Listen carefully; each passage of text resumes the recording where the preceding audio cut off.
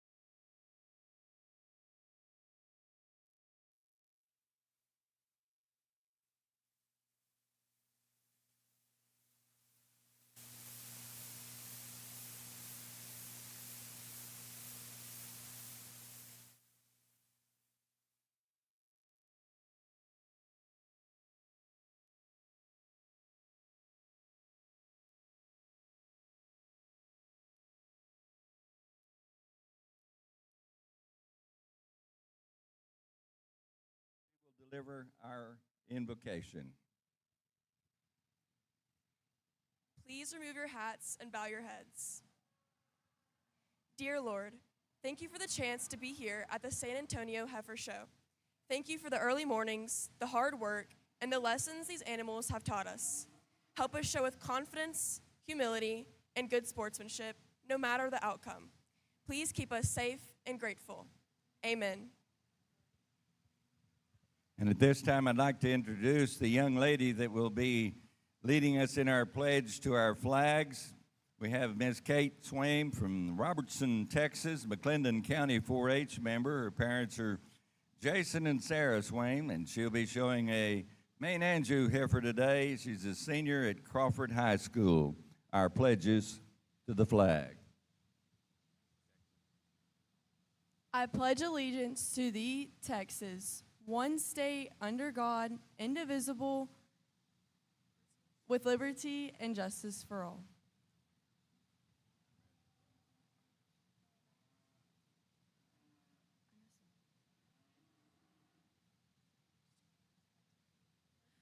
I pledge allegiance to the flag of the United States of America and to the republic for which it stands, one nation, under God, one and indivisible. And at this time, I'd like to introduce Miss Jolene Jarvis from Schulenburg, Texas. She's a member of the FFA chapter. Her parents are John and Amanda Jarvis, and she is a 10th grader there at Schulenburg High School, and she'll be showing a heifer later this morning in the Angus division.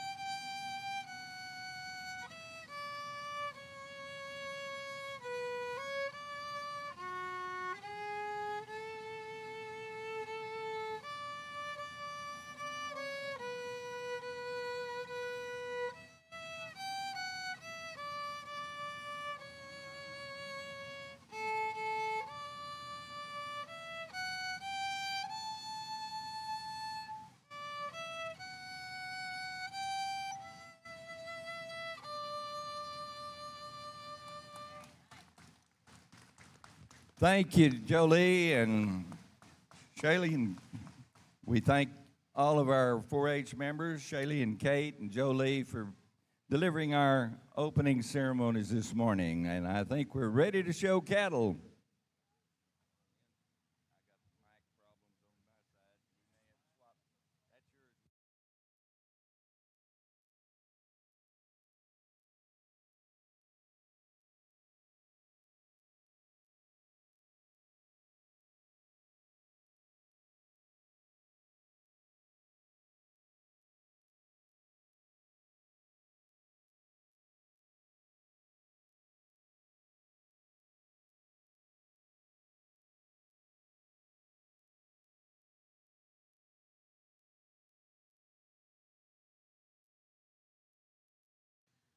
Again, we're about to start our junior heifer show. We need Class 1 in our Heifers in the north side and Class 1 in our Angus on the south side. So we're leading them in. So Class 2, be ready on both sides. Class 2 Heifers on the north and Class 2 Angus on the south. We need your cattle to the staging area. Leading in Class 1, so Class 2, be ready. Again, this is a blow and go show. Make sure that you follow those regulations. We'll check the heifers when they enter the makeup area. And make sure you have your registration papers with you when you bring your heifer to the show.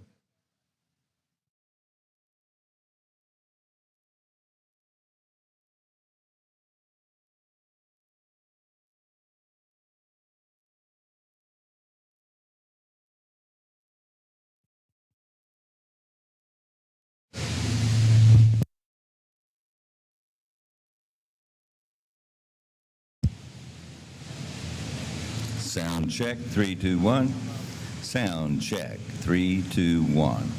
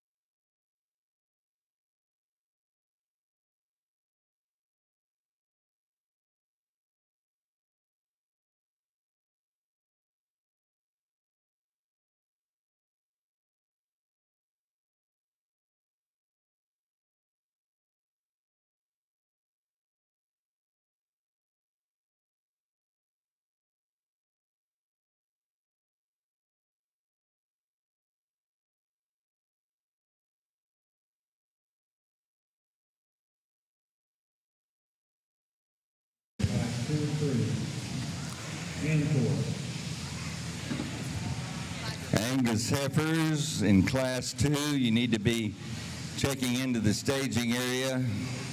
Class 2 Angus to staging. Class 3, you need to be standing ready.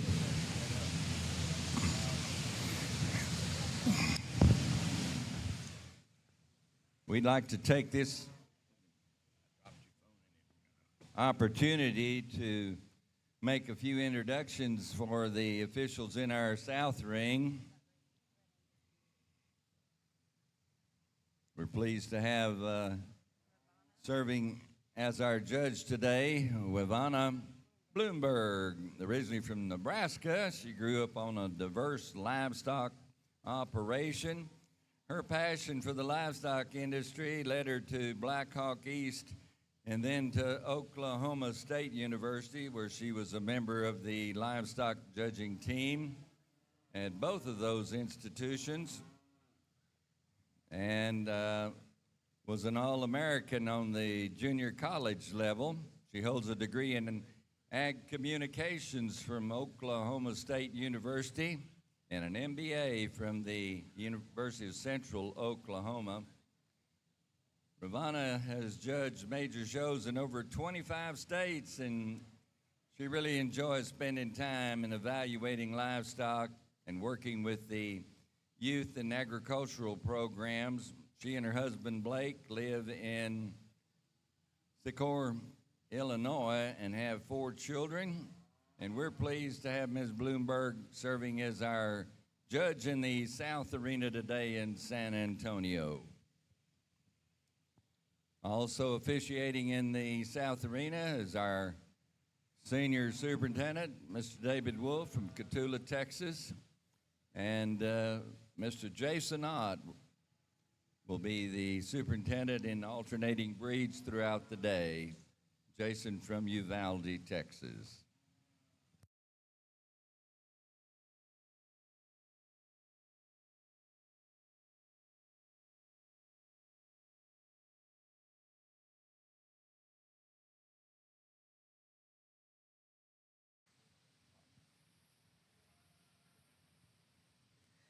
Good morning, exhibitors, and what an honor it is to be here in San Antonio.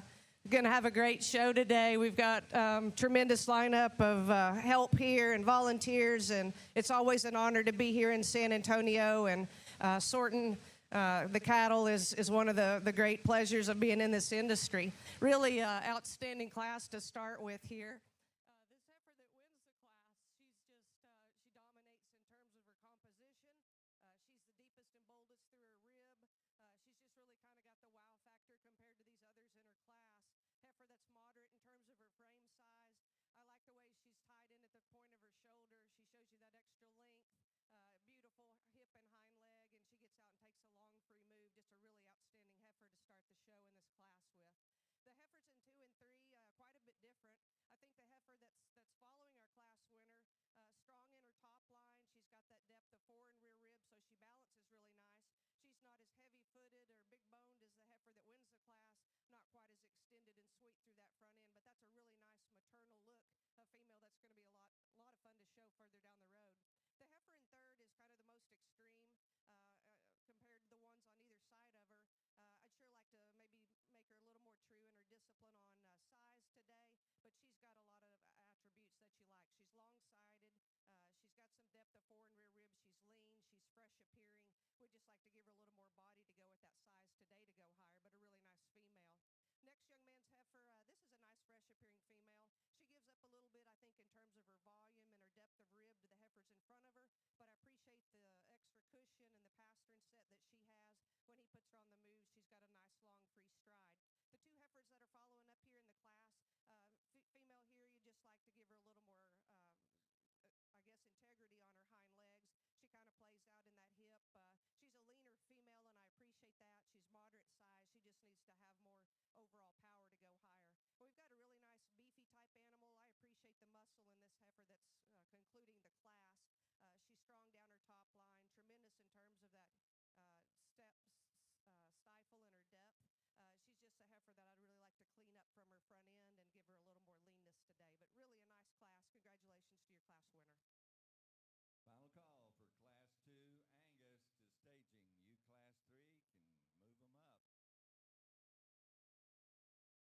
up. Well, good morning, San Antonio. I'm sure excited to be here and evaluate through some of your breeds this morning. Starting off with a really competitive class. I think this class is really deep in terms of quality. A lot of advantages to several of these heifers in terms of what they bring out here. But the heifer that I land on is one that's just so complete in terms of her build. I think you set them in motion, and that's where she really pulls herself to the forefront of this particular class because she's so flexible and good off both ends of her skeleton. I like the extra substance that she's built on in terms of foot and bone. She's got some base width and some practicality to her, yet still looks feminine and attractive when you get off to her from the side. Heifer in 2nd, she's the youngest one out here, but really one that I think has a tremendously bright future. I love the body type that's represented here. She's ladylike in terms of her presence. She's one that at the stand can give you just a killer look, and I appreciate all those things about her.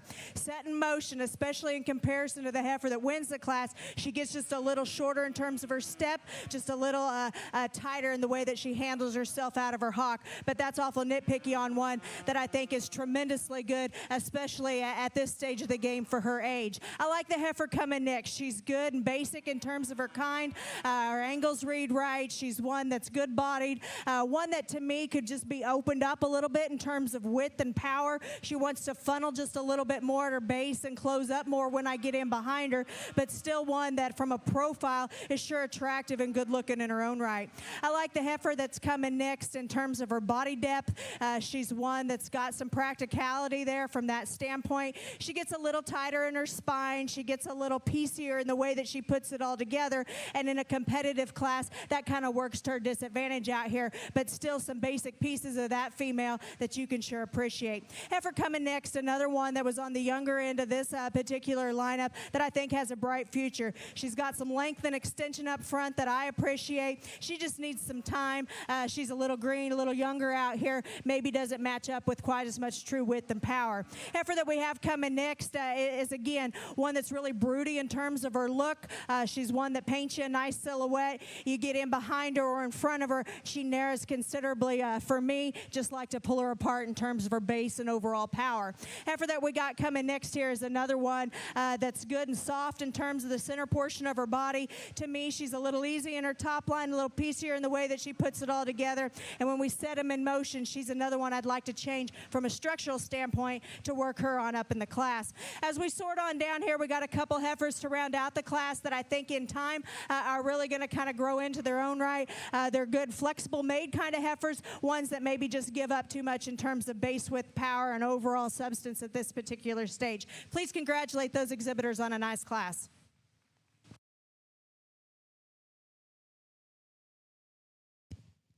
Last and final call for Class 2 Angus. Last and final call. Don't miss your class. I've told you Class 3 to be standing ready. Y'all need to be ready at the gate when these twos move in. We're going to move this show right along today. Got a really nice trio of Hereford heifers here, springborn heifers, and I think they sort themselves out pretty easily today. The one that's the most complete in composition and structure and foot size is the young lady's heifer that wins this class.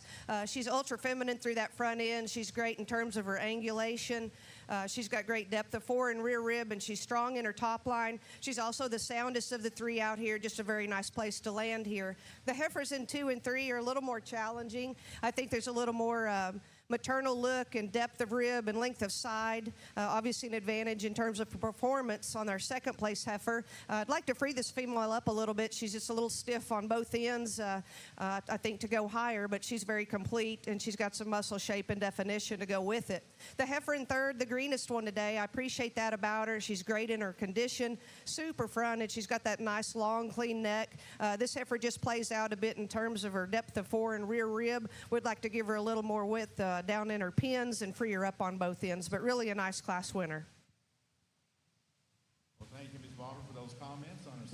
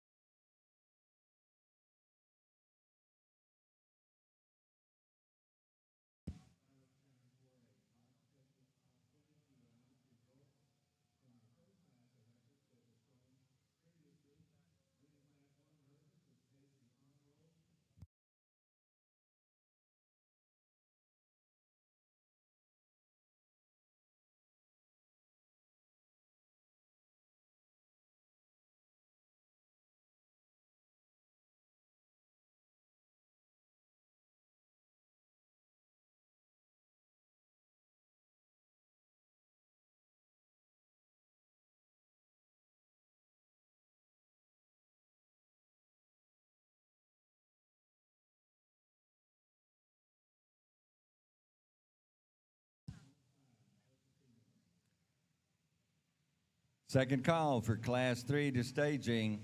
You Class 4 exhibitors need to be working your way to the gate. Class 3 and staging lineup. Class 4, work your way to the gate.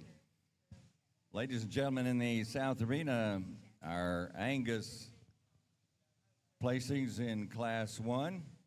First place honors went to Kinsley Calor of Stevens County 4-H. Our second place award went to Cassidy Bozeman of Idalou FFA. Third, Olivia Wortham, the exhibitor from Kaufman County 4-H. Your fourth place award, Riley Goen, Bell County 4-H member. Fifth in that class went to Rylan Evans of Liberty FFA. Your sixth place ribbon going to Kinsley Shaw of Montague County 4-H. Seventh This summer, Ogden of Trinity FFA, 8th William Landers of Runnels County 4-H, your 9th place. Ribbon going to Tate Landers of Runnels County 4-H. Being evaluated in the South Arena at this time are your Class 2 Angus females born during the month of March 2025. Final call for Class 3, Angus to staging. North staging area, final call, Class 4,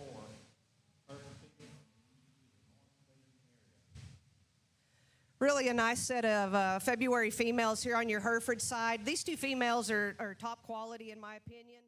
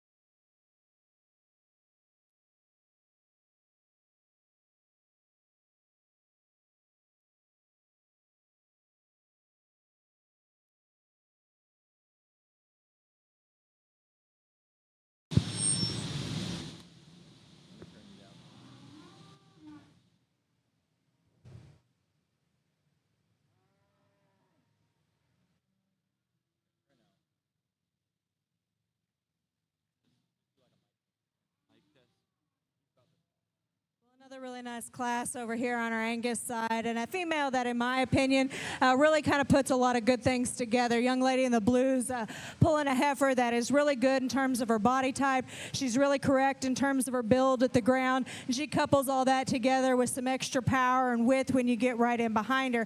I like the way this heifer's built. I like the way that she gets out and motors. I think that she's one that's super attractive and long in terms of her neck. She ties high there. Just a really complete, good kind of a heifer here to to win the class.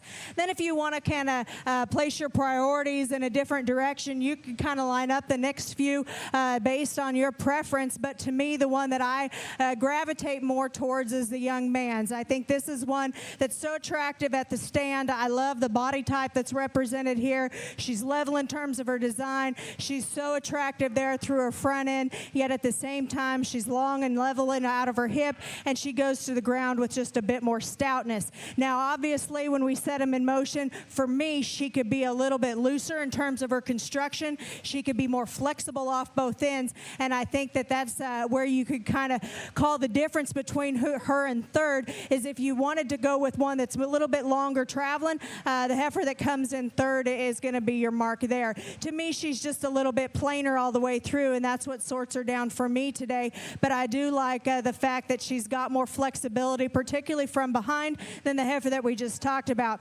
Her body type, though, and her basic build is what keeps her in third over the heifer that's coming next. I like the depth and the volume that's represented here at the young lady in the pink. I think this is a heifer that you can sure appreciate in terms of brood cow potential. To me, though, she's one that's just a little more compact all the way through. She's shorter up front. She wants to deviate just a little behind her blade. She's shorter out of her hip, and consequently, when we ask them to lead, she takes a little shorter step as well. Heifer that's coming next here is one that has just a bit more length and extension all the way through, but she's also a little bit the finer boned heifer that's narrower at her base, doesn't have the same power and mass as some of the cattle directly ahead of her. Then we work on down to some more here that probably have a thing or two that I'd like to tweak. Young lady coming next has got one that's super attractive, especially from her shoulder forward. Just like to add more natural body depth in that heifer. And the one coming next is one that is just a little bit broodier in terms of her look from the side, but she's just a little bit more piecey and plain in the way that she puts it together. She's got a little extra set to her hock. It makes her just a little bit more uncoordinated as she goes. Heifer that's coming next is one that I'd like to level out in terms of her top line, give her a notch more flexibility. And the heifer that's going to round out the class is a little green for us here today. She just needs more power for me. If you would, please put your hands together for these exhibitors. Thank you, Ms. Bloomberg. Every detail matters when preparing your livestock for the show ring. At Producers Co-op, we offer high-quality show feed, supplements, and supplies designed for your animal's best performance. Our specialized feeds promote optimal growth, conditioning, and muscle development for cattle, sheep, goats, pigs, and more. With expert advice and reliable products, we're dedicated to your success. Trust us to help you reach your goals with the feed that works as hard as you do. Come see why at Producers Co-op, it's better here.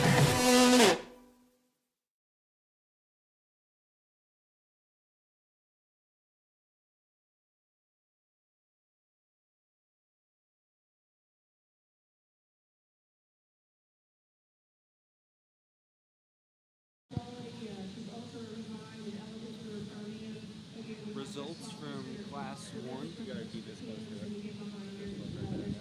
Like one fist away from that. In first place, Kinsley Kaler. In second, Cassidy Bozeman.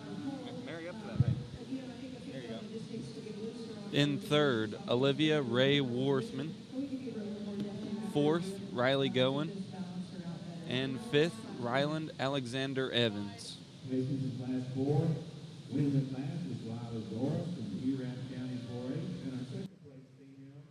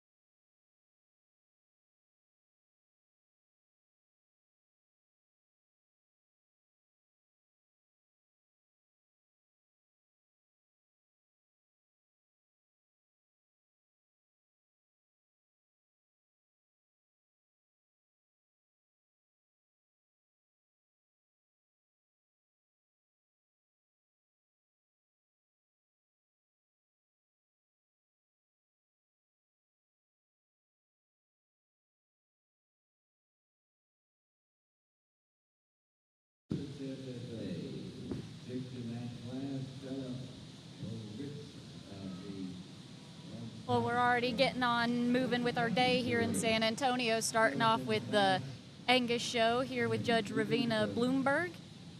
A little bit humid today in San Antonio, but it's been a great week with a bunch of great kids, great livestock. Truly one of the best places, I think, in America to come and show livestock at. What do you think? It's awesome. I'm having a blast so far. For those of you that don't know us here on the mic yet, I'm Colt Blacklock. And I'm Alexandra Duckworth. We're here as a part of the Top Judge program that they run in conjunction with the San Antonio Livestock Show and Rodeo. For those of you that don't know what that program is, basically they bring in a group of people that were on judging teams last year and competed as a part of collegiate livestock judging, and get us to kind of learn from experienced industry leaders and judges across the industry and kind of what we need to know moving forward as we move from our collegiate judging career into just a livestock judge role. Yeah, we've had the opportunity to talk with a bunch of industry leaders so far.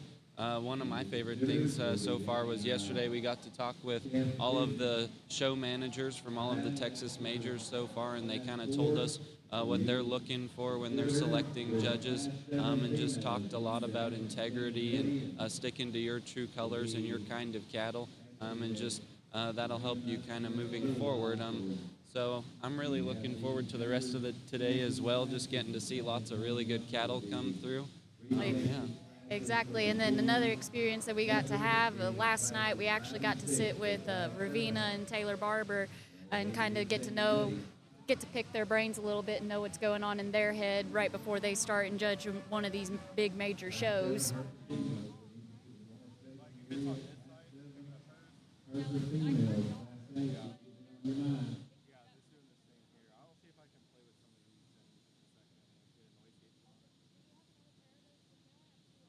I believe Class 3 is in right now. We should have Class 2 results here right away.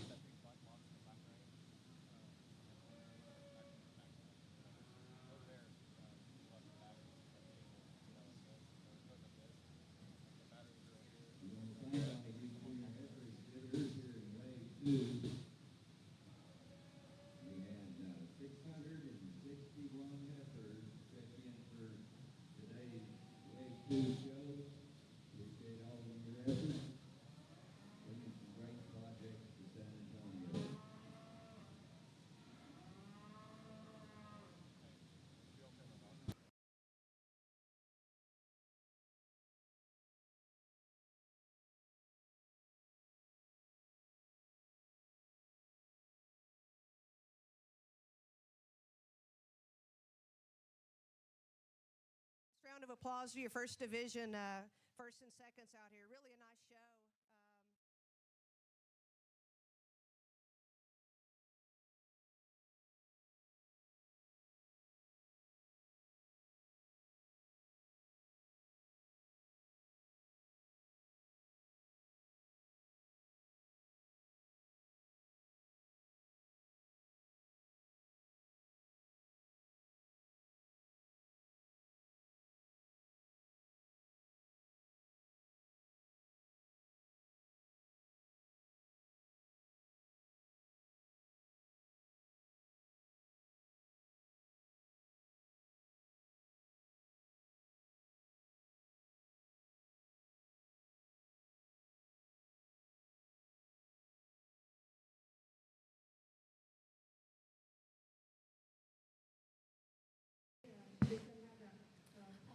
Results from Class 2 Heifers calf in March of 2025. First place went to Hadley Lucille Howe of Burleson County 4-H. Second went to Kennedy Crawford from Stevens County 4-H. In third place, Kylie Shea Byler from Bangs FFA. Fourth place, Whitley Brooke Rogers from Hunt County 4-H. And in fifth place, Penelope Olivia Soto from San Marcos FFA.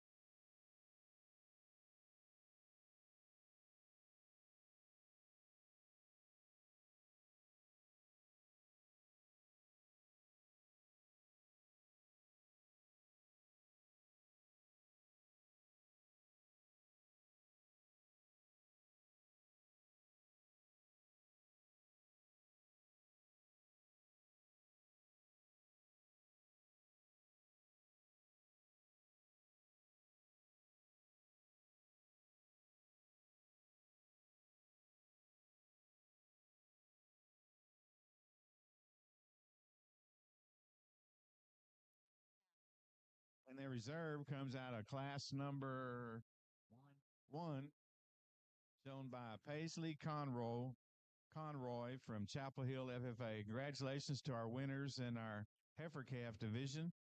Now move along to class 7.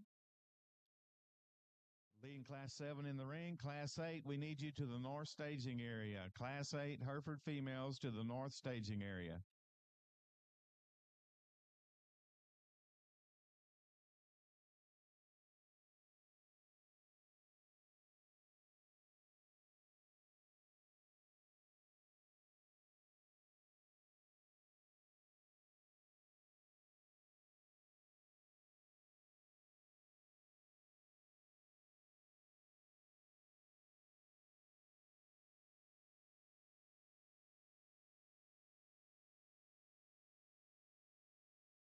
To start, in my opinion, young lady's pulling out a heifer that's just made so nice in terms of her build. She's got that killer look from the profile, but at the same time, that's as big a foot and hind leg as I've seen on one this age in a while. I think she's so good from a stoutness standpoint, but yet she still gets out and travels with the right amount of flexibility off both ends. She's one that looks like a show heifer, yet at the same time has got all the right functional parts that make her a really high quality kind of female in her own right. And then from there, I think you got some choices you can make. The heifer that winds up in second for me does so because she's just very complete. This is one that's really good in terms of her body type. She's really good in terms of her structural base. You know, she runs into a competitive class with a really good class winner, but aside from that, she's one that's so good in terms of her basic build. It just kind of keeps her in that second place spot because she's got some width, she's got some power. She's a little bit more on the moderate end of things, but that's okay. I like moderate cattle, especially when they can still get out and travel like she does. Heifer that's coming in third is a little bit more of the problem female that I have out here because there's times that she can give you a really great look. She ties high there to the point of her shoulder. She's got tremendous amount of body volume. She's stout in terms of her width and dimension up high.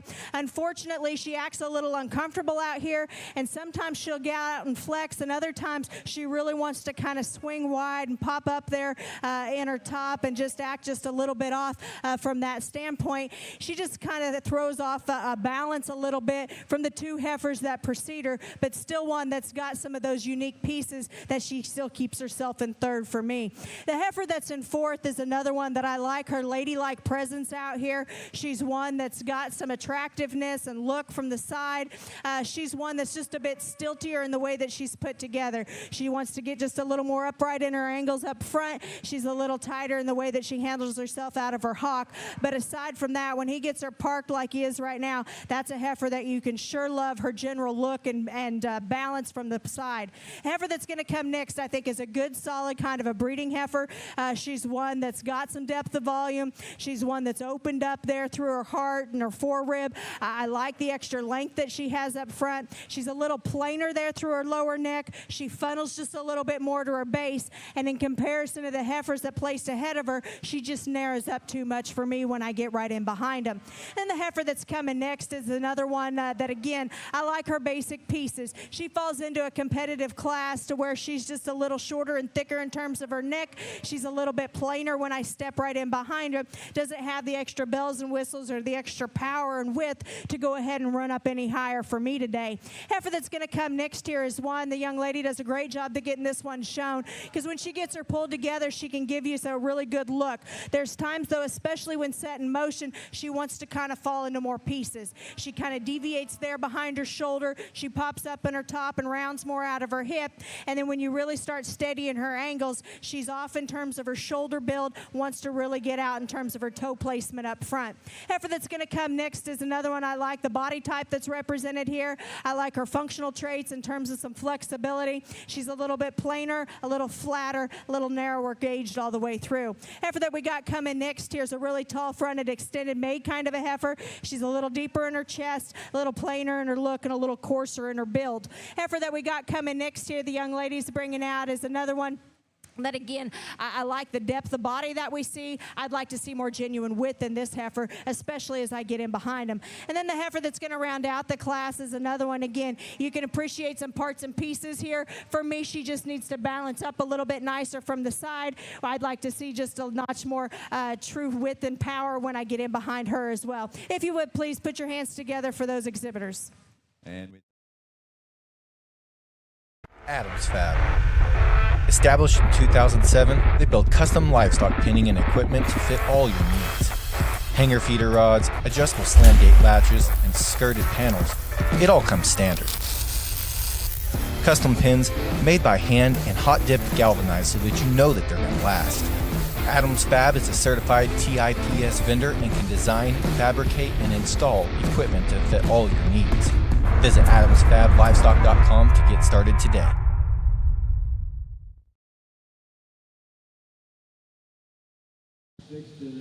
Results of Class 3 Angus Heifers. In first place, Amelia Heatley from Normagee FFA.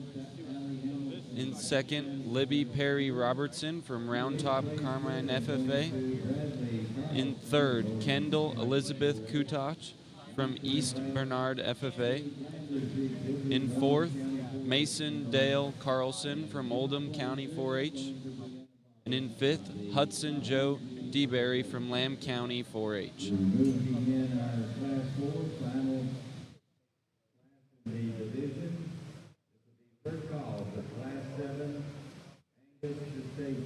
Bring up class 7 and check them in,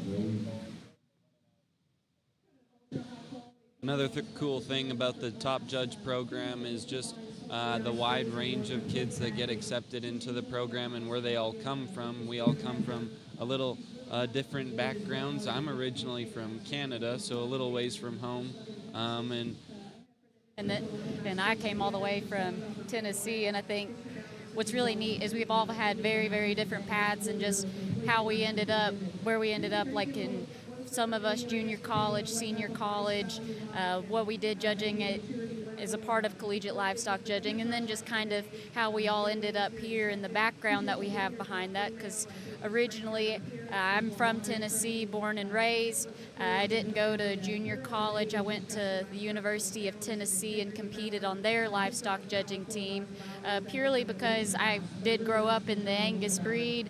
I grew up showing a couple of heifers, thought, hey, this is something that interests me, so why not? So it's just something kind of neat to see, because obviously we competed against each other last year, and now we just kind of get to be brought back and just kind of see it from a different point of view. Yeah, I took a bit of a different route. I went straight into junior college and did 2 years of livestock judging there, and then transferred to Kansas State University.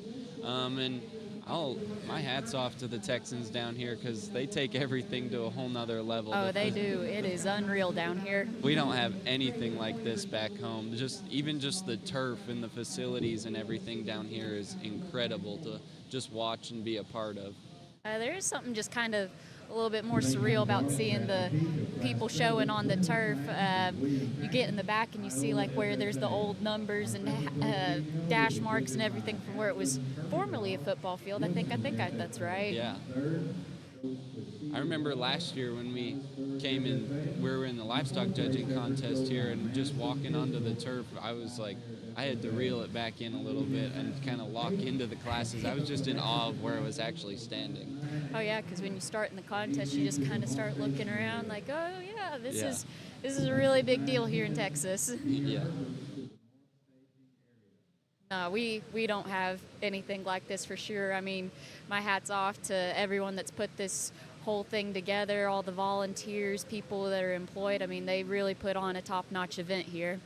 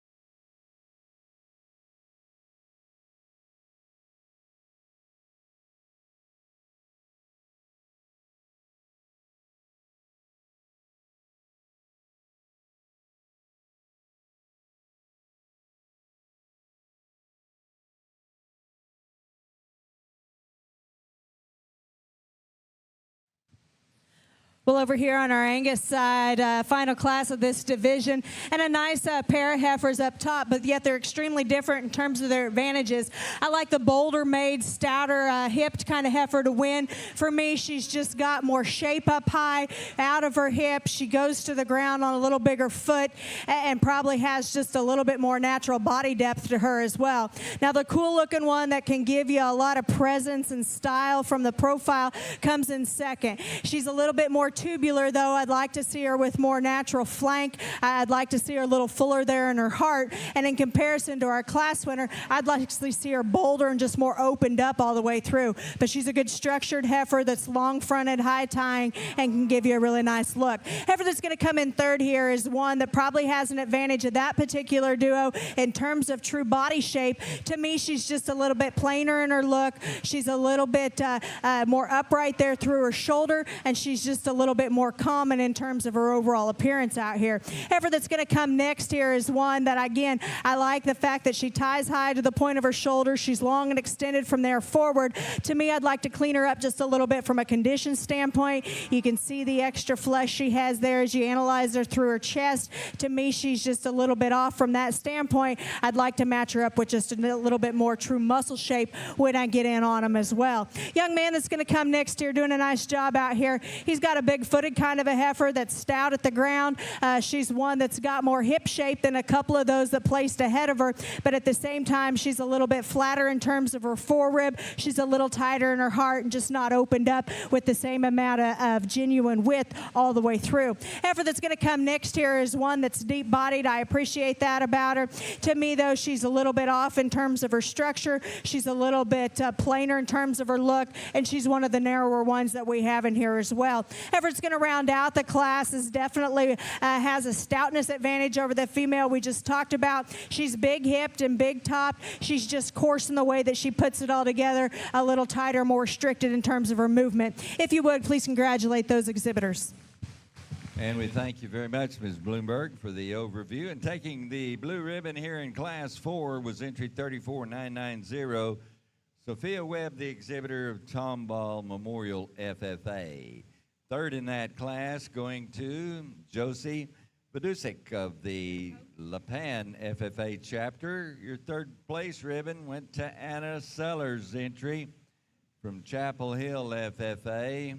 Fourth to Paisley Swanner from Winsboro FFA.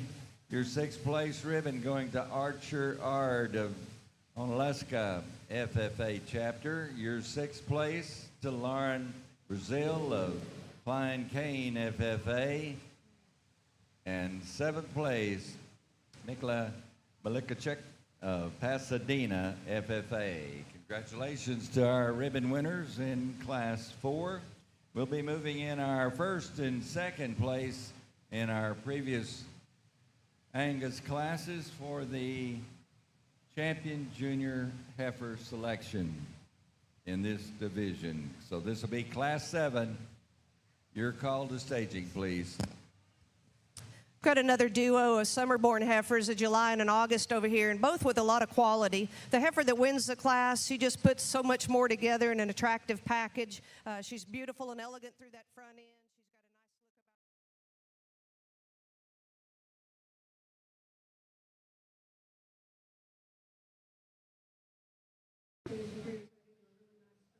Well, we're moving right along in our show, and I think we're on to our first division, aren't we? Yep.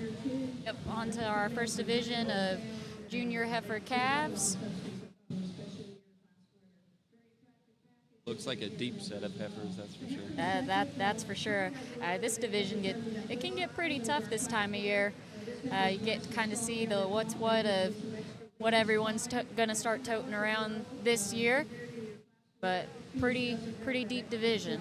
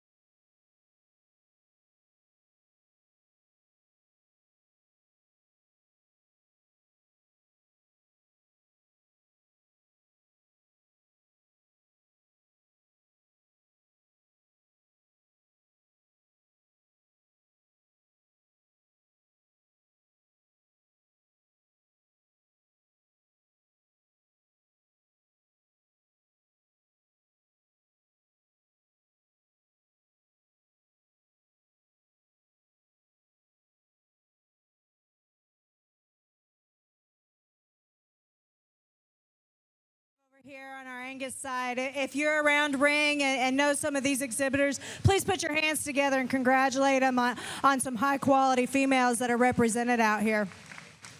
You know, it's always fun as a judge when you work through those classes. Some of them hit you really hard as soon as they come through the gate. Others maybe kind of grow on you a little bit more the more time you spend. And then when you bring them back out here in a lineup like this, there's still some differences represented, but I think the quality runs deep. I think all four of these class winners have some merit that you can sure be proud of and tie to and utilize within your program.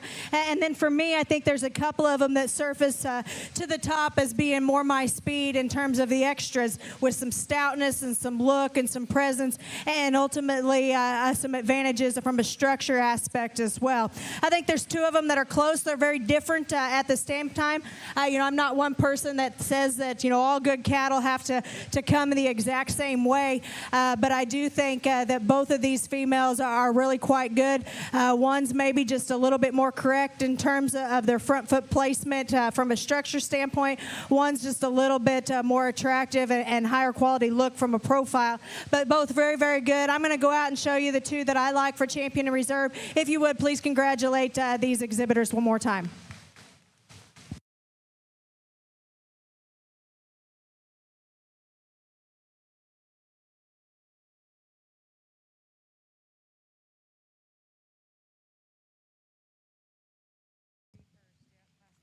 And our Class 3 winner taking the Calf Division champion, that's entry 21041, Amelia Haitley of Norman GFFA will move up our second place, entry 15774 for reserve consideration.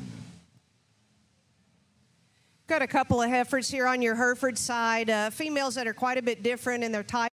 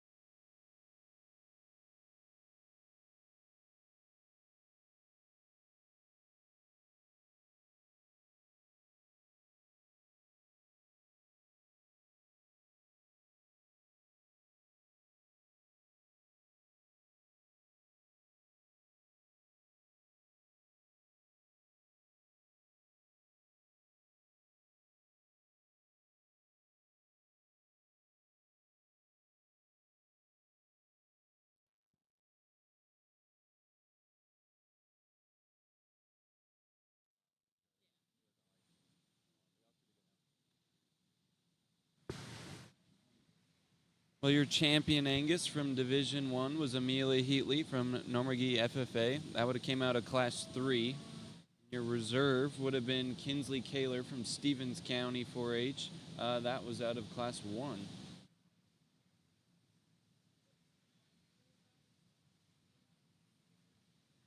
Another really cool thing about the San Antonio Livestock Show and Rodeo is all the scholarship money that they give out. I mean, they really support these Texas youth to kind of get them started on their way with their futures.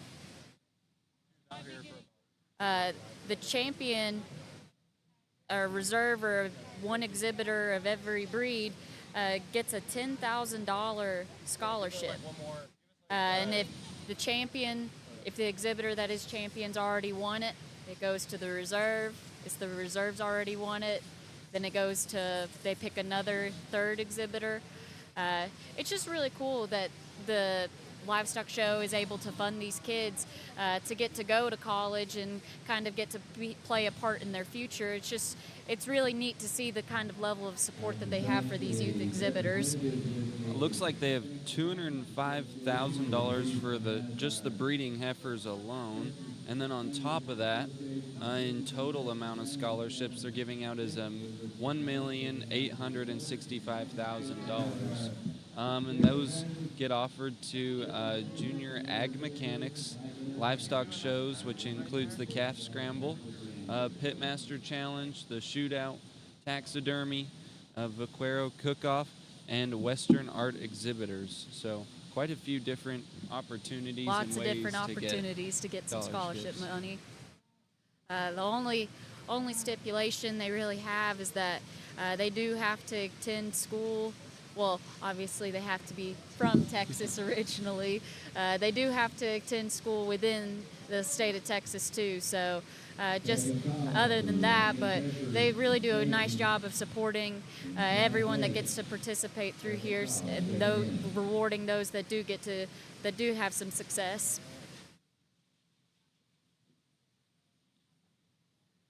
There's a bunch more for the market shows as well. I don't know the exact numbers yet, but Yeah, so not just breeding cattle or breeding animals, sheep, pigs, get to see it on the market side. We'll actually get to see Ravena's husband next week evaluate the market steer show. yeah, I'm really excited for that. I get to come back next week with Kansas State's livestock judging team, so I'll be back here next week watching the steer show for a day or two, and then we hopefully can get in to see the barrows as well, so I'm excited for that. The barrow show, it's truly next level here at San Antonio. Last year we came, watched the barrow show before the contest, and it's unreal. There's just the quality of barrows exhibited, the quality of kids. It's unreal. We don't have show pigs back in Canada, so some of this is a little new to me.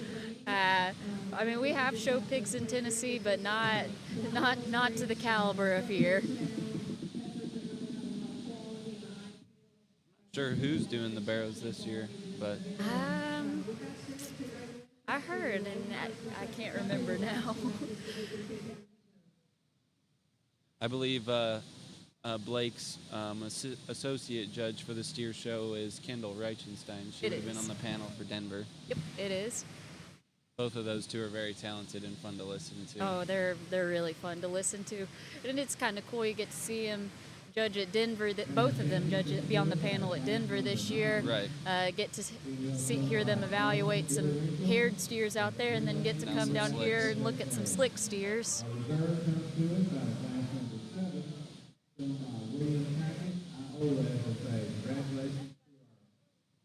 By the looks of it, Division 2 won't be any shorter than Division 1. Oh no, just quality keeps on rolling.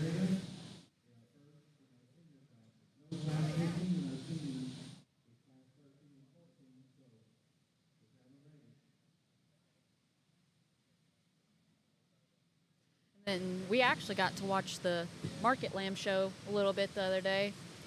Was this their first year they had an associate in the Market Lamb show? I thought I heard that, maybe. I'm not sure. Both of them were doing a very good job. They were doing a phenomenal job. They were fun to listen to. Really fun to listen. Really did a outstanding job at engaging with each exhibitor that came through the ring. It was really fun to watch and listen to them.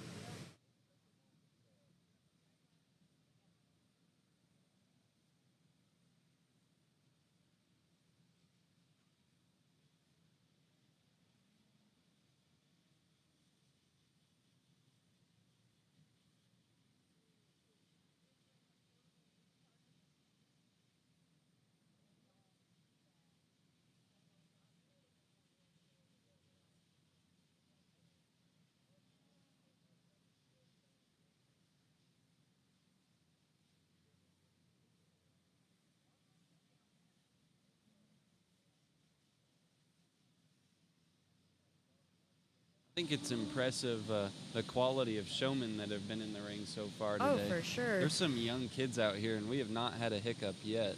Oh, no. I always think it's really fun when you have a little kid that gets to come through and you get to see the intensity and the care that they have and them doing a really nice job at sticking their animal. Wins to me. She's the one from the gate, really hit me hard in terms of having some of those extras. She looks like a show heifer, yet at the same time, her functional build is right. Her body type's right. She's flexible off both ends. She's got some power to her. Just a good kind of a heifer here to win the class. A heifer that fits in second does so pretty logically for me as well, in the sense that she's the one that has that look of quality, while at the same time she's built right. She has presence out here. I like her body type that's represented. And just a good solid kind of a heifer. She doesn't match up with quite as much natural power as the heifer that wins the class, and that's what kind of sorts her into second for me, but still a good made kind of a heifer there for that young man. I think there's some differences that you can call between third and fourth. To me, I like the broodier look of the heifer that's going to come in third. I think she's also more attractive in terms of her look up front, and she's more compositionally genuine, as she's not only cleaner in terms of her condition, but she has more genuine shape and power with her as well. The heifer that's going to come next here, I like her extra length. I like her extra length of hip. I like the extra stoutness she has going to the ground. She's a little flatter there through her forerib. She's a little deeper in her chest and a little shorter in terms of her look up front.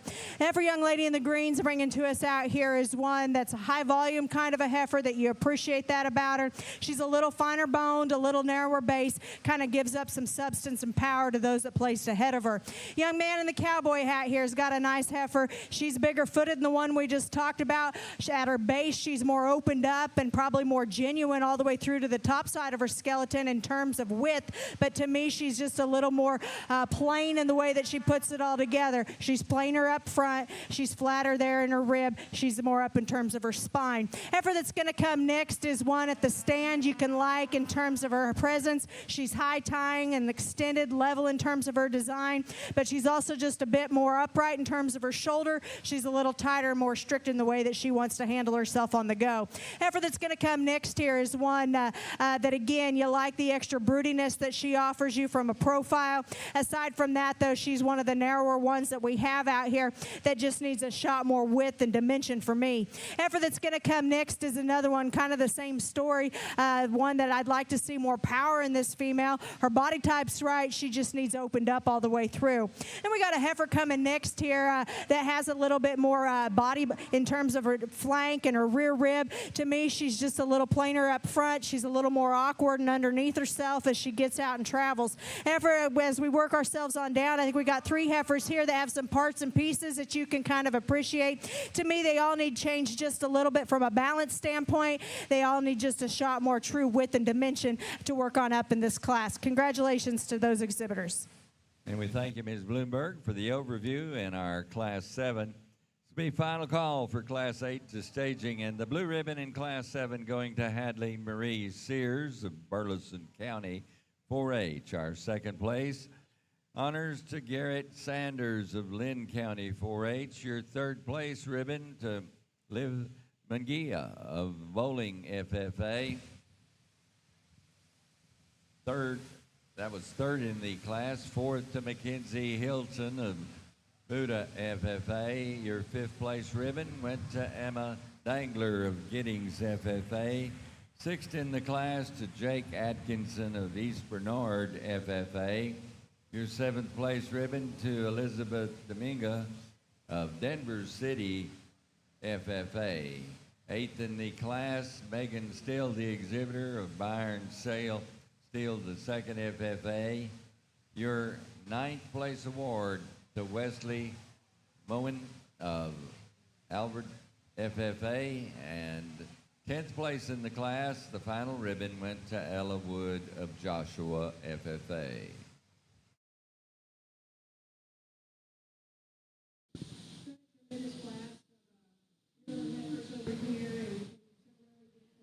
Recapping Class 7, winning that class is Haley Marie Sears of Burleson County 4-H. Second went to Garrett Haynes Sanders of Lynn County 4-H. Third, Liv Macy McGee of Bowling FFA. Fifth, Emma Gale,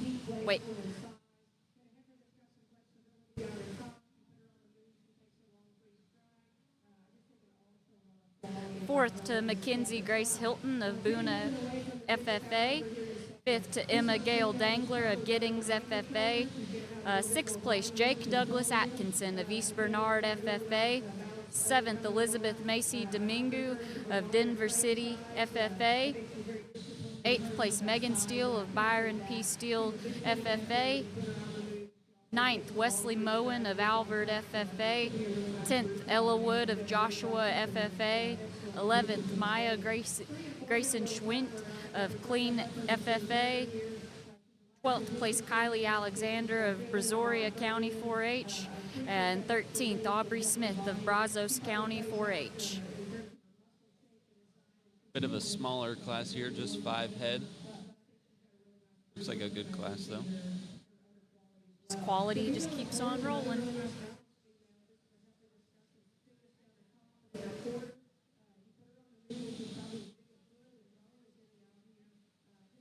Kind of glancing over at the Hereford ring, looks like they've got some nice stuff over there. I bet the Grand Drive, or that'd be tomorrow, won't it?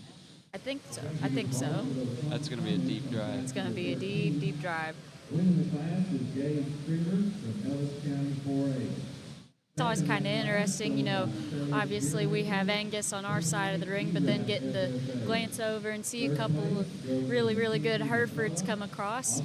I mean, good cattle's good cattle, no matter breed, color, age, anything. Leading in class number 14, our last junior Hereford female classes. Completing the class 14 will select our senior division winners.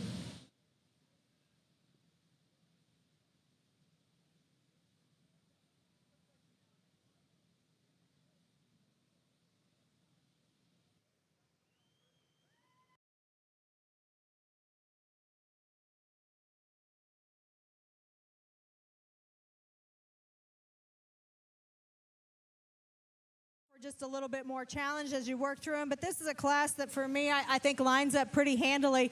I like this heifer that wins in terms of her build at the ground. She surfaces to the forefront, especially when you ask them to lead, because she's so good in terms of her angles. She's the soundest heifer that we have out here in terms of her reach off both ends of her skeleton, and then she complements all that with the right kind of look, the right kind of build and body shape, and true width to go all ahead and go along with that. Heifer that comes in second kind of fits it logically in that second place hole for me because I love her outline. I like her look from the profile. She's ladylike and offers you some presence from that standpoint.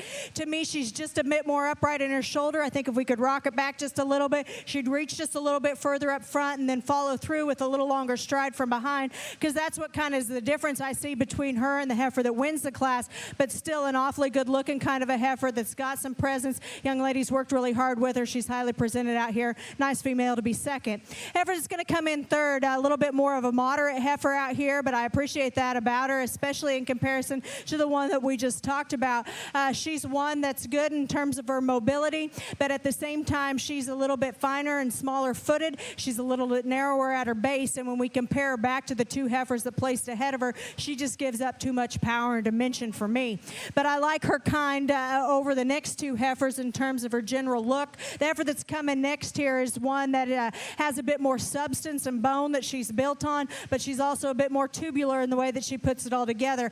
I'd like to see more natural body volume and depth in this heifer. I'd like to see a little bit more fuller heart. I'd like to see a little bit more upper rib shape to this heifer when I get right in behind her. And the heifer that's going to round out the class, young man's doing a nice job out here. She is the better bodied one of that particular pair that we just talked about, but to me, she's also the one that's just a little bit plainer all the way through. She's shorter, more compact up front. She's a little off in her hip. She's the lightest muscled one that we have out here as well. But a nice class. Congratulations to those exhibitors.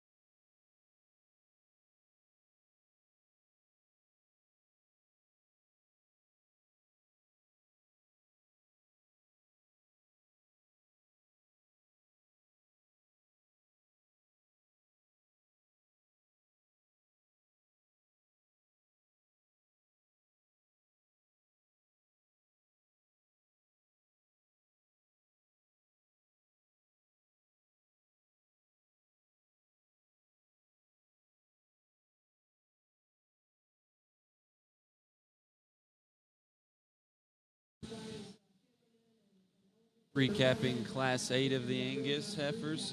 In first, Savannah Martin from Palo Pinto County 4-H. Second, Brooklyn Barnes from Dillon FFA. Third, Trista L. Lehman from Wilbarger County 4-H. Fourth, Maya A. Strong from Vanadel FFA. And fifth, Benea Era Crum from Pearland FFA.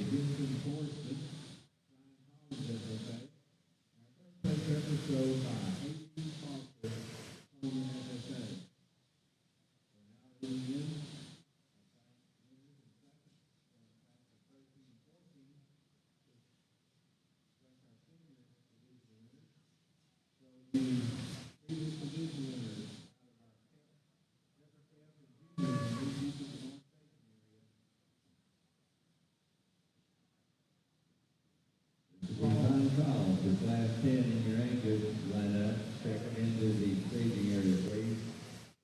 Class 10 Angus.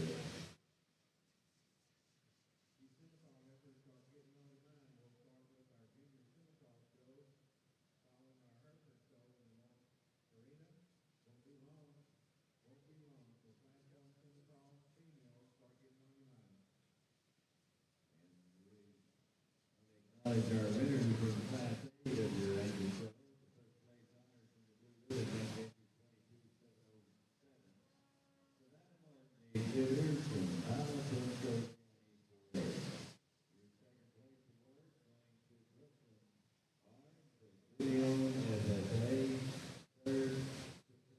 It is interesting to come down here and just see a little different kind of animal, a little different from what we see in East Tennessee. Sure, very different for you. Yes, very, very different. I'd say in terms of like frame size, they kind of match up compared to cattle back in Canada. You kind of get a little smaller and more moderate as you hit kind of the Midwest, but yeah, and then East Tennessee, they like them big. Angus class, but a nice female to win, one that's got the right kind of look in terms of her build. She's one that's proportional. I like the body type that's represented here. I like the extra width and power that she has as well. Heifer in second is one that in terms of her basic kind, you can sure appreciate some parts and pieces to her as well. I think what keeps her in second for me is when I get in on the cattle, she just drops from a rib with more natural curvature up high. She's stouter out of her hip and carries that lower there into a naturally wider base. Heifer that's going to be in third out here is one that's bigger footed. She's got some stoutness in terms of her bone work. I appreciate that about her. She's just a little bit flat and narrow in the way that she puts it all together. I'd like to open her up all the way through and give her just a shot more dimension for me. But a nice class. Congratulations to those exhibitors. And we thank you for the overview. And first place honors here in Class 9 of your Angus show, going to 15 700, the entry number for Josephine Kelly of Bell's FFA, taking the blue ribbon. Second in that class went to Brandy Lee Tolivar of the Aubrey FFA chapter. And your third place ribbon going to Kaylee Key, Brazoria County 4-H member. Class 4 moving into the Angus Arena at this, Class 10 moving into the Angus Arena at this time. We'll have a division championship drive following this class. And then we'll move into Class 13. So this will be first call for Angus in Class 13 to report to the staging gate on the south. But once again, ringside, we've got our final Hereford division. Recapping Class 9, first place goes to Josephine Annette Kelly of Bell's FFA, second Brandy Lee Tovar of Aubrey FFA, and third place Kaylee Key of Brazoria County 4-H. We have one more class, Class 10, and then we'll be right on to our second division.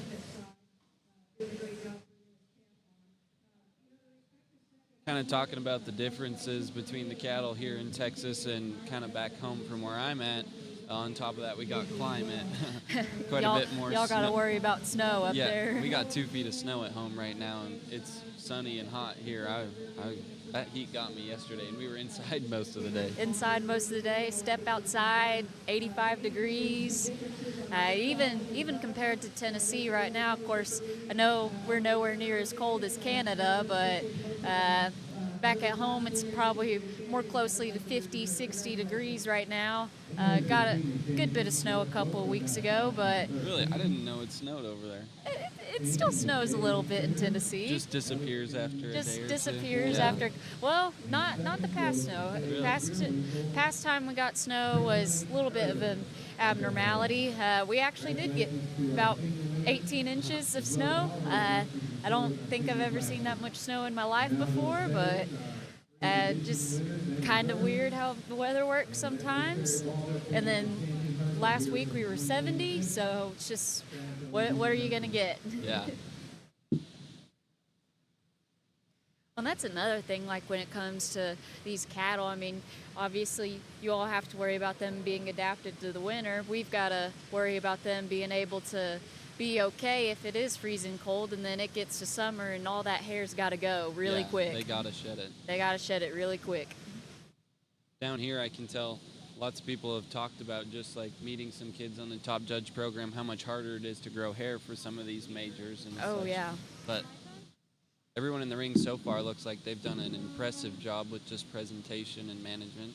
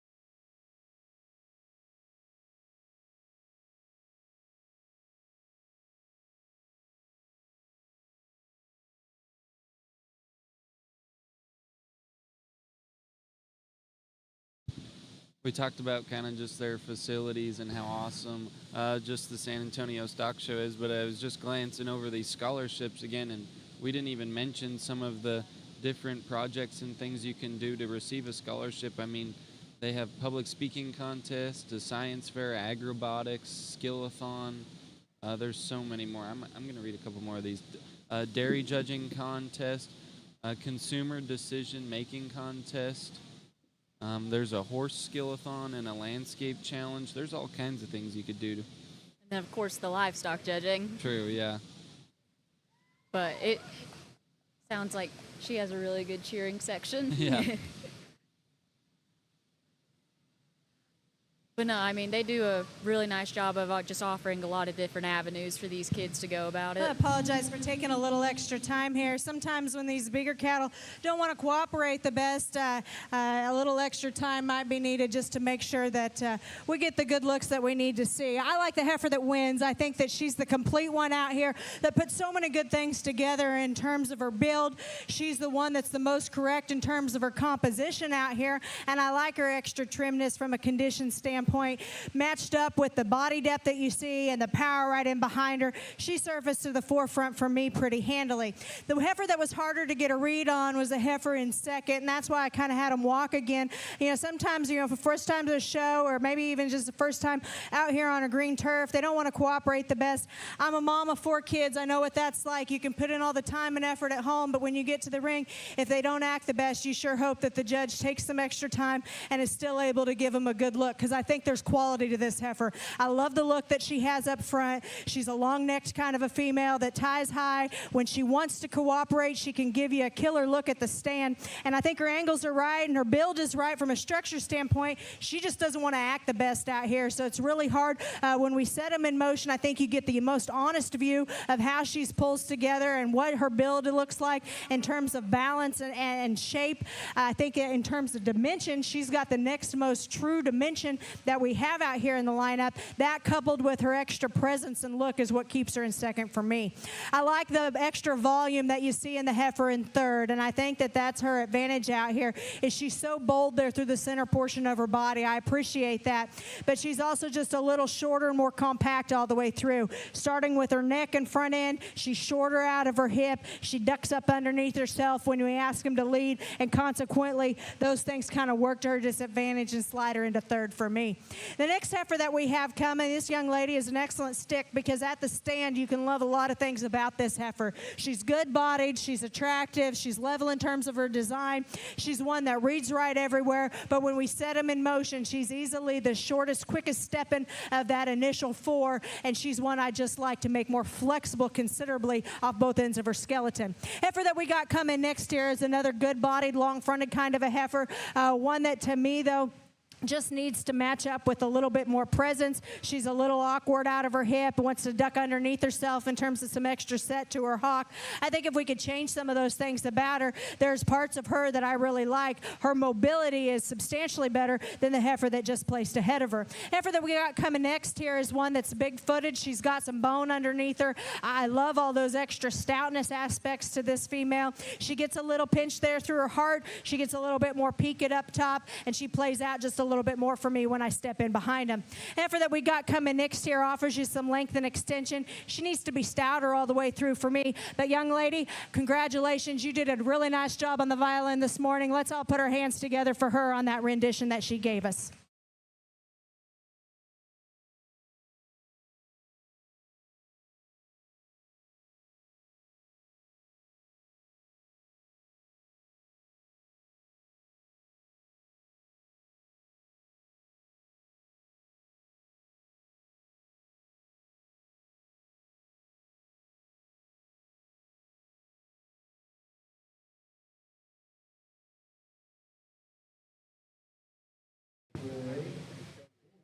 Recapping Class 10, winning that class is Hayden S. Lee of Millsap FFA.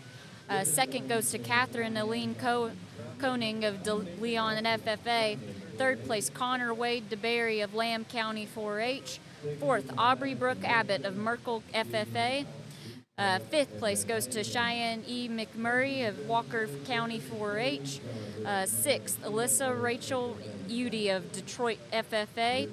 And 7th, Jolene Jarvis of Schulenburg FFA.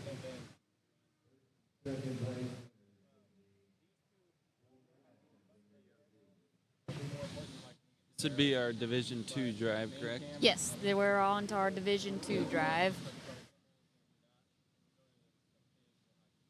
Now you get into these older heifers as we get into these older divisions, and it gets pretty challenging. I mean, just the quality all throughout, and the fact that these kids have gotten them to stay this long, it can be pretty challenging.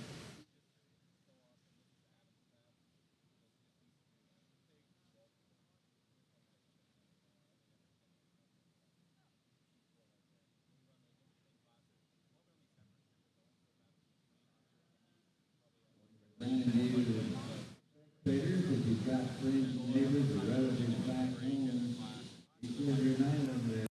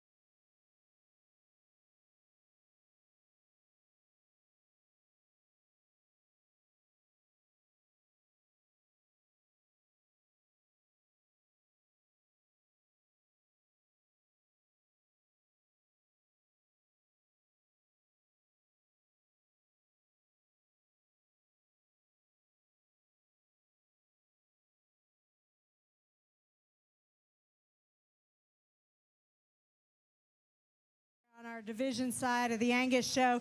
If you would, please put your hands together for these exhibitors out here. You know, you only get to select 2 in this division, but I think all of these exhibitors should be proud of what they were able to accomplish here at the San Antonio Livestock Show, even if they don't get a piece of this division, because I think there's high-quality heifers all the way through that we still have represented out here.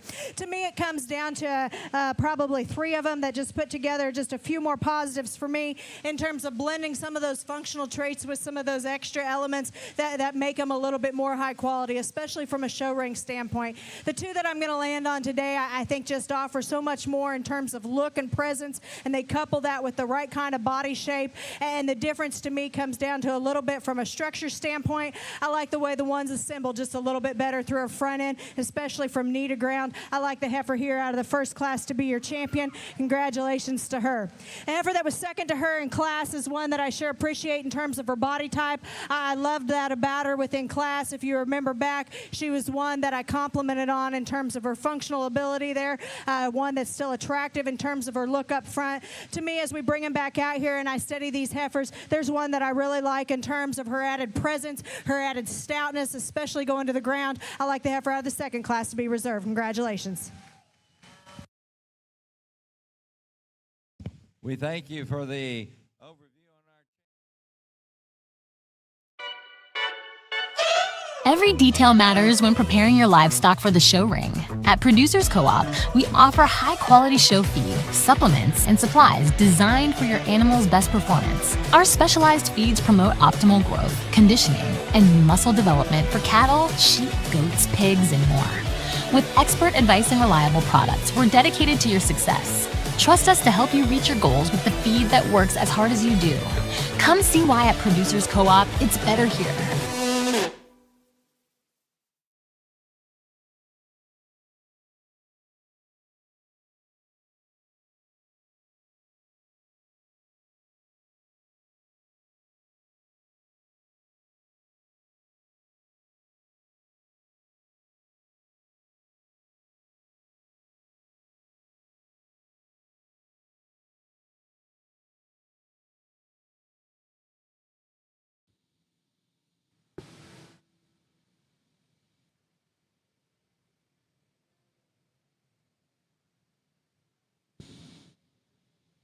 Champion Division 2 would be out of Class 7, Hallie Marie Sears from Burleson County 4-H. And Reserve Division 2 comes out of Class 8. That's Savannah G. Martin from Palo Pinto County 4-H.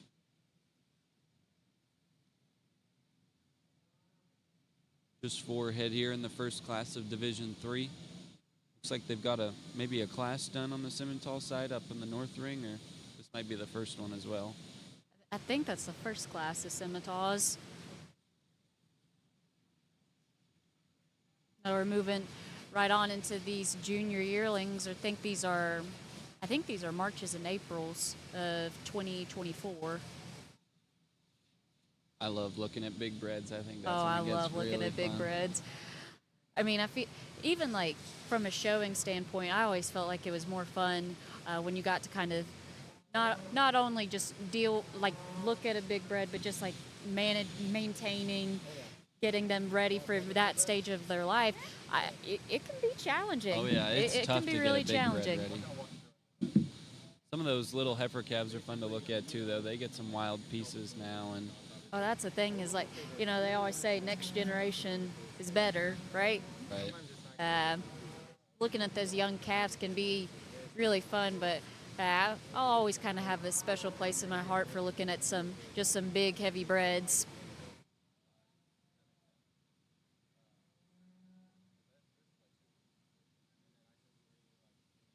I mean, especially like from these kids' standpoint. I mean, granted that our first class of junior yearlings, we have four entries, but it's a true testament to the work they have to put in at home to get them to stay fresh and maintain to keep them ready to show until now. I mean, these girls are about to turn 2 years old in a couple of months, so.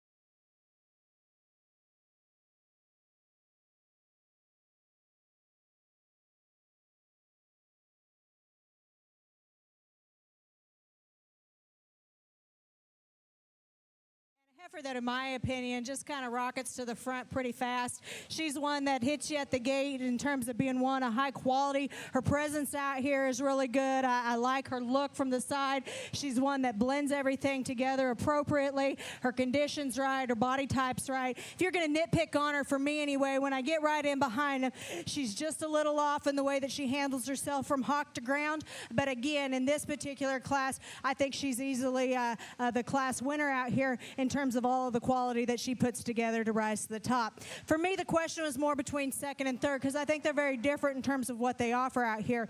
Sticking to what I kind of like, though, the one that's just stouter in terms of her feature, the one that's more opened up all the way through, particularly at her base, she's fuller in her heart, is the young man's heifer out here. I like that about her. When we ask him to lead, I think this is the heifer that just has is more secure in the way that she handles herself, particularly from behind, and that kind of gives her the edge for me in a close comparison.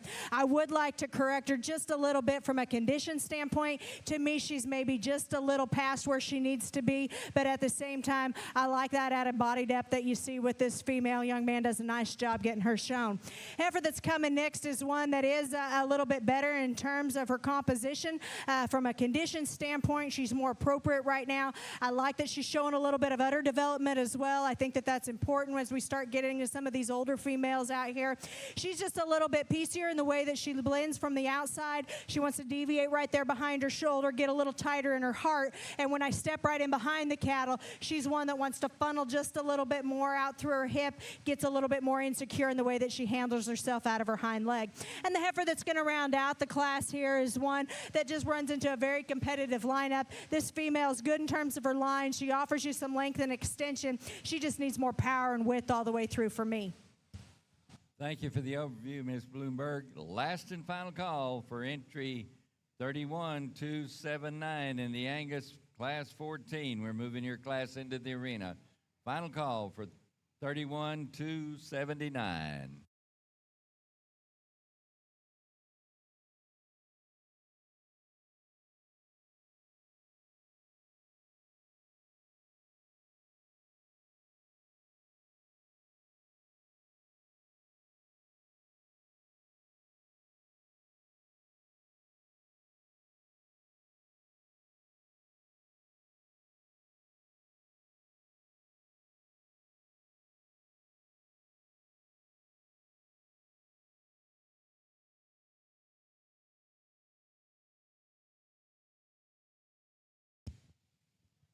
And our results from Class 13 in our Angus show, the Blue Ribbon in First Place Award went to Candace Kennedy of the Stevens County 4-H. Your second place, Brax Fredericks of Stephenville FFA. Third in the class, Abigail Candy of De Leon FFA. Fourth to Kane Pearls of George Ranch FFA. Congratulations to our ribbon winners in Class 13. Class 15, Angus, this is your call to be at staging. Class 15, we have little classes. So Class 15, you need to be lined up.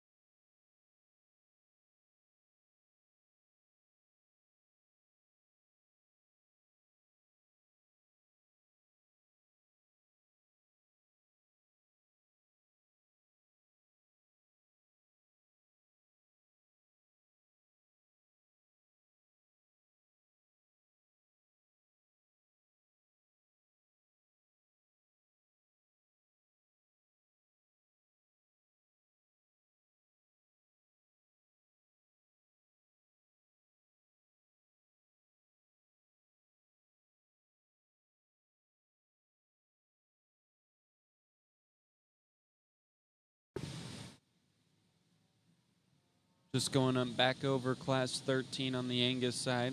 In first place, Cadence Kennedy from Stevens County 4-H. Second, Brax Parker Frederick from Stephenville FFA. Third, Abigail Lynn Koenig from DeLon FFA. And fourth, Kane Quarles from George Ranch FFA. It's kind of fun. Kind of felt like a little judging class again with forehead. Go get little flashbacks of there's forehead in the class. Yeah. Mark your card.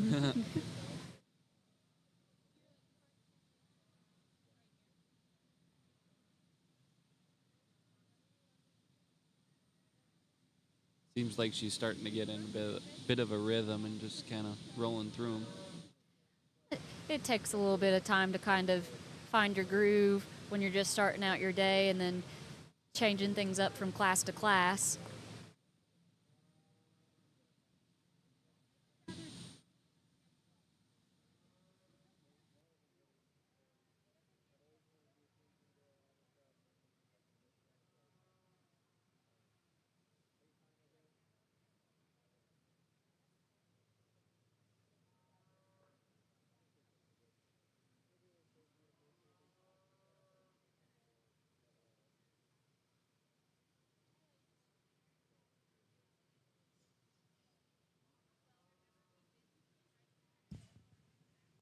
We need, from Class 15, we're short entry to get in lineup, and we also need our division winners to be in the lined up. We'll have our champion drive at the conclusion of the selection for our senior heifers. That'll be coming right up. We've got a small Class 15, so Angus division champions. Good class here. Good numbers all the way down. I think for me, one that kind of just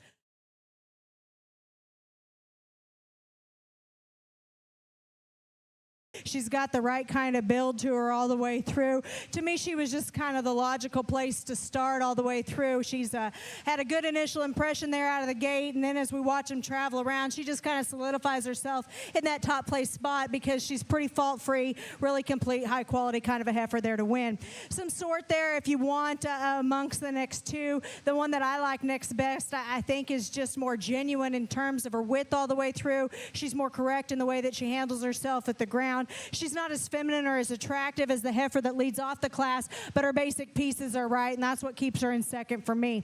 The heifer in third has some parts that you can really appreciate. I like her spring of rib. I like her squareness and stoutness out of her hip. I'd like to clean her up through her front thumb in third. She gets a little bit more in her chest. She's a little shorter there through her neck. I'd like to maybe lengthen her out just a little bit from that standpoint, give her just a notch more attractiveness from a profile. Heifer that's coming next has got a little bit more body into her. She's got more volume. She's one that I appreciate the way that she handles herself on the go, but she's plainer all the way through. She needs more width and dimension for me. Heifer that's going to come next has a notch more power when you get right in behind her, and I appreciate that, but to me she's also a little coarser in the way that she blends together. She's a little more open in her shoulder, a little more conventional in terms of her look up front.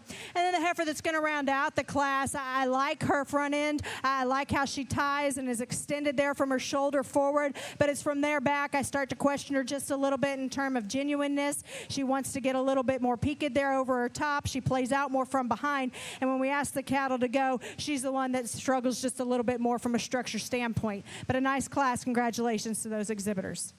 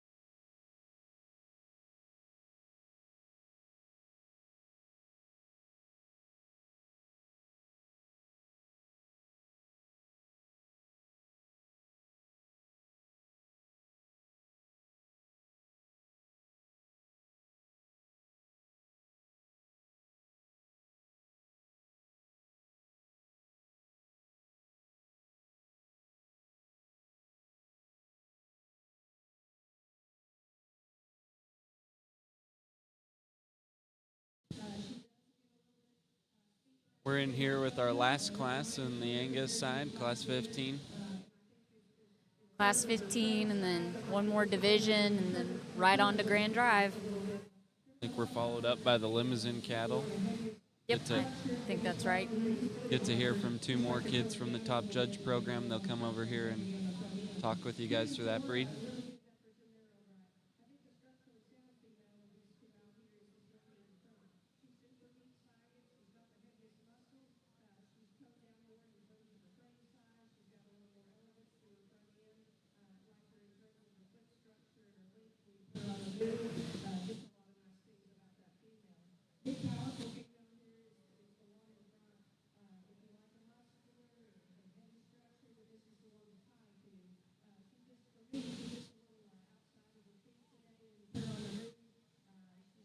Results from Class 14. First place goes to Carson Pack of Stephenville FFA. Second, Shannon L. Pick of Hill County 4-H. Third place, Rayleigh Ann Hack of Royal FFA. Fourth place, Madison Riley Mays of Samuel Clemens FFA. Fifth place goes to Emma Marie Davenport of Lumberton FFA. And sixth place, Quincy Walker of Magnolia West FFA.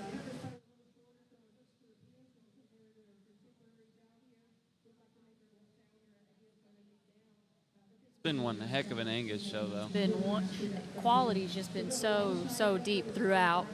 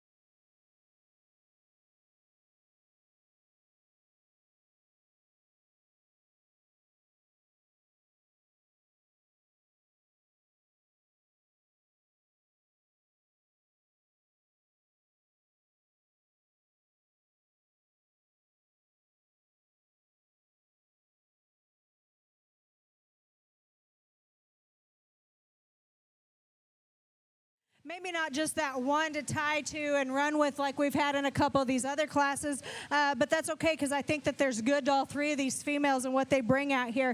The heifer that I like to start with is one that, just to get it out there, I think she's nursing a little bit of an injury. She doesn't want to get out and move quite right out of her right hind there just a little bit, but parked at the stand, I'm going to give her the benefit of the doubt there because she's a good-looking heifer that's got the right kind of pieces. She blends together really nice, and to me, her true advantage is what she's got clipped off there at her side. She's doing her job. She's in production. That's a stout-made kind of a calf that she's got. Her udder's got the right kind of set to it. I like the teat quality there. The calf at side is growing good, and she's obviously in production, and so I'm going to give her the benefit of the doubt there in terms of her movement because she's already moved on into that next stage of production. Heifer that's going to end up in second, I like some basic pieces about her.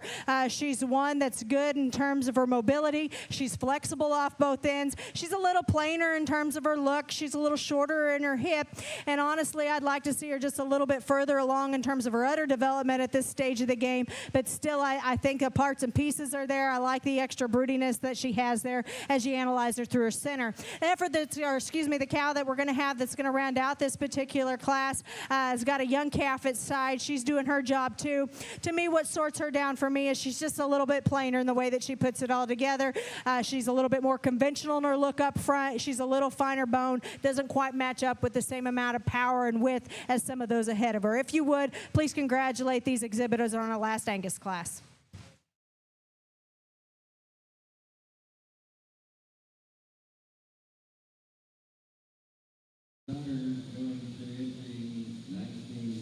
Third division is going to come in here soon. I'm excited to see what she does with all these big ones. Oh yeah, I mean you can go a lot of different ways when you get onto these big breds that are coming 2-year-olds already, 2-year-olds.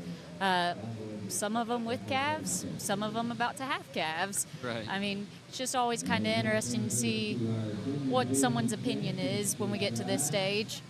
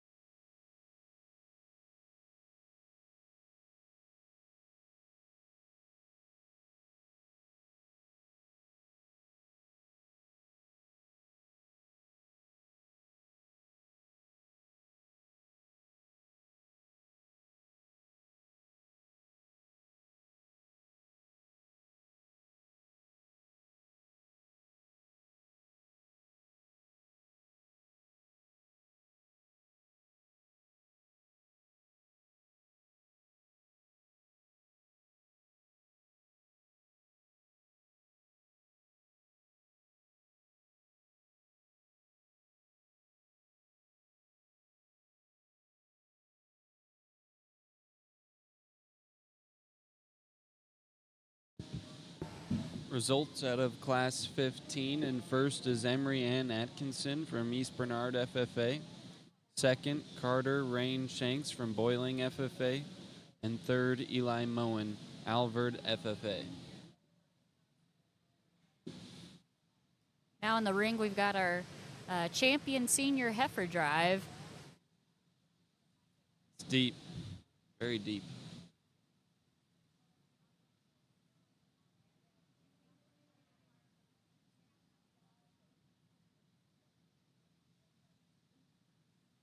Be interesting to see what exactly she's thinking out there. Yeah, I'd love to just stand beside her the whole time. I think that's what's really neat about, you've got, of course, she is by herself in the ring today, but you've got more and more shows where they've got an associate. I mean, I think that's kind of interesting because you can just have someone there to bounce ideas off of and talk things through and just get a different opinion on what exactly you're thinking. Yeah, we kind of talked about that yesterday during some of our seminars and stuff in the classroom, and they were just kind of talking about you could go a bunch of different ways with having an associate judge, whether or not the main judge wants them to put in their opinion and help them throughout the day, or if he just wants them there to kind of learn from them and just see different ring situations and stuff like that. But I think all of it would be really fun. I just think it's really interesting, when someone does have an associate. I mean, granted, it's all however the main judge wants to use that associate, but I think it's a really, really useful position to have, not only to just have someone mentoring someone else, but, I mean, it can be kind of lonely out there if you're judging all day.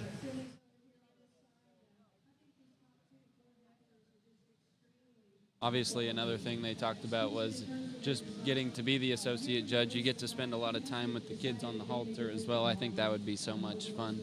Exactly. And like that was something that we saw watching the Market Lamb show the other day. I mean, they did have an associate, and the neat thing with that is a lot of the times he'd have his associate go through and talk to a lot of the kids just to make sure that they have that interaction with the judges and just make sure every kid leaves the ring having a positive experience. Yeah, exactly.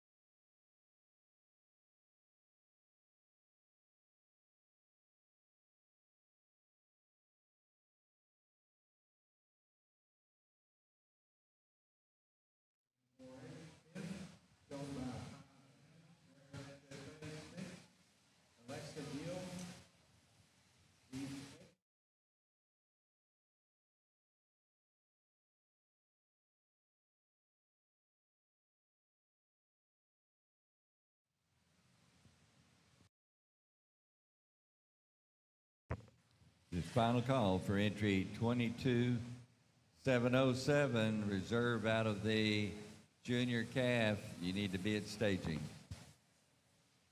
Well, our final division here on the Angus side, and some nice females represented. I'm not going to go through and re-talk them. I think as they get back out here, it gets close, in my opinion, for reserve. There's one that just kind of surfaces to the forefront, for me anyway, in terms of combining so much good from a feminine standpoint with some added stoutness and power. There's a thing or two I'd tweak about her on a structural standpoint, but she still wins this division handily for me. Young lady here out of our first class is going to be your champion. Let's congratulate her.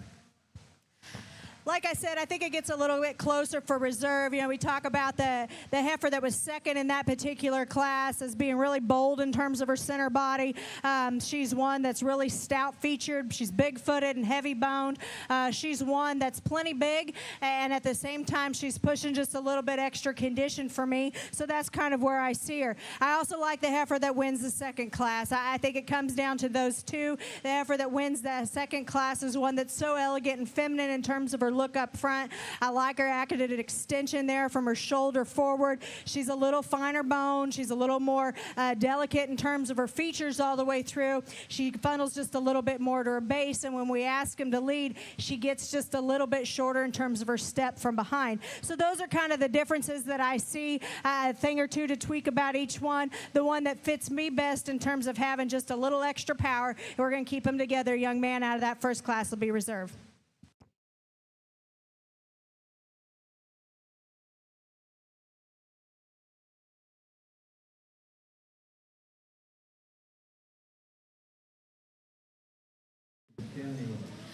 Your champion senior heifer comes out of class 13, Cadence Kennedy of Stevens County 4-H. Adams Fab. Established in 2007, they build custom livestock pinning and equipment to fit all your needs. Hanger feeder rods, adjustable slam gate latches, and skirted panels.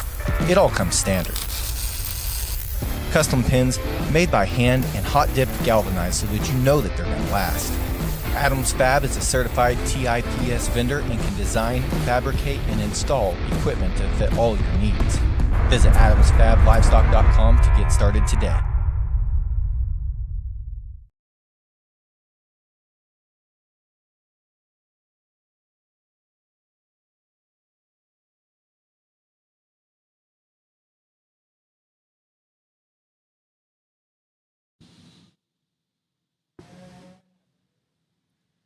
Champion senior heifer comes out of class 13, Cadence Kennedy of Stevens County 4-H. In reserve also comes out of class 13, Brax Parker Friedrich of Stephenville FFA. Now we're on to our grand drive in our Angus ring.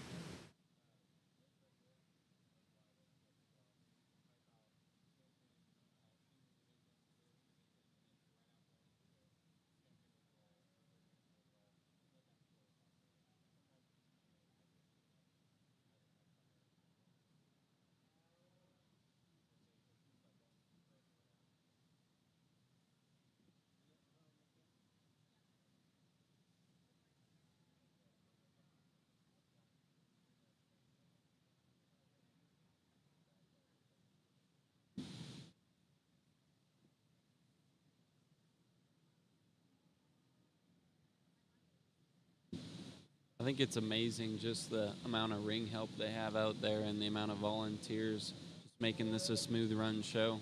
Oh, it's amazing, just all those extra ring help they have, people, and even people working in the back. I mean, obviously, it takes a lot to get a show of this caliber to run as smoothly as it does, but we've got all the interns working in the ring, people in the back lining them up and getting checking the tattoos of the ones that were first and second in their classes. It's just incredible, all the support that they have down here. Yeah, it makes a big show run very smooth. Very, very smoothly. We got a lot of cattle come through the ring yet today. I think we heard earlier 650 heifers Somewhere will be around shown there. today. Yep. I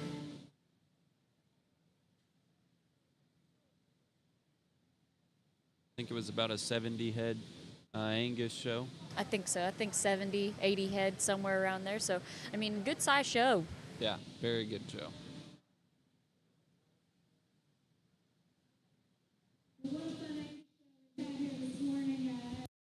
Attention over here. If you know these kids, please put your hands together. This has been an impressive lineup of cattle and really well-presented exhibitors out here that we've been able to work through this morning, too.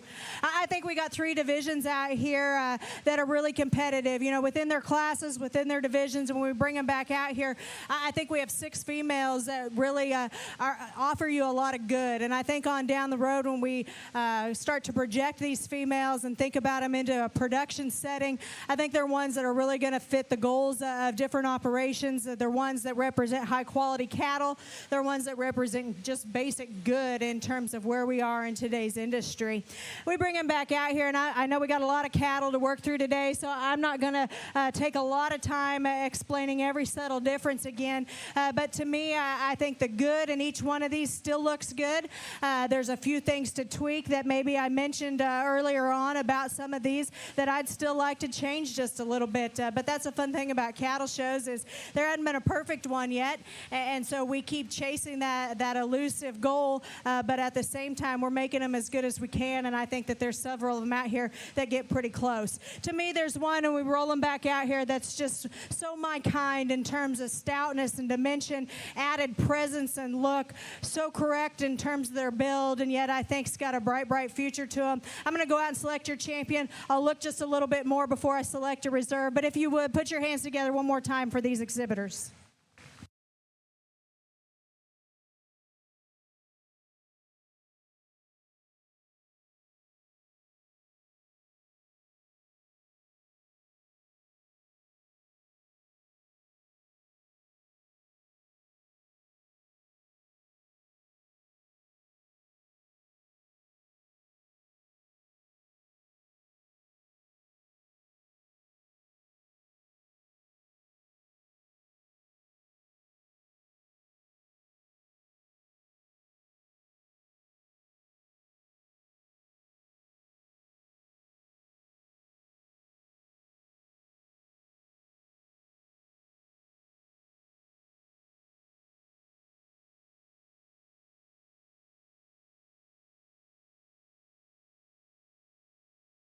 Of structural soundness. She's got a great substance of bone and a big foot.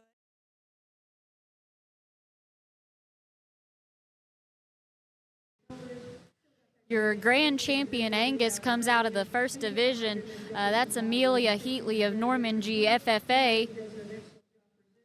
And we're still looking for our reserve.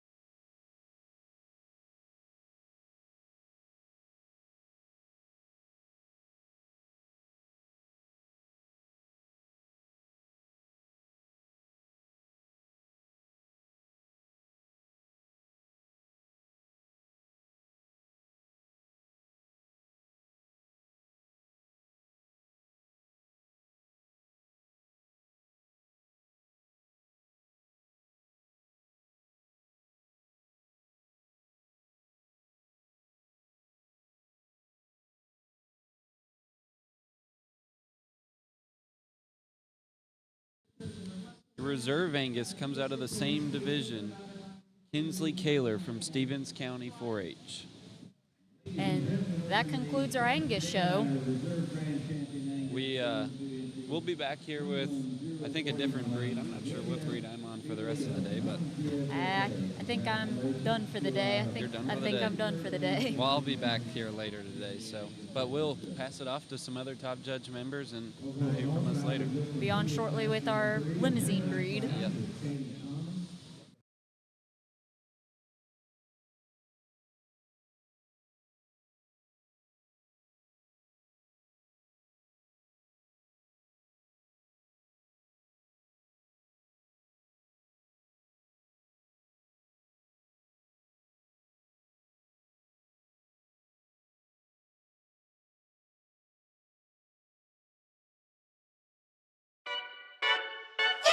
Every detail matters when preparing your livestock for the show ring.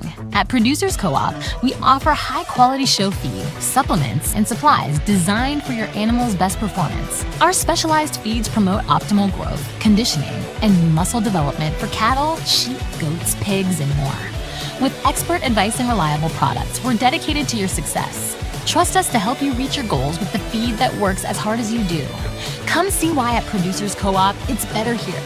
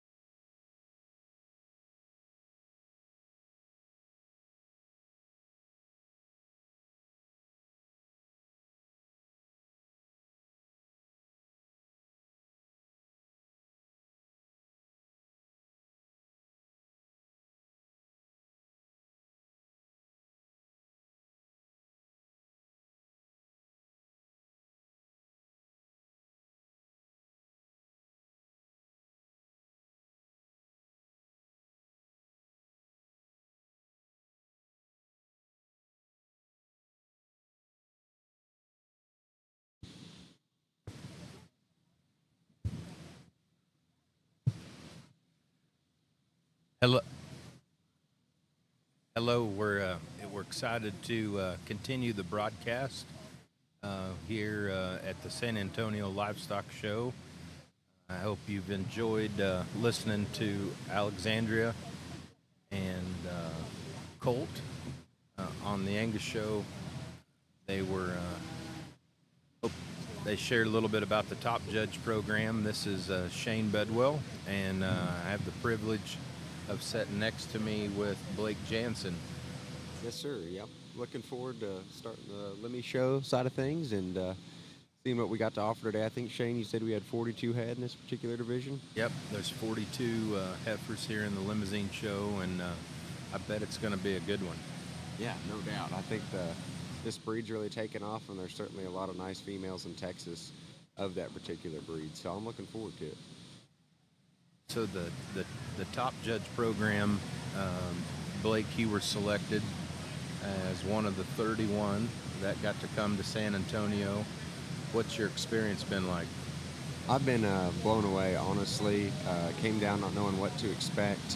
What really got me excited was just the experience of folks in other species besides cattle and pigs. My strong suit, I've really enjoyed listening to the folks on the other side of things, and the sheep side, and Terry Burks and whatnot, and Warren Beeler on the pigs, and having multiple mentors, I guess, that have had a lot more experience than I have and a lot more years dealing with multiple shows across the country and getting to explain to us kind of their thoughts and helping us as we go forward. So really excited, but what I have been a part of so far, I've been blown away with. So this program's just in its second year. Dan Lane and Dr. Scott Greiner kind of came up with this idea a few years ago, and it was something to basically, I'm going to call it very similar to Top Gun. Yeah. But it's Top Judge. And so the best of the best, they have selected what they feel is like the top 30 young people that finished their senior college judging career at Louisville. And you would have been on a great Texas Tech team and very competitive. And several of your teammates are here participating in this as well. But basically it is a mentorship process of, okay, what you guys all know how to judge really well, but it's some of the other things, as you go on to judge shows and, what show officials are looking for to hire and different things. So it's a year-long process. We get to spend 3 really good days down here at San Antonio together, but we've got several Zoom calls with industry professionals and leaders and just trying to build that skill set. That way, you're better equipped when you go out and judge those shows. So it's been something I've really enjoyed being able to help with on the mentor side. Yeah, no doubt. I think that's what's also been intriguing to me is at this point, like Shane talked about, not that we're extreme professionals by any means, but almost the livestock has been probably more in the back pocket and the focus on the youth and making sure that you do a nice job in presenting yourself and how the show is run, I think, is the main focus. And so I think that's been awesome to learn, just the ins and outs and making sure that everyone gets a fair shake and that you do a great job of making sure and spending a great time with the youth. And so I'm looking forward to applying some of the principles we've learned over the past couple of days as we go forward. And I can't think of a better venue. I mean, this facility, the new barn, it's not necessarily new anymore, but, the judging on the turf, you've got great lighting in here to show off a very top-end set of breeding cattle here in the state of Texas. And what an awesome venue in this class. I mean, there's 10 of them here in this particular class, and it's a really, really good one to start off with here in our limousine show. Another really nice class of series here in January before we get into this first division. Viewers, just want to give a few details on these females back here. And if I could maybe take some combination pieces from the view and make the perfect one, that would be ideal. I think the one that offers the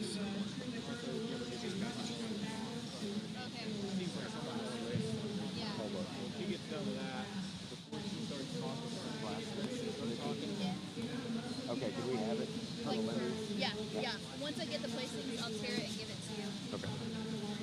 she gets the place. When she gets geared up and ready to talk, you can bring that up, and as soon as she's done, bring it back down. Because about like those others, maybe a little lower. Right back down.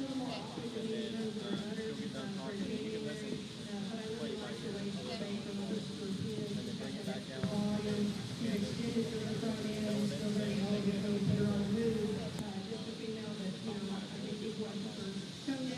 So the people watching the Lemmy Show can't hear her talk.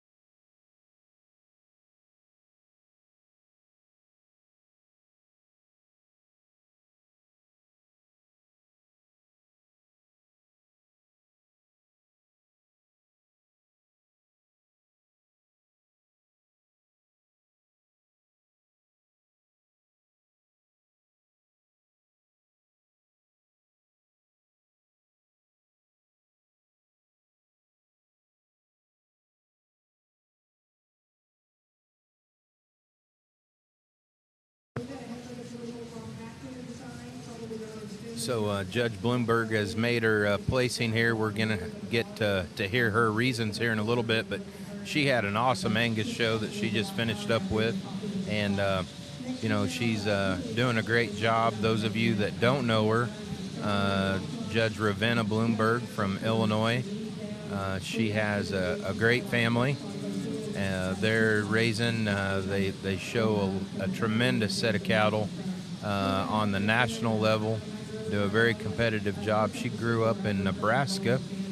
She hails from the great state of Nebraska, and then is a graduate of Blackhawk East and Oklahoma State University, was very successful judging, and then you know, has gone on to do some really good things. But she's the workhorse at home.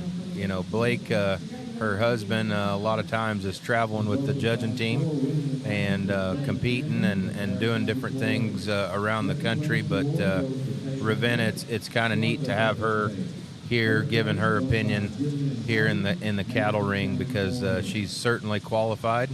And here we go with some comments from Judge Bloomberg.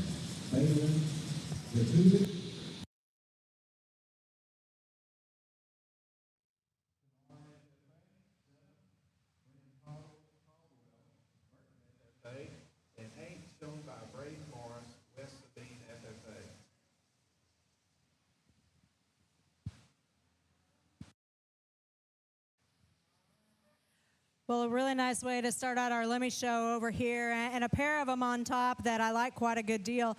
The young man's heifer is just so good in terms of her overall build. I love her extra stoutness at the ground, her extra base width and power when you get on the top side of her skeleton.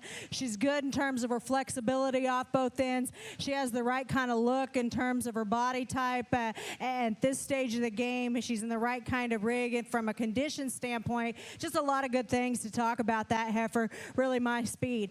Now, if you're going to really tie into one that offers you a really cool look up front, heifer in second, so long and extended through her neck. She ties so high. She gives you that elegant presence from a profile that you can just gravitate towards. For me out here in a close lineup amongst that top pair, she's just a little smaller footed and more refined at the ground. She doesn't quite match up with the same amount of true power when I get right in behind her, but that's an awfully good looking kind of a heifer there to stand second. Young lady does a nice job getting her shown. Heifer that's going to be third out here is one that has some parts and pieces that I appreciate. She's one that's got some stoutness of features. She's one that has some width and dimension throughout. She's a little tubular all the way through. I'd like to drop just a little bit more natural rear rib and flank in this particular heifer. Clean her up just a little bit up front to make her a notch more extended from her shoulder forward, but still a good made kind of a female there to stand third. Fourth is the youngest heifer out here, and I think she's got a bright future to her. I think she's one that has some times when you can get a look at her and wow, she's extended up front. She's extremely attractive from that standpoint. She gives up a lot today, not just in terms of power and width, but I think when you really analyze them from an age standpoint, she's right on where she needs to be.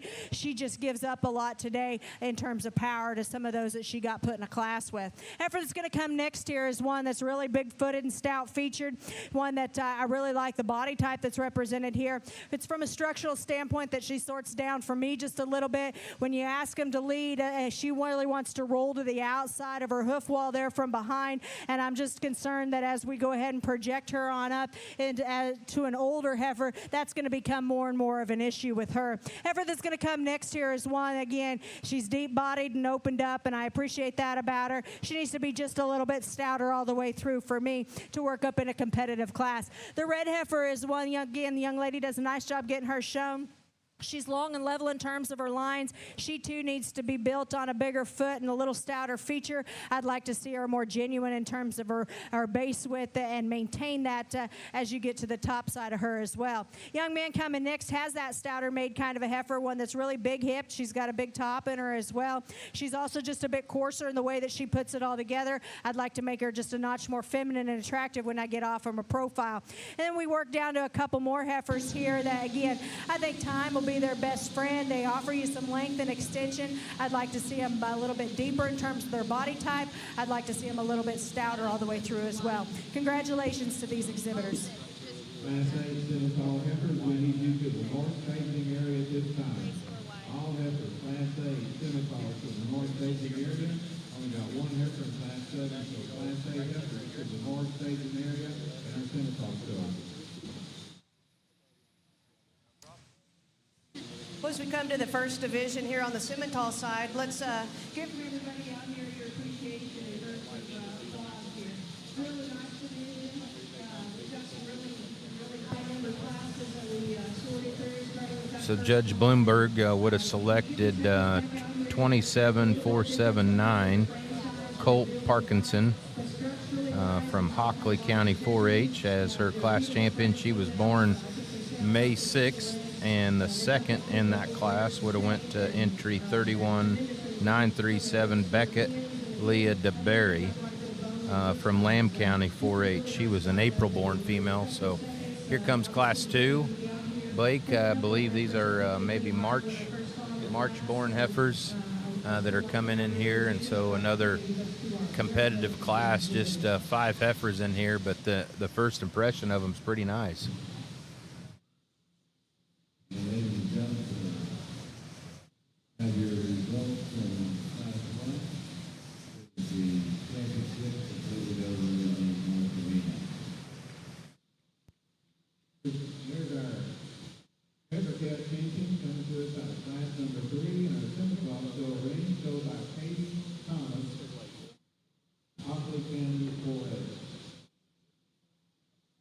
Gotta appreciate just the job that San Antonio does from keeping the turf clean, all the help they've got inside the ring. It really makes this thing flow pretty smooth, and all the help they've got inside, whether it's filming or picturing, I think all assets of whether you're a grandparent or a parent that's got kids showing down here or just watching the show, it's really enjoyable just getting to experience the whole deal. I think they do a good job of kind of covering every angle regardless of who you are trying to tune in and watch.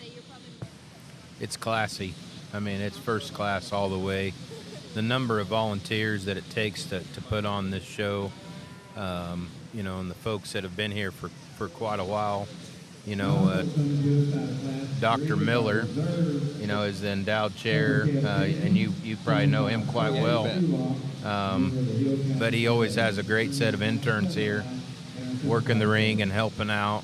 And then there's a whole nother crew, like you said, out back here helping the exhibitors get in place and keeping the show ran efficiently. And so having the opportunity to judge down here at this facility with these people, it kind of spoils you.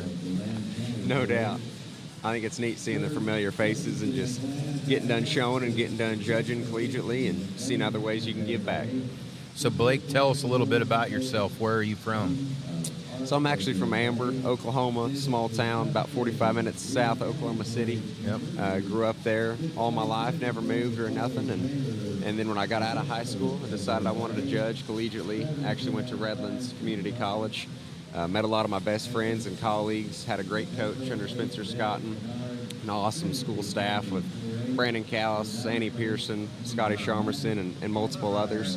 Really enjoyed my time there, had some success, but more importantly, there was a really great culture there, I felt like. And then after that, I decided to take the next step. I'd spent 20 years in Oklahoma and wanted to try something new, and so I moved out west to Texas Tech University. But I actually judged under Spencer's brother, Skyler, and kept it in the family. Yep, kept it in the family. I thought if I didn't learn to like him stout enough from Spencer, I'd go to Skyler, I guess. But certainly didn't hurt going around in the state of Texas and liking him a shot stouter. But had a great time there, learned a lot, had some excellent professors. Once again, more than just the judging aspect, I felt like I was at a great place from an education standpoint, a really family and faith-based environment that I learned a lot, and again, just met more people that I'll consider lifelong friends, and expanded my network and built a lot of great connections. So I'm really thankful for all the livestock judging did for me, more than just a livestock standpoint, but more importantly, just the people I've met along the way. There's no doubt the Animal Science Department at Texas Tech, they've got a great set of industry leaders, and your judging coach is one of them, but I think about the faculty there, it's pretty impressive what's getting done and what they're doing from a research standpoint. So I believe as Judge Bloomberg, she's made her selection, and let's hear her comments. I like this heifer that wins for me. I think that she's one that she gets my attention from the gate in terms of an initial impression. She's one that's attractive, she's well-built, she's good-bodied, she's feminine, high-quality kind of a heifer here to win the class. Heifer in second is one that just kind of grows on me the longer she's out here. She's good in terms of her lines. She's got some body depth and some dimension. She goes to the ground with some substance and some bone, and yet at the same time, I think her advantage over third is that she's a little bit cleaner there through her chest. I think when she kind of collects herself, she's more attractive from that standpoint, and she's also just a little bit better bodied all the way through. Heifer that's going to be in third here is one that's got some extension. I appreciate that. She's got some substance of bone and some base width, but at the same time, she's not just a little bit tubular through the center portion of her body, but she's also pushing just a little bit of a chest, and so it makes me question maybe just how genuine she's going to be, especially later on. Heifer that's going to come next here is one that's long and extended up front. She ties high to the point of her shoulder. She's one that's just a little bit more insecure in the way that she handles herself from behind on the go. She wants to kind of break in her top and get underneath herself just a little bit more, but you sure love her at the park in terms of her look up front and her elegance from that standpoint. Young man's going to round out the class. Does a nice job out here. Big-bodied, bold-made kind of a heifer. You appreciate that about her. She runs into a competitive class where she just looks a little bit plainer out here today. She doesn't quite match up with the sharpness of front end or the elegance in terms of appearance from the side. Nice class, though. Congratulations to those exhibitors. And we thank you for the overview of our placings in Class 2. Our judge, Ms. Bloomberg. First place honors going to 19,847, McKinsey Big Fence, the exhibitors from Central FFA in Dallas, Texas. Second going to exhibitor Flying Boys from Japan FFA, your third place really. Patsy Brooks of Liberty County 4-8. Fourth going to Owen Ray of Gillier FFA. And rounding out the class with the fifth place ribbon is Michael A. Kennard of Trinity County 4-8. Class number 3 in our show, and you read at this time. Class 4, you can see state. Class 4 in two state. So just to recap there, our class winner from class number 2 goes to entry number 19,847. That would have been Mackenzie Thigpen from Central FFA. And then second place in that particular grouping, number 34,322, Kellen Michael Boyce from the Lipan FFA. She really liked that heifer that won that last class, and she won a good class, I thought, very competitive class, and we'll see what comes next. Just a small class here. I believe these are February-born females, but man, the young people are working hard. They're doing a good job out here. Nice set of heifers again. I think she's going to find another one she really likes quite well as it comes into this division, but some good heifers again here in this third class in this division.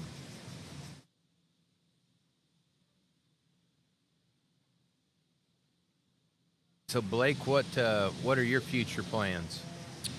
So, a great question. I actually I took a job 2 or 3 days ago, actually helping manage some things out at Fitz Genetics in Perry, Oklahoma. Oh, So I'll be great. moving back 2 hours north of my house, I guess, and helping run things there for Nick and his family. Really excited just to spend more time with multiple breeds of breeding cattle, and then on that, I try to expand my own herd at home. I've got some man and Jew cattle, and truth be told, I actually bought my first Lemmy cow 2 years ago and excited to breed on her and expand things there at my house. But just continued learning of the breeding cattle sector for me, and continuing to help youth across the United States. Pretty handily in the sense that she's just a good kind of cattle. She's one that's, I love the look that she gives you from the outside. Then you step in on them, and she's got so much width and power to her to complement that broody look that you see from the outside. She just really is a high quality kind of a female that I gravitate towards and wins this class pretty handily.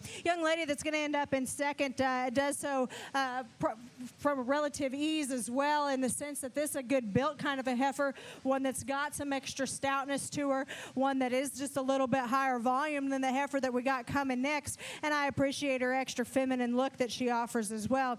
She's not as flashy or offer as much presence, if you will, as the heifer that wins the class, but there's pieces to her that are very functional and basic and are going to represent a lot of good as on down the road. Heifer's third out here is one that has some lengths. She's got some extension. Young lady does a nice job getting her presented out here. She's one that in this particular class, she just runs out of extras. She runs out of extra shape, runs out of extra power, runs out of extra body depth for me comparatively to those that placed ahead of her. Nice class. Congratulations.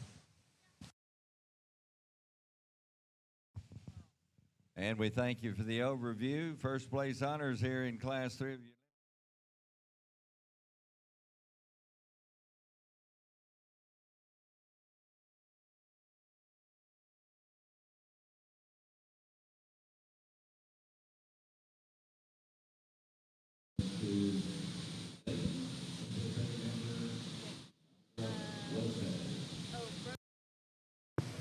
So she liked her just like what we thought she would. Standout heifer in that class. So she's going to have her work cut out here in the division, but winning the third class there in the limousine show February's is entry 16435. That's JCK Parrish from Hardin FFA. And second to her was entry 32103, Clara Rose Fairley of Washington County 4-H. And so we've got a set of January females in here right now. There's 4 head in the class, and again, they just keep coming. The quality's good. Couple of really powerful heifers, it looks like, and a couple of really nice made heifers, that are doing a good job. Again, what you can always count on here in Texas is showmanship. I mean, these young people get a tremendous opportunity. I don't know how they can stay in school. I don't know either. It's amazing to me, not only the quality of showman, but it's the depth of quality of showman, and we think about it a lot. And talking with my colleague Mason Allen, it's tough just with the vast numbers of shows down here just to stand out, not only having a quality project, but doing a great job of getting them presented as well. So, I mean, these kids, some of them start showing at Odessa, so I'm going to throw in a Hereford plug, right? Because of, my passion and loving Hereford cattle. Some of these young people start in Odessa right after the first of the year, and they'll go all the way through Austin, going to majors and different major shows and doing the circuit. So a lot of the young people down here are actually homeschooled, and have their own programs with their parents. And, it's just amazing what these young people have to juggle, throughout the show season from January to the end of March, pretty much, keeping up with their studies and schoolwork, and keeping, in this case, in the heifer barn, keeping some hair on them, keeping them fresh, and keeping them well presented, because it's not necessarily cool out, is it? I mean, it's a little humid down here. Right. And you know better than anybody, these kids, they don't just show in Texas. You might catch them at Denver or Cattlemen's Congress or multiple shows across the nation. And so, like you talked about holding hair and just being able to make sure you can get homework done is something that's quite the juggle, I'd have to imagine. Yep, there's definitely nationally competitive cattle that we saw in the Angus and Hereford shows earlier, and I believe that to be true as we've watched the first few classes here in the limousine show. I mean, there is some definite fronting, and that's a heads-up, good-looking female that's got an awesome hip in her, and excited to hear the comments from Judge Ravenna Bloomberg. She's doing a very efficient job here at the show and moving right through them. Everybody's getting a good look, so that's good as well.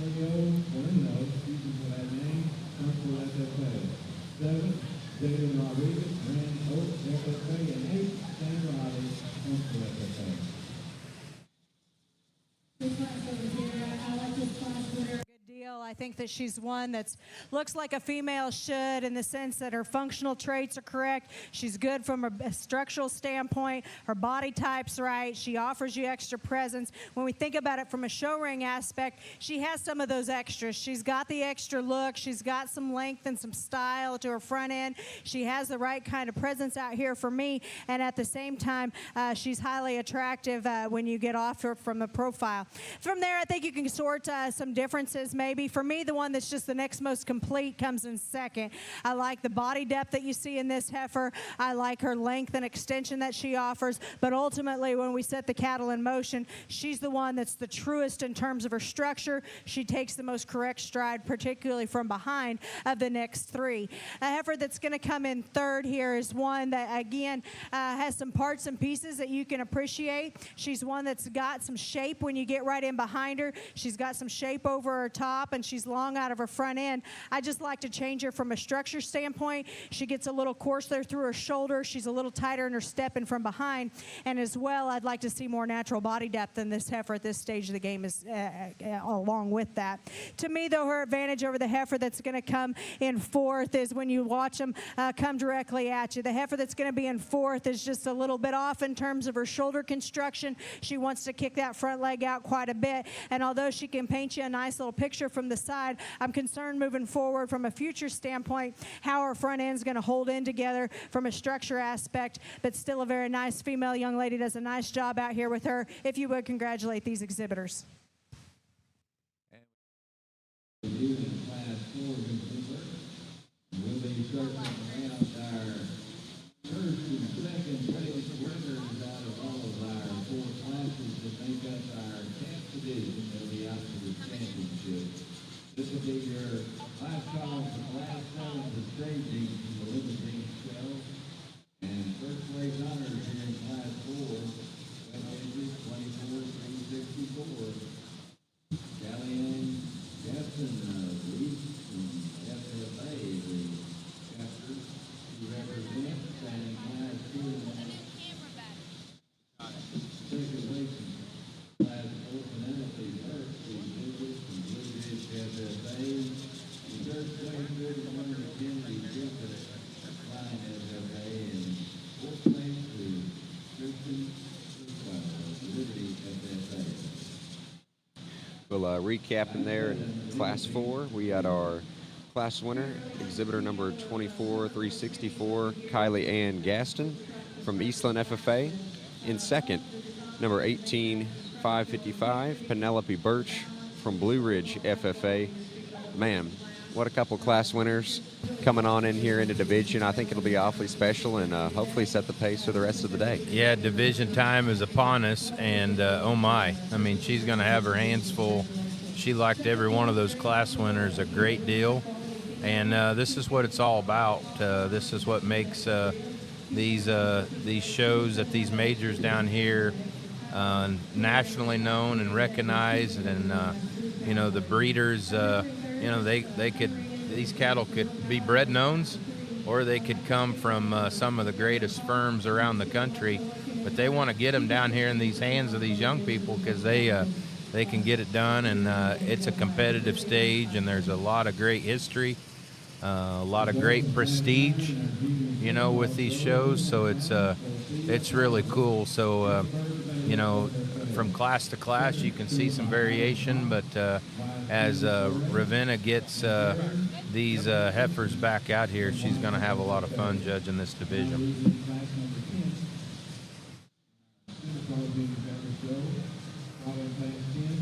So let's go back to your new employer, Fitz Genetics, there in Oklahoma. They've had a great run here at Cattlemen's Congress and in Denver. Their young son just started showing here this year and started with a bang. Yeah. With a pretty dynamite good Hereford heifer. Yeah, I was about to say, kind of in your neck of the woods too, Yeah. and so very exciting. Very exciting opportunity for me. And looking up to Nick, I think we kind of had a similar start as far as getting into judging cattle and raising them and whatnot. And so looking forward to it, but certainly excited to watch Lander and Lane Grace exhibit some females through the future that I think will be really neat. I certainly enjoy watching that Hereford show the past couple times. What I thought was impressive, that young man, I don't know if he weighs 60 pounds. I'm not sure he weighs 50. But, yeah, called a feed sack. But he shows like he's been showing for 15 years already. I mean, that kid, the poise that he has is unbelievable.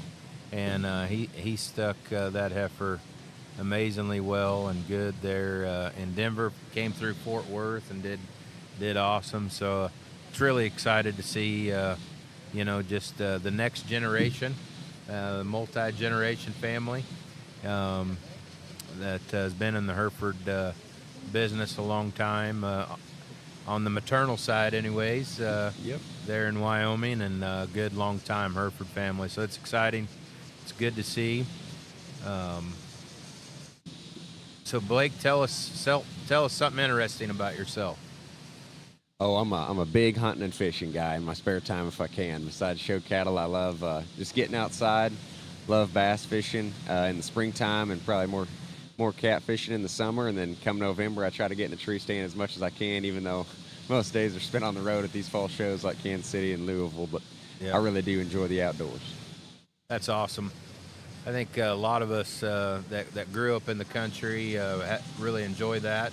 It's a good place to just go relax and clear your head and enjoy the sportsmanship of what it is to go out and fish, hunt, all that good stuff. I know my young son at home, he's all the time wanting to go do something like that and fish. So it's good. We've enjoyed it, but we're getting the heifers all kind of lined up. So what they do after every class is that they've got a whole crew back here that's checking the tattoos, and so everything's verified on that tattoo and legible deal, and then they bring them back here. So it's similar to the steer shows where they go and weigh them after here at San Antonio, and how they do it. They'll weigh those steers, and on the heifer side they'll verify the tattoos, and there's a whole process to it. So back to that comment that you said about it's a well-oiled machine. These guys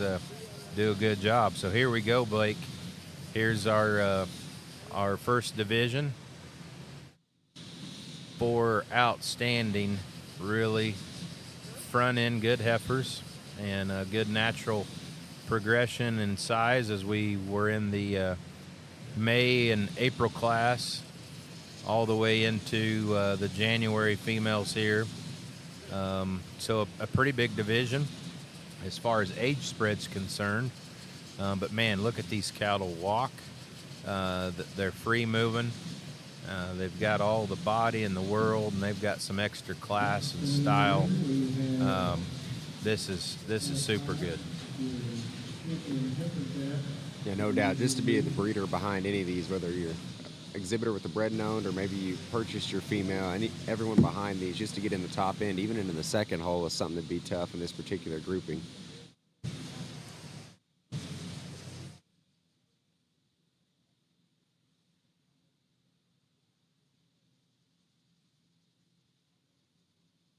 The Judge Bloomberg, she sorted through that Angus show, and she found she's not scared to use one of these calves the whole way. So these decisions that she's making, and I think rightfully so.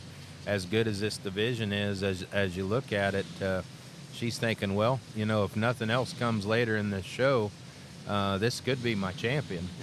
And it's that kind of a caliber of division. I think it warrants a little longer extra look.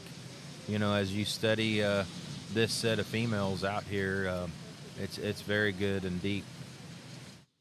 Yeah, for being so early, there's some serious momentum just in each class winner right here, and what they might shake out like to be part of the drive later on, I think is serious contention, no doubt.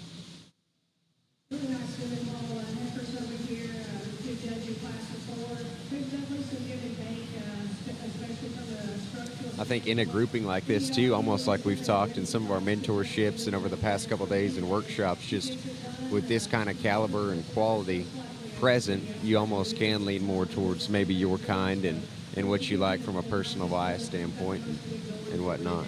Yep, those little differences, the cream always rises to the top, and this is a great example of that. But here's where you can get a little bit more nitpicky on, some of those things that you absolutely prefer.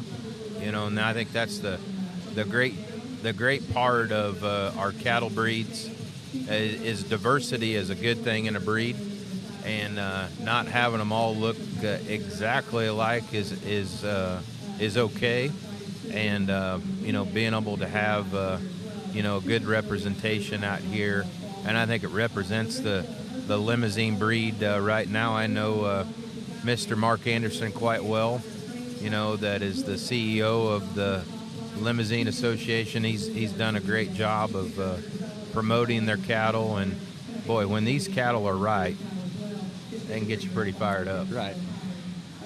That's what I was going to ask. You had the opportunity to judge Junior Nationals a year or two back, if I remember right. Yes, sir.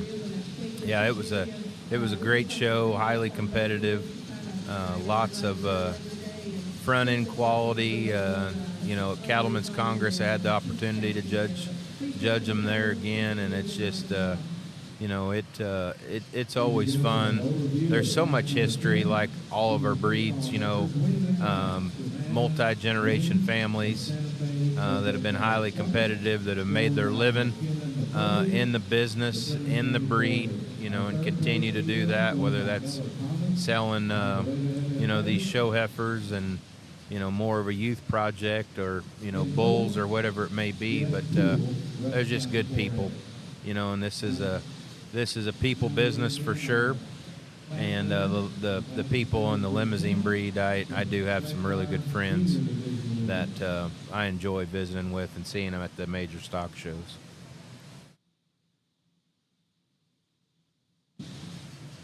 All right, I think she's made a decision. Let's hear her comments.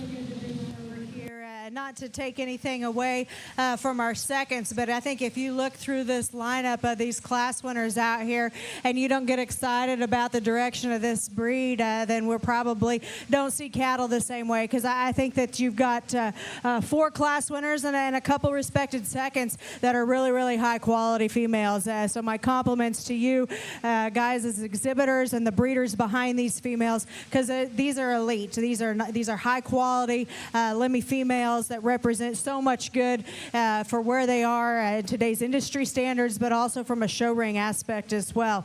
I think it comes down between a couple of them for me that are just as good as you can make them, with some extras as well. I've talked all day about I like cattle that are built right functionally, but then at the same time, we are in a show ring standpoint. I like them to have that extra presence and that extra wow factor, have some extra stoutness and some look to them as well. And I think that there's a couple of them out here that really do that for me and really get me excited as we go through and look at these in this lineup.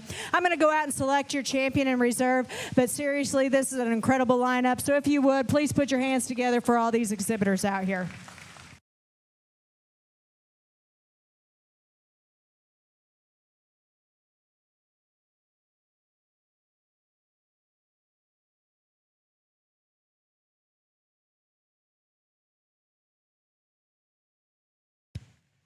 All right, your champion heifer calf in the limousine breed comes out of class number 3, J.C. Parrish from Hardin FFA.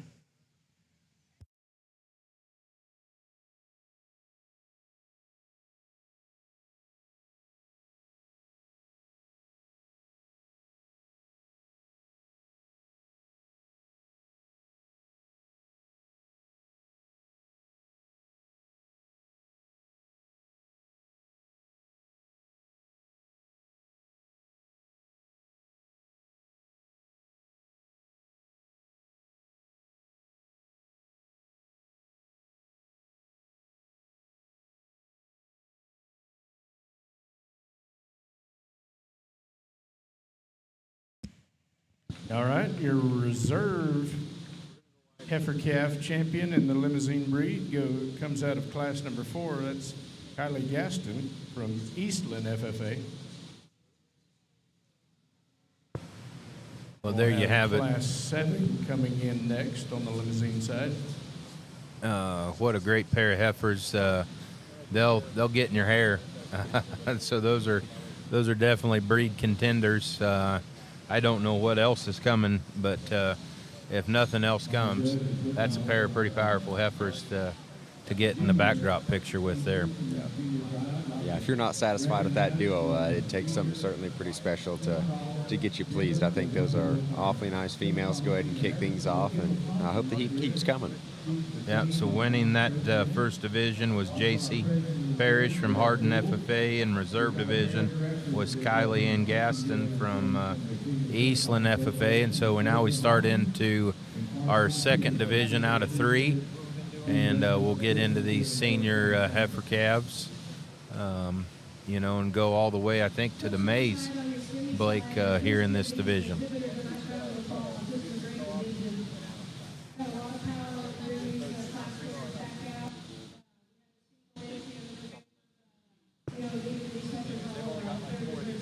It looks like they just keep coming. There's some variation in type and kind here in this class, but I think she's still going to find a couple here on this class that can kind of keep building through the show that she's going to be pretty high on here, just looking at them.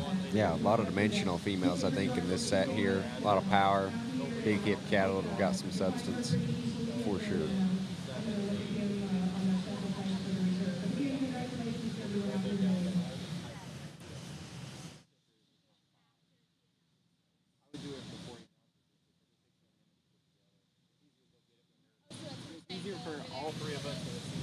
So again, working the cattle and judging the show here today is Mrs. Ravenna Bloomberg from Illinois. She's raised a great set of family, kids, young people. And what's crazy, she was sharing with us last night, it's kind of hectic because they're getting ready for the Illinois Beef Expo this weekend. That's going down.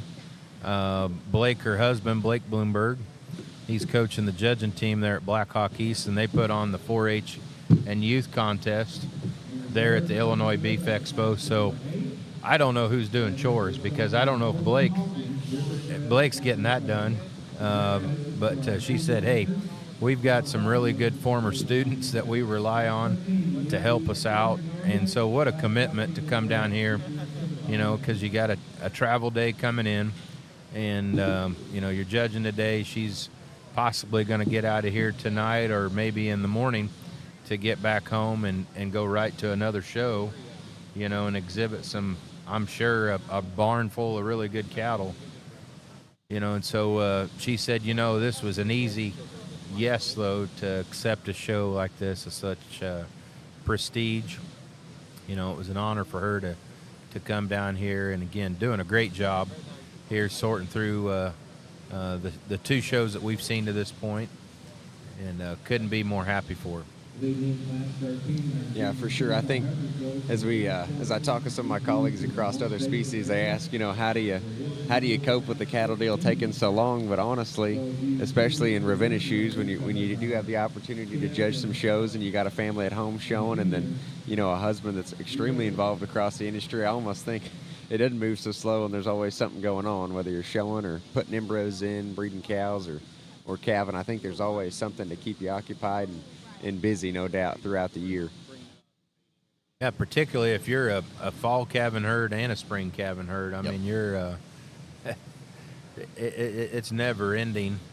And when you add young people like what they have, youngsters that are very active, playing sports, showing hogs, showing cattle, there's always something going on. And I used to think life was fast until I had kids, and then it gets really fast, And so it's impressive. That's what keeps us going, the motivation and excitement, and it's pretty awesome. Looks like she's made her placing in this set, and we'll tune in, listen to her.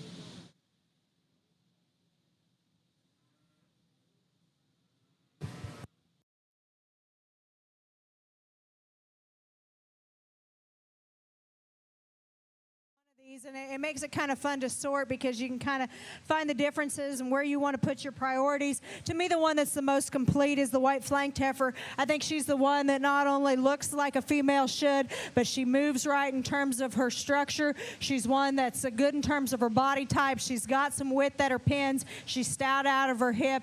One that I think is just very complete to win this particular class. Heifer in second is one that I like the added extension that she has to offer. She's one that's big-footed. She's built on some stoutness. To me, I'd like to change a few more things about her, and that's what kind of sorts her into second in my mind. I'd like to drop her in a rear ribbon flank. I'd like to moderate this heifer just a little bit as well, maybe rock her back in the angle to her shoulder. But still, there's some parts and pieces to this female, and from a performance standpoint, she definitely has an advantage out here. Heifer that's going to come next, I like the body type that's represented here in terms of the robustness that she has to offer. I think that she's one that's correct in terms of her condition. She's one that to me is just a little plainer in the way that she's assembled up front. She's a little more refined in terms of her bone work as she goes to the ground. Just needs to be stoutened up a bit more for me. A stouter made heifer comes next, but at the same time, I appreciate her stoutness and her depth of body, but she's a little coarser all the way through. She's one that could be laid in just a little neater there through her shoulder, be a little bit more elegant in terms of her neck and head from her shoulder forward. Just a nice kind of a heifer that I think you make a few little tweaks that way, change her just a little bit from a structure aspect to where she reaches a bit further. She could work up in the class. Heifer that's coming next, a young man does a nice job out here, is a heifer that's feminine in terms of her look. She's got some body volume to her. She's a little plainer, yes. She's carrying just a little bit more on her from a condition aspect, and she doesn't come with the same amount of power and substance as a few of the others do. But he does a nice job, so congratulations to him. Nice class here.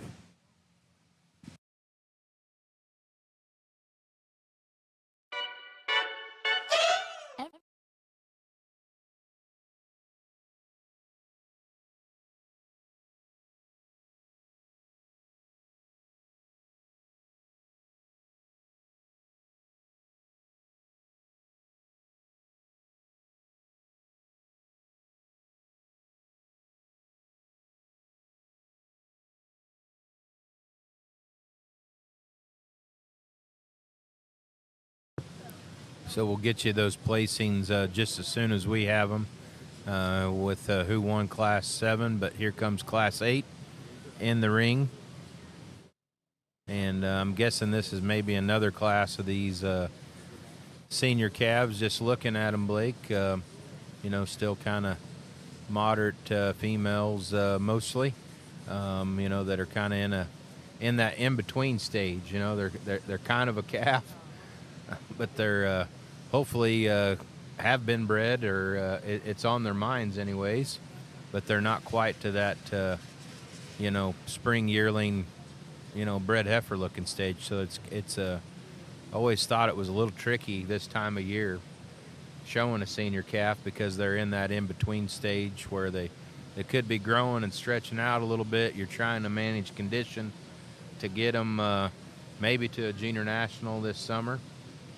With their endpoint of calving sometime there in September, or in the fall. So this is always an interesting kind of part of the division here. Just where folks kind of choose Ladies to manage and them. gentlemen, our placings in Class 7 in the limousine show. That was I think a just real Cali completed. set of them, First no place doubt. honors But like going you said, I'm to glad you brought up the Madeline internationals. I Fredericks think of this Dayton particular age MFA, your group second going into the place summer ribbon, can flesh up and look earned really by nice once they Riley do hopefully get Whitley bred of Callahan and certainly County become 4A. competitive once you get them out there in the Third drive to get class around went to at the end of the day.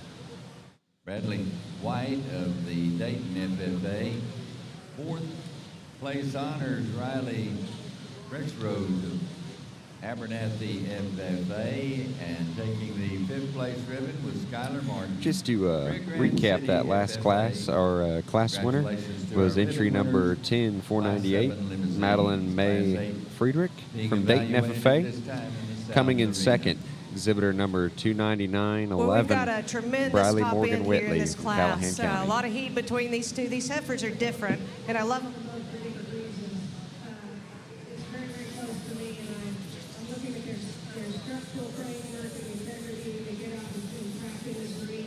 So there's some October, mainly October-born females. The first three in the ring were October. We go from an end of October all the way to the 10th of September. Kind of makes up the age spread here in Class 8 of your limousine show. I think the one thing about San Antonio in particular is that these young people in each one of the breeds are vying for a $10,000 scholarship, and that's amazing. That's a life-changing scholarship that these young people have, and they can earn two of them, the way I understand it here at San Antonio.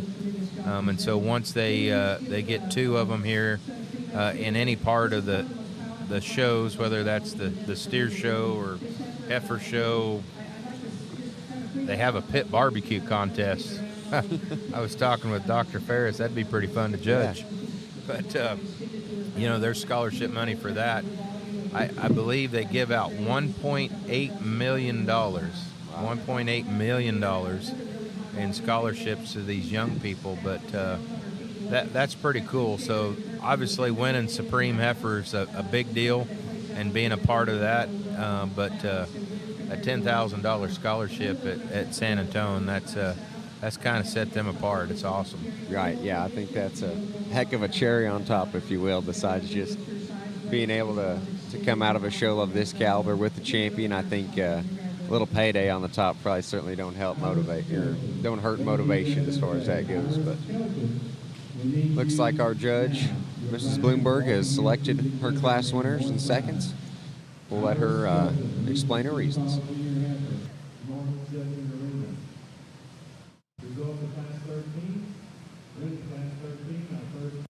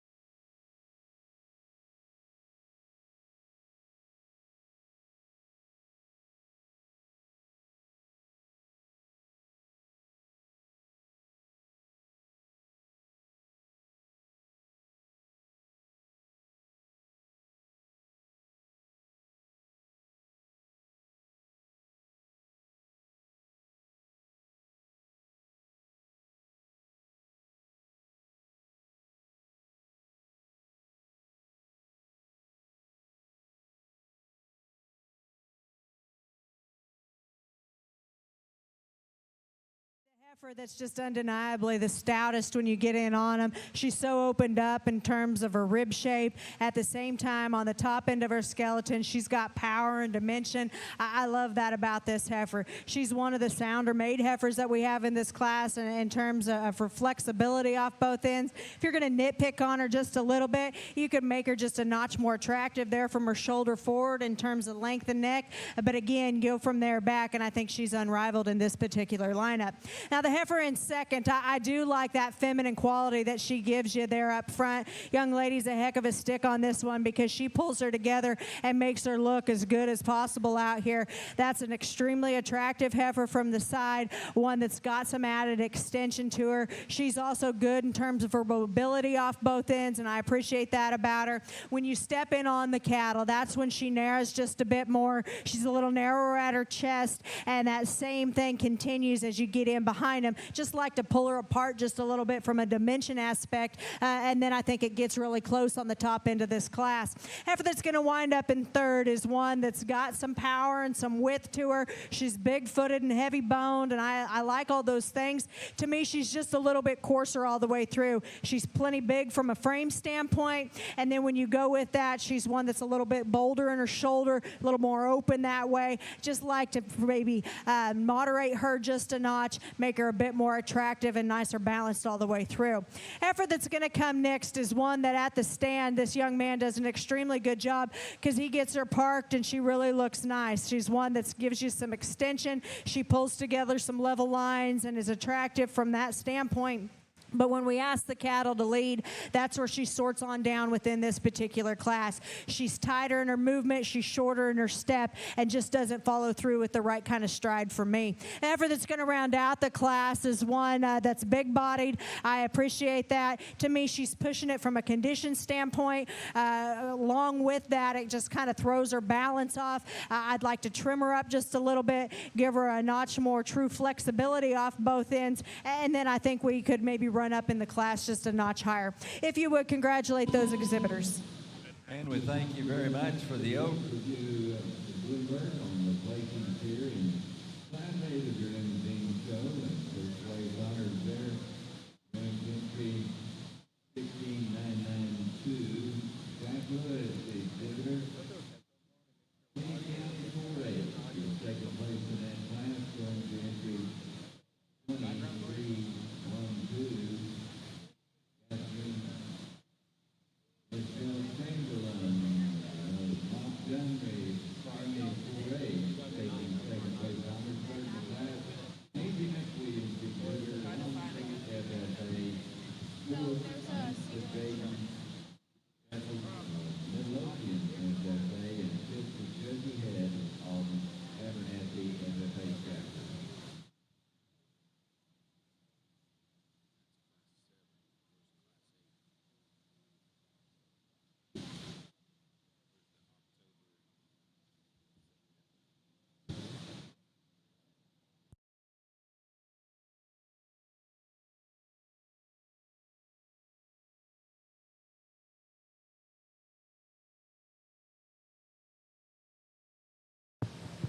So winning Class 8 was 16992. Jack Monroe Lewis from Kenny County 4-H. Second was entry 20312. Catherine Isabel Chamby from Montgomery FFA. So just a single entry here in Class 9, and nice effort. She has. She's one that's got some width when you get in behind her in terms of her pin set and down through her hip and quarter. I think that she's one that definitely has some advantages from that standpoint. She's maybe not the flashiest thing that we've seen come through the ring in terms of her look and style, but in terms of the basics, her body type's right. She's got some power to her. Nice single entry for this young lady.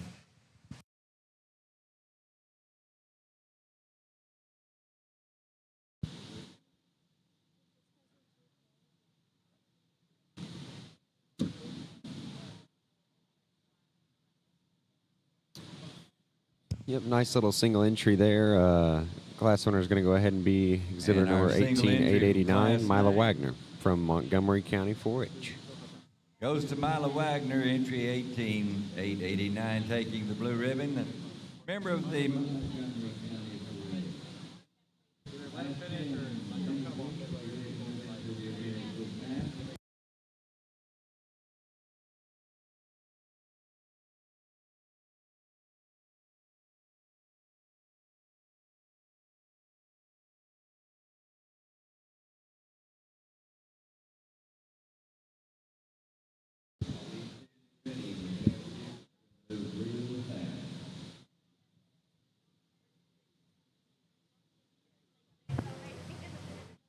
I believe, Blake, what age do we have here?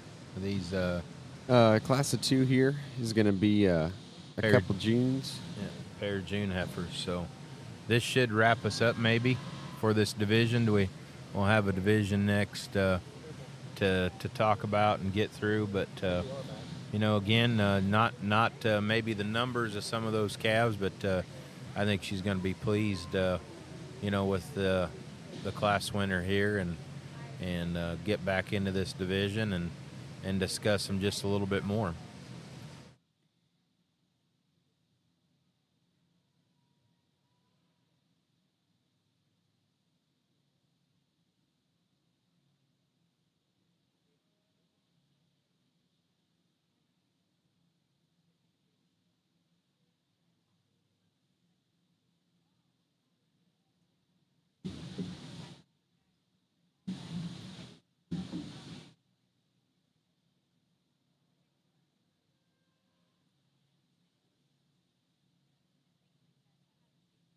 Two nice heifers, a little give and take in type and kind, but the trade-offs there, a heifer that they're both good. That just kind of depends on what you like here. Right.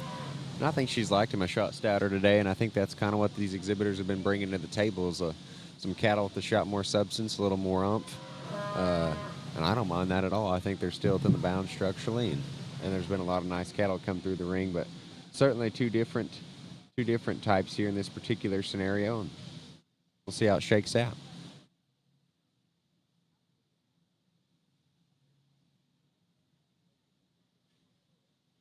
What I've enjoyed watching her judge is that she's very patient, and that's probably the mom coming out in her a little bit. Is that she gives everybody a good look and gets them all set up. So here's some comments from her.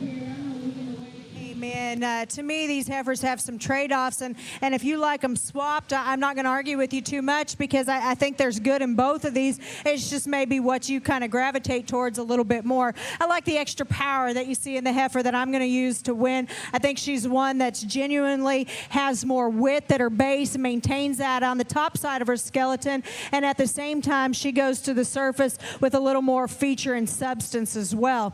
A heifer that's going to come in second, I like her ladylike presence out here. She's one that's more attractive in terms of her look up front. She's leveler in terms of her lines, and she's one that I appreciate the extra depth that she has back there through a rear ribbon flank and compared to the heifer that I used to win the class. To me, she's just a little bit more refined in terms of her bone work. She's narrower at her base and flatter when I get right in behind her. So that's the differences I see in them. Both good cattle, just different in terms of their quality out here. Congratulations to both of these young men.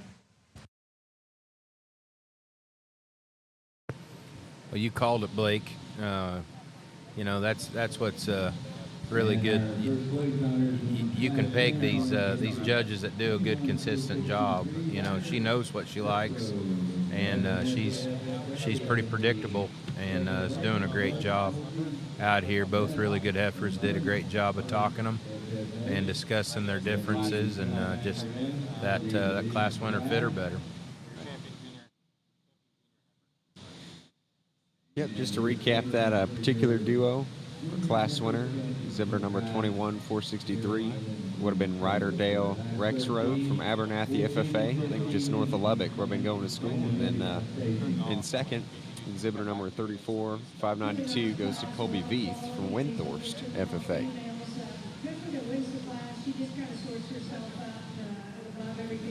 So we've got a division. It's division time. It's exciting. Get some hardware, another banner here to take home, and yeah, it's show's moving right through. We've got one more division after this, and then we'll be ready for that grand lineup. So best thing you did at Texas Tech besides livestock judging? I think going and helping people with sale cattle helped me a lot. There's a lot of multiple opportunities through the school, but I kind of grouped livestock judging into my education as well, and just having free time, expanding my knowledge on the folks that maybe graduated from there or didn't, but lived in West Texas and their day-to-day livelihoods, and a lot of them come back predominantly club calves. There's a few breeding cattle corps around there for sure, but I enjoyed meeting those folks, seeing how they raise cattle, how they market them. I'll be honest, I'm kind of a sucker for a show steer, opposed to some of the guys, but I don't mind them. I think they're enjoyable. Certainly a lot different from the breeding cattle perspective, but the best thing for me was just meeting those people and expanding my network. Once I move back to Oklahoma, I hope to continue that relationship. I've surely enjoyed my time and getting to know their families. Yeah, that's what's fun. I kind of did the same thing when I left Kansas and started my master's at the University of Illinois, and it was the best thing I did was get out of my comfort zone, meet new people, see how they do things different, and expand your network. And West Texas, the Panhandle, is a hub. Yeah. Of the best out there. Well, yeah, there's a lot of people I look up to. It's certainly an oasis, but you were a K-Stater, correct? I went to Kansas State University. So my dad was actually, he was from Indiana, but he went to K-State. Okay. One of the most beneficial things he told me was, at some point you've got to be comfortable getting uncomfortable, and so some of that, I think, just maturity and learning what you like and who you are is good for you to move away maybe from your particular comfort zone, but there's tremendous universities and schools across the nation, regardless of what you want to do. I think, and just being down here in Texas, I learned a lot about these shows giving back and the opportunity. You know, this division drive, these kids are going to be showing tough. There's a lot of anticipation for certain scholarships and just the prestige of walking away with a little bit of hardware or a certain ribbon that they've been chasing all year. Yeah, a division championship at San Antonio, it means something. Right. It really does. You know, and again, just the commitment of these families, I think it's amazing. You know, they had one day to move in. That was yesterday, and it was 80 degrees, and get these heifers filled up and presented in a competitive fashion. Oh, yeah. Overnight, that's not easy. And they look fresh, don't they? I mean, man. Yeah, we're dealing with some pros for sure. You know, these cattle look like they've been here for 3 days.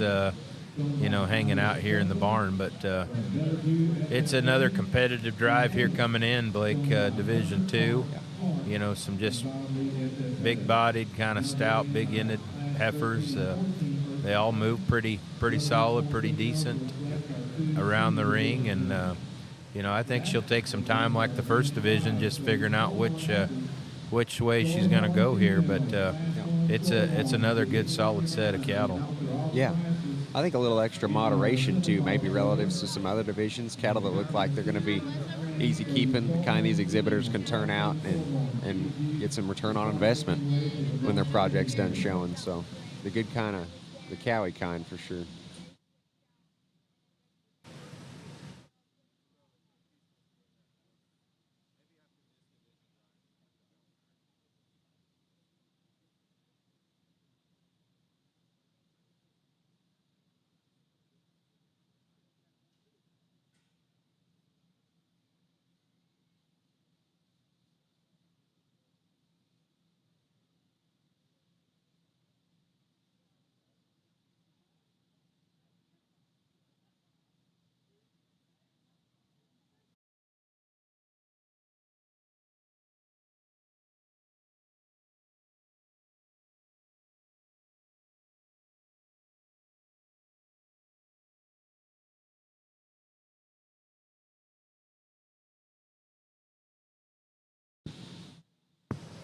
You know, these heifers are lined up from oldest to youngest.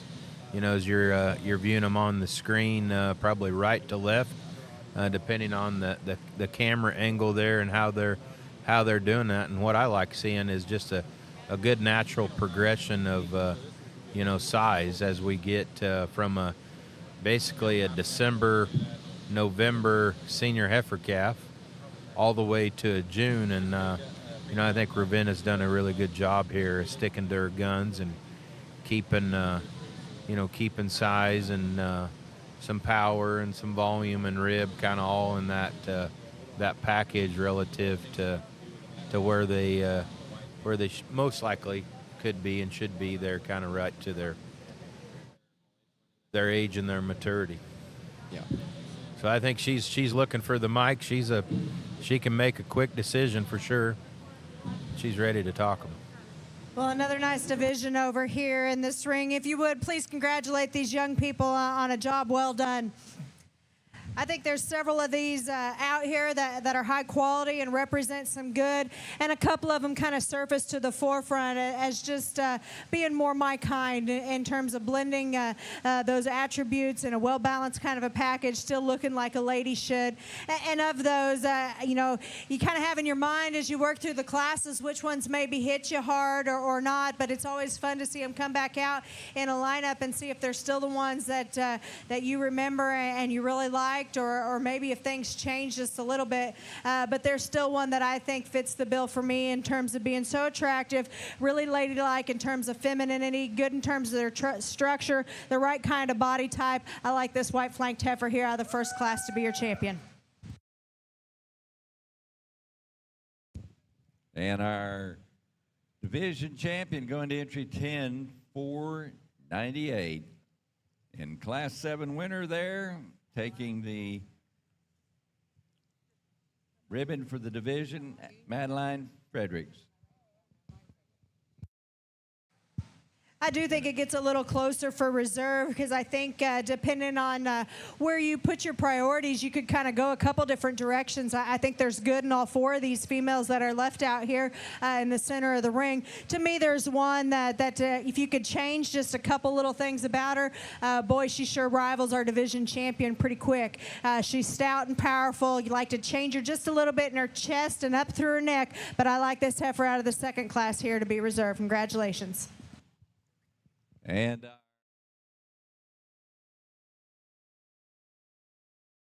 Adams Fab. Established in 2007, they build custom livestock pinning and equipment to fit all your needs. Hanger feeder rods, adjustable slam gate latches, and skirted panels. It all comes standard. Custom pins made by hand and hot dipped galvanized so that you know that they're going to last. Adams Fab is a certified TIPS vendor and can design, fabricate, and install equipment to fit all your needs. Visit adamsfablivestock.com to get started today.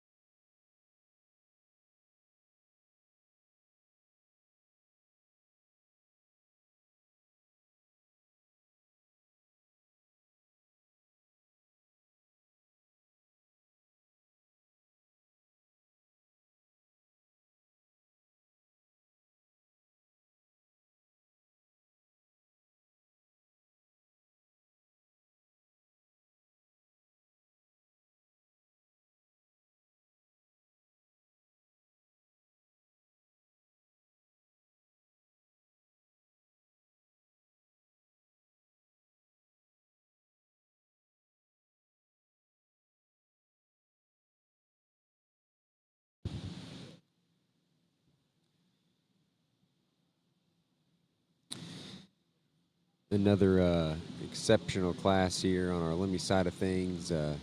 Really good females in this particular trio. I think ones that can certainly have a shot in their particular division.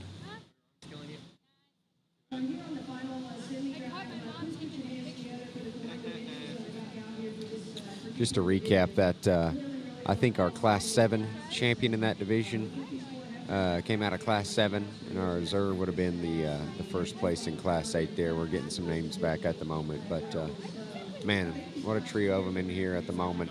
Excited to see how these shake out.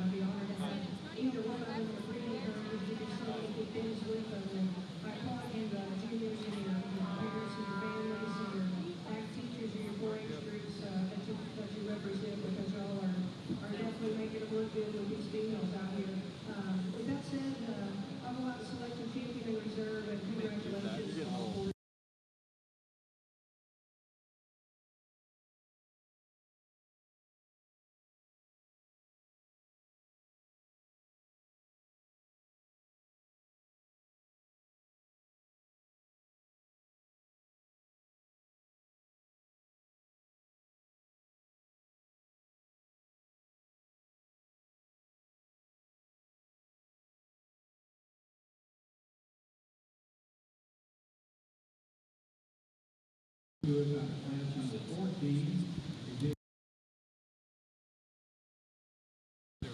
Congratulations to our champions in our senior division, as well as all the others who showed those senior classes.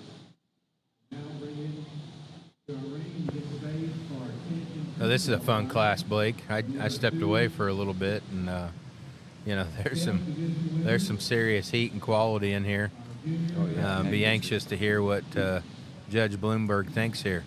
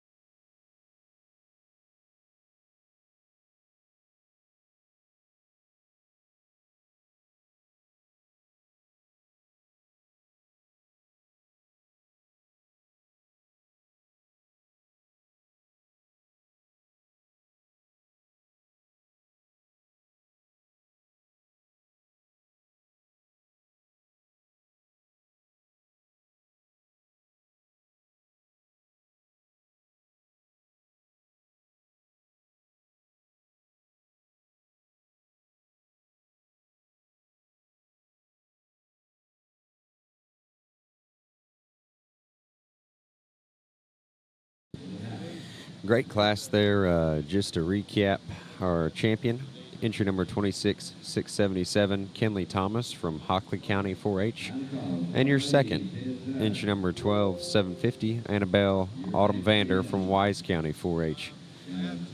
That Kenley Thomas is actually a daughter of one of my professors at Texas Tech, Dr. Thomas, in my animal diseases class. So neat deal there. Always enjoyable to have professors with kids showing. Kind of brings things full circle. Well, and she liked her too quite a bit. I mean, you know, that second and third, it was wrong place, wrong die. Right, yeah. You know, there Great were cattle, but good two heifers that went second and third, and you know, she liked that heifer quite a bit that won, and rightfully so. I mean, an excellent heifer. Here's a couple of powerful bred heifers coming in right now. No doubt. So are these Januaries, Blake? Yep. At the moment, we've got your first entry, number 31,730. That's actually a February 26 female. And then our other two heifers, looks like one might have scratched or isn't in the ring yet, but those are actually January females. Yeah.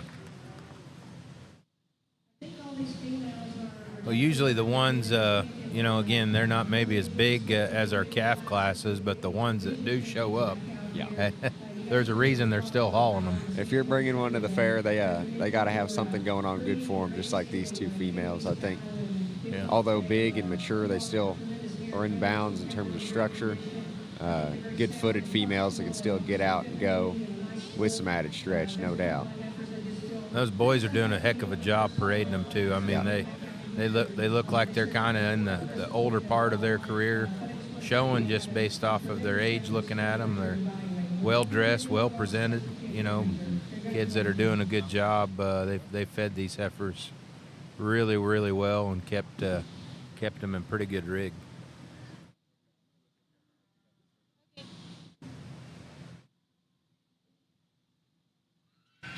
And here's your grand champion, 7-ball female, 2026 San Antonio Junior Heifer Show. exhibited by Madison Moore from Robertson County 4-H. Congratulations.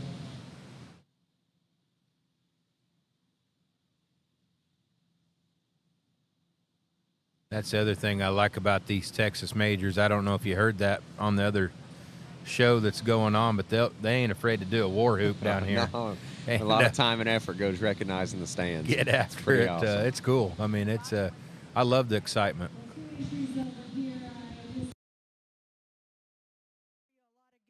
The one that's just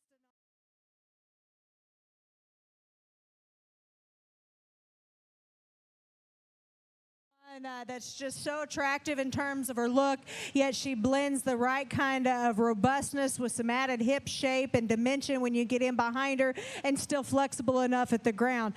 To me, she wins pretty handily. But the heifer in second is an awfully good one, too. In a different class, she would sure be one that would be at that contention as a class winner, because I think she's one that's feminine and attractive in her look. She's correct in terms of her structure. She's functional in terms of the look that she gives you through the center portion of her body. But today, in comparison, she's a little bit flatter all the way through, a little bit narrower gauged in terms of her construction. Just doesn't match up with the same amount of dimension as the heifer that wins the class. All right.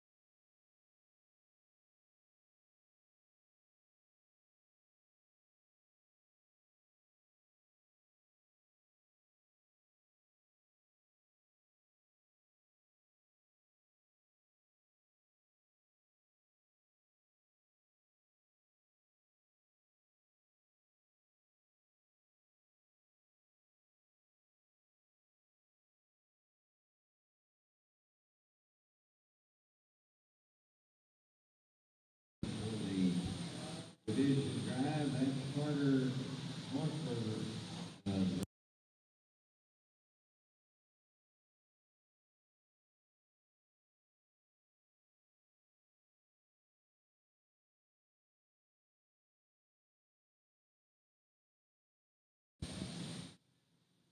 Well, just to catch you up real quick, I know we didn't quite get that last class talk, but in Class 14, the class winner was entry number 31730, Brigham Colby Parks Deb from Ellis County 4-H, and in second, 22443, Blake Cullen Phillips from Fairfield FFA. And we recently just had a great single entry. That exhibitor 15767 was Carter Lee Marburger from Round Top Carmine FFA. I think we're prepping for another division here, one that'll certainly be like the rest of them, loaded with high caliber cattle.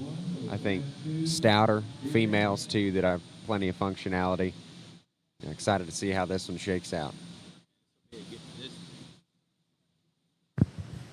This will be a great division out here. I think she's going to find what she's been looking for, and is probably pretty excited to get to go and use one of these, and then have another heifer for reserve that sure going to be in the money when it comes all down to it.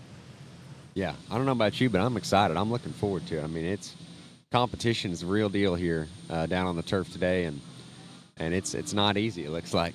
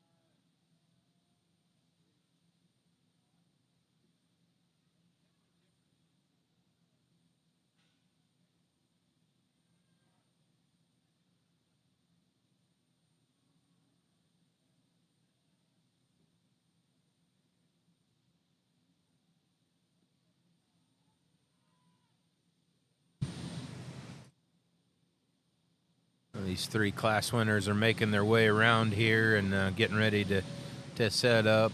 Just powerful females. There's a little variation just in terms of maybe a little bit of balance out here and just how well they handle all their broodiness and volume and power. But, it's when you get them parked and put together there, you're just like, cow, cow, cow. You can see that. And it's pretty fun.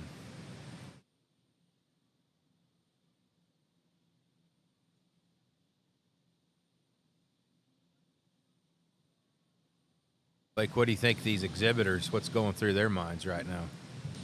For me, I was always just trying to make it, one step further, and I'm sure they're the same way. Just had the opportunity to be first and second in class, and they know it's not a cakewalk down here to get one across. And so, I think not only are they getting these cattle shown well, but it looks like they're presented to the nines. These cattle have maybe lost some hair from previous shows, but man, are they clipped in and dialed today? Not a hair out of place as they're circling around here, it looks like. Maybe not as many numbers as some of the other divisions, but I don't think our quality's left off at all. In fact, I think there's several of these out here that these young people should be extremely proud of in terms of the quality of animal that they're on the end of the halter of. I think that for me, when we bring them back out here, I'm not very good at trying to hide what I think or maybe trying to disguise when I get excited about something because I do think that there was a heifer that came through within this division that's just so good in terms of her kind, what she offers in terms of still looking like a lady, good in terms of her bone work and her feet work and her structure, and yet at the same time, she's good-bodied, she's right condition, she's stout-made, just a high-quality kind of a heifer that surfaces to the forefront even again out here in division. Young lady circling right here is going to be your champion. Congratulations to her. And ladies and gentlemen, winner class 13 taking the championship here in the senior drive, and that's entry 26677. Kenley Thomas, Hockley County 4-H member, will move up. Entry 12750 for reserve consideration. It probably gets just a little bit closer for reserve in terms of if you really gravitate towards a certain type and kind. To me, as I analyze these and kind of sort back to the basics of good functional cattle, ones that can get out and reach with flexibility off both ends, offer you a functional look through the center portion of their body, yet still look like a lady from a feminine standpoint, I like to keep them together. Young lady here is going to be reserve. Congratulations. And your second place out of Class 13, taking the reserve honors in our senior division, that's going to Annabelle Van Deer of the Wise County 4-H organization. Congratulations to Kenley and Annabelle on their division honors.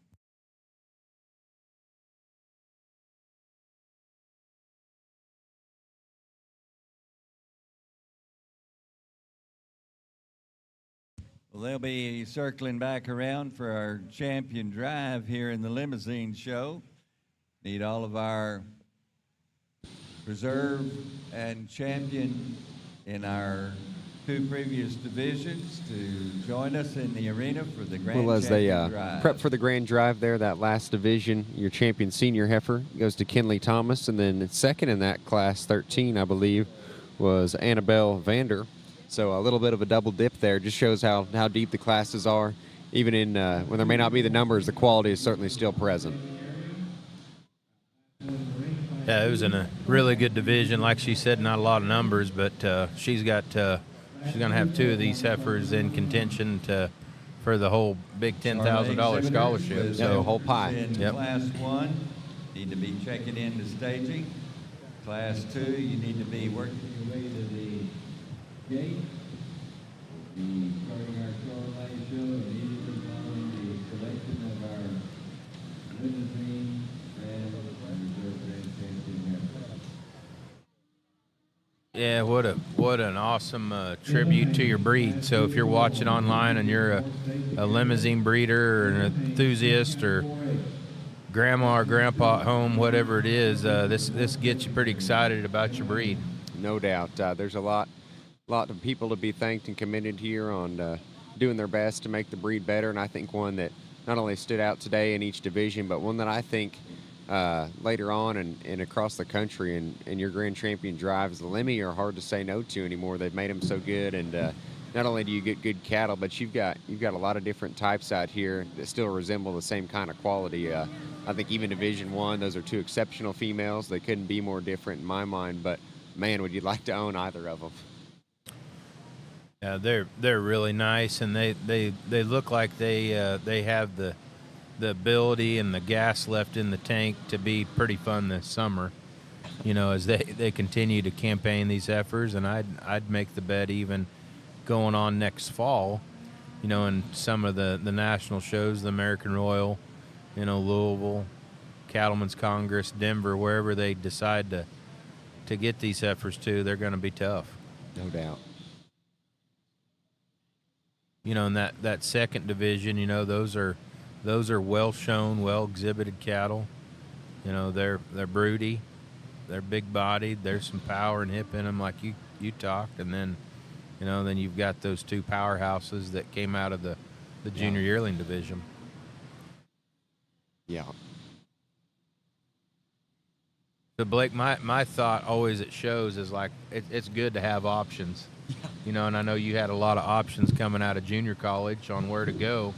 There's nothing wrong with options. Yeah.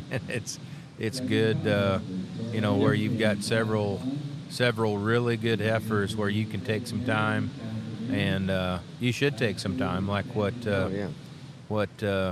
Bloomberg is doing out there. She's studying them, giving these young people a really good hard look here in the final drive, because there's $10,000 online. I mean, it's a big deal. While we've got some time, I know I sure appreciated commentating up here with you. Really thankful for this program and mentors like you. Always looked up to you.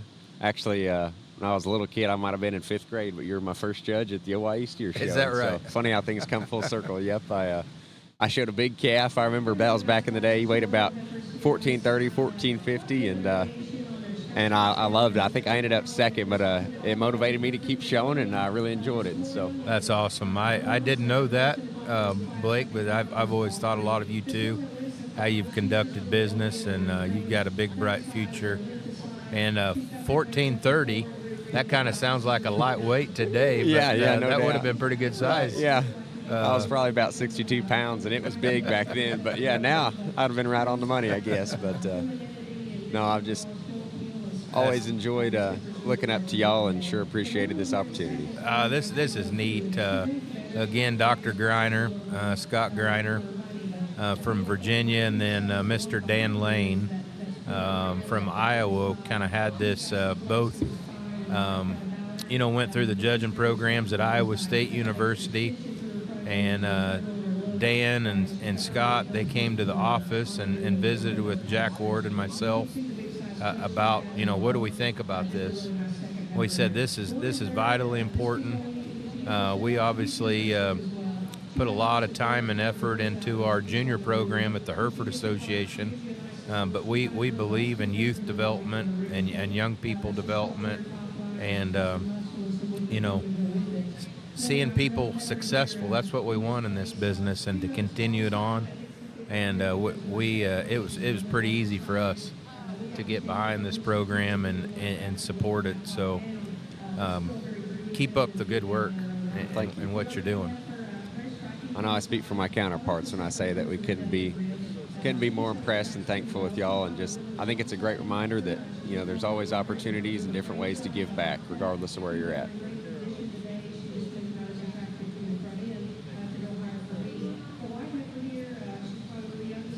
So they have here in the British and continental shows, you know, they already did the American breeds earlier in the week, and they'll have a Supreme here at the end of the show. But these two judges, they're going to work through. We got Miss Terry Barber.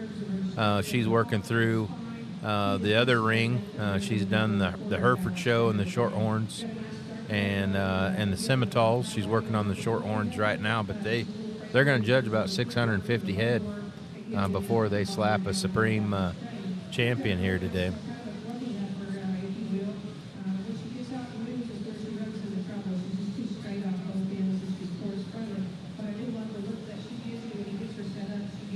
I think it'd be pretty neat to just to have the opportunity to judge here someday, and it's the fact of coming together in the evening and seeing what everybody shook out with in their particular breeds, and just something to look forward to that you don't get to see the whole time, you know, and seeing what they were brought to the show and what they ended up with, and then coming together on a champion. Pretty neat deal, really, and certainly a lot of anticipation if you're on the exhibitor side of things, and so a lot of excitement. I think the stands are full today.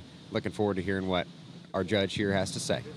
Well, if you're ringside over here, you know we got some fun stuff happening in this ring. I think there's several females out here that really get me excited. You know, I talked that first division as being so deep in terms of quality, and both those heifers come back out here and they kind of command your attention for where they are at their stage.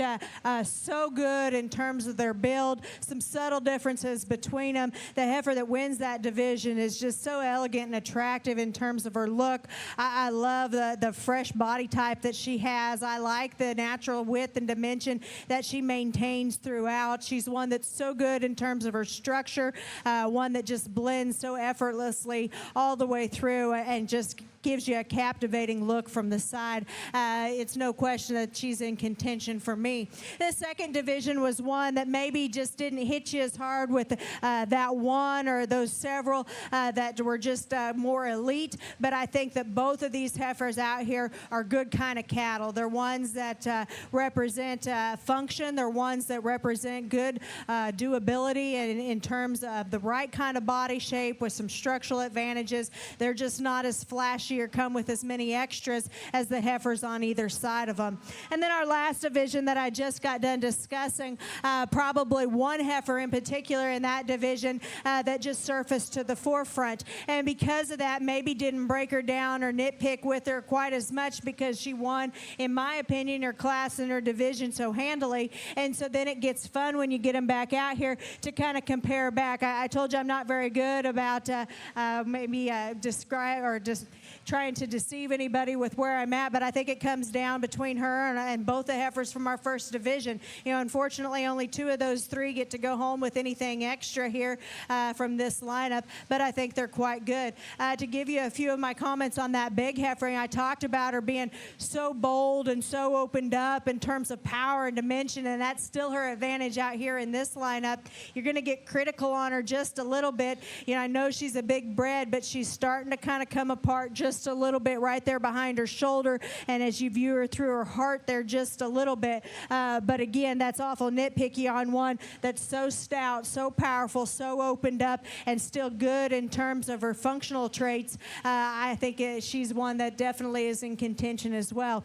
I think it's a tough lineup for me. I'm real excited. I think you know, I'm going to look good with a pair of these. Obviously, when they leave, there's going to be somebody a little more disappointed than another in terms of the direction that we go for champion and reserve, but these are both high quality females, and there's another one out here that's going to get left out of this deal that I think's got a bright future as well. If you would, please put your hands together for these exhibitors on an exceptional Lemmy show.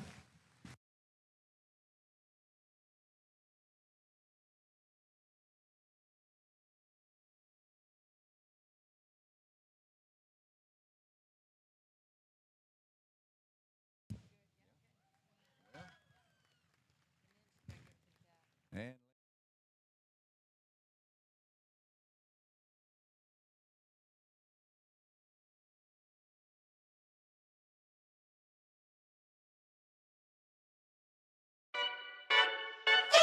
Every detail matters when preparing your livestock for the show ring. At Producers Co-op, we offer high-quality show feed, supplements, and supplies designed for your animal's best performance. Our specialized feeds promote optimal growth, conditioning, and muscle development for cattle, sheep, goats, pigs, and more. With expert advice and reliable products, we're dedicated to your success. Trust us to help you reach your goals with the feed that works as hard as you do.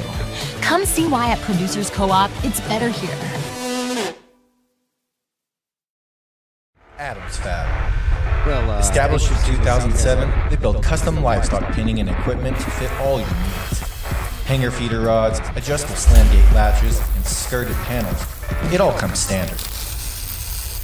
Custom pins made by hand and hot dipped galvanized so that you know that they're going to last.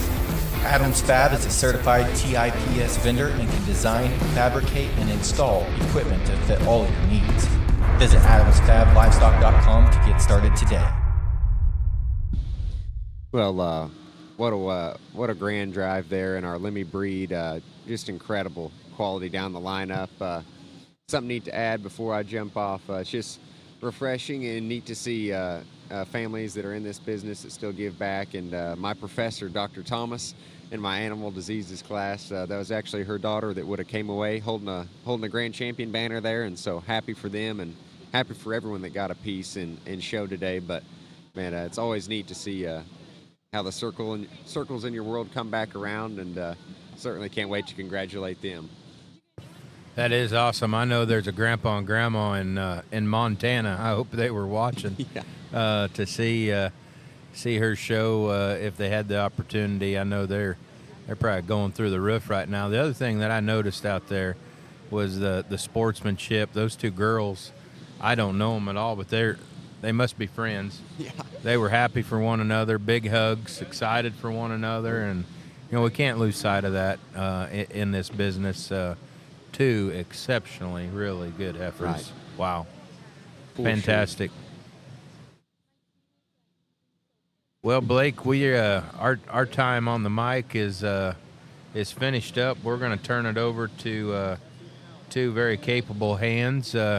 Coming next, Mr. Mason Allen is going to do a little broadcasting, and with him is Miss Brady Midcap. Yep. So they're gonna be navigating the Charlet show, and it's just it's been a lot of fun working with you. Thank you. I've enjoyed it thoroughly. Thanks for having us out, and they'll keep rolling through them.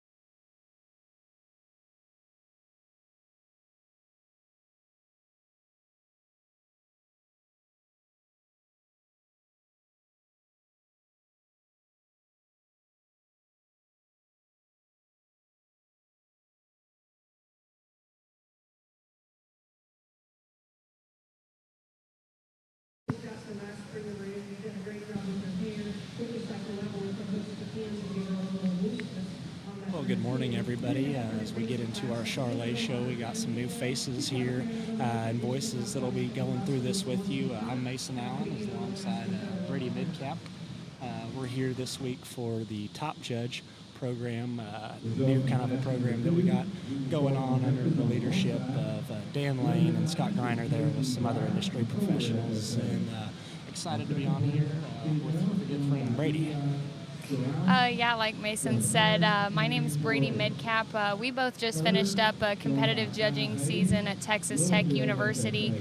We're down here with the Top Judge program and really excited to be with you guys this morning as the Charlet show gets kicked off. Exhibited by Emma Haynes from Hunt County 4-H, Jacqueline Butler from Anderson Styro as their coach, scoring our 6th place female. 7th goes to Jace Nelson, Victory FFA.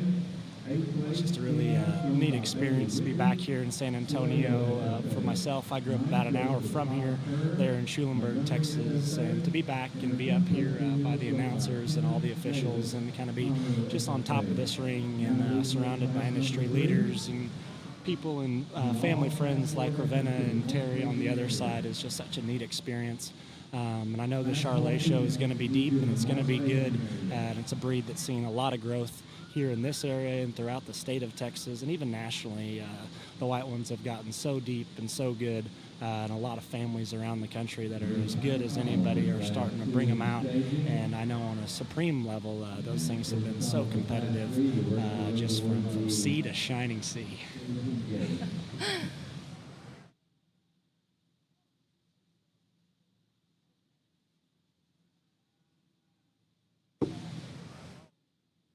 We'll talk about, so down here where I grew up, it's a predominantly just Bosnian-Kiss dominated area just because the heat and the humidity, and a lot of Brahmins close to where I grew up, Brangus, Beefmaster, Gertz, just anything with a shot of ear. Commercially, there's a ton of cattle down here that just get used to go into commercial situations. But as far as my family, when we raised club calves, the majority of our cow base was Charlet, and it's really neat to see just how these white cattle still perform in such a humid and hot environment, and they're great mothers, and then on the other side of things, they're great terminal cattle, and to now see them just make their show cattle so good has been really cool, and I got a lot of respect for the people in this breed and the kind of cattle that they're raising and just their use, just from any side of things across the country. Hey, you got a pretty good pace, Harvey.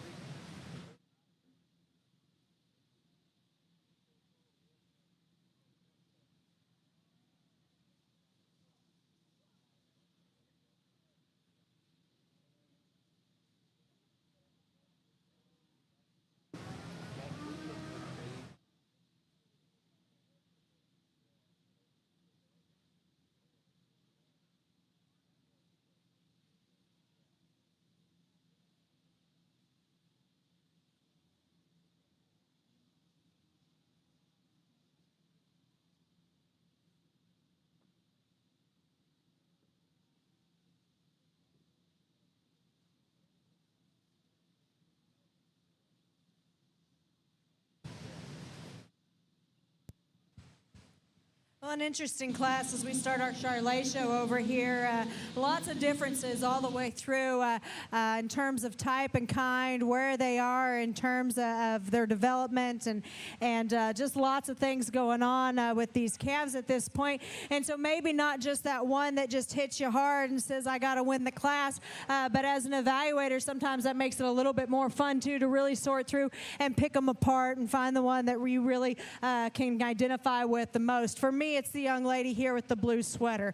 I like this heifer in terms of her general look. She's got presence from the side. She's got the right kind of body shape for me. She's one that's good in terms of her mobility off both ends, and I appreciate that. There's times where she kind of wants to look a little piecey depending on how she's set, and she can kind of run downhill just a little bit, but the young lady's a good hand on her, because when she gets her pulled together and kind of pulled back into herself, I think she's one that picture kind of commands your attention out here.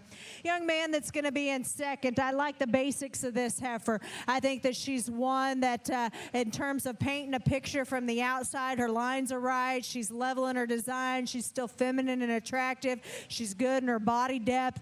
She's one when I get in front of her, I start realizing she's just a bit more open in terms of her shoulder. She doesn't quite lay in quite right in terms of that front end assembly. And I think if we could change that about her just a little bit, it'd also help her when she gets out and travels, because she wants to follow through with just a little bit shorter of a step. And then the heifer that we got coming next here, this young lady's doing a nice job. This is a basic, good built kind of a heifer that has some positives at the ground. I like the extra depth of body that she has.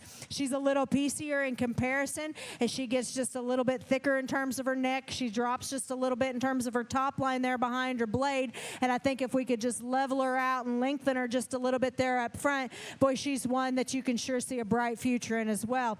Young lady coming next here with the youngest one that we got in the class is another one. I think its best days are ahead of her.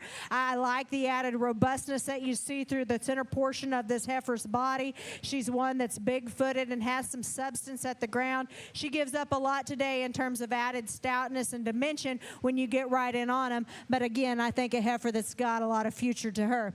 Young lady here in the greens, another one who does a great job getting one shown. I like the extension of this heifer. I like her lines when she gets her pulled together. To me, she's a bit more tubular, a little shallower bodied in the way that she's built. I'd like to see more natural spring of rib in this particular heifer, make her just a little bit softer, more practical in terms of her look. The heifer coming next is one that is a little better bodied of that particular duo, and I appreciate that about her. She's big-footed and heavy-boned. She's one that I question just a little bit more from a structure standpoint. As she gets a bit more upright in her shoulder, she really wants to kind of twist out there from knee to ground and doesn't follow through with the right kind of flexibility from behind for me. Heifer that's going to come next here is another one that can give you a nice look from her shoulder forward. For me, I'd like to change the angle that she has there up front as well as out of her hock. She's a bit more stilty off both ends of her skeleton, just restricts her movement a little bit more. And the heifer that's going to round out the class, she probably is the longer strided, truer moving heifer of that particular pair. She's just a little bit narrower and flatter gauged all the way through. Need to power her up for me. Nice class.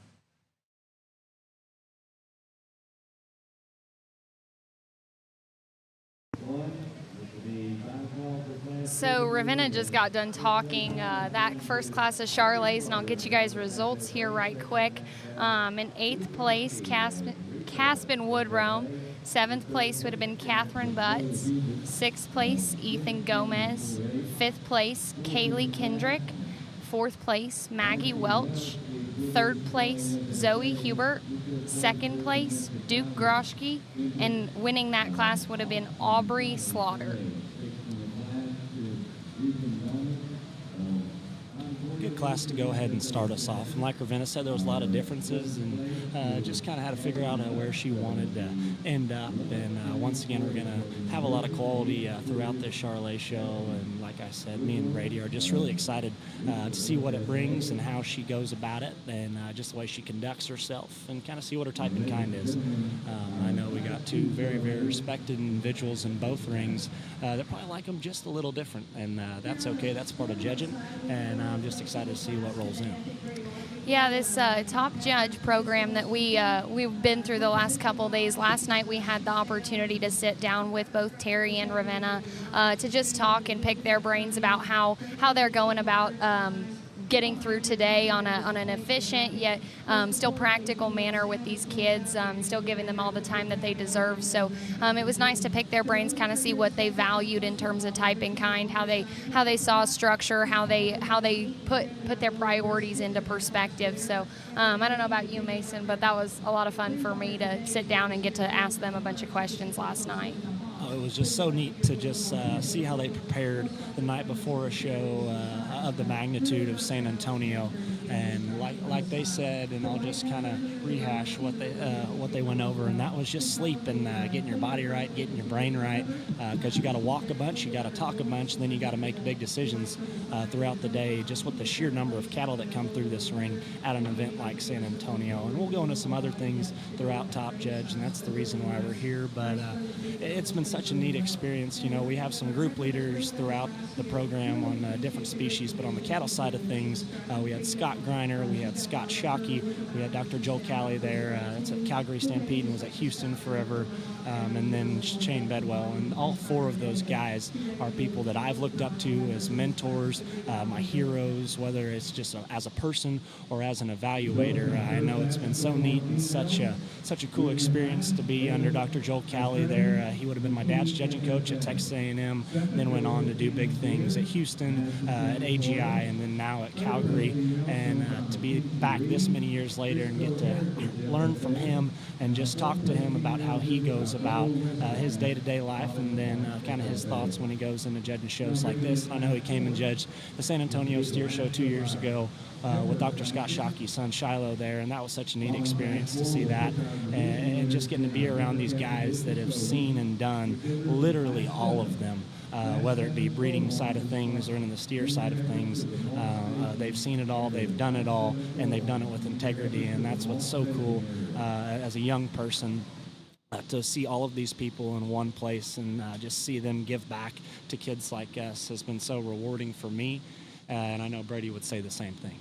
Absolutely, and just getting to be around such legends, as we call them, in this industry. We got to pick Dr. Greiner's brain quite a bit because he's getting ready to go judge the steers in Austin, and so basically just how they prepare, how they stay fresh, doing big shows like that, and so that way when we get the opportunity to possibly do something along those lines, being able to understand their mindset going into it, and then hopefully being able to apply that to every show we do, regardless of what level, county fairs, jackpots, state fairs, anything like that, has been really eye-opening for us. So, Brady, you talked about Dr. Greiner will be judging in Austin. Do you think that he'll prioritize muscle at all, or what do you think? You know, I'd like to think so. It seems to be his type and kind. So, from my standpoint, I think that that'll be a big factor down the road. That's what I was thinking. I was just thinking about just if you're bringing one to Austin there for the steer show, I'd probably have one that has some shape and some carcass quality to him, because I do think that might be his speed. But I don't know. I'm just guessing. I don't know if the longest neck, flattest kind of a show steer is going to win, but we'll see. He might get on a wild hair here this year and change some things around. For sure. A fun little tidbit here in this class of Charolais. The Sears girl there would be second to last spot there. That female actually I would have gotten to judge there in December at a show there in Waxahachie, Texas, and that would have been my supreme female there, raised by Big House cattle and shown by the Sears family. So just fun to see those cattle at jackpots and the kind of shows that we're sorting right now as young people, and then come to these Texas majors is just really, really neat. You know, it's a lot of fun to see kids out here, just the magnitude of this show and how they're getting out here and getting these cattle shown and presented. It's second to none, and it's really cool. I'm not a Texas native, and so I didn't really get to experience the level of competitiveness that comes from each of these kids. And like I was talking to some people this morning, but it's crazy that the number of animals that show up to these Texas majors, and these kids can only bring one. That was really eye-opening for me when I first moved down here, but being able...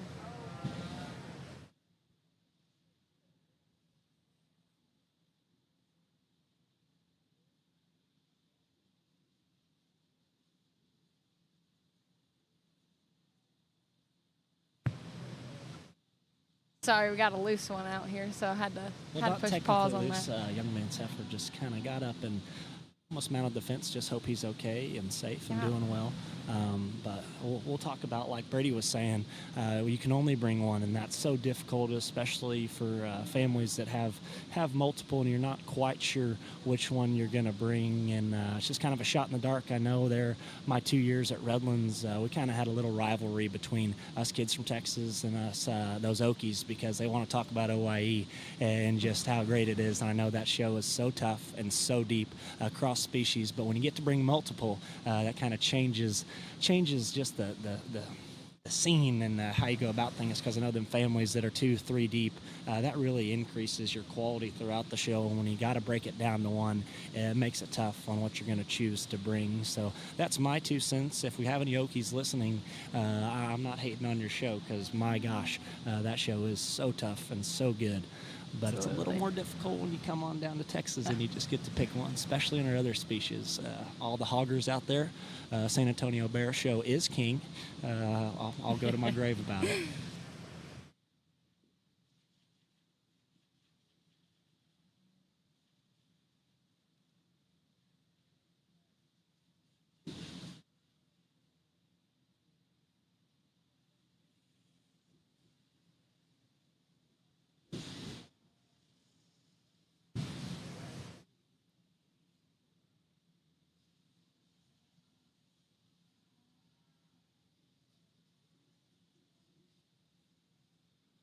Well, she's got it down to 4, and just like we talked about, 4 females that all are so high quality, well shown, well presented. It's just so neat to see cattle come out here like this, and just be neat to be that person right there in the center of the ring, getting to do that job and get to make those decisions. I know how tough it is, but when you have that opportunity and get to be around cattle of this caliber, it really makes it fun. And Ravenna talked about last night, maybe you don't want every class to be clear-cut and just the easiest thing in the world, because with such a long day and so many cattle, when you actually get to dive in and break those high-end kind of cattle down and make tough decisions, that kind of gets your heart rate going. That kind of gets you a little more dialed into the show and makes the show a lot more fun. And they just got done with that Lemmy show, and Ravenna talked about it, just how good it was. And it came down to 3 head for 2 spots, and those are 3 cattle that can go and compete on the national stage, and I know all those cattle have. And just to find those 3 in a scenario like this and get to make those decisions makes it so fun. Yeah, absolutely. We talked last night with Ravenna, and she said that she's a little nervous to do it, but if you're not nervous, then you don't love it. And I think that's a big testament to it. And like Mason said, her ability to just go on down and find the best ones and be able to break them down at the next level is really high. It's really awesome to watch, and it'll be a lot of fun watching her sort the rest of the day.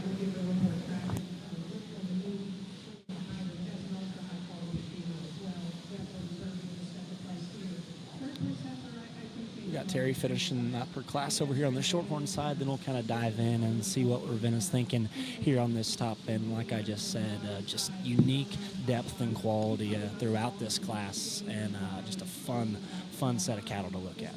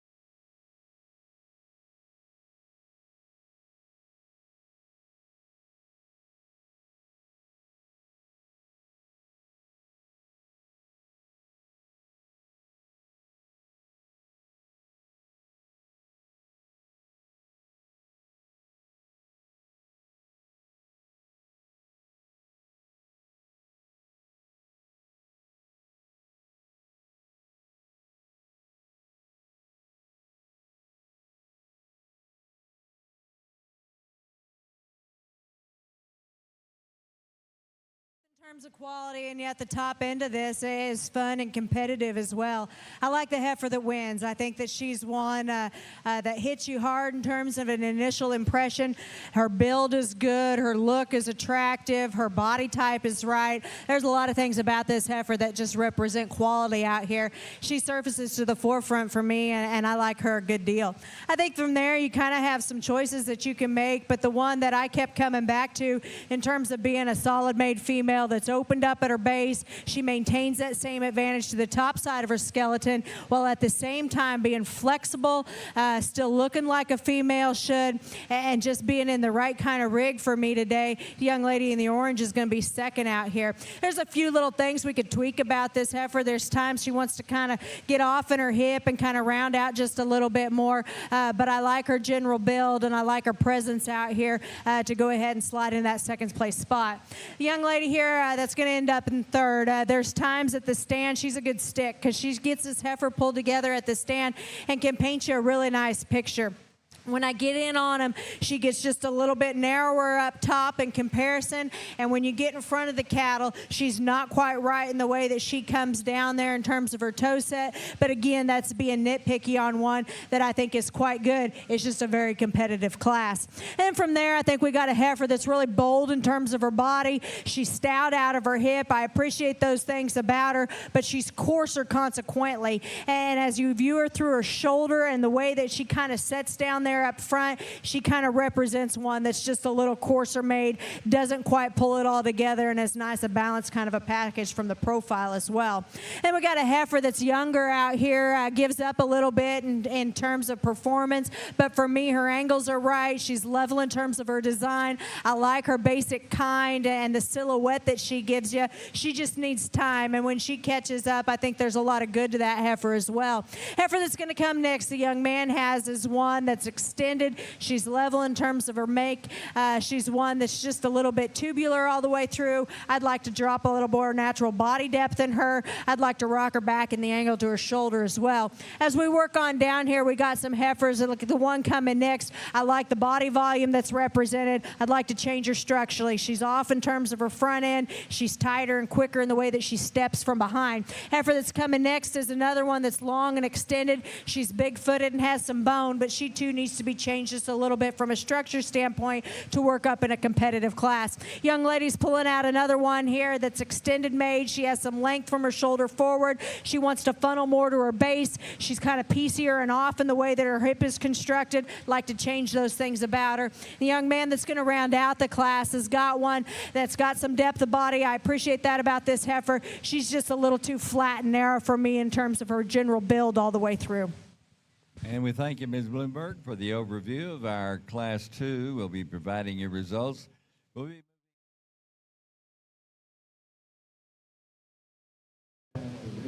So I'll run over those results from Class 2 right quick. 10th place would be Wyatt Smirkovsky. 9th place is Molly Welch. 8th place is Reagan Taylor. 7th place is Emily Fulp. 6th place is Easton Carol Ard. 5th place is Anna Butts. 4th place is McKenna Rankin. 3rd place was Savannah Jeter. 2nd place was Parker Kellison. And winning that class was Sadie Sears from Mary Pearl FFA. Yeah, that was an awesome class there. And just at the top end of things, just in terms of pedigree-wise, I know that first place there is Sadie Sears. That heifer would be sired by Brightside, the bull there at Big House Cattle, and then out of Indra, new donor there at Big House as well. She'd be a cool cub and raised by Aces Wild. Would have bought her at Aces Wild production sale there 2 years ago. I know she's having a lot of success for his program. Then there in second, we had Parker Kellison there from Floydada right around Lubbock, and that heifer would be raised by Kai Steerwalt there in Leedy, Oklahoma. A pretty familiar face and family and crew that do an incredible job. Brady, have you ever heard of Kirk Steerwalt? Yeah, a couple times. Yeah, I know that guy's not terrible at getting one clipped and presented. I've been lucky enough to be around him since I was a little kid, and just seeing his talent level, and then he's passed it down to Kai, and Kai just does such a good job there at Steerwalt, multifaceted, raising high-end kind of heifers and steers, and doing it with integrity and honesty. You couldn't ask for any more out of a family and a crew there in Leedy, and they're doing a phenomenal job. So great class. Brady, got any thoughts?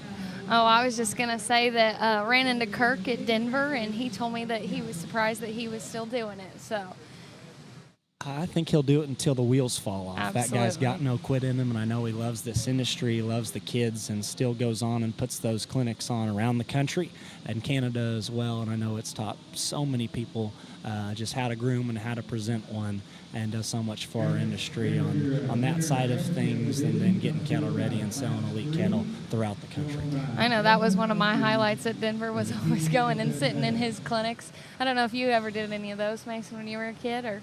Well, I got to be a part of a couple of them and helping him, especially there when my dad was with Purina and Kirk, and my dad and Bob May were all ambassadors there. So we traveled to different places together, got to watch him put on clinics, and I know I learned a ton. And even out where I'm at from a clipping standpoint, I'm not very good, but I probably do need to go to one of those clinics and just kind of brush up on my skills, because he is the best and probably always will be the best.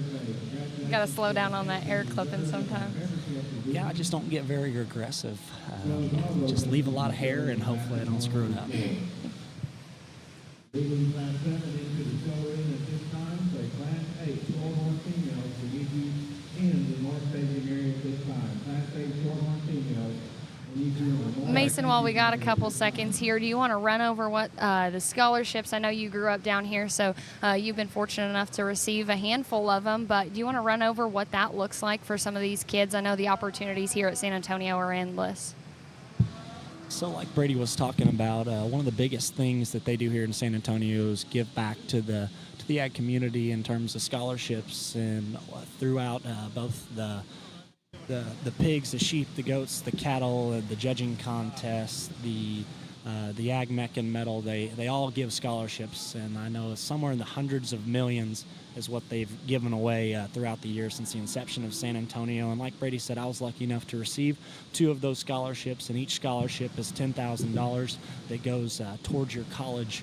And like she said, I was lucky enough to get 2 of those. I know you max out there at $20,000, although I went to a junior college in Redlands, and these scholarships have to be used at a Texas public institution. Now that I'm at Texas Tech, I've been able to utilize those scholarships, and I know it made a big impact in my life, a lot of my friends' life, and even some parents of my friends that were lucky enough to receive those scholarships. So such a neat experience and such a cool and unique opportunity to get scholarship funding like that from a show, because I know it doesn't happen like this across the country, and we're just very blessed in this state to have generous people like the people at San Antonio, and all those that donate, and all the work the volunteers do throughout this month, throughout the competitions that we have. So it's a huge part of San Antonio and a huge part of Texas, and a big draw as to why all of the shows are so big, so tough, and so deep.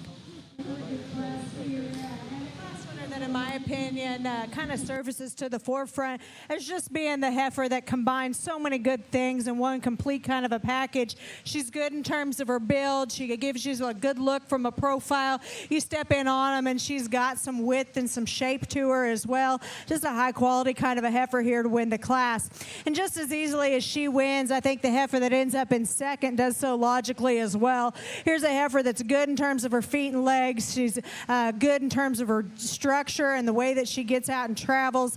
I like her look and her design. And, when we get to comparing her back to the heifer that wins the class, she's not quite as robust or as opened up all the way through, but I think that there's a lot of good to that heifer and a bright, bright future. Heifer in third is one that I like the center body that's represented here. I think she's good from that standpoint. She's a bit coarser in the way that she's assembled through her shoulder. She's a little plainer in terms of her look up front. I'd like to trim her back just a little bit in terms of her condition competition as well. Young man's going to come next here. Has got one that when he gets her parked and set right for us, can give you an awful nice look from the side. And that's what keeps her up a couple spots for me, because unfortunately when we set her in motion, that's where I start questioning her just a little bit. She gets up in her spine and is a little tight and restricted off both ends of her skeleton, and that works to her disadvantage out here. Young man that's going to come next has the more flexible one, but to me this heifer's just a little tighter in terms of her forerib. She's a little more sucked up in her flank. I'd like to see more natural volume in this heifer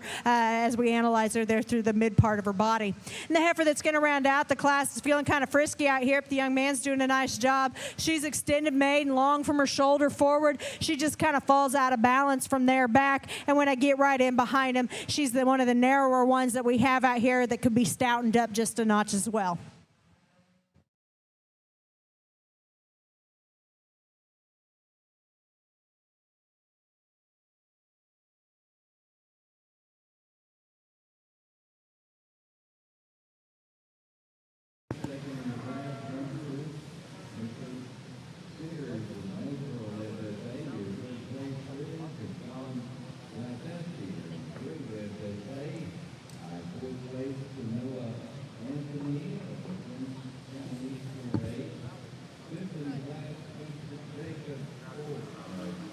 So Class 3 just exited, and Class 4 is coming in. In sixth place from Class 3, we have Gage Smirkovsky. Sorry if I mispronounced names. Fifth place was Jacob Fulp. Fourth place was Noah Anthony. Third place was Sean Lifesty.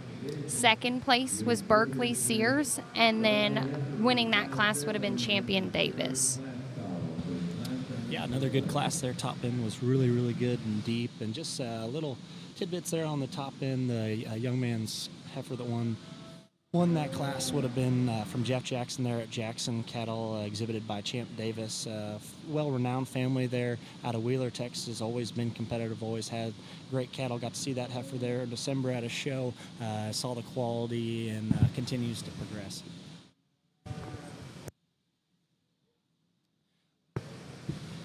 And then there in second would have been Berkeley Sears there from Maypearl FFA, with another heifer from Braden House. That'd actually be a maternal sister to the heifer that won the second class, but would be out of... Drawing a blank on this one. Drawing a blank. So it'd be out of the same Indra cow, and then sired by Super Puncher, the bull at Skeens there that would have been your champion in Louisville there 2 years ago, champion bull at Fort Worth as well. So neat to see maternal sisters like that having success. I know I've got to see both of those heifers, different kinds, but both very high quality, and a cow that's doing a great job there for the house cattle kind of crew.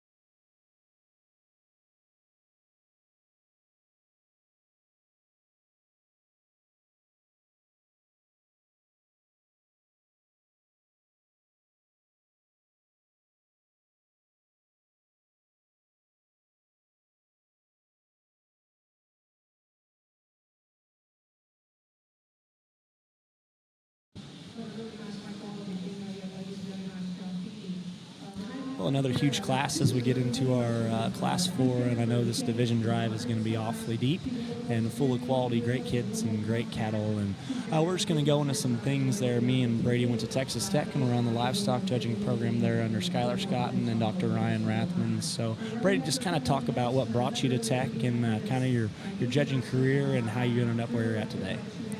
Yeah, so I'm originally from the northeastern corner of Colorado, middle of nowhere, right on the Colorado, Kansas, Nebraska line.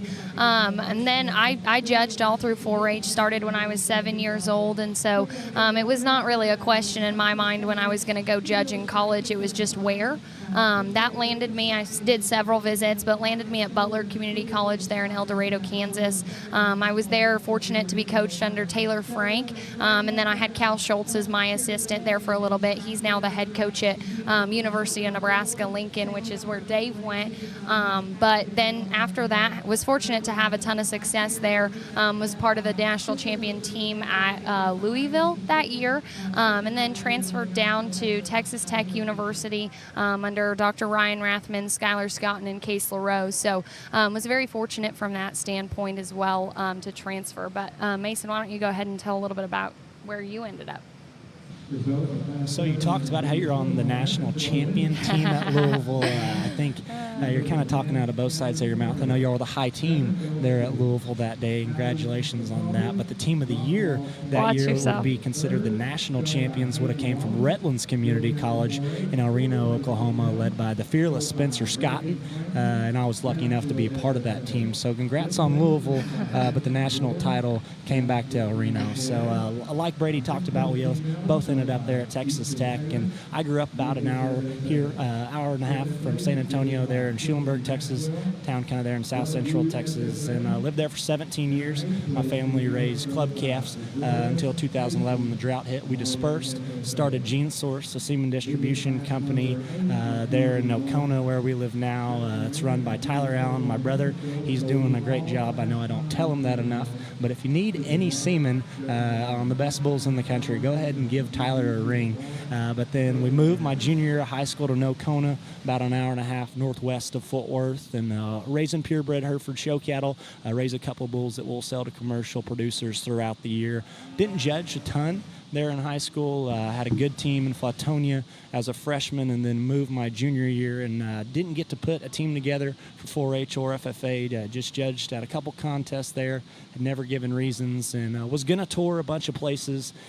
First tour I went to was Redlands, and Brandon Callis is in charge of all the competitive ag teams. A guy that grew up close to me, was the coach at Blinn, has had a significant impact on me as well as many others throughout the industry. So I got to talk to Brandon and then met Spencer Scotton, and from there I knew I probably wasn't going to tour anywhere else because that was home. I got to be around two of the very best guys in this industry, and from there I had a very successful team that was the team of the year. Got to meet a bunch of great people in the state of Oklahoma, show some of the most competitive livestock all over the country, and then it got tough for senior college, and I had already been under one Scotton, so I said why not be under two, and went to Skylar Scotton there, a great young individual that's got to judge some of the biggest goat shows in the country. I know he's judging the Maine Junior Nationals this summer, so that'll be a neat experience to get to see him just go out there and kind of express his opinion. I know he loves the goats. Not many people know, but that guy's got a pretty sharp eye for breeding livestock and breeding cattle, so that'll be fun.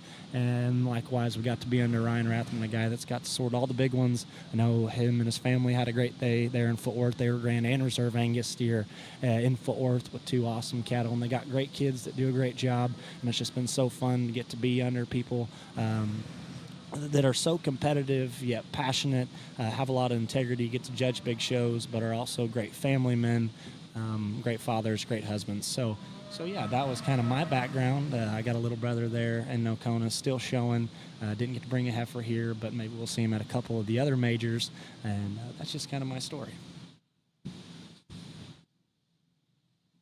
Well, and we might have to push pause on this and come back to it, but Mason and I are both going to grad school after this, and a little different path than the rest of our teammates, but I'm really excited to see what all 10 of us across the board that went to Texas Tech go on to do, because there's some pretty unique kids in our group across the board, and not just at Texas Tech, but other schools as well. So I know that Mason and I are ready for the next step to go ahead and continue coaching livestock judging teams at different universities, but very excited to see where all of us end up. It's a little scary growing up. Like Brady said, we're going to be going to grad school. She'll be going to Kansas State to be the assistant coach, and likewise with myself. I'll be getting my master's in ruminant nutrition there at Texas Tech, helping the livestock judging team as well. But I do love college, so maybe that's why I'm staying another 2 years. For 4 years, we were kind of hunkered down in a van going across the country, so maybe I'll have a little more free time. Couldn't quite give it up. There's a good chance that I'll be stuck in the van for another 2 years trying to see what the team can do.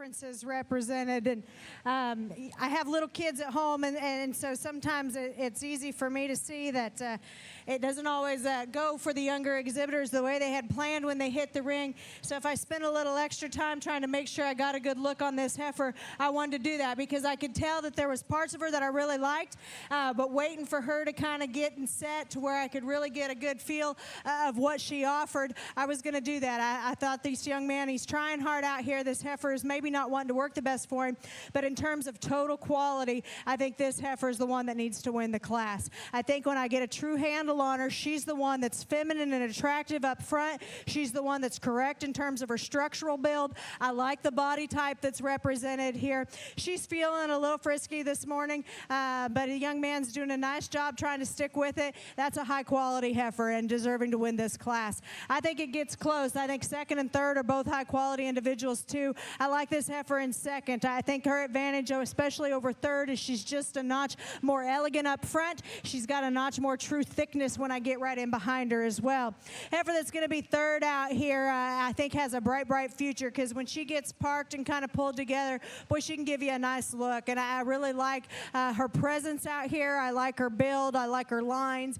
She gives up just a little bit in terms of width and dimension to the pair of heifers that placed ahead of her, but I think with time that'll come, and she's definitely one to keep your eye on, because I think she's going to continue to impress you. Heifer that's going to come next is one that's bold and opened up through the center portion of her body. I just like to change her a little bit structurally. She's a little upright in her shoulder. She's a little tighter and rolls out of her hock just a little bit more, and collectively that concerns me just a bit from a mobility standpoint. The heifer that's going to come next here is one that again has some basic pieces that you can appreciate in terms of her depth of body and her length of front end. She's also just a little little bit coarser. She too is one I'd like to change in the way that she sets down up front. The heifer that's going to come next is another high-volumed kind of a heifer that's square and level out of her hip. To me, she's a little more upright in her shoulder. She really wants to twist out there and from her knee to ground just a little bit more. Gives you a little bit plainer look up front as well. Heifer that's going to come next is a bold-bodied, opened-up kind of a heifer that's got some power. She's just a little bit piecier in the way that she blends it all together. She's a little coarser up front, a little flatter from behind, a little thicker in terms of her neck, a little lower set from that standpoint as well. Heifer that's going to come next, a young man has, is one that's got some shape when you get right in behind her. She too is just a little bit plainer from a balance standpoint. You'd like to jack her up at her front end, clean up her condition just a little bit as well. And we work into a couple of heifers that, again, have some parts and pieces that you can appreciate out here in terms of some length and extension. To me, they just need more to them today. They need more power. They need more substance. They need more true width and dimension all the way through. Nice class. Congratulations to those exhibitors. And we thank you. First place honor. Well, another big class there to round out what would be the end of that first division in the Charlet show. So I'll run over the results right quick. 10th place was Delaney Williams. 9th place was Liliana Velasquez. 8th place was Clay Langley. 7th place was Eva Izaro. 6th place was Briley Crawford. 5th place was Bailey Block. 4th place was Kennedy Risky. 3rd place was Gavin Moreno. 2nd place was Allison Wilcox. And winning that class was Theron Skeens.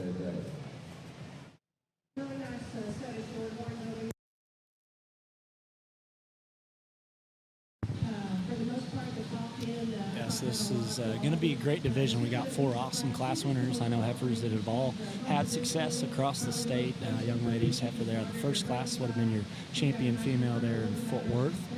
Heifer would have been raised by Tim Anderson out of South Dakota, Australian native, great friend, and a great dude. That's doing big things. I know he had the champion heifer at Congress and Fort Worth, would have been shown by the Cornegie family, and that Phoebe cow has just been dominating across the country, and I'd hope and imagine that she'll continue to do the same thing just with how consistent those cattle have been. I know they've been sired by a couple different bulls, and they just continue to just spit out awesome females.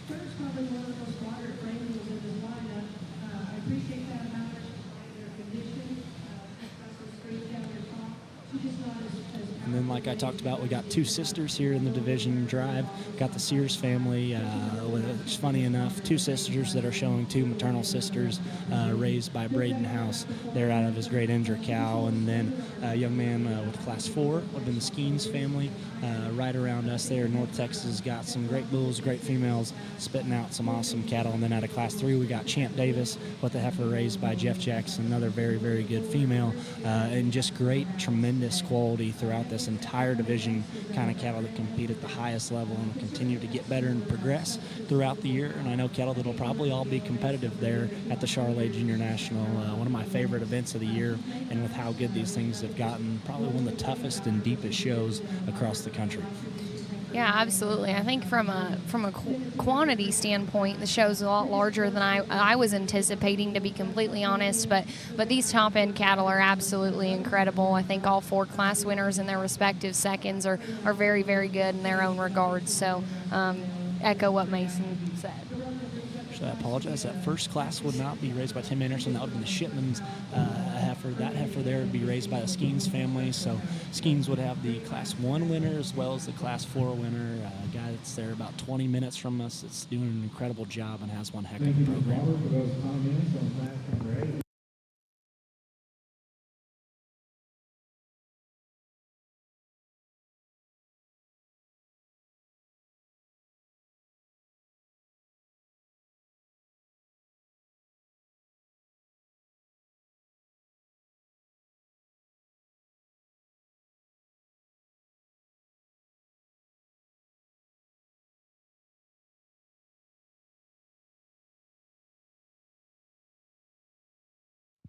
Really nice lineup over here on our Charlet side, and fun to sort through.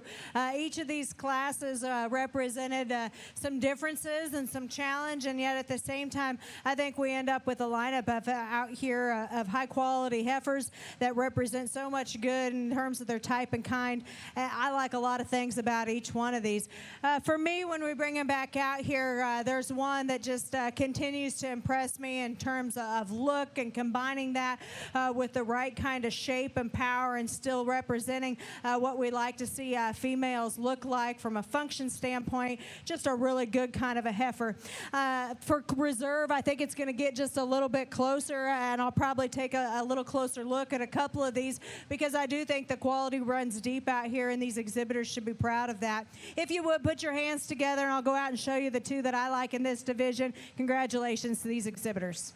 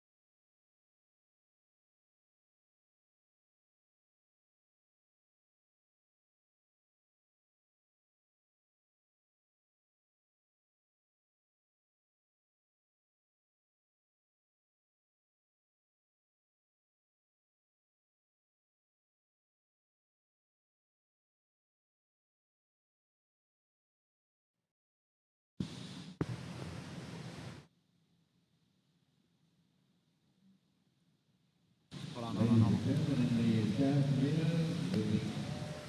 Well, it just wrapped up that first division, and your champion would have been Sadie Sears there from April FFA with that Integer Brightside, like I was talking about. Great female, great family. And then your reserve would have been Parker Kellison from Floydada with S.C. Margie, that have been raised by Kai Steerwalt and the Steerwalt family there, and Lady, like we were talking about. So awesome division, great pair of them there. Be excited to see how they stack up to the big heifers.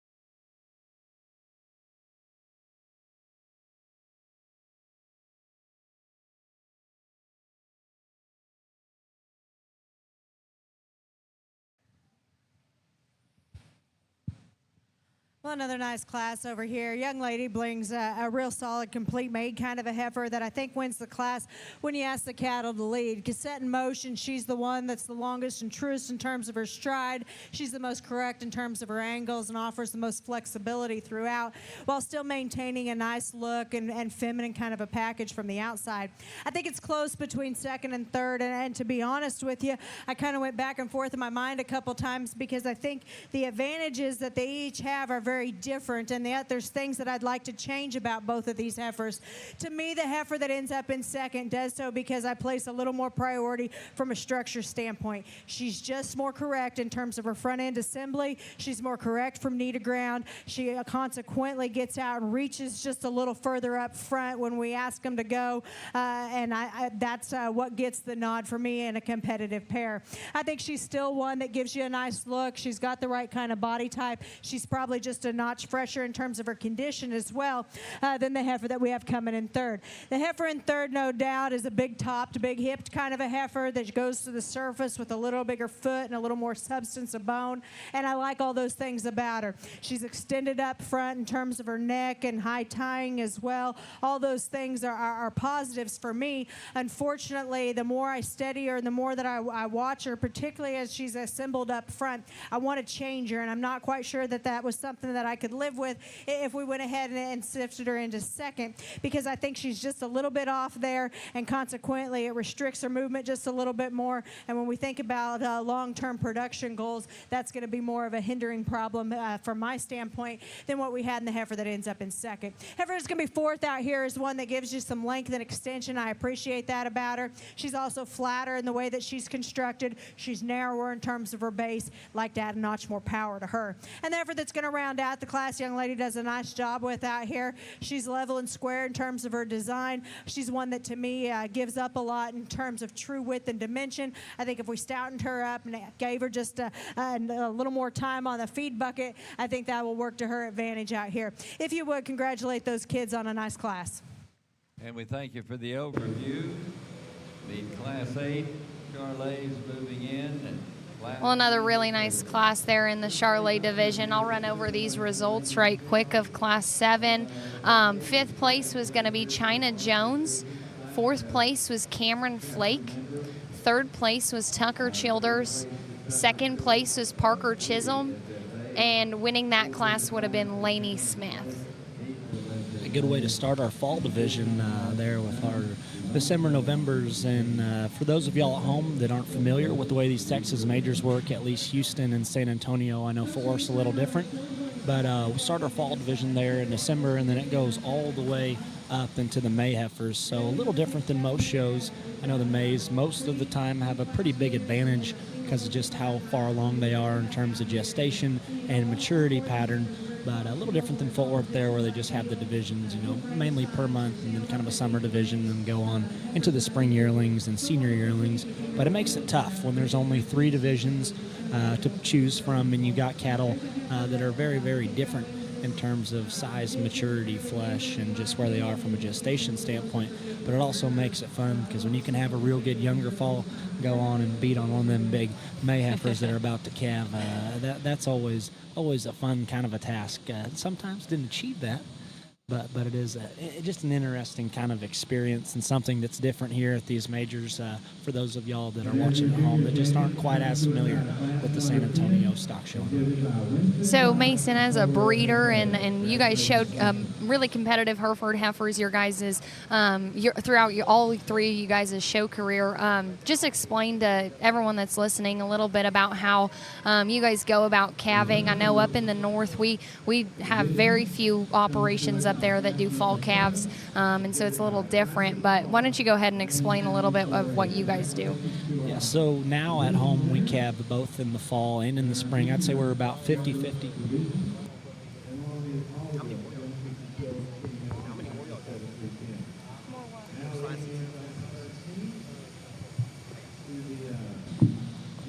Sorry there, like I was talking, we calve probably 50-50 split both spring and fall.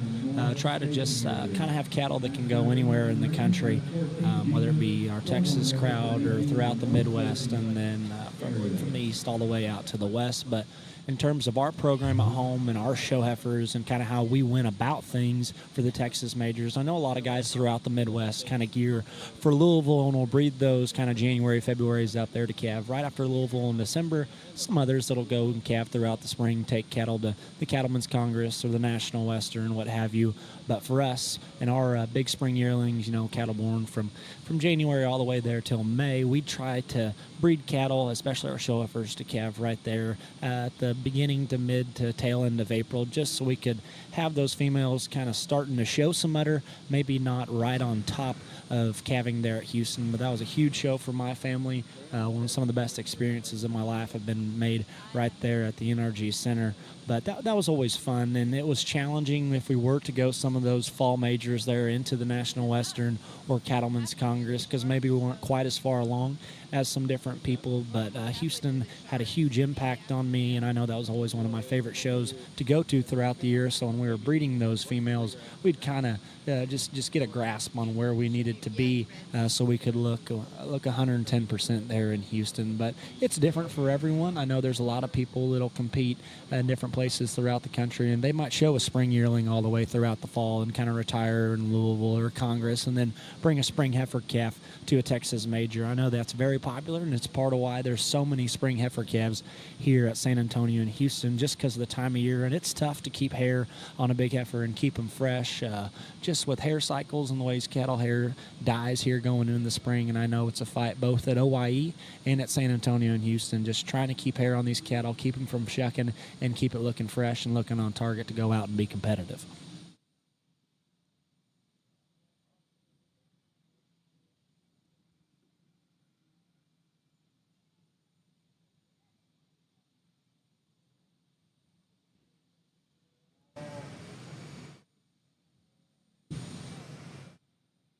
I just want to correct my mishap earlier. A young man by the name of Shipman is in this class here, and that would have been your reserve at Fort Worth. That would have been raised by Tim Anderson there in South Dakota out of that Phoebe cow that's doing such a phenomenal job. So little mishap there, but we got it right, and excited to see how this class shakes out and how the rest of the Charolais breed goes.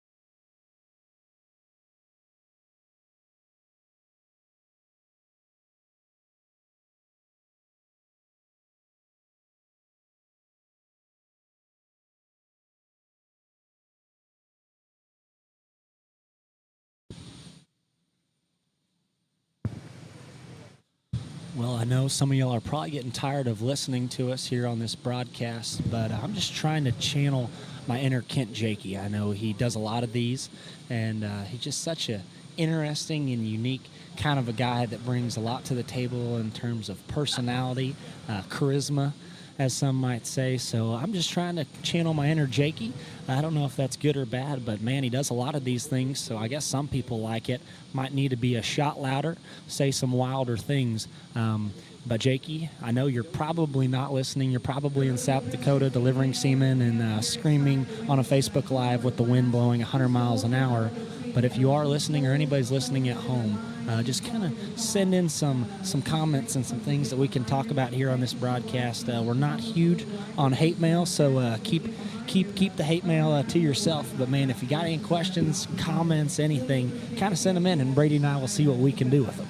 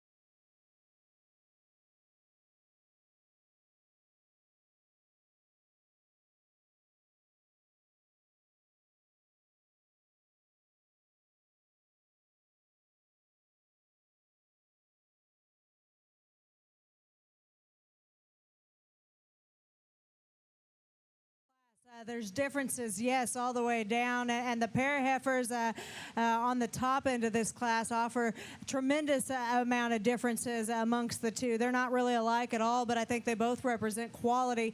You know, it's one of those things that, you know, as a judge, you kind of wish that you could blend the two together, because where I'd like to fix one, the other one's really good, and where I'd like to fix that one, the other one's really good. But unfortunately, you know, out here, you just got to line them up for what they are and what they bring to us here today. And it is just my opinion, but I think both of these heifers are tremendously good. They have some quality to them. They represent good kind of cattle from a functional standpoint. And again, it just kind of comes down to some subtle opinions and some differences that way. The one that I like that's probably just a little bit flashier made all the way through, just a little bit higher tying, blends just a little bit better, especially through their heart and forerib. For me, a little stronger in their top line. All of those things from the extra standpoint to kind of benefit this heifer is the young ladies, and that's the one that I'm going to use to start with out here. I think this is a nice heifer. I think this is one, again, for me, I'd like to nitpick a couple little things. You know, if we could make her just a little bit more robust there through the center portion of her body, then I think she wins easy, because I like her build, I like her structure, I like a lot of those things about her. She's just a little bit flatter made through the center portion there that I'd like to change. And that's where the young man's heifer here that's going to end up in second really has an advantage out here. She's so robust and good there through her midrib. She's one that comes out of her spine with a lot of upper curvature. She's one that goes to the ground with the right kind of feet and legs, and I love all those things about her. In comparison, she wants to deviate just a little bit behind her shoulder. There's times she wants to kind of round out of her hip just a bit more.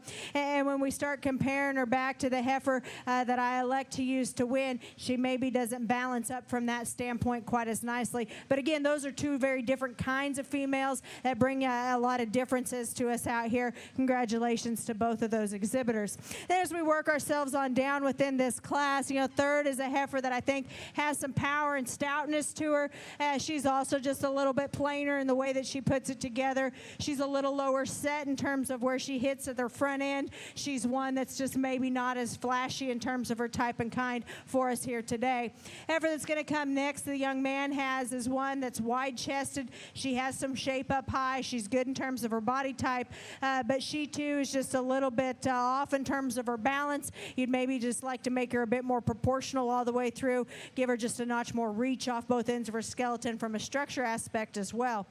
Young lady that's going to come next has a bigger bodied heifer than the one that we just talked about. She's bigger footed and has more bone, but to me she's also just a little bit coarser in the way that she puts it together, not quite as attractive as some of those that placed ahead of her. Heifer that's going to come next here is one that's got strength at top line. She's got some extension out front. She's a little bit more sucked up in terms of her body. I'd like to give her more volume, and I'd like to see her move out with just a little bit more reach off both ends of her skeleton. Heifer that's going to come next is another one. You appreciate some basic pieces that are here. To me, she just needs more oomph all the way through, more power, more shape, more dimension, and I'd like to see her handle herself with a bit more security out of her hock. The heifer that's going to round out the class is another one. I appreciate her volume and the center body that she has. She just kind of falls out of balance in the way that she blends it all together for me. If you would, congratulate those exhibitors.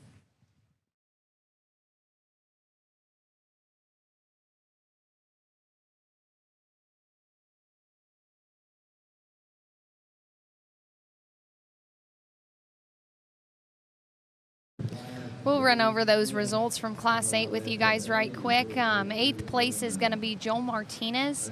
7th place is Kinsley Atchison. 6th place is Porter Anderson.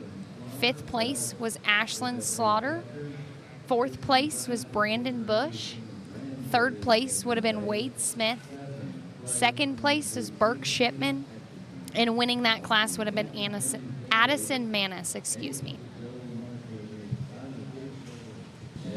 A great class, and like she talked about, just some challenge there at the top end between two high-quality kind of the females, and it's just fun to see cattle like that.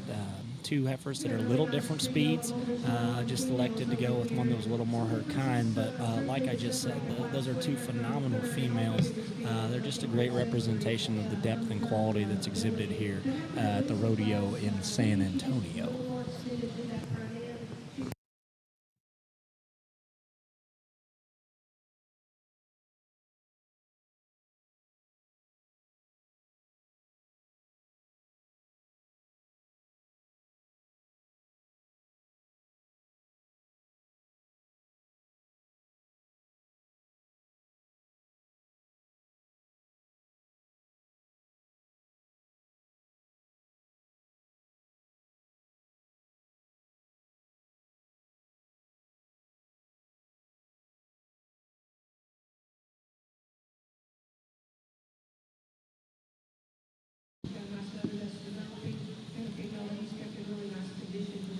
something cool that I just wanted to talk about here as we get into these older falls is just how cool it is to have Ravenna Bloomberg out here sorting the female show this week, and then next week her husband Blake that's there at Blackhawk will be coming down with his associate Kendall Reitzenstein to judge our steer show. I know both of them would have been on the panel there at Denver, now getting the opportunity to come and judge San Antonio. That'd be quite the spring to get to evaluate both the National Western and the San Antonio Livestock Show and Rodeo.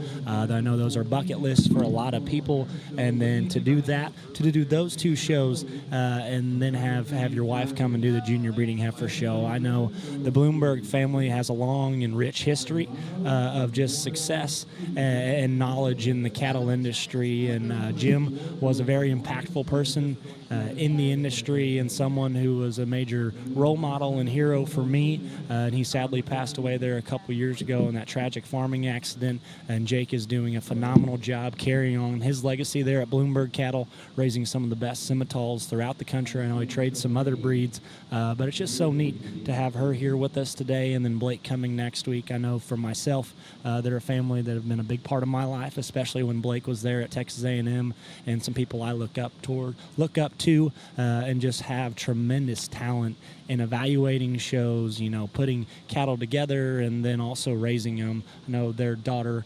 would have had the champion Simmental female there at the National Western, would have been Reserve Supreme in the first year of the Supreme there at the National Western. And that was such a neat experience there from the pictures, a lot of quality all the way throughout the top 5. I know the Langford heifer would have been Supreme both at Louisville and at Denver.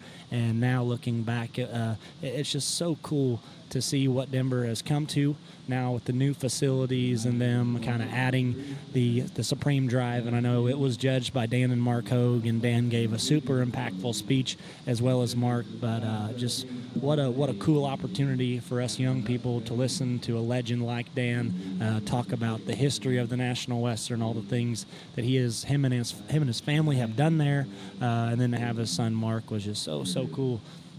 To just sit down and watch the live stream and just get to hear just what they wanted to say and what it was like getting to judge the inaugural Supreme Drive there in Denver. So we'll turn to Ravenna. She'll talk this class.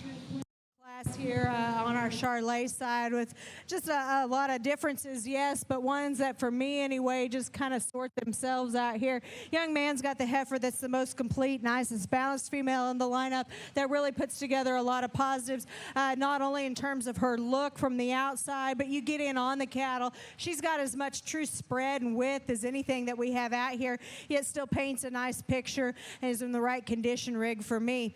Second and third, you could maybe kind of swap back and forth. To me, I like the heifer in second because she's just stouter in terms of her feature. She's more opened up at her base. She's got more shape up high. I'd like to fix her behind her shoulder, level her out in her top line, and kind of pull her in her heart there just a little bit because she wants to deviate just a notch more. But I think aside from that, there's just more genuine width in her all the way through to go ahead and keep her in that second place spot. Third is a nice heifer in terms of her lines. She's good and strong in her top line. She's level out of her hip. She's one that's got some flexibility off both ends of her skeleton. She's just flatter constructed all the way through. She's one that gets a little flatter through her foregrip. She's flatter out of her hip. Just like to give her a notch more true power and dimension. Heifer that's going to come next is so attractive out of her front end. I appreciate that. She sets a long neck high there at the point of her shoulder, one that gives you a real elegant look there just from the front end standpoint. But it's from her shoulder back. I'd like to change her a little bit. She's a little harder in terms of her body type. I'd like to soften her, give her a little more practical look of utility from that standpoint, but still one that I appreciate her added look up front and the bone and foot size that she's built on. Heifer that's going to come next here is one that has some extension up front. I think of the two remaining heifers, she's the one that fits me just a little bit better in terms of offering just a notch more shape up high. I like the heifer that's going to round out the class in terms of her feminine look. She's a lot greener for us here today, which isn't necessarily a bad thing, but unfortunately in this particular class, she just runs out of gas in terms of overall width and power. Congratulations to those exhibitors. And we thank you, Ms. Bloomberg, for the overview. And first place honor. Class 9 results would have been 6th place was Keaton Butler, 5th place was Kenneth Mount, 4th place was Aubrey McKay, 3rd place was Haley Girk, Second place was McKenna Mustin, and winning that class would have been Aiden Wall.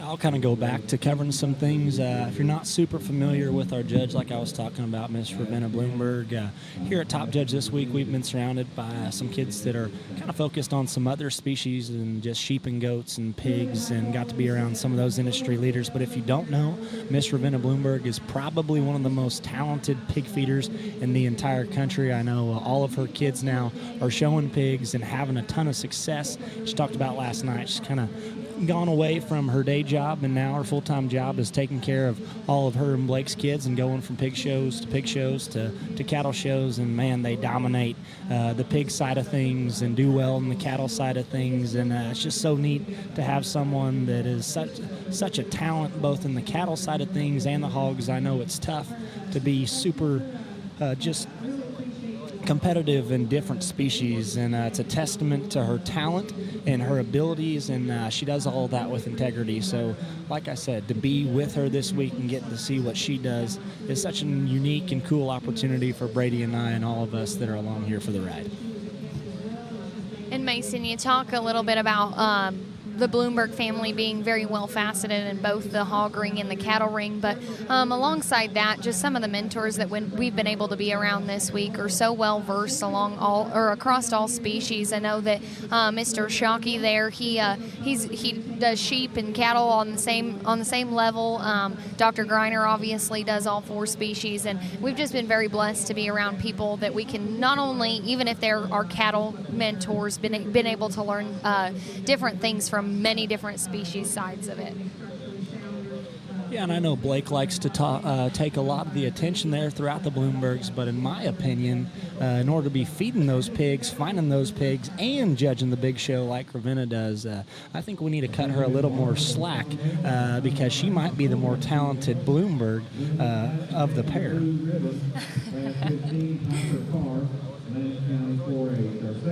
It's a good thing you're not commentating during the steer show when Blake's down here. I'd give him a lot of grief. Luckily, I don't think I'll be commentating. Would be cool if I got to, but I'd probably just let him know just how incredible his wife is, because I think she does a whole lot more of the heavy lifting at home and at the shows. He's big.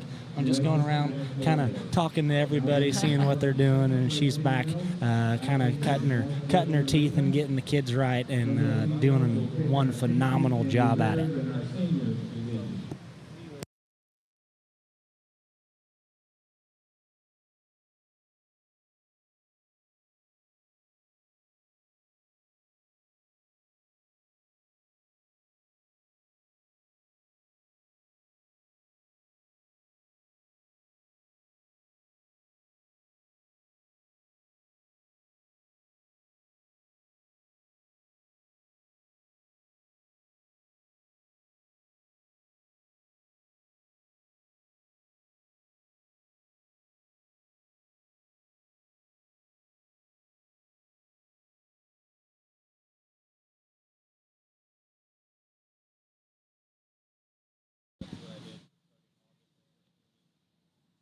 I touched on it earlier, but like I was talking about in this division where it stretches anywhere from December's all the way to May's, as you can tell in this class, we got some females that are starting to show some bag, looking a little heavier in calf, and I think that's what makes the show unique, to get to put together cattle in a division that are so different in terms of where they're at from a maturity standpoint. I know a lot of these females in the fall division will go on and be heavy bred there for the junior national, and to just put them into one group and really have to make a decision as a judge where you're going to land and just where they're at from a maturity standpoint. And like I talked about, cattle that are getting pretty darn close to calving. I know there's not tons of difference between these cattle and then the females that are being our next division there in our spring yearlings. So interesting to see, interesting deal to go about when you are the woman or man there right in the center of the ring, but just something to think about and something I do think is unique to shows such as Houston, San Antonio, and Rodeo Austin.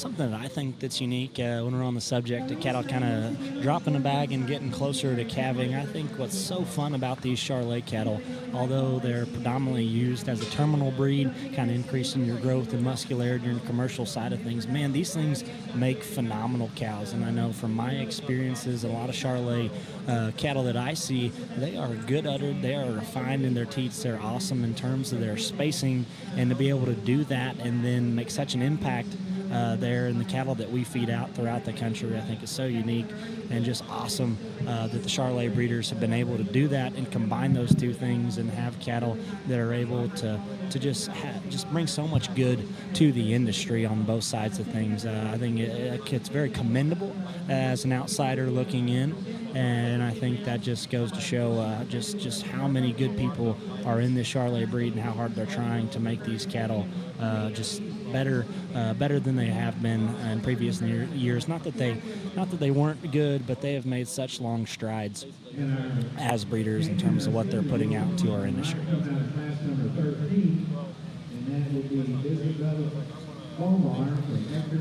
This is a little fun fact. So the first heifer that I ever bought would have been when I was a junior in high school. Would have got a heifer there from Chris Effling in Highmore, South Dakota.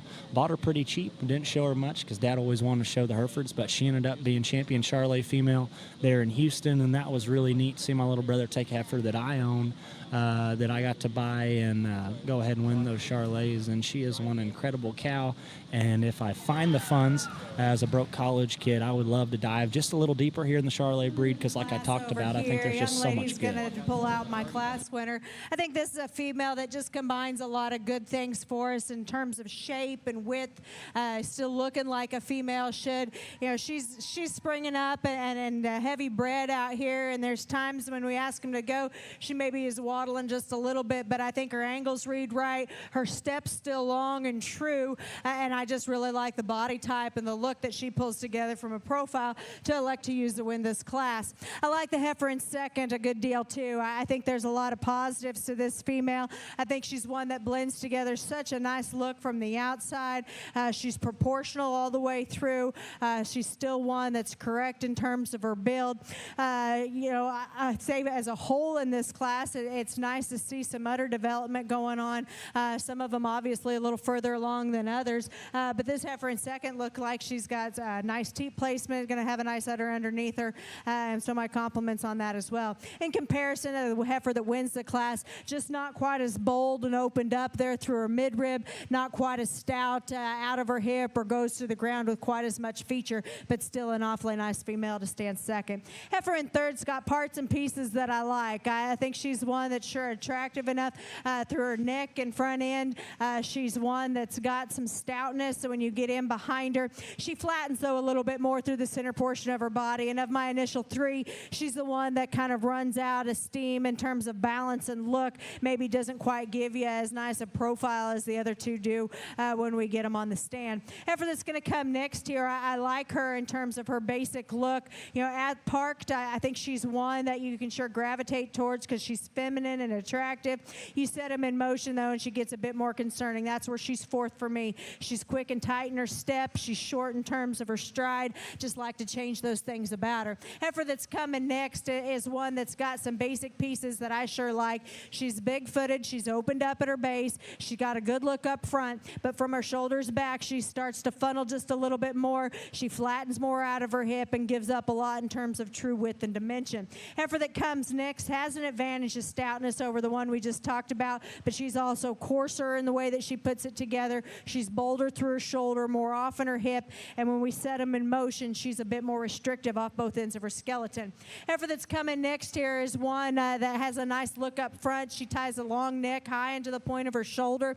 To me, I'd like to change her just a little bit from a balance standpoint from there back, as she wants to get a little tighter in her forerib. She's also one that's just a little uneven in terms of her udder, and when we ask the cattle to lead, she's a bit more hesitant and shorter in terms of her step from behind. Heifer that's going to round out the class is another bold-bodied kind of a heifer, one that to me just simply needs more shape and power when I get in behind her. Like to level her up from a design standpoint as well. Nice class. Congratulations.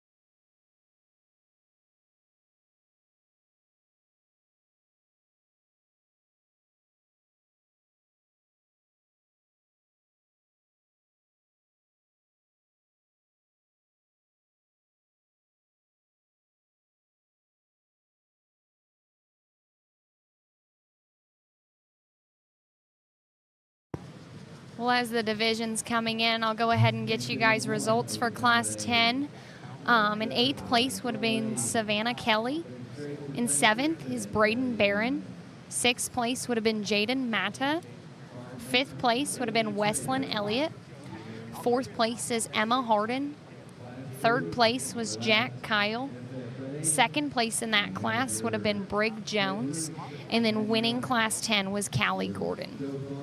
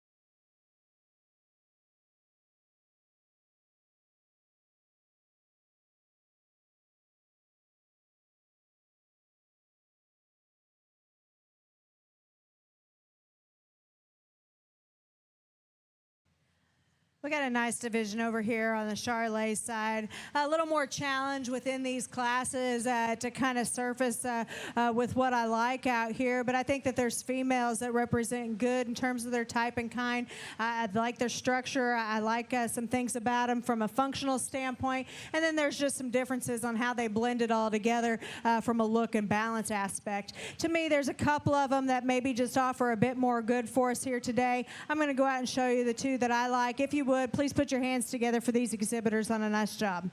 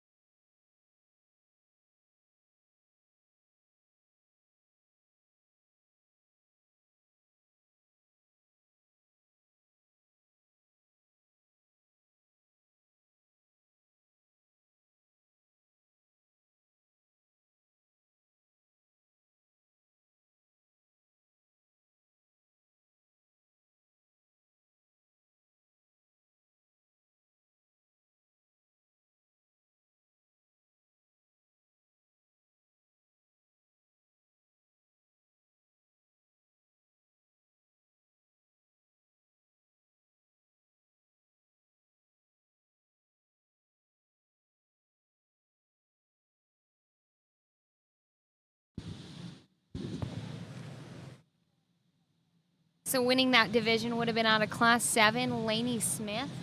And then reserve was out of Class 8, Addison Manis.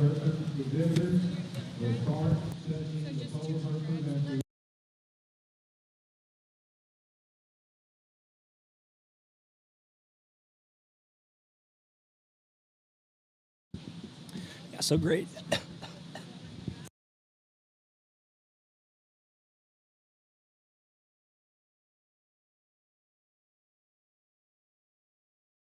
Sorry about that. Got a little frog in my throat there, but junior yearling division was great. A lot of depth and quality. Excited to see what the spring yearling division is going to bring to us. I know there'll be a lot of great cattle throughout this, and going to up being a super, super good drive.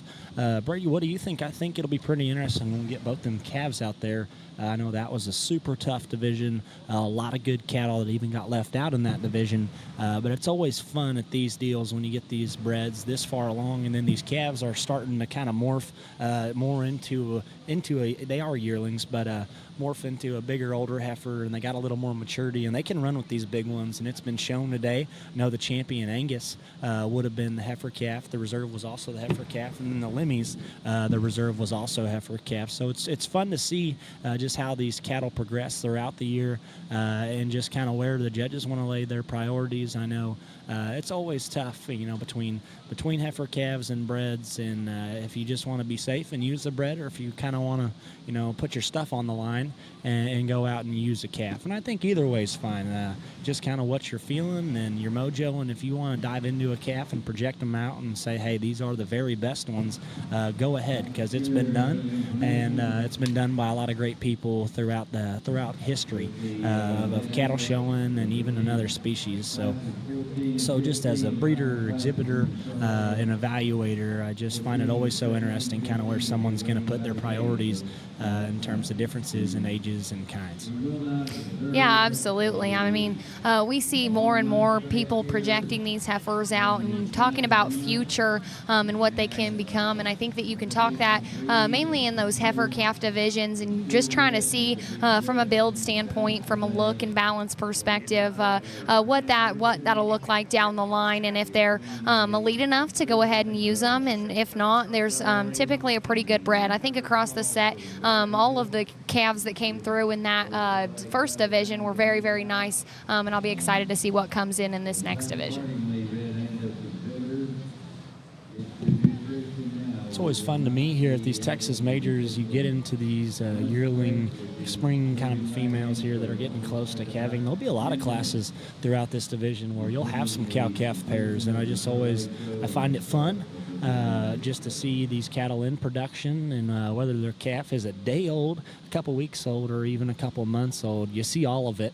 And I know in my experiences, it would have been probably my second year there in Houston. I had a heifer that ended up being lucky enough to win the Heifers.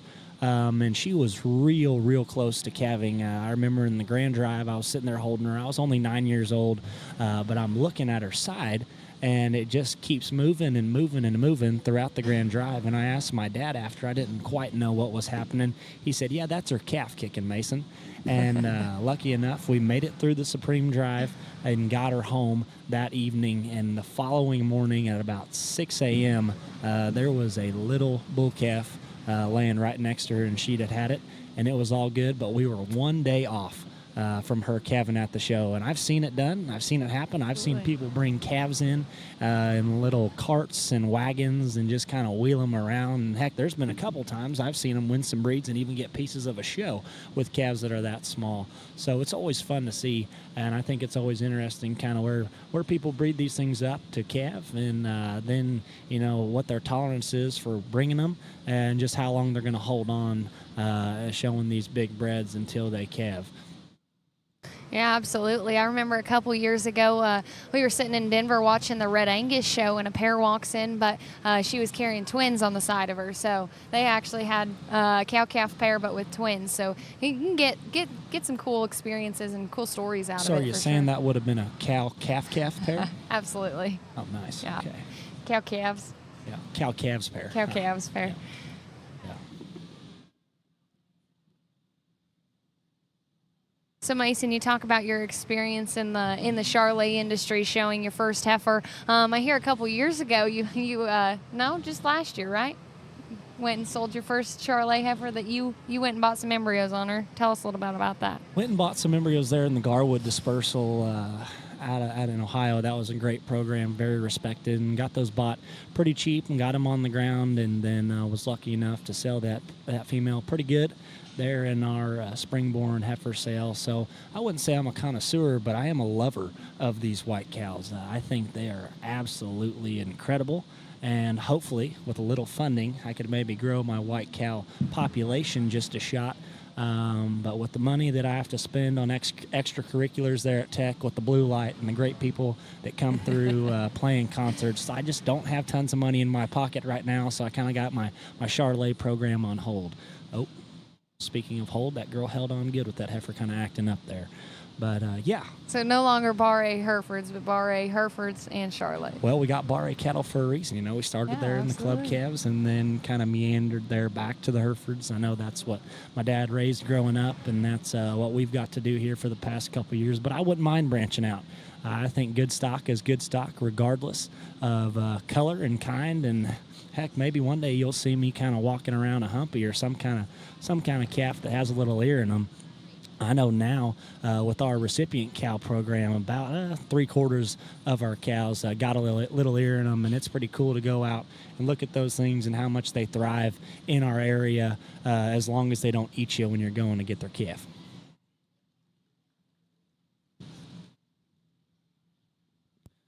Now we'll turn it over to Ravenna to talk this first class of our yearling females. Another good class, a real dense, powerful made kind of a heifer here to win this class. I like those things about her. She's one that's super robust, the center portion as you analyze her through her midrib. She's still one that goes to the ground with the right kind of flexibility off both ends. Just a nice kind of a heifer here to win the class. It gets a little bit close because I think if you're going to nitpick, you could trim her up just a little bit there through her chest, and that's where the heifer in second has an advantage is from a composition standpoint. She's just a little bit trimmer conditioned for me, a little bit more where I like to see them at this stage of the game. But at the same time, she runs out of gas in terms of shape and power to that heifer, and so that just keeps her in second for me. But I like her type and kind, and I like her added flexibility off both ends and her added look up front over the heifer in third. This heifer in third has got a high volume kind of center rib shape to her. She's one that has some width up high, but she funnels just a little bit more to her base. She's more refined in terms of her bone work. So from a genuine stoutness standpoint, you maybe question her just a little bit more. And ultimately, she just doesn't balance up quite as nicely as the pair heifers on top. Young lady here in the pink coming in fourth does a real nice job on the stick. This heifer is one that can't be easy for her to show because she's so tall and elevated there up front. But at the same time, she's a good heifer in terms of her feet and legs. I appreciate that about her. Today, she gets a little flatter, a little narrower, constructed all the way through, and in a competitive class, she just winds up in fourth for me. The heifer that's going to come next is another one that can give you some length and extension. I question her balance just a little bit as she's a little piecier in the way that she blends everything together.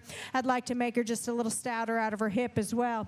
And we roll into a couple of heifers that have some trade-offs. The heifer that's going to come next is better in terms of her body. She's stouter at the ground, but she's also a little coarser in the way that she puts it all together, a little plainer in her look up front. Heifer's going to round out the class, is more attractive in terms of her neck set, and she's thinner about her neck. She's more feminine from that standpoint. She needs to be stouter in terms of her bone work. She needs to be opened up more at the ground for me. Thank you for the overview of Class 13.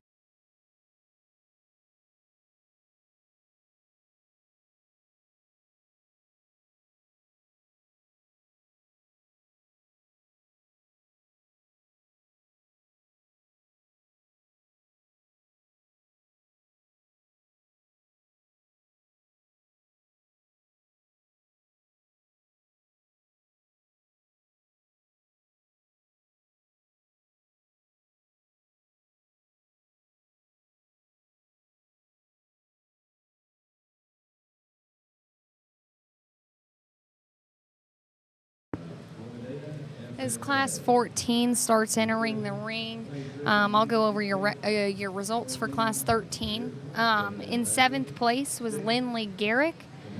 6th place was Natalie Smith. 5th place is Katie Coren. 4th place is Carson Kellison. 3rd place would have been Jordan Campbell. 2nd place is Jaylee Littleton. And winning that class is Ashlyn Chrisman.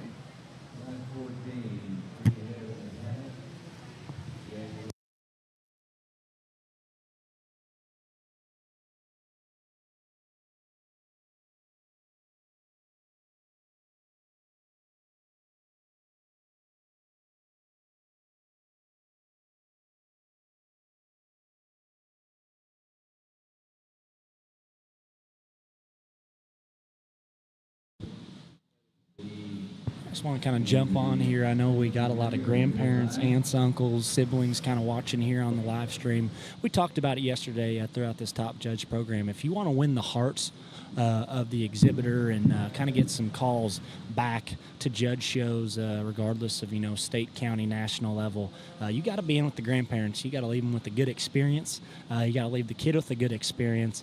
And if you can win over grandma and grandpa, you're going to judge a lot of shows throughout your lifetime, because we all know at the end of the day, the kid and the grandparent is what matters the most, because they're always kind of the ones that are cool, calm, and collected. It's always the parents that are kind of hovering around, freaked out, kind of, they got a lot of time and money and effort spent into it. But grandma and grandpa, if there are any of y'all out there, we know you're here, we know you're watching and you're listening, just hoping that grandbaby kind of gets along. So, yeah, always neat. I know myself. I know we'll see what Brady says. I got some great grandparents that came down and supported me at these shows, watched these live streams, and I want to give a shout out to Taylor Fort because they're able to put on just such a great broadcast. I know it's crystal clear. I know the camera angles are a little different than most shows, and they give you an in-depth look, kind of what the judge is seeing, and they're not posted in some corner of the ring where you can't even see your grandchild. So just want to give a huge shout out to Taylor Fort and the job they're doing here at San Antonio, and the opportunity that they give kids like us to kind of get on here and speak our mind, whether it's right, wrong, or indifferent.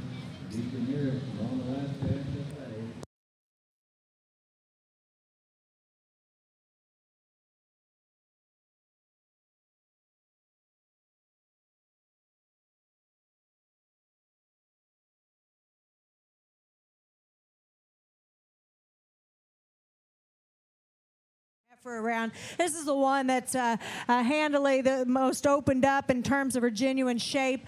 She's got the right kind of body shape for me. She looks like a practical made kind of a female, and she kind of further solidifies her spot on top. When you analyze her structural base, she's the one that's the most correct in terms of her angles. She's the one that's the most fluid in terms of her movement. Then I think you got a little bit of give and take amongst the next two. They're different in terms of what they bring to the table out here. I'm going to use a young lady on this end here to be second in this particular class. I think this heifer is just a little bit softer in terms of her type and kind. I like the added advantage she has as she's a little further along in terms of her udder development. I'd expect us to reach a point of production maybe just a little bit sooner with her. And aside from that, I think she's one that just blends together a nicer, well-balanced look from the side. Now, I'd definitely like to change her in the way that she goes to the ground. From knee to ground, she wants to twist out just a little bit, and from hock to ground, she's a little tighter, more insecure. Heifer that's going to round out the class is better in terms of her mobility from that standpoint. And that's what makes it kind of close, in my opinion, because you could kind of talk the advantages there. But to me, when you get off and you look at them at the stand, she's just a little bit piecier and ill-proportioned the way she pulls it all together. I'd like to add just a notch more genuine width and stoutness in her as well. Nice trio there. Congratulations to those exhibitors. And we thank you, Ms. Bloomberg, for the overview. Taking the blue ribbon first place honors here in Class 14, that was Caden Willett of Karnes County 4-H Club. And second in the class went to Carol Fedora of Schulenburg FFA. Third in the class, Peyton Buston of Rockdale FFA, the exhibitor. Class 15 moving in the arena at this time. 3 entries. Final class to judge. We'll be moving into the senior division. As mentioned earlier, we'll only have a transition break and between the breeds.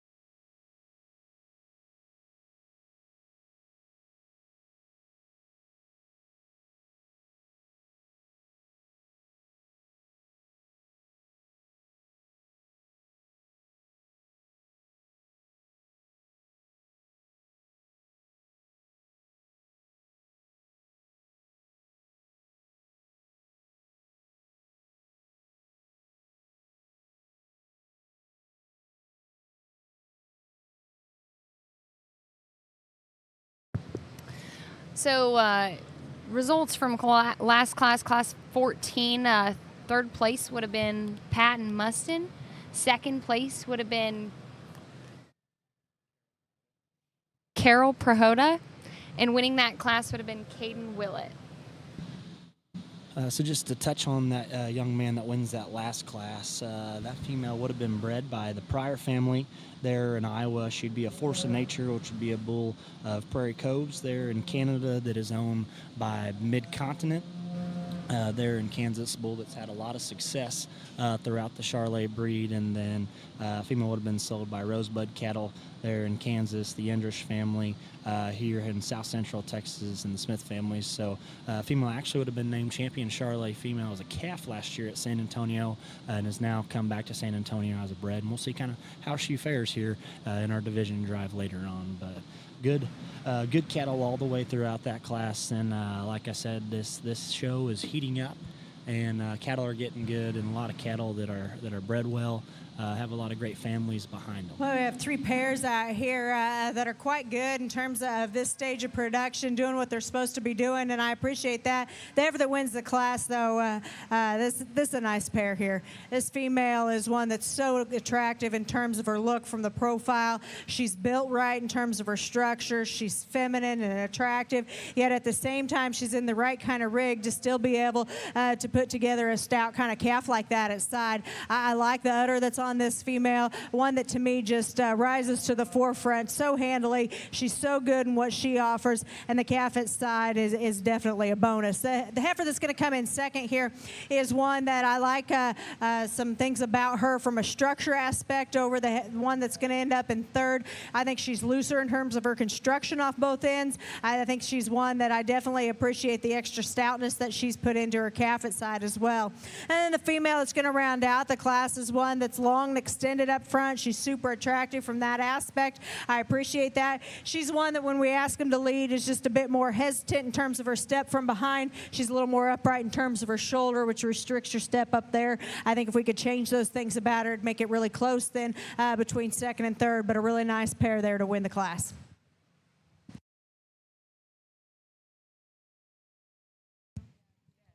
And ladies and gentlemen, taking the blue ribbon here in Class 15, entry 17975, Georgia Goodnow of Fannondale FFA. Second in that class went to Darby Tate Smith of Tatum FFA. And your third place award to Chase Godden of Lake Creek FFA. Well, this will bring us to our drive.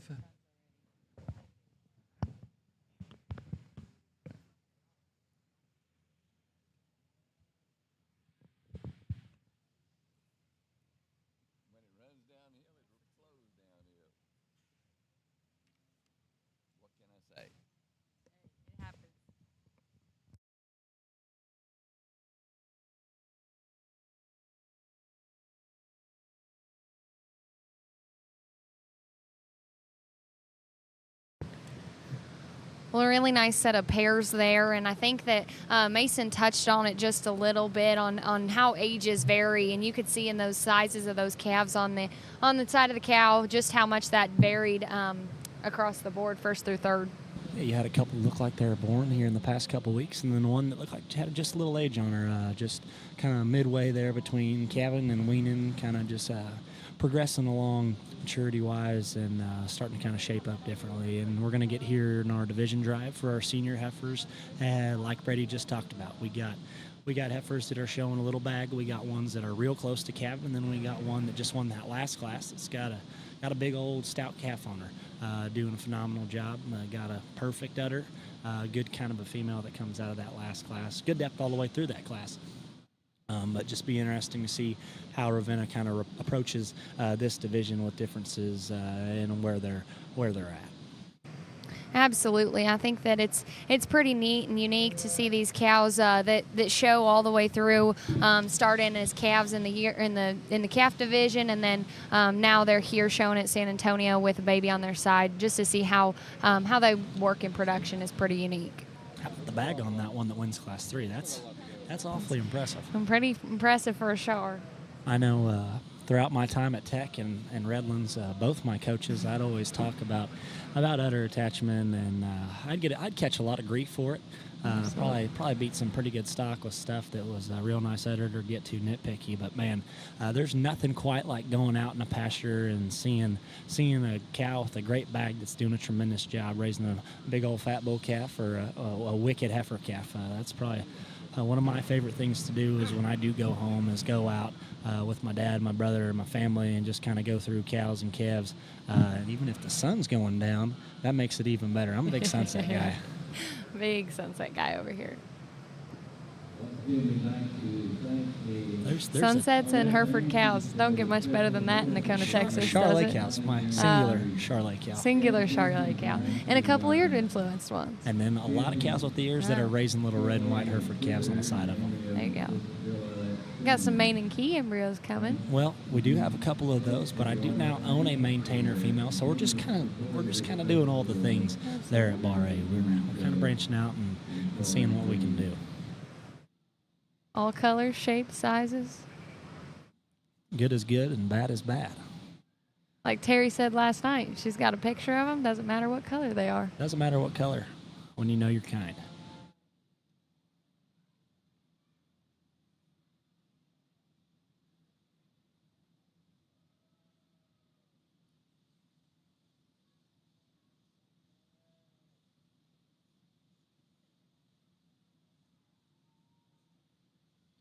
As we're sitting here and watching Ravenna, like we just talked about, these differences in cow calves and then these bred heifers. Oh, we're going to turn to her.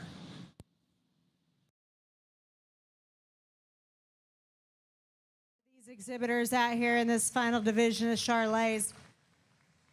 I think we have a nice lineup out here, and there's some contrasting types and kinds, and I think that's okay sometimes. But hopefully, as I've sat and tried to discuss within these classes, you've been able to kind of follow along. That I like females to look like females, to be functional like breeding stock should, but then at the same time to pack on some of those extras in terms of power and shape, and still combine the right kind of look and the right kind of flesh for where they are in production. And I think there's a couple of these out here that hit me just a little bit harder in terms of being just a notch more unique, a little more elite kind of cattle, and represent a lot of good.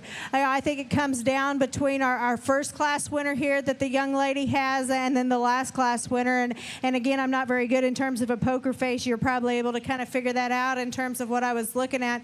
They have the first getting pulled around here. The young lady has out of this first class is one that's so stout and opened up. She's so robust there through the center portion of her body. I like her hip shape and her added dimension when you get in behind her.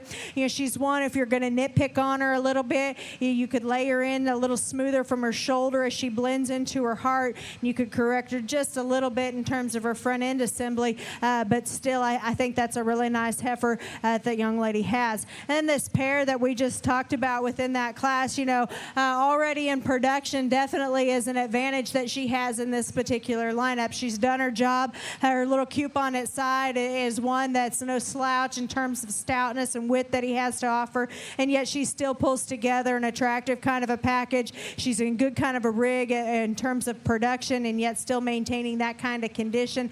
We're just a really nice kind of a pair that's fairly fault-free from that standpoint. And so I think you kind of have some differences. You have a pair of them here that I think are maybe just a notch more complete, or you have one that kind of swings for the fences just a little bit more in terms of power and uniqueness. So that's the differences that I see between them. The one that I'm going to use here for champion, I think is just a notch more special. I'm going to use a young lady spinning around here to be champion. We'll use the pair for reserve. Congratulations.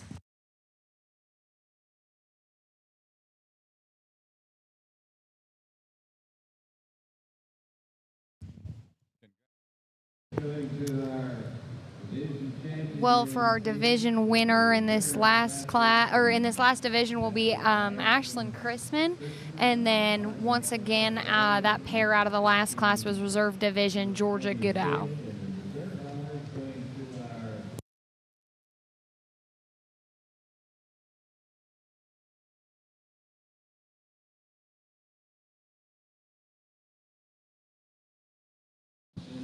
we just briefly touched on it, and I knew that would be the case. I was just guessing, but Ravenna just said it got so close there between that bred heifer and that pair, and opted with the spring. And like I talked about, you just kind of got to stand your ground and do what you think. And those were two phenomenal cattle, and it could have gone either way. But just so impressive. So impressive, just the rig that these people are able to present these big breds in. And then, talk about in that pair, in order to maintain a pair and keep her flesh right, keep her body in her with that big old bull calf on her, once again, just very commendable on the exhibitors and people at home that are getting these cattle presented, because I do know what it takes to get them here and keep them in that kind of rig. So awesome division. Now we're going to kind of roll into our champion drive and see what Ravenna's going to do, because we got a phenomenal set of cattle that are coming out here.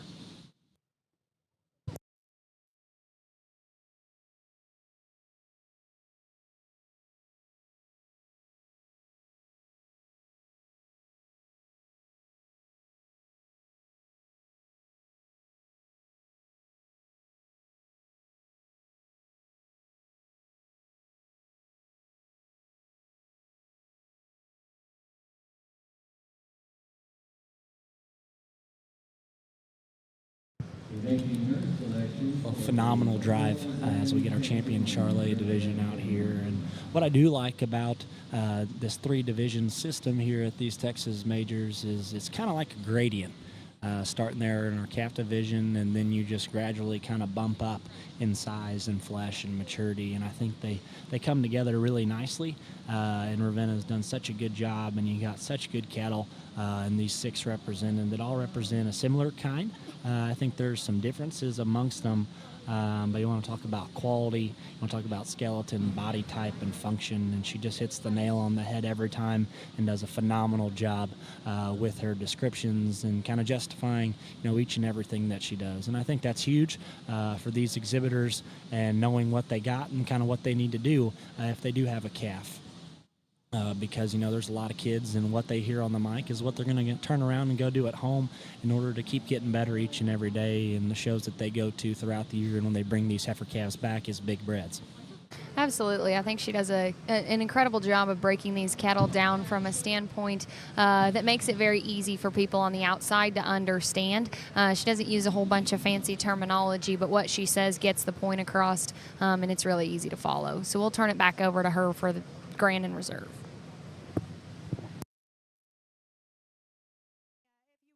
Congratulate these exhibitors on their work and their effort and their quality that they brought.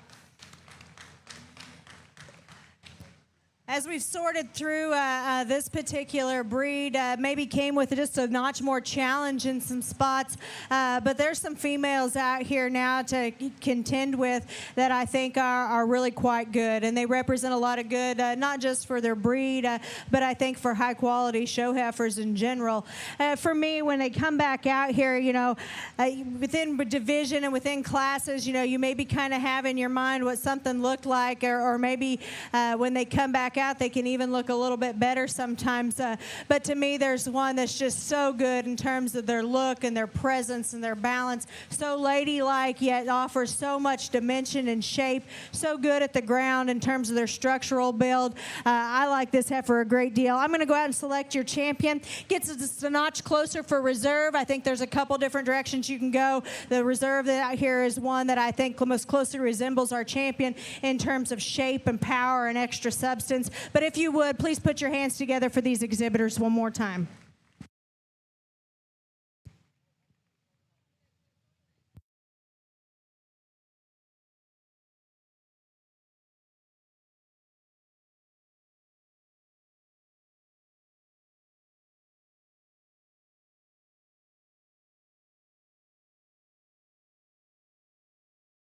Ranches.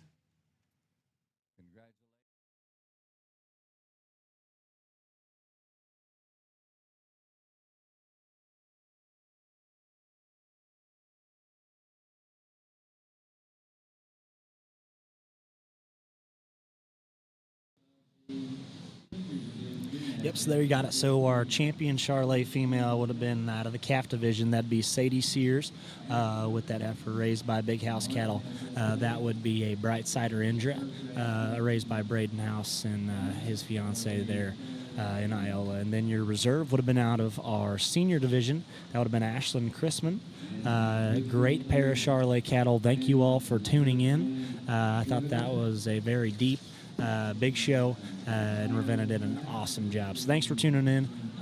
We'll kind of shut down from here, go into another breed, and you'll get to hear from a couple other kids here in this Top Judge program.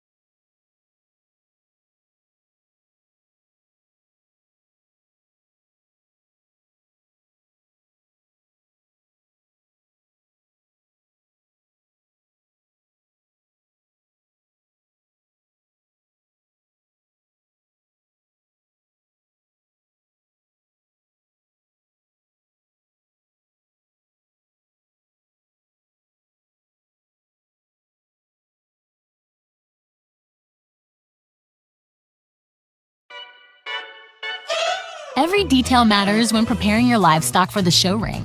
At Producers Co-op, we offer high-quality show feed, supplements, and supplies designed for your animal's best performance. Our specialized feeds promote optimal growth, conditioning, and muscle development for cattle, sheep, goats, pigs, and more. With expert advice and reliable products, we're dedicated to your success. Trust us to help you reach your goals with the feed that works as hard as you do. Come see why at Producers Co-op, it's better here.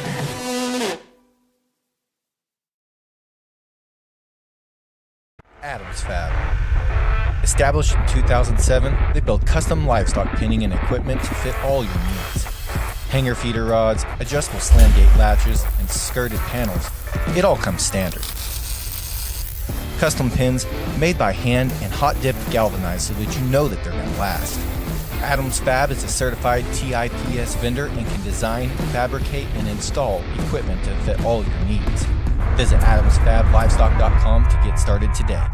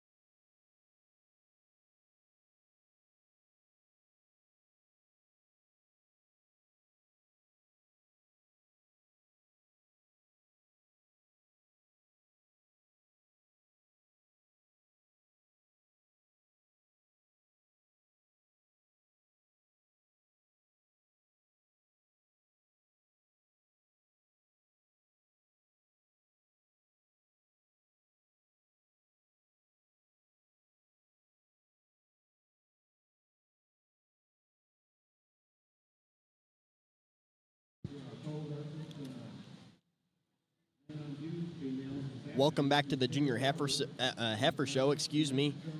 Here over on this side of the stream, we've got the Red Angus Show just now starting. My name is Dylan Prokop, and I'm a senior animal science and ag economics double major from Llano, Texas, so not too far down the road from San Antonio. And I go to Texas A&M. Just recently finished up my year on the Texas A&M livestock judging team. Thoroughly enjoyed it, and glad to be with you here today for the Red Angus Heifer Show here. And I'll be joining Dylan. My name is Kellum Carnahan. I'm from Julesburg, Colorado, animal science major at Kansas State University. And like Dylan, I'm down here with the Top Judge program. Very excited about that opportunity. It's definitely been something that has been one of the greatest experiences I've had within the industry. So, yeah, looking forward to getting to sort through and discuss these Red Angus as we get on down through the show. Yeah, it's been an absolute blast so far. Kellum and I have been involved with the program over the last couple of days. We were both selected for the program. It's something we had to apply for, and we're very honored to be here with you. Well, Kellum, here in the first class in the Red Angus Show, we've only got 9 entries. There should be 55 total entries in the Red Angus Show, but certainly high-quality cattle, it looks like, from top to bottom. You know, I was impressed. You'll go to some of these shows and the Red Angus side of things will be a little light on the numbers, or maybe they won't have quite as many entries. But they've got a pretty good showing today. For the first class here to have 9 entries and be full is very impressive. And I think it's just probably a testament to what the breed's doing down here and kind of where the breed finds the most use within the country. I'm further north, and there's a lot of good Red Angus cattle, but maybe not quite as many that make it into the show ring. So it'll be really exciting to see Miss Bloomberg sort through these today and kind of get to see her take on type and kind and that kind of thing. So. Yeah, like Kellum said, we have with us Mrs. Bloomberg in the ring sorting on this side. If you're just now joining us, that is the wife of Mr. Blake Bloomberg, who's widely regarded as one of the industry leaders and one of the greatest all-species livestock evaluators around. Funny enough, he's actually judging the steer show, so I think that's pretty cool that husband and wife getting to sort through the heifers and the steers together. Yeah, I think that's probably something a lot of people would put on their bucket list as a possibly unaccomplishable goal, and something they've probably got to do several times. They're both very renowned within just the livestock industry in general, and it's an honor to get to be a small part of this show. I'd just like to say I think San Antonio's done an incredible job putting on this livestock show, from the quality of the interns that run the ring and keep everything going, to the quality of judges they get and the quality of support staff behind it all. I think it's an incredibly well-run machine. Yeah, absolutely. That's a great point.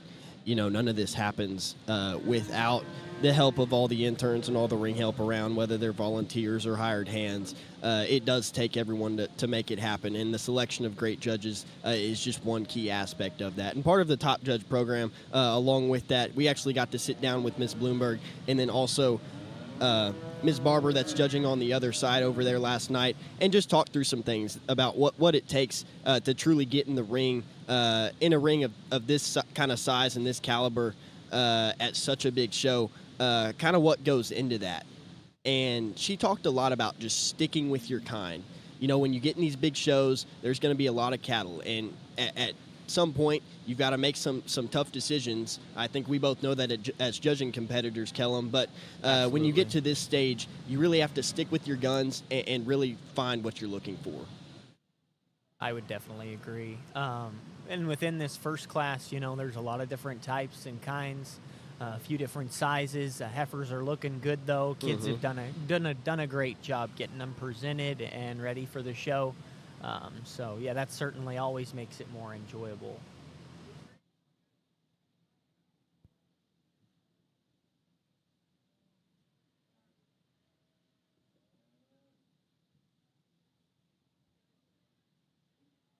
Something else that we need to take the time to highlight before we get too deep in here is just the incredible scholarship money that San Antonio is able to raise for these kids. No matter what show you're looking at, whether we're talking about the market steers or the breeding heifers or the market bearer show, every breed champion is going to get to walk away with a $10,000 scholarship, which is a pretty substantial amount of money for anybody, let alone a young kid in 4-H or FFA. Certainly a life-changing amount of money that's going to help them in whatever they choose to do later on down the line. But that's something that makes San Antonio unique, not only here in Texas, but I think across the country as a livestock show, is the amount of scholarships that they give out to these kids. And it's not only here in the junior livestock shows, it's also in other competitive events, such as the Ag Mechanics show, the livestock judging contest, meats judging contests, and skillathons.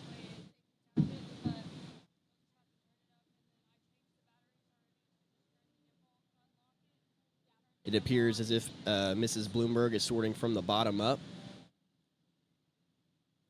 But still, there's a lot of quality to be found in those cattle that are there on the bottom end of this class.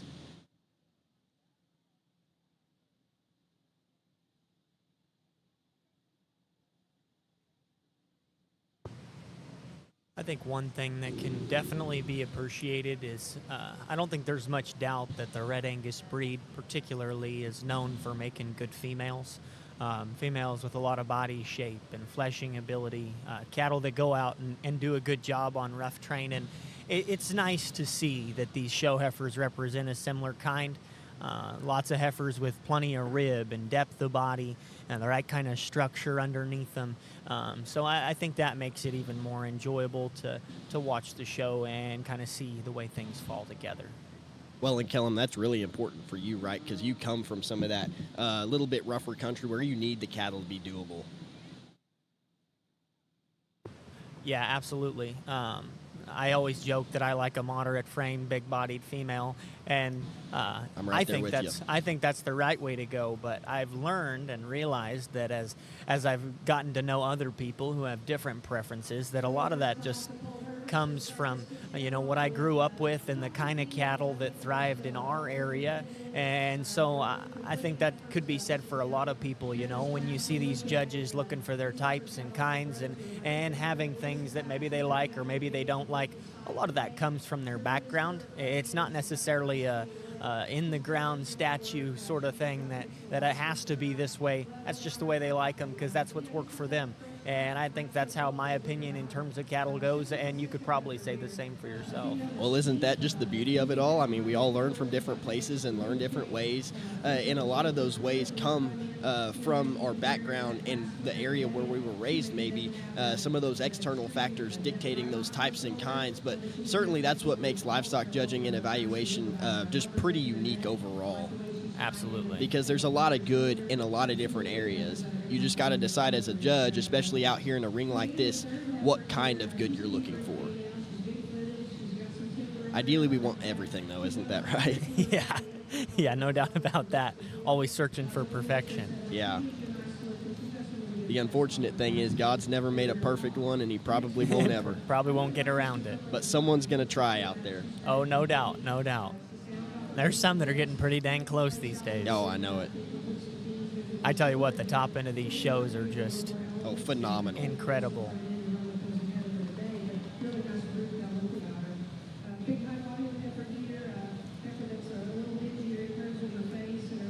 All right, it looks like Mrs. Bloomberg made her final decision here on the top pair. You know, it gets real competitive on the top end of these classes. I mean, these cattle are just that good, and it makes it tough in the mind of a judge to decide where you want to put your priority or your emphasis on. But it looks like Mrs. Bloomberg made her decision. Both these young ladies doing an awesome job getting these two stuck out here on the turf.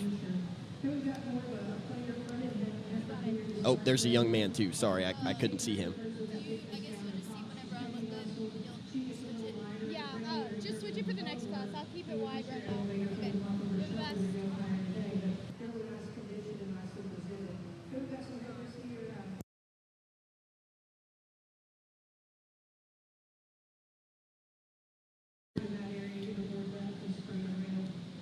As soon as Ms. Barber is finishing over on the Hereford side of things, we're going to get the microphone, and Mrs. Bloomberg is going to be able to share her thoughts on the class.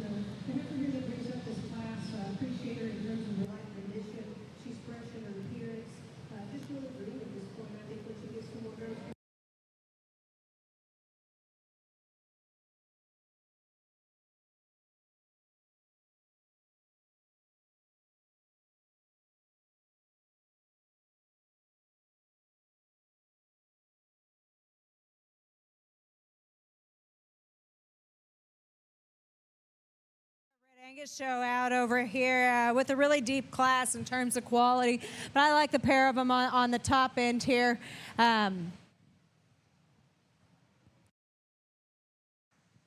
I think when they pulled over here, they got in a little different lineup. Second and third here need to switch for me. Heifer's going to win the class is one that I really like. Her general build, her body type is really good. I like the extra dimension she has when you get in on the cattle, and she's still one that's attractive and good in terms of her mobility.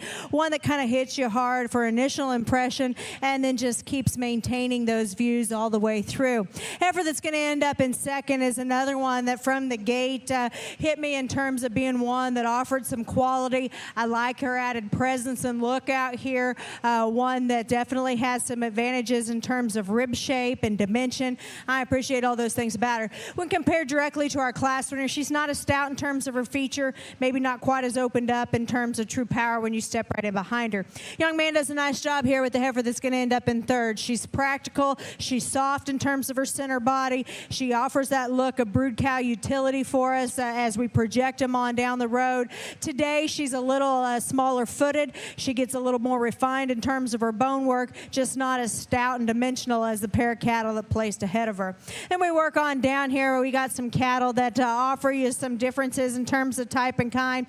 Heifer leading out next is one that offers you some length and extension. She's a bit more upright in terms of her shoulder, and as well, just a little tighter and shorter stepping from behind.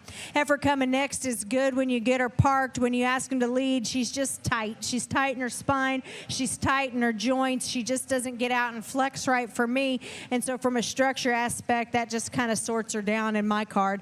The next young lady here that we got coming has a good basic build kind of a heifer. She gives up a lot today in terms of age, I think, and it kind of works against her.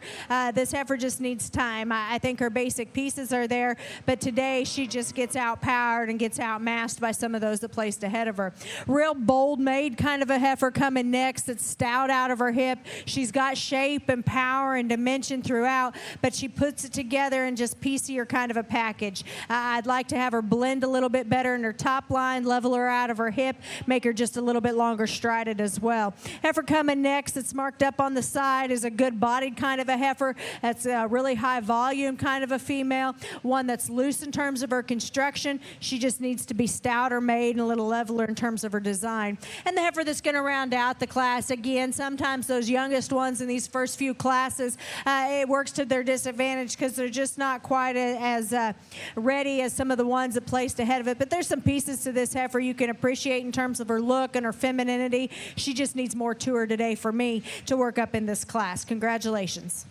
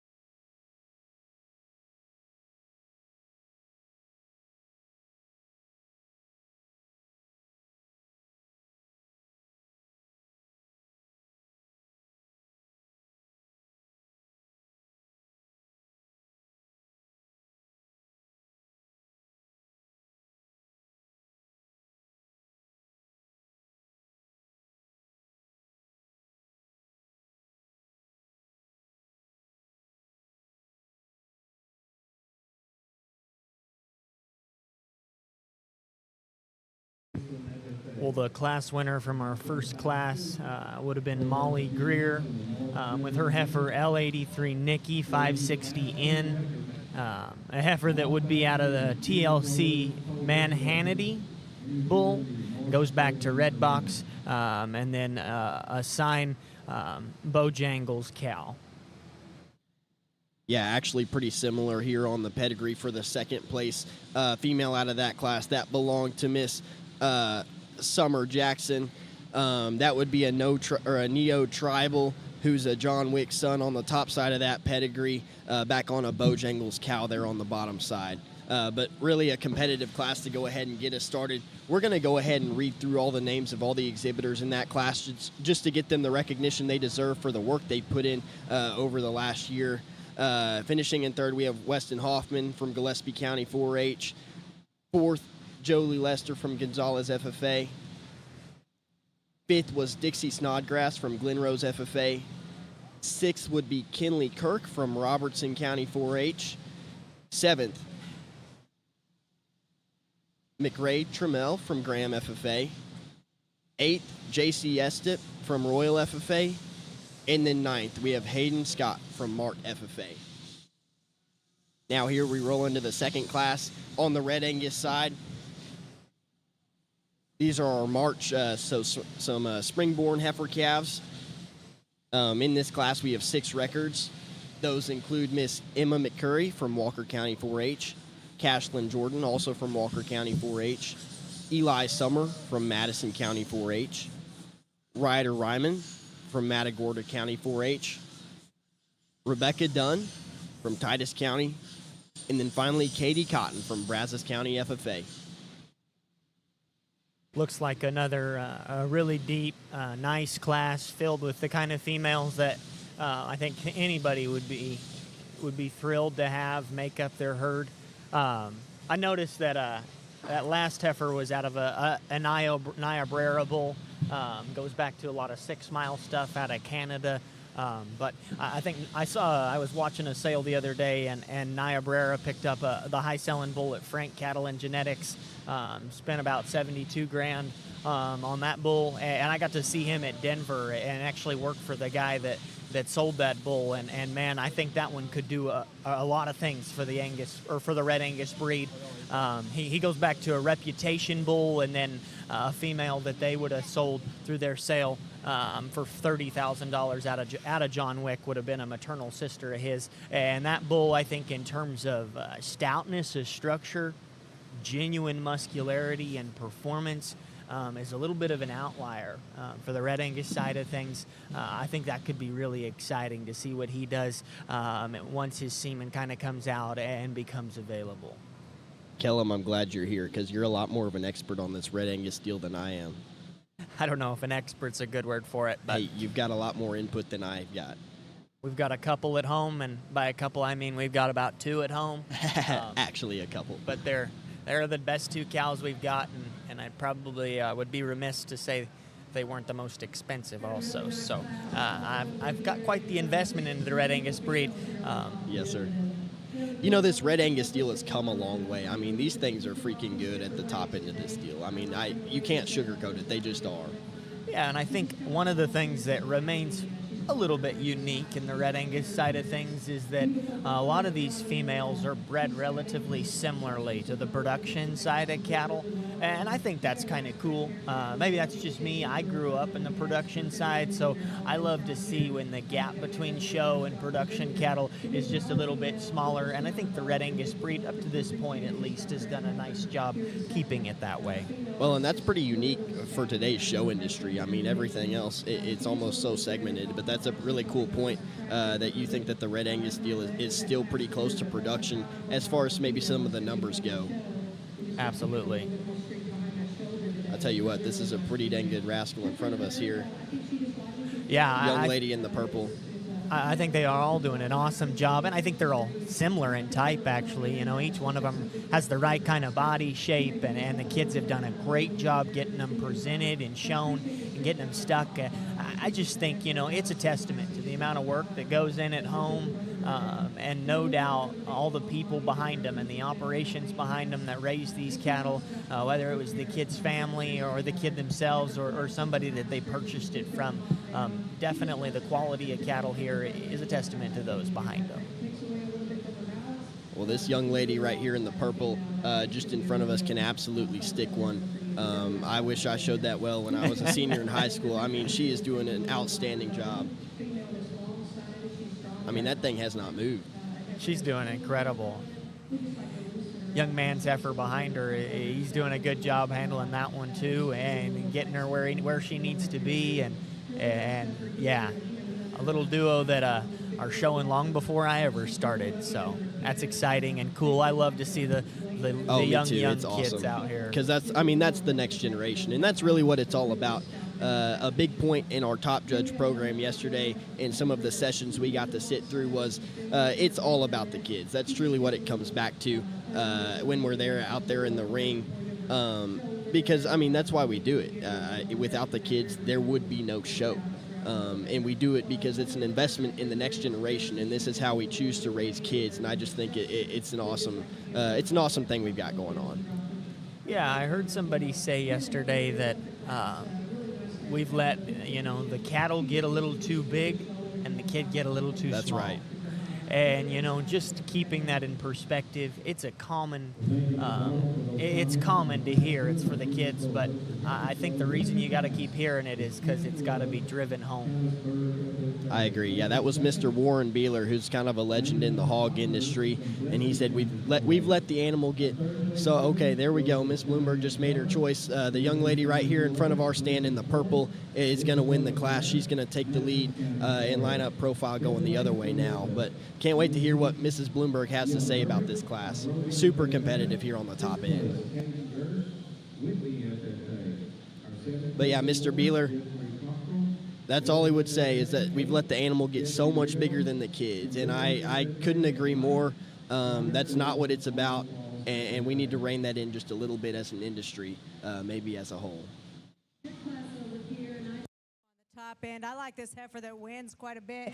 Young lady does a really nice job getting this one presented out here. This is a good female in terms of her look from the outside, her presence and her femininity. She's got the right kind of body shape in terms of depth and robustness up high, yet at the same time, there's some width to this heifer all the way through. She's just a solid made, good, functional kind of a female that still looks like a show heifer out here. Young lady, again, does a real nice job. I think a good decision for me was more between second and third because they are a little bit different.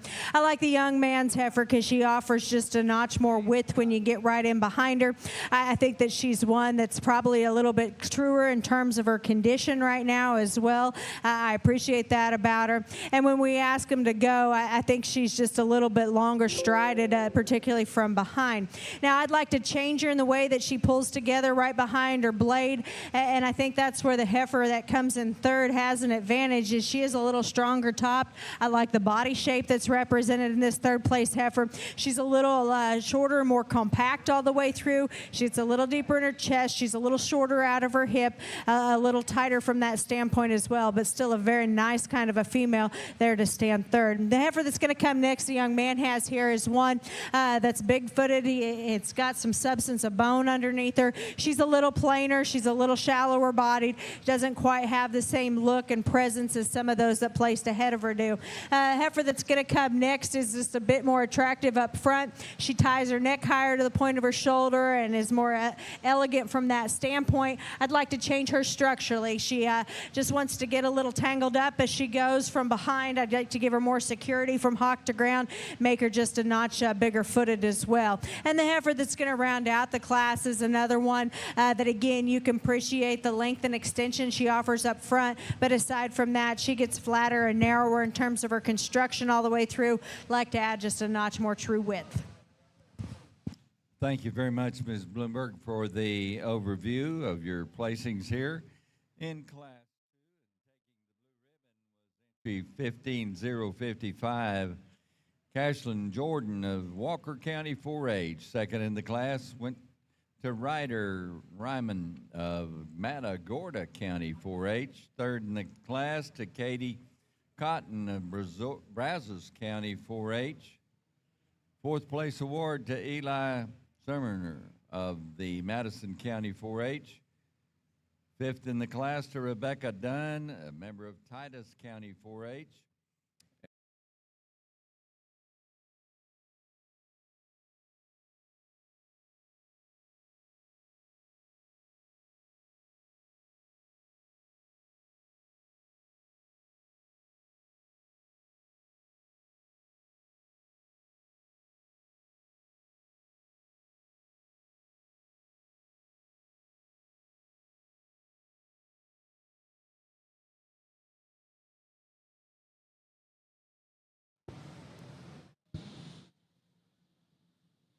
The class winner out of the last class, Class 2 on the Red Angus side, would have been Cashlyn Jordan's heifer. And that heifer, again, is another heifer that's out of a Niobrara bull, Niobrara Prestige. Goes back to 6 Mile John Wick, just like the heifer that was second in the last class, and then out of a Bieber Spartan cow. Reminder to our Red Angus exhibitors and classes. Again, you know, I just think it's awfully exciting when you see that level of quality out there and that kind of balance and femininity and style. But then they combine it with a pedigree that's very, very relevant, pedigree and set of genomics and EPDs that's very relevant to today's industry and kind of the more production side of things. It's definitely exciting.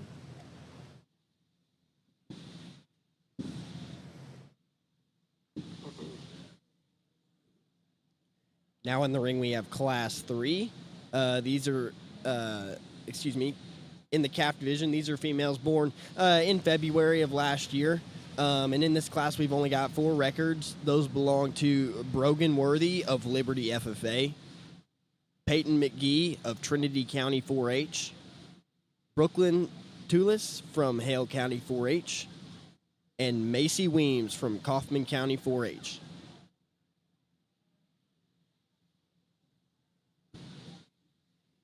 You know, Kellum, it's kind of funny out here with only, little trouble in the ring. Looks like somebody's gonna. Yeah, we've cause got us our a few issues. awesome ring hand gonna give that young man or young lady, I can't really tell from back here, which is terrible. Give them a helping hand. That's the biggest thing. I want to say young man since he's wearing the hat. I think you're right. I can't tell based on his shirt, though. Our angle's a little off. Yeah, I apologize. We can't see much from where we are. But it's kind of funny having 4 of them out there at a time. It's kind of like a judging class. Mark your card and turn it in. Yeah, no doubt about it. You get to see him walk by once, and then looks like Ravenna's gone ahead and made her decision already, and we're just waiting on the other side, the Hereford side of things, to kind of wrap up before we discuss this class. You know, and even in a small class like this, when it doesn't take a whole lot of time and Mrs. Bloomberg can be a little bit more efficient, I promise you guys at home that she's still giving every kid the fair look and the fair shot that they deserve. She understands as much as anybody the amount of work and the amount of effort that it's taken for these kids and their families in order to get these animals to the show at this point. And so she understands that, and that's why she gives every single kid the look that they deserve. Yeah, I think, you know, we've been sitting on the sideline all morning and kind of getting to watch how these judges run the ring, and I've really enjoyed watching both of them. You know, even in the single entry classes, they make sure that each kid gets to spend some time in the ring, get their animal stuck, move it again and stick it again. And I don't know, when I was showing, I always thought that was important. You hate to go in and be out and turn around and be done just as quick as you went in. So I think that's a testament to the character of the judge, and kind of the reason they're out here is just giving those kids the time of day.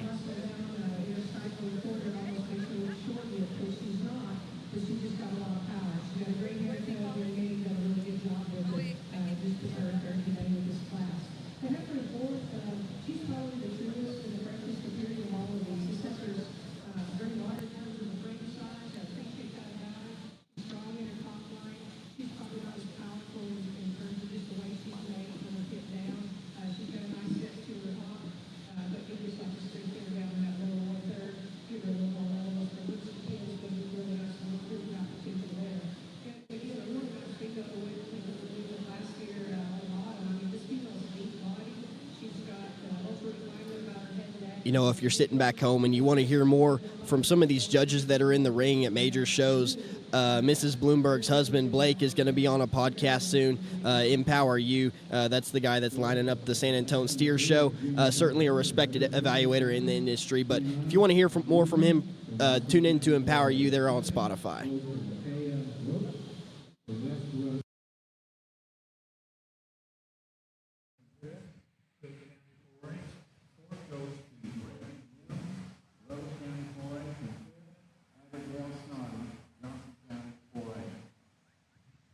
Another nice class over here, and a pretty logical place to start, in my opinion.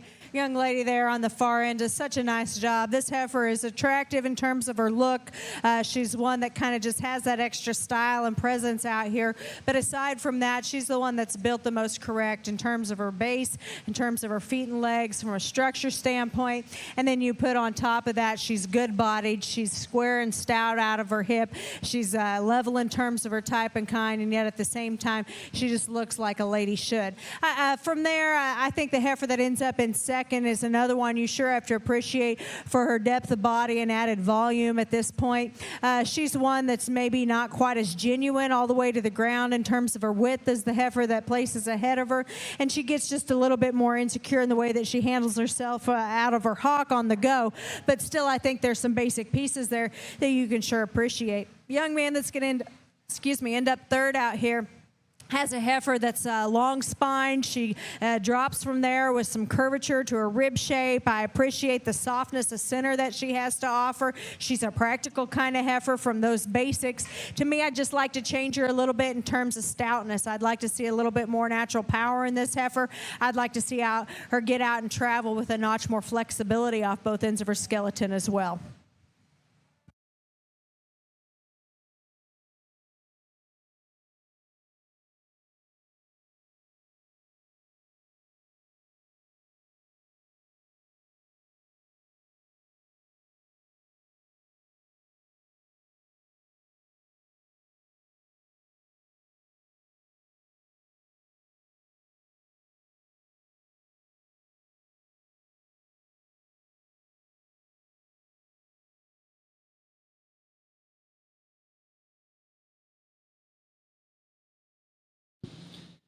Well, back here on the Red Angus side, we're trying to get a hold of the pedigree of that class winner right quick. But coming into the ring, January-born heifer calves here. And in the class, we have J.T. Mosley from Kootenai FFA. Apologies, I don't really know how to say that. Haven't heard of that one before. Audrey Smith from Mineral Wells FFA. Finley Buckholtz from Ellis County 4-H. Autry Smith from Navarro County 4-H. Robert Kisner from Bannondale FFA, and then Gage Tomasic from Franklin FFA. Excuse me. Should be 6 records in this class. Checks out. Sorry, we had a scratch in the last class. Didn't realize that until after I read the list of names. Yeah, kind of going back to that last class, Macy Weems would have won that class with a Reba Pride heifer that goes back again to that red box bull. I'd venture to say he'll probably show up in the back of a lot of pedigrees here. That's a bull that saw a lot of use in the last 10 years. Goes back or is owned by Duff Cattle Company and then Mans with Power Plus Genetics. Duff's definitely hold a large share in certain areas of the Red Angus side of things. They would have had a sale a couple weeks ago that really averaged well between Red Angus and Angus there out of Oklahoma.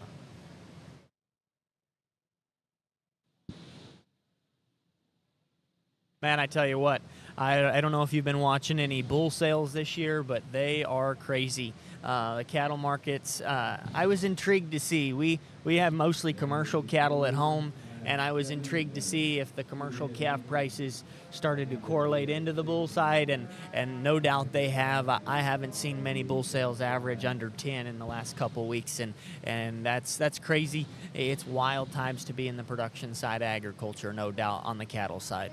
Yeah, it is wild. I mean, everybody knows that the cattle market is hot, but I mean, you still look at price lists, and it's still surprising, even though we understand that it's hot right now. But I mean, if you want to make money in the cattle business, now's the time. But still, I mean, some of those high prices could make it hard for someone brand new to get into it. So there's checks and balances to everything for sure. Yeah, and I think, I don't know exactly where I stand. Obviously, it's nice to have prices as high as they are, but the beef industry is made up of a lot of different sectors, and for that to be real sustainable, every one of those sectors needs to be making their part. And I think, I'd be remiss to say that it's a great time to be in the feedlot side of things or on the packer side. And maybe all the cow-calf guys are a little just thrilled they get a piece of it for a change. But I'm hoping that we see a bit more equilibrium here in the future and some opportunities for everybody to see some returns and profit right now. No doubt about it. Everybody wants to make money. There's no doubt about that. That's for sure. But they also say that money is the root of all evil, so take that how you please. Yes, they do, but yeah, Mrs. Bloomberg making her first selections here. Sorry, Kellum, go ahead. Oh, no, go ahead. I didn't have anything good to add. A funny backstory, Kellum and I have known each other for a few years now. We were both on a high school judging trip that goes to Scotland that they host every summer for kids that have success at the national level as high school students. And we really enjoyed that trip. We've got a lot of fond memories and fun times from that trip that we still talk about to this day. A lot of fun stories. And funny enough, so I went straight to A&M. I did not go the junior college route like a lot of my contemporaries that judge collegiately do. So in that, I had the chance to try to recruit on some kids out of junior college, and I tried to recruit on Kellum pretty hard to come to A&M. But he liked K-State just a little bit too much and decided to go there. But we've kept in touch ever since. Still one of my good friends. We were actually talking the other night about maybe coordinating a backpacking trip one of these summers. So we'll see if that actually happens or not. Yeah, no, it's been an awesome getting to know you and hanging out around you and getting to be on the same judging circuit. I tell you what, if any of your kids ever get the opportunity to do that Edinburgh trip through Scotland and Ireland with the livestock judging side of things, that is a second to none experience. 2 weeks that I probably, if there's anything in life I'd love to go back and try again, that'd probably fall under the category. Yeah, that was a trip to remember for sure, a trip of a lifetime. Yeah, we were both lucky enough that our local communities were able to raise the kind of money to send us off without actually having to pay a whole bunch of money out of pocket, which was nice because that is the thing. I mean, it's an expensive trip, but well worth every single penny. Absolutely. Looks like Mrs. Bloomberg is walking this class one more time. Important to get the looks that she needs to place the cattle exactly where she thinks they need to go. That's something else we talked about yesterday through the Top Judge program is when you're there in the ring, it's your job to get your look. And if you're not doing that, you're not really being all that fair to the kids who put in all the work to be here today. So, again, Mrs. Bloomberg right here before she makes her final decision, getting the look that she needs.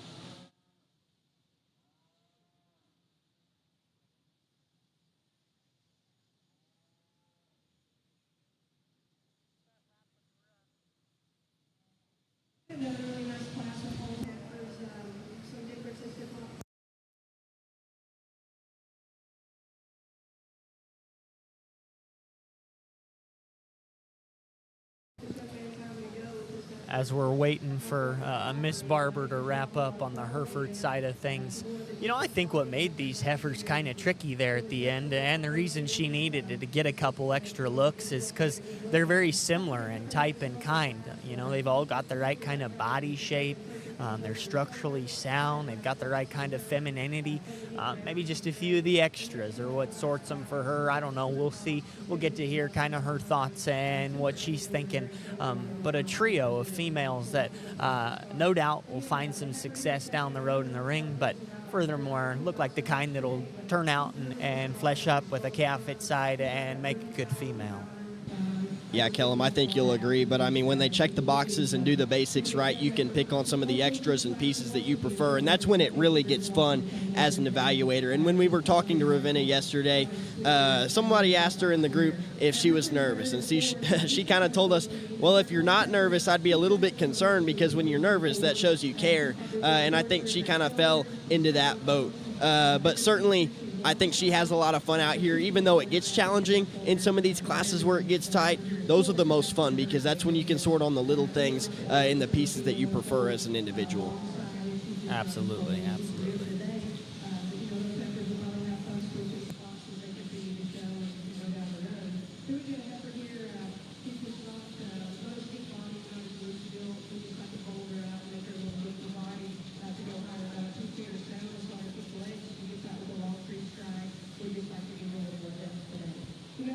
One of the awesome people that's been helping out in the ring, back in the holding pen, and then also up here on the announcer's booth just a little bit has been Dr. Mark Miller, kind of meat science legend from Texas Tech there that coached meats judging teams for a long time, but I know he's a Red Angus enthusiast. And Kellum, he's kind of like you. He's on the production side, loves the numbers side of things.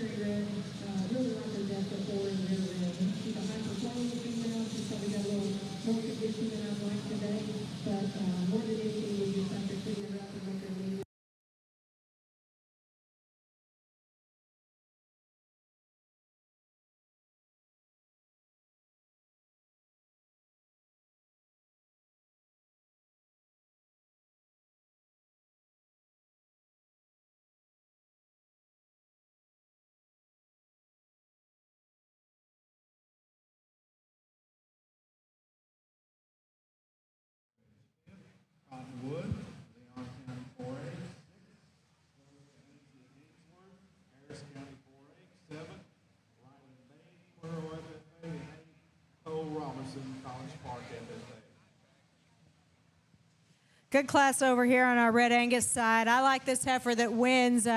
She does so not only because she's a good-looking one, but when we ask the cattle to lead, I think she's the one that's the truest in terms of her movement off both ends. She's the most flexible. She combines so much good from a functional standpoint, but still has the extras to represent what I like to see in a show ring.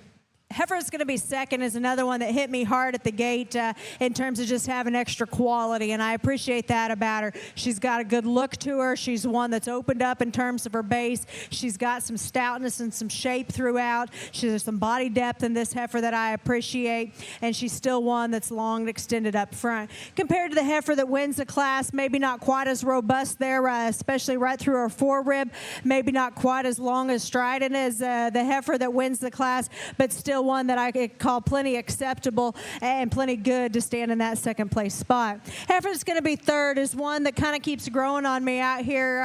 Maybe didn't hit me as hard when they first came in, but this is a good bodied heifer, one that definitely has a good look up front. Young man's a great stick on her because when he gets her parked and set, she's one that you can sure gravitate towards in terms of her look and her build and her presence out here. When we ask him to lead, she's the tightest and the shortest in her step of those first three, and it's her structure that sorts her into third for me. But on the stand, that's a nice female there that the young man has. This darker heifer that's coming next is one that I appreciate her added stoutness, her added bone work and foot size at the ground. I appreciate as well. She's just a little coarser in the way that she puts it all together. She's getting a little bit big from a frame standpoint as well. Maybe like to moderate her down just a notch.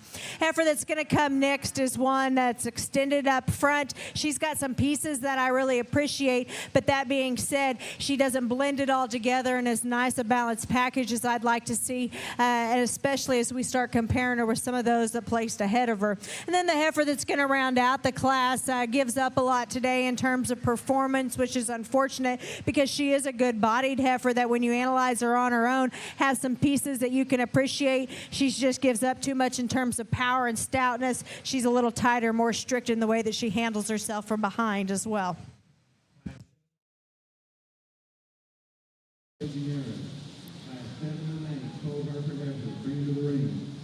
Here in our fourth class on the Red Angus side, class winner is Gage Tomasic from Franklin FFA, and Kellum has the pedigree on that one. Yeah, a heifer that maybe's bred a bit more unique or a bit different than some of the stuff we've seen. A bull that I'm not super familiar with, Red Sunbury Copenhagen on the top side, and then on the bottom side, and I guess on the top side as well, there on the paternal Grand Dam.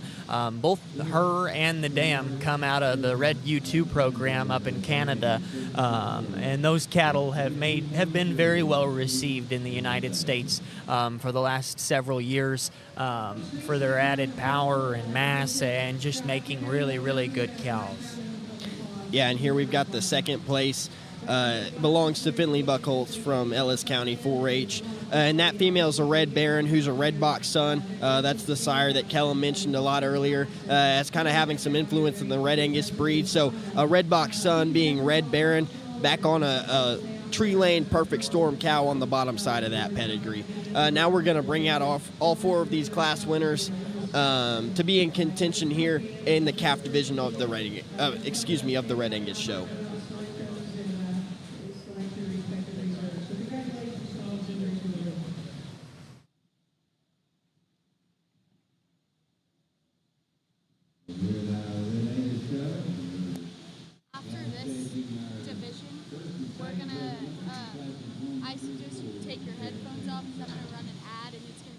Okay, yeah.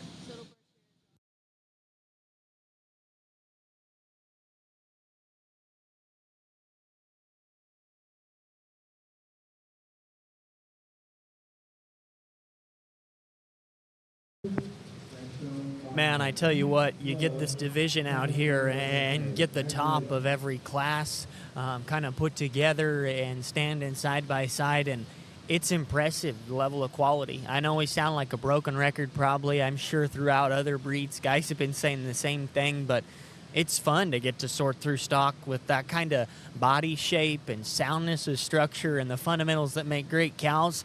But then piece it together with an awesome front end and femininity and an attractive hind leg and just incredible balance from this side. I think that's what makes judging one of these shows an honor, in addition to being able to, get to know and talk to and kind of conversate with so many kids that in just a few years will probably be making their own mark on the industry.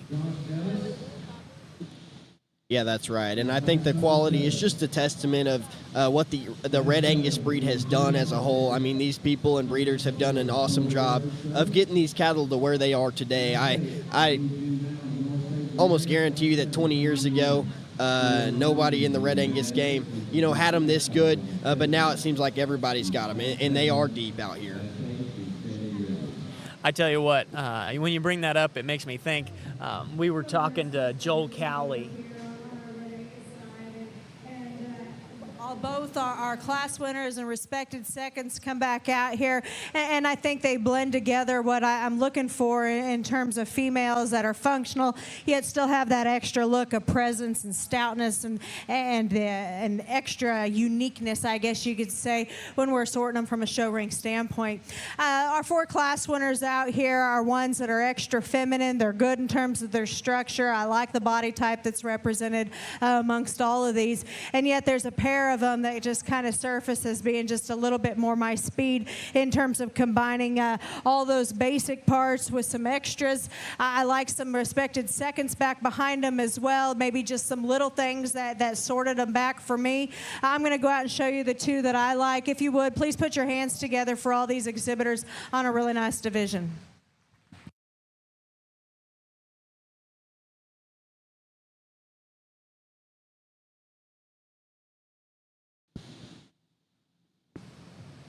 Well, it looks like Mrs. Bloomberg went ahead and utilized the heifer out of the last class in this division. Just a bold-ribbed, powerful heifer that at the same time is awesome in terms of her structure and very, very good female. So a good representation of the breed.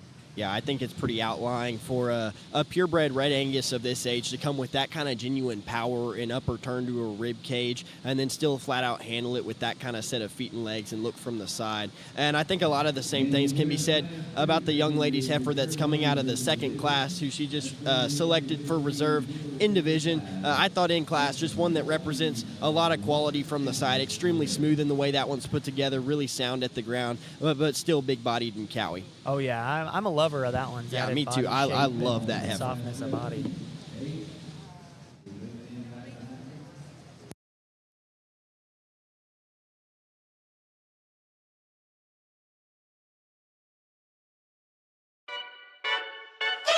Every detail matters when preparing your livestock for the show ring.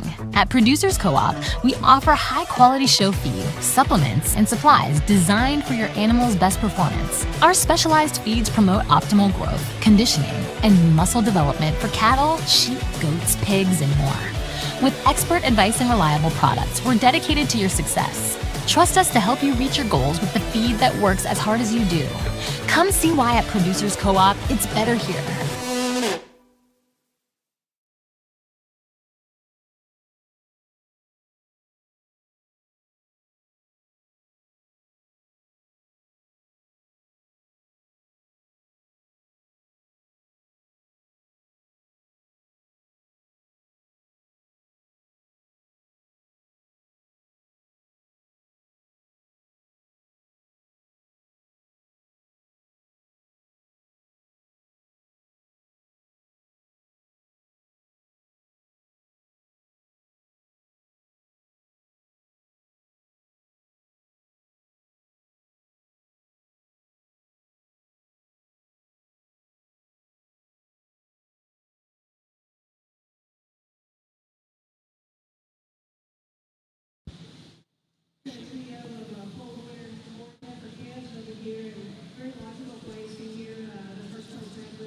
Well, only 2 head here as we get the junior division kicked off in the Red Angus show, but still a couple females that I think represent a load of quality. We'll see how Mrs. Bloomberg sorts them. Yeah, I was what I was getting at there before we started the division was, so with this top judge deal, we have the opportunity to hang out and get to know some very influential people in the industry. And my personal mentor was Joel Cowley. And Joel, he used to manage the Houston Livestock Show, and then now he's currently the head of the Calgary Stampede. They're up in Canada, and I think that's really exciting to get to know. But he was talking about how he sorted this contest 23 years ago in 2003, or this show, I should say, the steer show, and just he showed us a backdrop picture of the steer he used, and he's like, that day, that was hands down the best animal we saw. He was bold-ribbed, powerful, and moved good and heavy-muscled. And today, I tell you what, that steer wouldn't look that impressive. None of us were overly impressed in what he had to offer. So that's kind of intriguing. I mean, I think that's such a general trend across species, just the way that everything has progressed. But I'm going to get off the mic here because Mrs. Bloomberg's about to share her thoughts.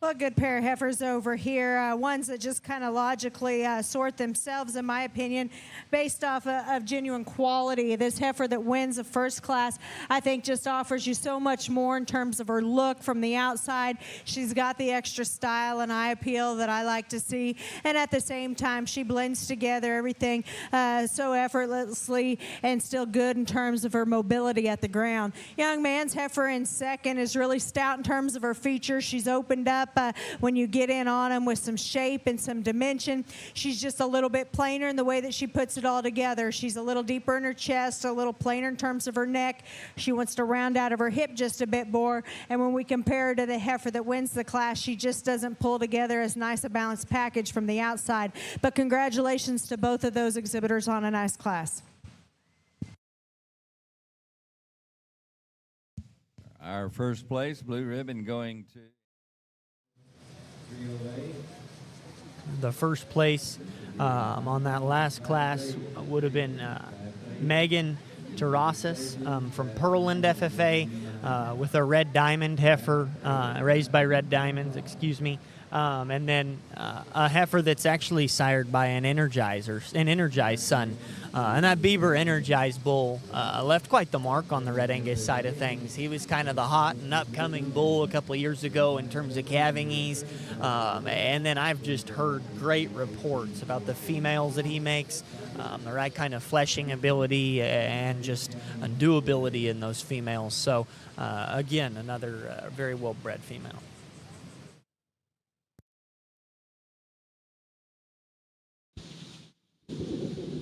Yeah, we apologize to give him a shout out, but also exhibiting in that last class was Crockett Gunther from Fayette County 4-H.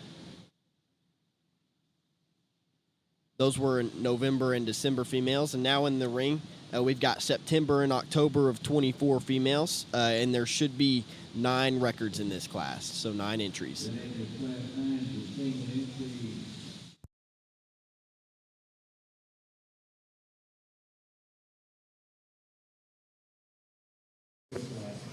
You know, we kind of touched on it earlier, but I just can't hardly wrap my head around the amount of scholarship dollars that are provided in this show.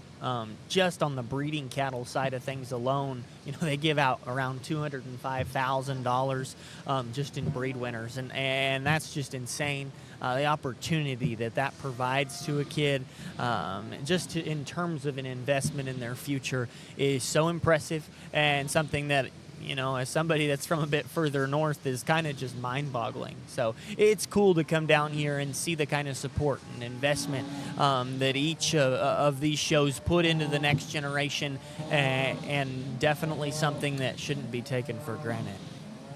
Yeah, no doubt about it. I mean, it's not even, like I was talking about earlier, it's not just here in the cattle show. I mean, it's not just in the junior shows. It's all across San Antonio here at the stock show and rodeo. Every single contest, it seems, is giving out a $10,000 scholarship to the winner. And I think it's so powerful for these young kids to have access to that, to have something to work for all year, and then hopefully get it accomplished at the end. Is certainly, that's got to be a fulfilling feeling.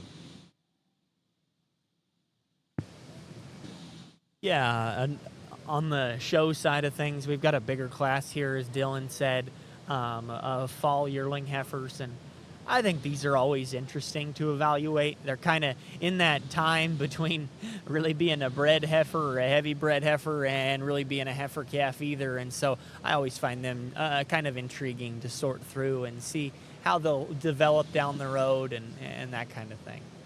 Yeah, to me, that's the cool thing about evaluating prospects is as much as you're evaluating as they are today, you'd also like to project them out a little bit further down the line. And some of the calves, maybe that's easier because they're at a younger stage and they're more uniform in their maturity pattern at that point, versus these maybe have reached a further stage in their life where they're starting to grow a little bit more, or they're kind of in an awkward teenager phase. So certainly some different shapes and sizes out here as we turn into the junior division. Yeah, again, though, I mean, there's some real heaters out here. Oh, for sure. No A lack of couple quality. heifers that just, stand out and maybe make an intriguing first impression. And I think that goes pretty well 9 deep. I mean, there's a lot of good heifers. What's really impressed me so far about just watching these Red Angus cattle and comparing back to maybe some of the stereotypes about Angus and Red Angus cattle, I mean, these are some stout females out here. I mean, they've got some extra substance as far as foot and bone goes and still come with a big hip and a big turn to their upper rib. And sometimes you don't always see that in these purebred English cattle. So I think it's super cool to see out here. I was talking earlier, my roommate, Colt Blacklock, lives up in Canada. He comes out of Saskatchewan, and just talking about the different types of cattle that different areas have.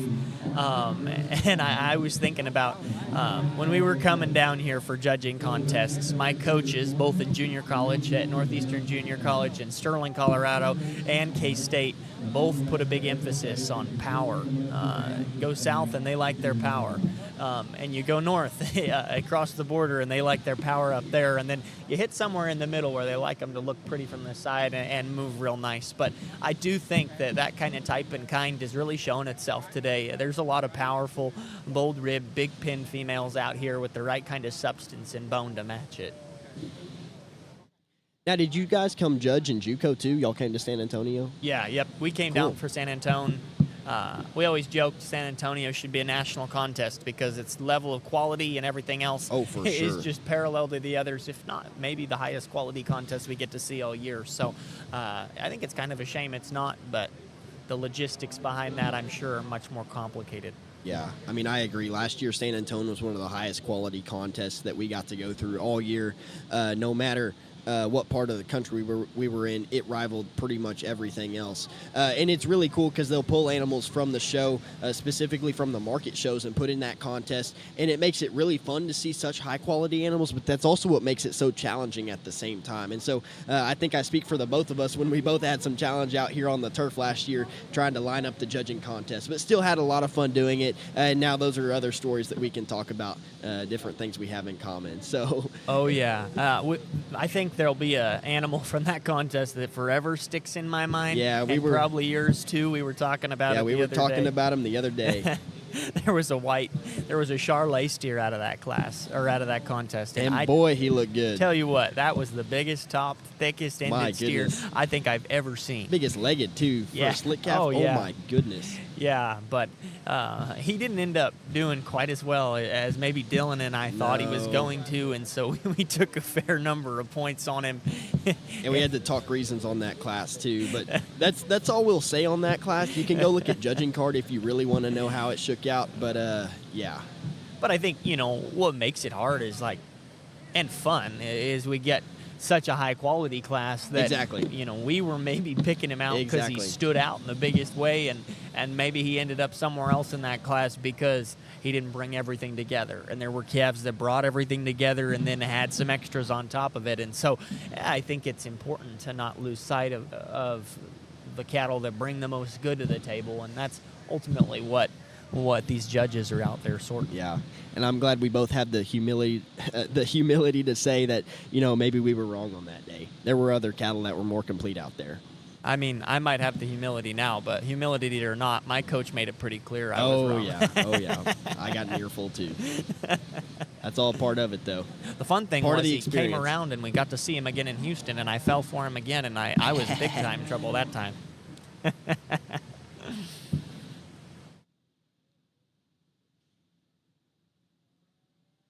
Yeah, boy howdy, this young lady here in the Navy sweater that's right in front of the announcer stand.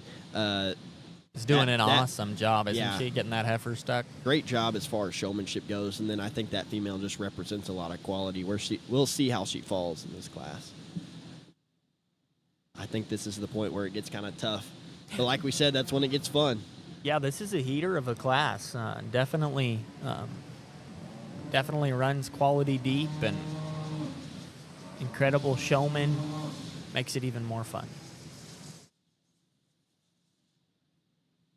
You know, it's funny talking about the judging contest. I didn't go to junior college, so obviously I didn't get to experience it then for the quality that it is as a judging contest. But at the same time, growing up and coming to this contest, you see a lot of the exact same things.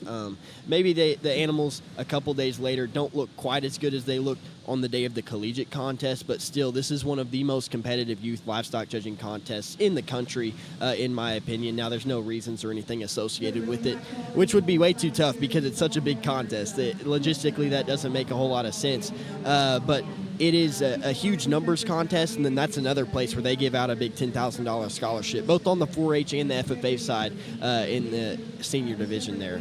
So that's something we were always competing for. Funny enough, Steele actually won that scholarship when we were seniors in high school. So one of my high school buddies, Steele Kinney, that was on my high school judging team, won this contest when we were seniors in high school. I imagine that was one of his coolest moments as a high school livestock judging competitor.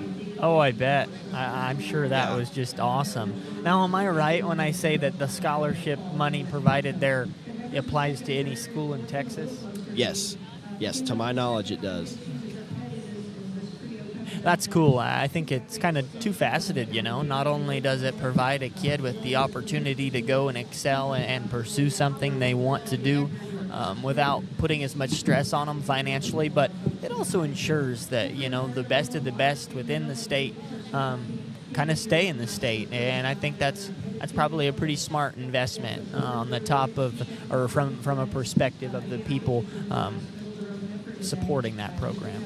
You know, that's something I've always thought about scholarships. It is truly an investment. You know, no matter if you're earning a scholarship here or wherever else, it's an investment that someone else is making in you. And to me, that always made me very proud to receive some of those scholarships that helped me in my education because it showed that other people believed in me the same way that I believe in myself.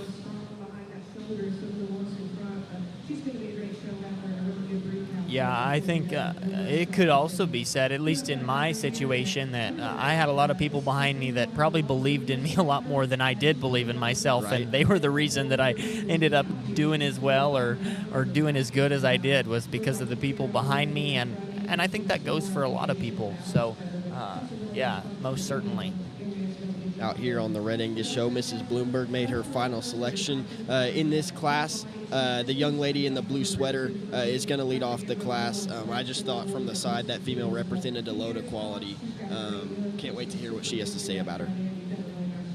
Yeah, a nice class, really, even all the way through these Truly. top three that are sorting, you know. A few different types and kinds, maybe represent a bit of a different demographic in terms of style and power and body shape, but a group that definitely speak for themselves. She's got some muscle.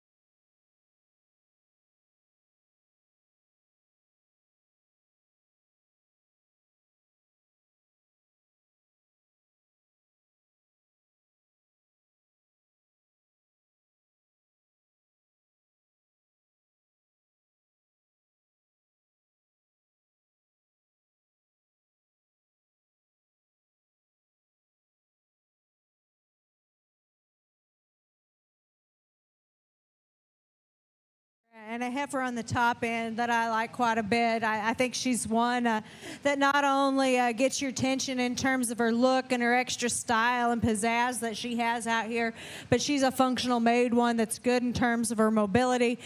She's good in terms of the practicality that she offers through her center body and the stoutness out of her hip. Just a nice kind of a female that really blends a lot of good things together for me to surface to the forefront. Then I think there's some differences that you can call out, and depending on kind of your preference where you may land next. I like the heifer the young man's holding here to be second for me. I think this is the heifer that's just a notch better in terms of her forerib and the way that she ties up high. She's a little bit stouter and more shapely when you get right in behind her in terms of true width, and at the same time I like her extra freshness in terms of condition just a little bit better than the heifer that's going to wind up in third. But a heifer that, again, you like a lot of those things about her. If we're going to change her just a little bit, she gets a little tighter in her hip, gets a little bit shorter in terms of her step from behind. That's where I like this heifer in third, is she's just so good in terms of her structure. She gets out and moves with some flexibility off both ends, and I really appreciate that. She's just a little bit plainer. She doesn't really wow you and you get off to her. She blends everything together nicely. She just doesn't have some of those extras to really jump out. I'd like to see a little bit more stoutness when I get right in on her. I'd like to see her blend together a little stronger top line as well.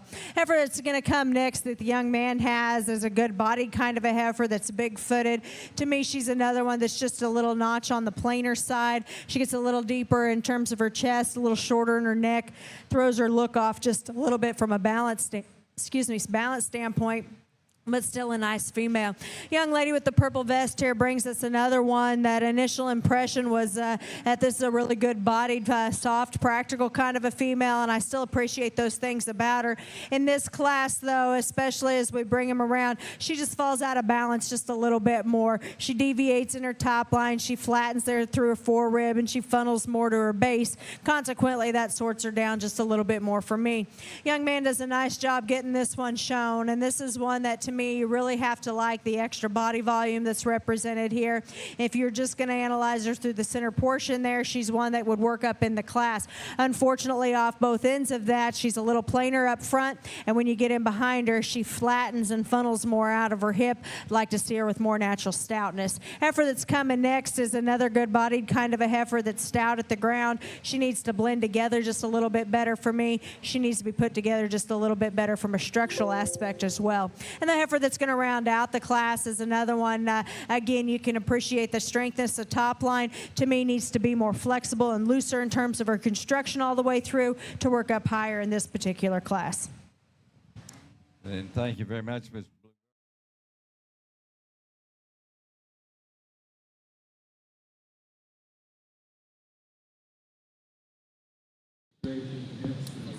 Well, winning that class would have been Kaylee Bragg from Bell County 4-H, and then getting second would have been Colton Gober. That champion heifer there of Bragg's goes back again to Red Box, and a heifer that was bred comes out of the Pembroke Cattle Company side of things. Certainly a program that's known for their quality. And then also, Travis passing away there in late summer last year kind of left a big impact on the industry. It was cool. I didn't know him personally at all, but getting to read about him and what he's done was definitely inspiring. Yeah, Bragg's are really hot in the Red Angus game right now, and funny enough, just goes to show you how small of a world it is and how connected we are here in the livestock industry. Kaylee's older brother Jackson was on the same trip to Europe that we were on, and that dude's doing some cool stuff now. He's actually at Texas Tech as a pole vaulter now, so he pole vaults competitively in college, which I can imagine is extremely tough and extremely challenging, and just as competitive, probably actually more so than some of the things that we do here in the livestock industry. But here we've got a single entry. Love to hear Mrs. Bloomberg's thoughts.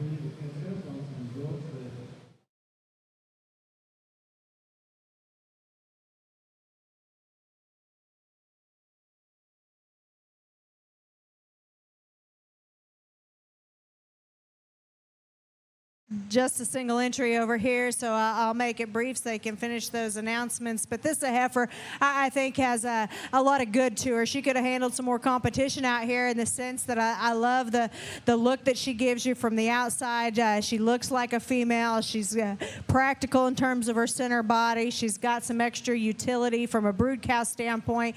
And then as well, she's one that when we ask him to lead, she's good off both ends of her skeleton. Just a really complete, nice female here for the young man. If you would congratulate him on his single entry.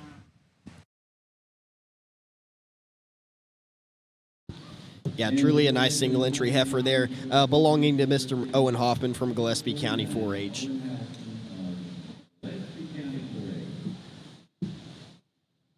While Kellum works on the pedigree, I'm going to go ahead and recognize all those kids that exhibited in Class 8. I apologize, I missed them just a little while ago. So we had Will Carpenter from Prairie Valley FFA, Kaylee Bragg from Bell County 4-H, Cora Winston from Klein FFA, Samuel Whalen from Pearland FFA, Cullen Kutok from Flatonia FFA, Emily Turner from Bastrop County 4-H, Colton Gober from Haskell FFA, and finally, Hallie Halfman from Gillespie County 4-H.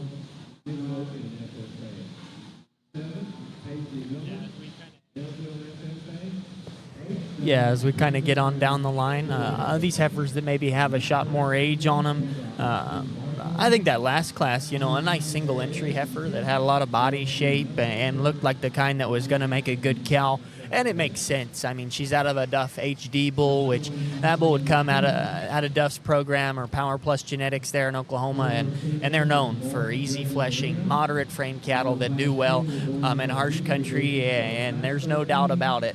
That heifer looked the part. Yeah, I agree. So next in the ring now, we've got 3 entries for Class 10. Those will be females that calved May 1st through June 30th of 2024. And these exhibitors are Campbell Real from Chrome FFA, Michaela Patrick from Bear County 4-H, and Isabella Jolly from Burleson County 4-H.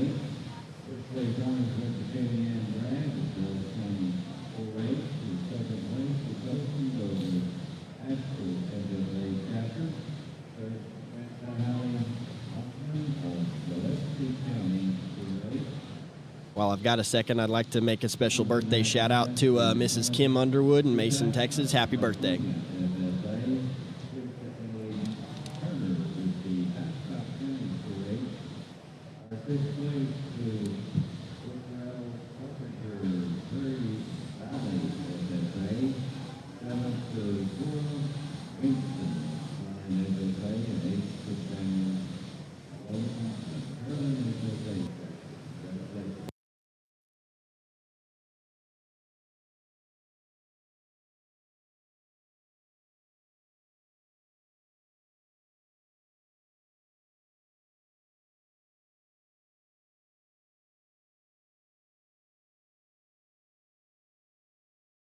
The far end's going to have my class winner, and I think she wins at the surface. Not only is this the deep-heeled, big-footed kind of heifer in this particular lineup, but then consequently those indicators for stoutness kind of ring true because you get in on her and she's got shape up high and out of her hip, and then when you ask him to lead, she's easily one of the most flexible ones that we have in this particular class to just kind of solidify her spot up top. Young man that's going to be second in this class, I like a lot of things about this heifer. I like her elegance up front. I like the body type that's represented there. She's another one that's got some genuine width to her all the way through. In comparison to the class winner, she's maybe just not quite as tidy up front. She maybe doesn't reach quite as far in terms of her stride, and it's some subtle nitpicky things that sort them for me, but she's still a nice kind of a heifer that's definitely got some advantages in terms of center body shape to go ahead and keep her in second. I like the heifer in third in terms of some width out of her hip.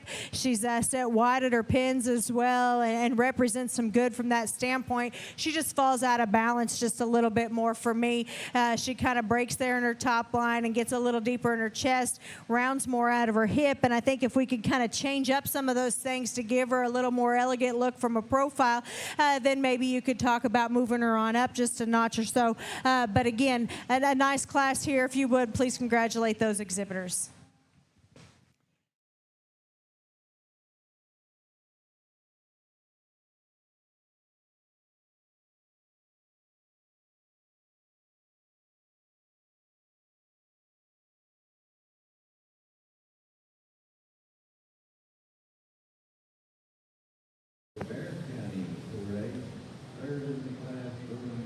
That last class was a nice set of heifers, really, really nice. I think that in terms of added power and substance, that might have been the most powerful set we've seen so far. But there was just a few heifers there. The first place heifer would have been Isabella Jolly, a really nice heifer, I thought. One that, we've been talking about that red box bull all day and kind of where he's at, and he's shown up about in every one of these pedigrees. But that would be a direct daughter out of him, and I thought that was kind of cool. That bull, it's kind of cool that he's still this relevant. That bull would have been born in 2015, so he's 11 years old now and probably had quite a few calf crops. Yeah, old man. Now coming back in the ring, all those females from the junior division coming out for the champion junior heifer here in the Red Angus show.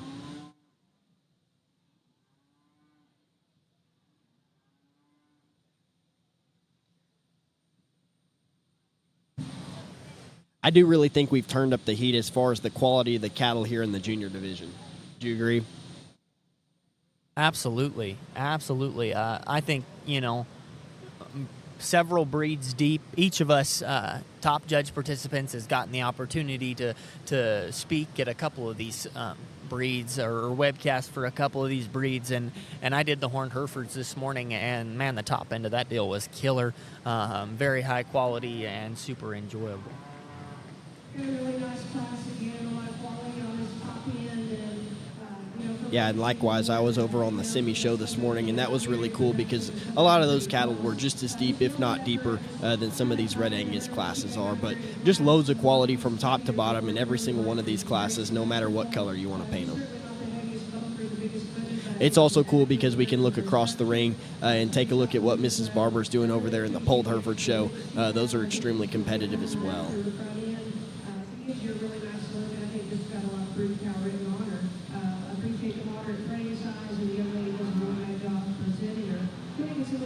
It appears as if we have some kind of hold up here in the makeup ring, maybe.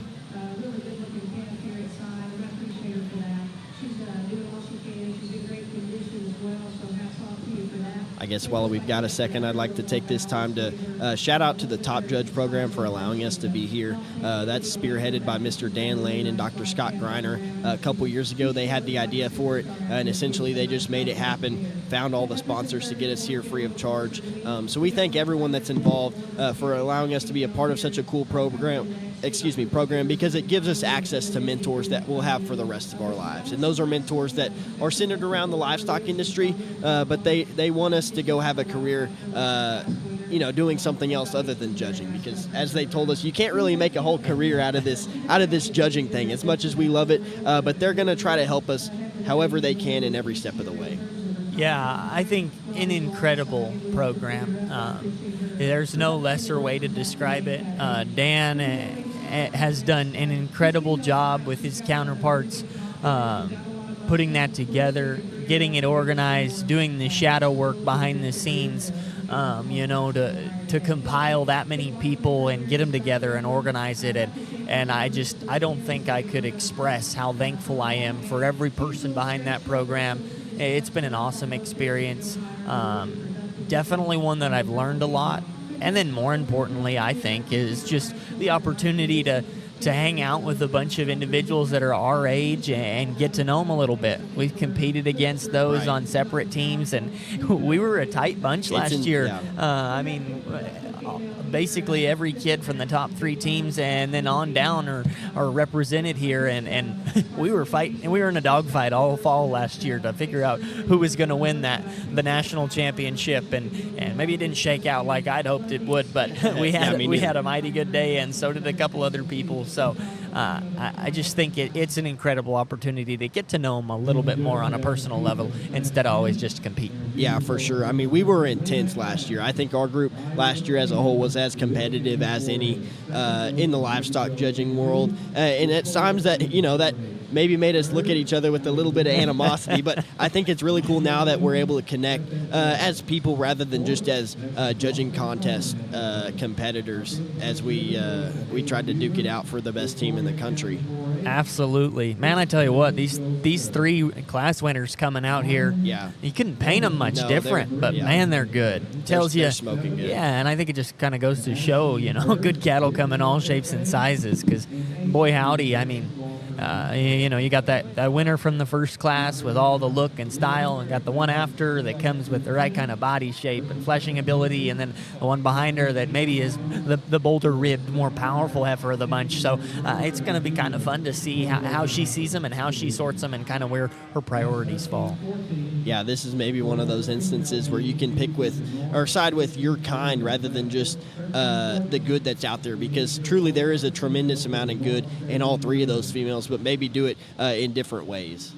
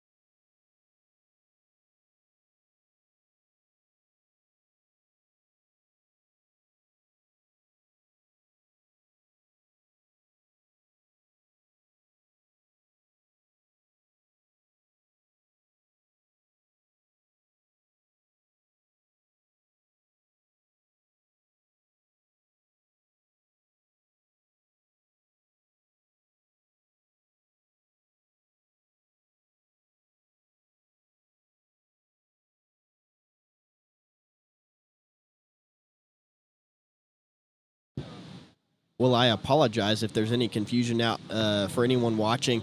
Out in the ring, we've actually been told that one of these class winners got pulled out because she is a Category 2 Red Angus, and only Category 1 Red Angus females can show here in San Antonio. To be honest, I don't exactly know what that means, but it's what happened, so that's what we have to deal with. Category 2 just means that they fall somewhere between half and a little under 100%. Okay. In terms of their breeding, the Red Angus deal, instead of excluding crossbreeding, it just doesn't allow them to fall under a certain category, and so that's kind of what they're getting at with that. I do think, though, you bring that reserve or the second place heifer from that class and move her up a slot, and I don't think there's much of a drop in quality. Every bit is competitive. Yeah, that's the powerhouse of the bunch out there, no doubt.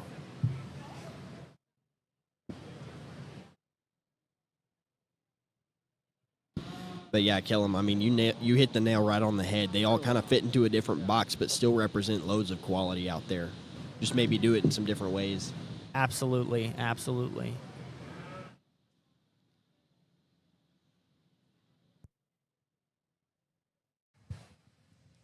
Well, nice division here on our Red Angus side. Apparently a few casualties back behind, and so our lineup might look a little different, but that's okay. I think there's quality cattle out here, definitely deserving to be in contention. For me, there's a couple of them that surface in terms of just offering a bit more good in terms of practicality, softness of center, still combining that with what a show heifer should look like with some extra style and pizzazz. I like this heifer right here to be your champion in this particular division. I'll follow it up with the young man right behind her here to be reserved. Congratulations. And our champion goes to The winner of Class 8, that's 27702, Kaylee Bragg, Bell County. Well, it looks like Kaylee Bragg, Bell County 4-H, that Pembroke heifer it was where Bloomberg landed.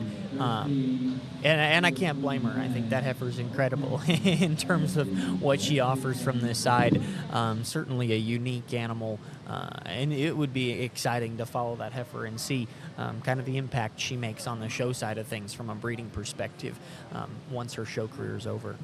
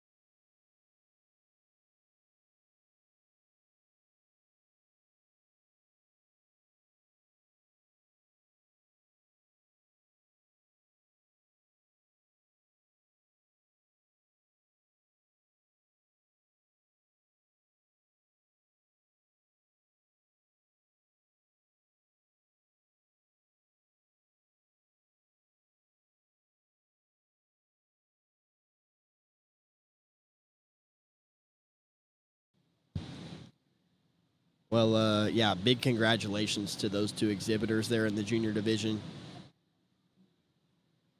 Here, as we roll into our senior division, we'll get it kicked off with Class 13. These are females born in March and April of 2024. And in this class, we have Jace Atkinson from Bowling FFA, Jillian McKendry from Onalaska FFA, Bella Hines from Alvord FFA, Riley Wilson from Midland County 4-H, Juliana Miller from Woodson FFA, J.C. Fleen from Klein Kane FFA, and Annabelle Morris from Montgomery FFA. Man, I tell you what, I don't know if it got a little warm in here, but somebody turned up the heat. Man, these heifers are, we're getting into some of these heavier breds, and they're looking the part. And I don't think it's any surprise. This is a breed that, in my opinion, keeps getting better with some age. And as they turn into cows, I like them all the more. But yeah, I agree. I feel like whenever we would see Red Angus calves or Angus calves, whenever we were doing collegiate livestock judging workouts, sometimes you would think they were maybe just a little bit green compared to some of the other breeds, maybe some of the stouter continental breeds. But, I mean, as they mature and become heavy breds like we've got out here now, or hope to have out here now, man, they're just as stout as anything else. yeah, I agree. No doubt about it. And there's some power cows in here, and I think that'll be, there's some power cows, and then there's some females that maybe offer just a shot more refinement and balance and look, but a set that certainly is representative of the quality level at San Antonio. It's been kind of fun watching the show. The amount of heifers, and it's the right time of year for it, that have come through with a brand new calf at side today has been pretty wild. Some heifers that are back down, and you can tell they're just barely holding on to the one they got in them. So, yeah, like this female that's going to lead us off. I mean, she is a whale of a cow right now. Yeah, she's looking pretty. Imagine she's getting there pretty close. I don't know where everybody else sits on it, but I kind of like, it's a nice assurance when they've got a healthy calf on the side and you can look at their udder, and I don't know. They don't look quite the part because they've lost a little rib, but I think it's a bonus to know that she can do her job and at least has gotten things started out right. Yeah, maybe takes away from a little bit of a freshness and a show ring look, but in terms of having production value, that's exactly what you want to see.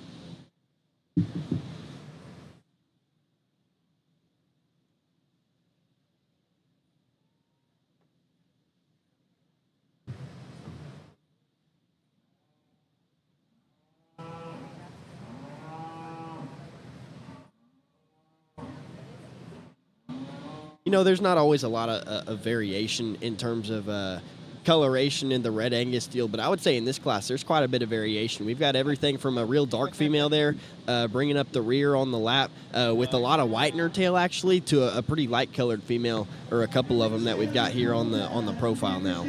Yeah, absolutely. It is interesting, and I don't know exactly. I'm no expert on the red Angus side of things, but there's definitely correlations between. I personally love dark cherry red colored red Angus cattle, and I'm a sucker for a real good dark red one. But there's a lot of cattle out there that'll breed lighter red, and they're just as good. But certainly some variation.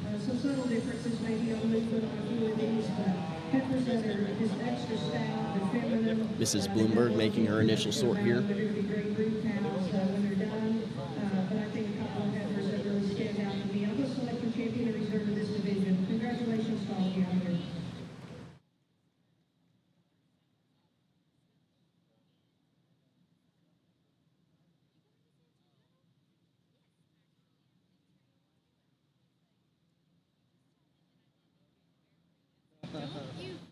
I'll definitely be excited to see as the years roll by and kind of see what the next step is for the red Angus breed.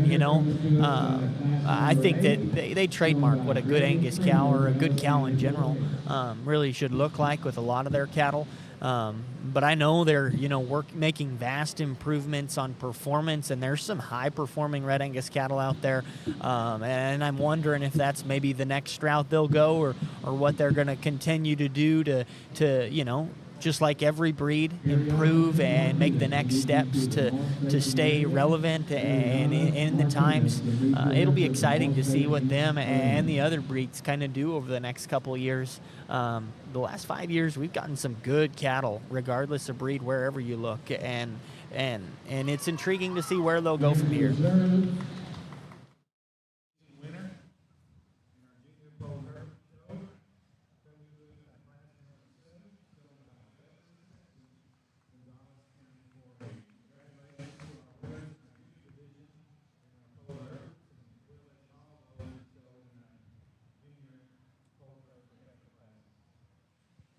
Nice class winner over here. The young man's pulling is one. She, to me, just represents so much good from a brood cow standpoint. I like her function at the ground. I like the body type that's represented there.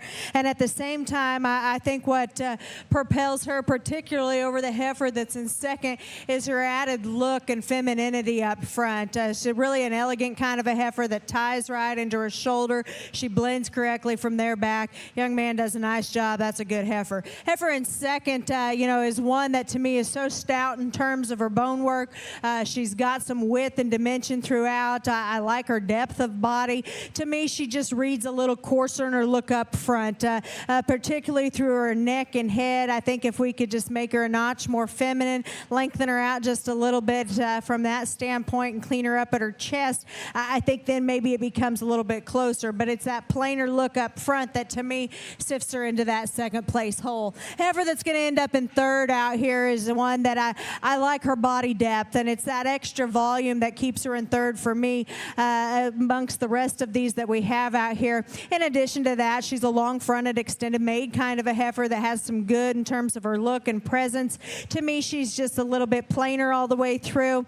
I'd like to change her just a little bit in the way that she's assembled up front. She wants to get a little bolder, more open in her shoulder.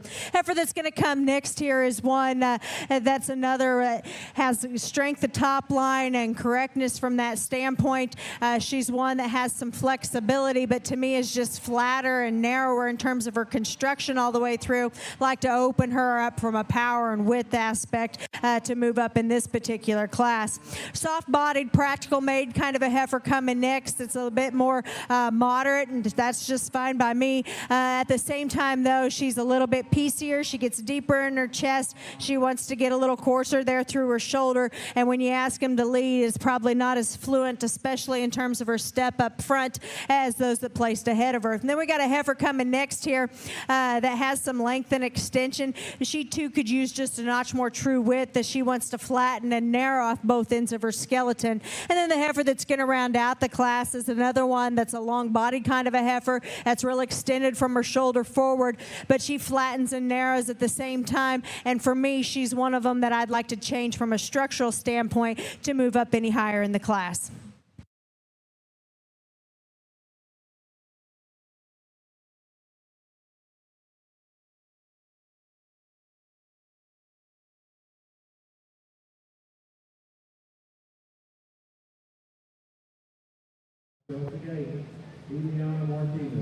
Well, the champion there out of that last class would have been Jace Atkinson. He had a really nice heifer, a real nice bred heifer. Goes back to the Red Diamond El Rey Bull. He's kind of been making a little bit of a splash on the show side of things. Man, I tell you what, it's no wonder why when you see his picture, too. You don't see many bulls with that kind of front-end quality, that kind of hip and hind leg structure. And definitely one that'll present a lot of quality from the side. It'll be interesting to see what he does on down the road. Yeah, kind of off the air, Kellerman and I were kind of comparing and contrasting those two females up top because we kind of get a rear three-quarter view from where we're sitting right now. And, man, from behind, that female that ended up second in that class was an absolute beast in terms of substance and rib. Oh, my goodness. And to still be that kind of comfortable at the ground is and have that kind impressive. of bone, yeah. But we were talking along with that, the reason she's second, and we completely agree with Mrs. Bloomberg. She was just a little bit thicker fronted. Didn't have quite the same kind of look up front, but that's all associated with that kind of power and substance. Oh, yeah. Well, what do they say? It takes a big engine to haul a big caboose. That's right. But that's why it's so hard to breed these things. I mean, it's so hard to put all the pieces of the puzzles together. Yeah, no doubt. No doubt. Yeah, getting, complete livestock with the extra pieces and still having front-end quality with power, it's probably the thing they work on most, I'd say, in the industry, next to structure. Now in the ring, we've got Class 14, which these are females that have calved January 1st through February 29th of 2024, so Januaries and Februaries of 24. And in this class, we've got 6 entries, and those belong to Savannah Grimes from Henderson County 4-H, Maddie Henderson from Academy FFA, Lynn Lee Johnson from Swisher County 4-H, Kennedy Brogdon from Ellis County 4-H, Presley Long from Hamilton FFA, and finally McKenna Carter from Cy-Fair FFA.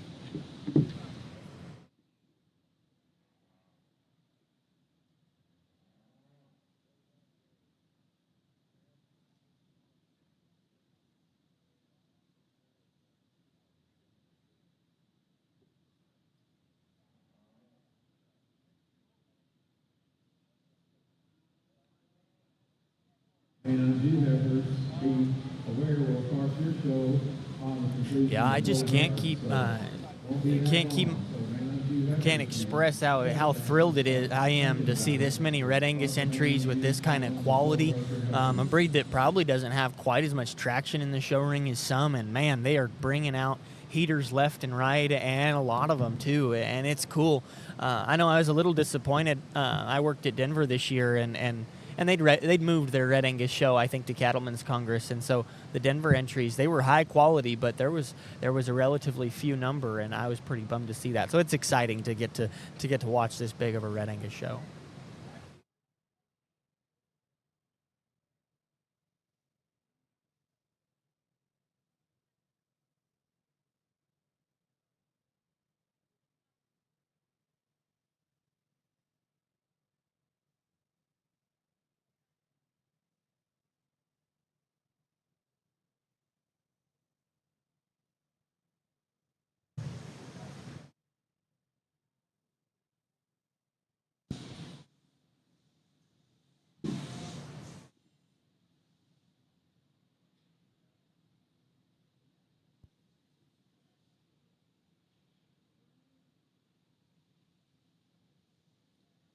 earlier in the semi-show, some of these later classes, we kind of saw some smaller numbers like we're seeing now, only 6 entries in this class. But to me, over there on the semi side, these were some of the toughest classes of the day to be in. So it appears as though even in the bottom end that Mrs. Bloomberg has pulled off so far, I mean, those cattle represent loads of quality.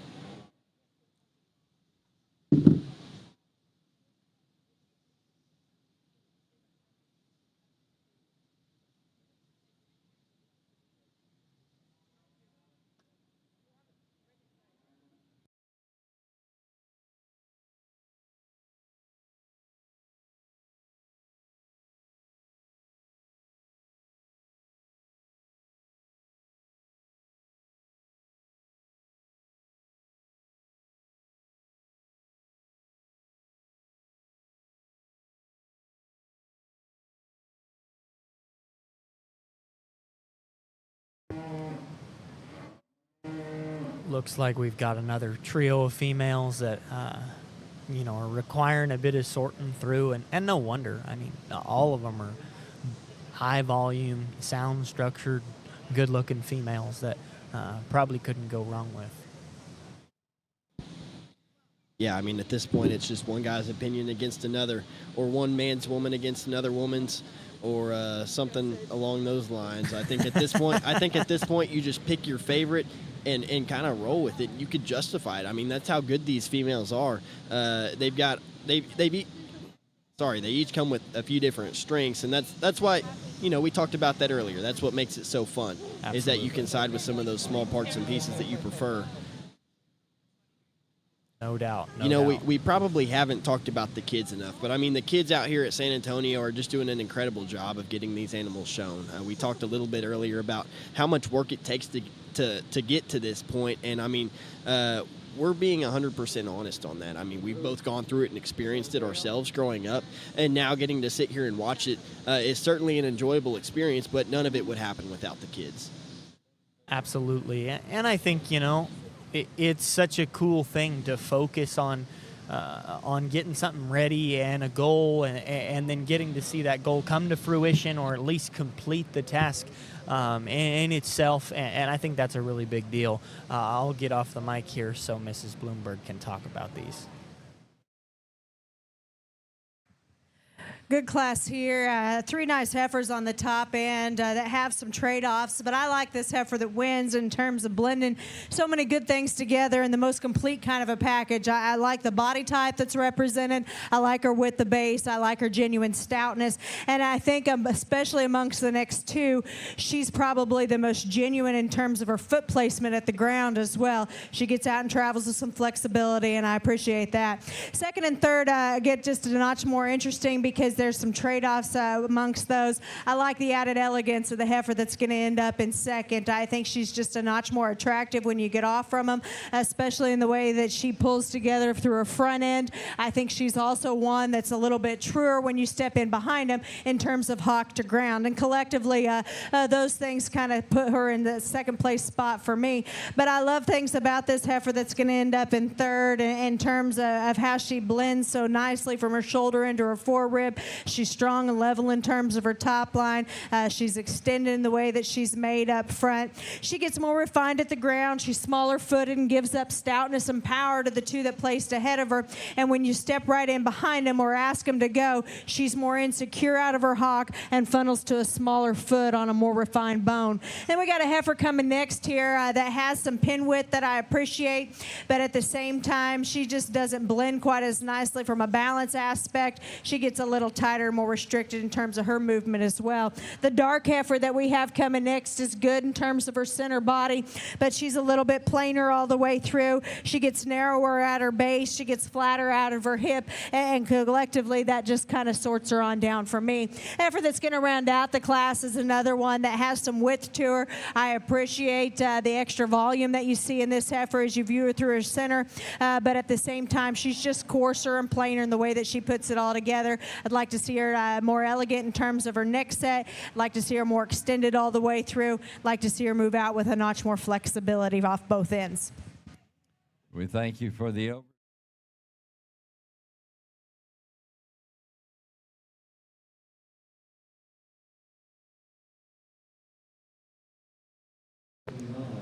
Well, the first place heifer out of that class would have been exhibited by Kennedy Brogdon from Ellis County 4-H, a Red Angus or a Red Eagle female, a bull that definitely made a stand in the show deal the last couple of years.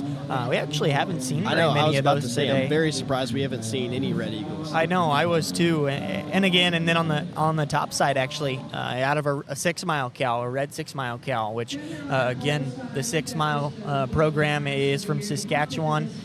They're up in Canada, and definitely something that just drives home the fact that Canada and U.S. from a Red Angus genetics perspective really tend to play hand in hand. Well, Kellum, I believe this is the last class. We've got 2 pairs out here. These are females capped September 1st through December 31st of 2023. And out here in the ring, we've got Miss Hadley Trammell with Graham FFA, and then Heidi O'Quinn from Glen Rose FFA. These are the ones I always get excited about. They've got a calf at side. They're doing their job. You know, you can be assured that what their udder looks like today is what they've got, and I think that's always fun. And I don't know, it's always good to see a good calf at side.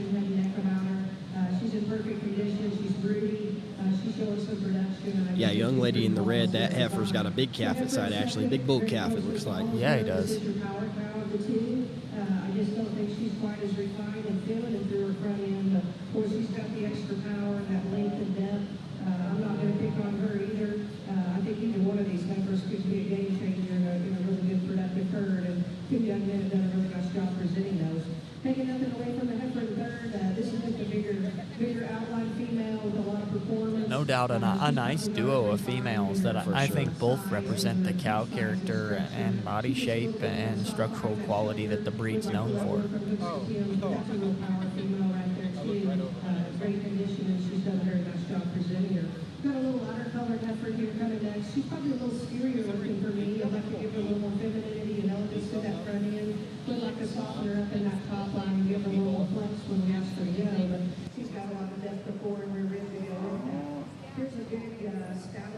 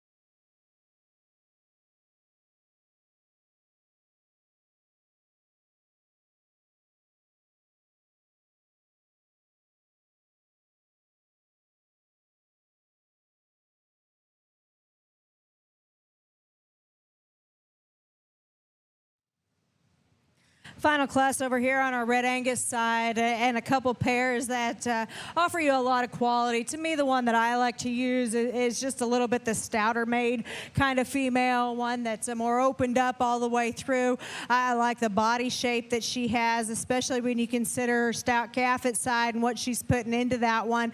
Just a really good kind of a female there that's already in production and proving what she can do.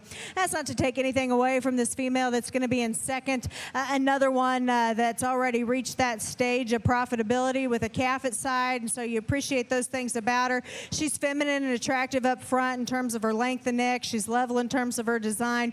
I think comparatively, she's the better uddered female. That's more appropriate in terms of her teat size, but at the same time, she goes to ground a little bit to more refined kind of bone work. She's narrower in terms of her base. You get in behind her or on top of her, and she's the one that wants to get just a little bit sharper in terms of her shape. Doesn't quite have as much true power as the heifer that I like to use to start the class. But a nice set of them, if you would. Congratulate those exhibitors. And thank you for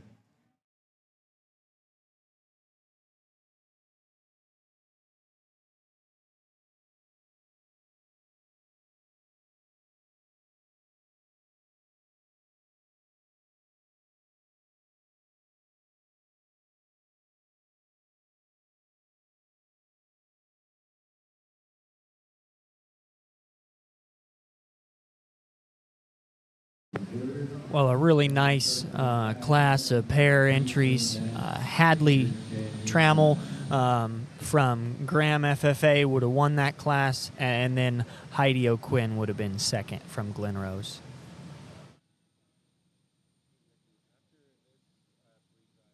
The cow that goes ahead and wins that class, she'd be out of an L83 Hollis bull, which he goes back to the power takeoff sire.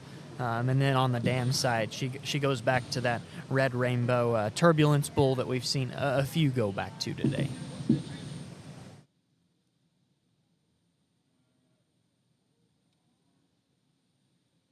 I tell you what, it certainly has been enjoyable to get to commentate on this Red Angus show. I don't know what qualifies us to be honored with the ability to get up here and at least, if people don't want to mute us, have our voices present on the live. So I'd just like to say thank you to everybody who's willing to let us do this. It's been an incredible opportunity, and also just getting to spend and do this with my good friend Dylan has definitely been fun as we're sitting here getting ready for the Grand Drive. Well, if I'm being honest, I couldn't have done it near as well without Kellum at my side. So thanks for being here with me, man. It has been certainly an enjoyable experience. And like you said, I really don't know what qualifies us to be up here, but it has been fun. We both enjoyed it, and getting to do it together is pretty special here. Big thank you to San Antonio and the Top Judge program, and then also the Taylor Fort live stream for having us on. It really has been a pleasure. Absolutely. 4 days off.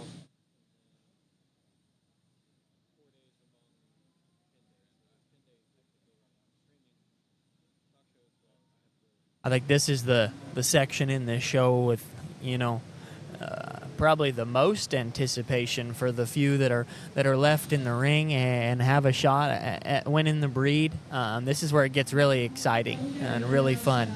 But I think it's always good to think about the kids that maybe didn't make the show or make this final drive.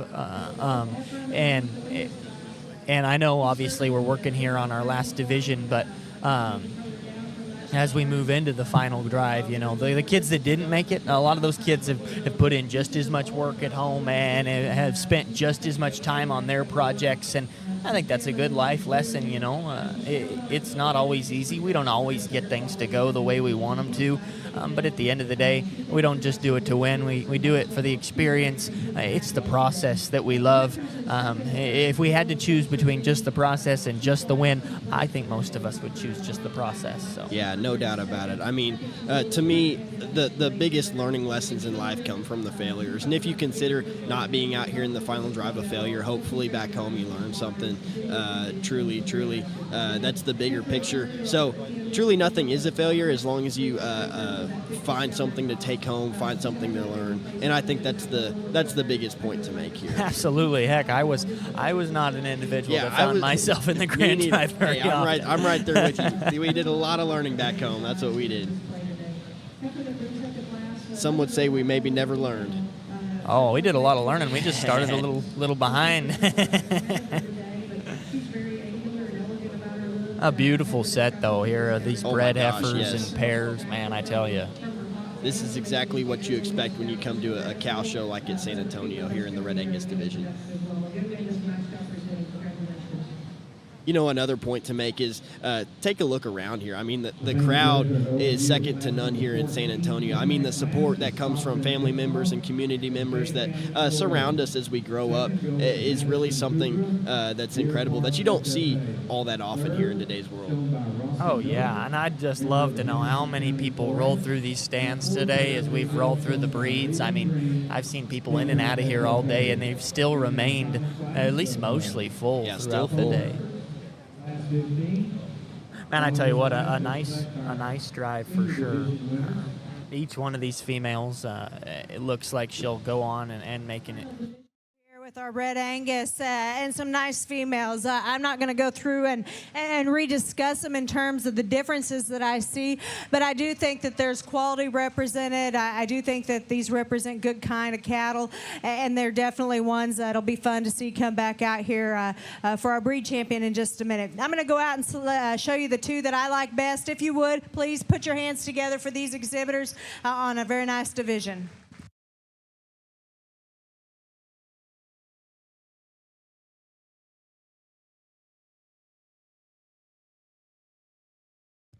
And our champion going to entry 19-7-19 from class 13 will move up our second place from that class for reserve consideration. That's entry 14-7-36.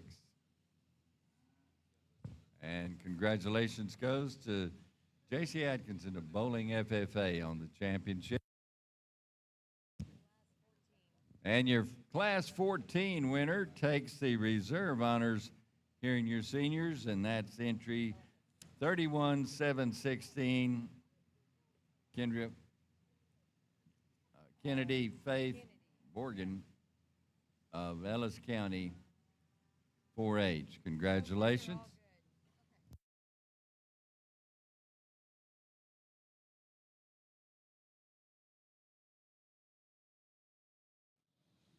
Well, looks like Jace Atkinson goes ahead. Hey, I think JC. We might have messed that up earlier, but I think that was JC. Apologies. But go ahead, Kellum. Oh, well, I'm glad you caught that. I wouldn't have known. No, I think I said Jace earlier. Yeah. Coming out of class 13. Regardless, a heifer that definitely represented the quality you'd expect. Yes. That was my, I don't know about you, but that was my pick. Oh, hands down. Yeah. I said that bull, that El Rey bull that she's out of, is a looker from the side, and it's no wonder she's the same way. And then also congratulations to Kennedy Brogdon from class 14, another really, really nice female. Yeah, both those heifers will come back in the final drive here in a few moments.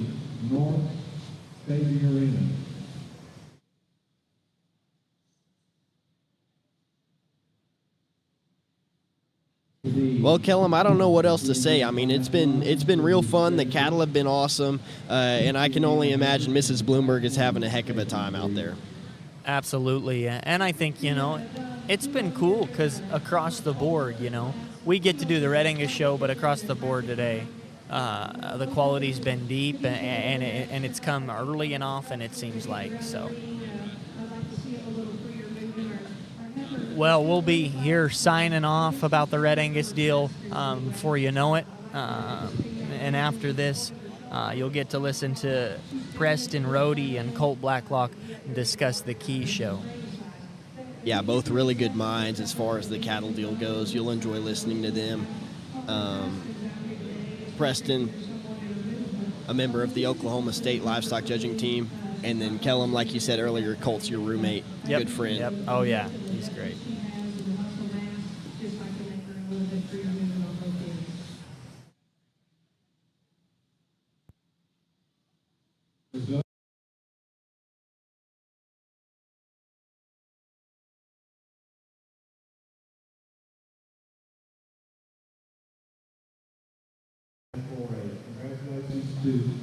I think things always get kind of fun in the Grand Drive because you get to do a little projecting or whatever you choose to do as the judge.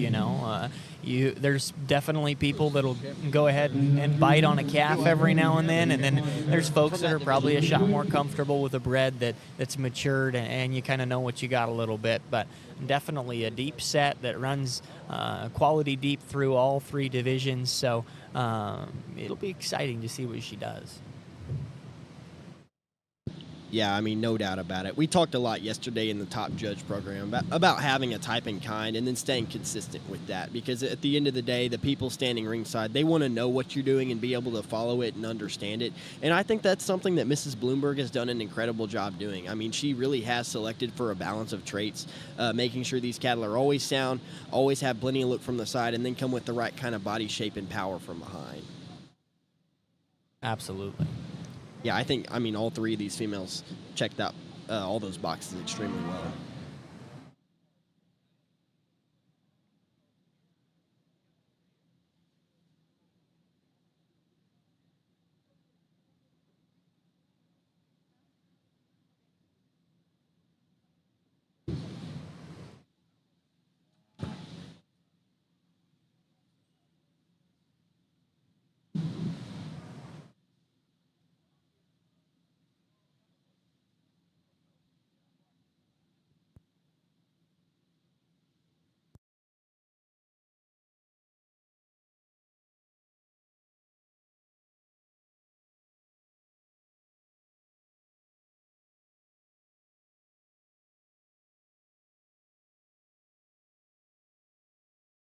Compliments to these exhibitors that have been through the ring here. I think we've got quality all throughout the classes and the divisions, a couple casualties out back, but still end up with a lineup of good, functional, high-quality kind of females that represent a lot of good. I'm not going to go back through and rediscuss these, but I do think that there's a couple of them that surface in terms of having just the right kind of presence and look, coupled with the right kind of shape and power and body type, and as well being able to be functional kind of cattle that can move with some flexibility. I'm going to go out and show you the two that I like best, but if you would, please put your hands together for all these exhibitors that have been in this Red Angus show. It's been very competitive.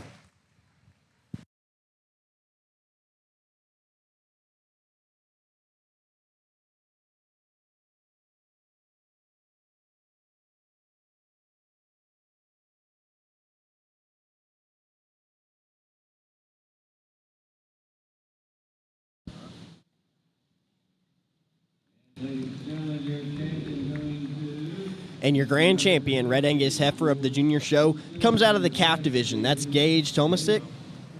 Again, that was from the calf division.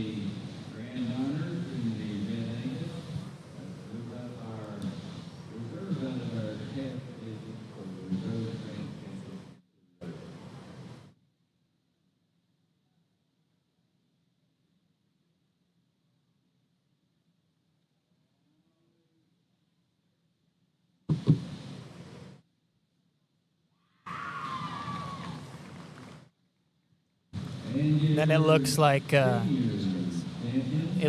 the reserve is going to be Jace Atkinson. They're out of the last division. Both really nice heifers. It's been a real pleasure to get to discuss these and kind of broadcast and talk a little bit with my friend Dylan. And we'll leave you for the next group and sign off. Yeah, again, thanks for letting us be with you here today. We thoroughly enjoyed it. Please enjoy the rest of the show.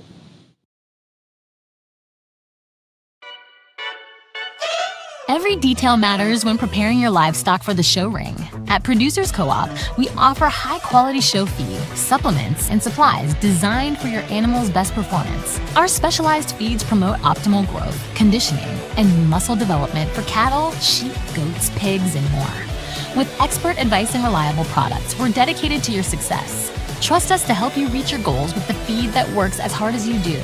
Come see why at Producers Co-op, it's better here. Adams Fab. Established in 2007, they build custom livestock pinning and equipment to fit all your needs. Hanger feeder rods, adjustable slam gate latches, and skirted panels. It all comes standard. Custom pins made by hand and hot dipped galvanized so that you know that they're going to last. Adams Fab is a certified TIPS vendor and can design, fabricate, and install equipment to fit all your needs. Visit AdamsFabLivestock.com to get started today.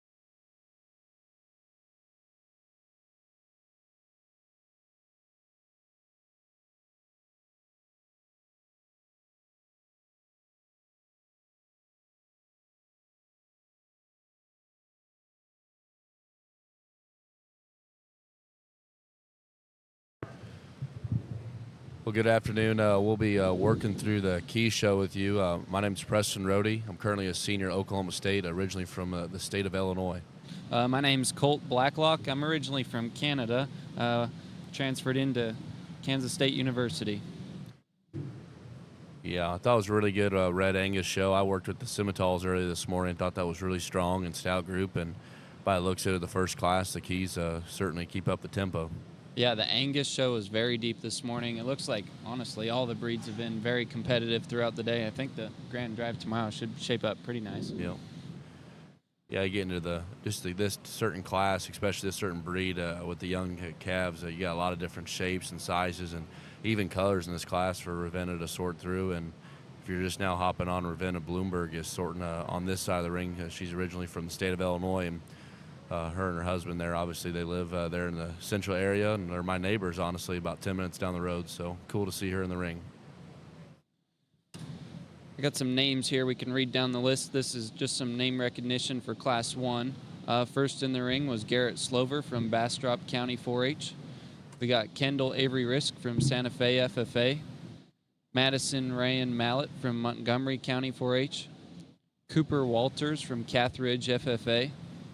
Corbin Lane Hamill from Victory FFA, Kirsten Lane Fay from Stockdale FFA, and Giovanni A. Ortiz from Wichita Falls FFA. Ladies and gentlemen, here in the South Arena, we have our Class 1 P&E Heifers in the ring. Born from the month of April through June of 2025. We have 7 entries in this class. Start taking just the first circle of these, and Ravenna's getting her first looks at everything. Looks like Miss Barber's still working through the Herefords, about to grab the mic, talking another division over there. She continues to progress to her ring.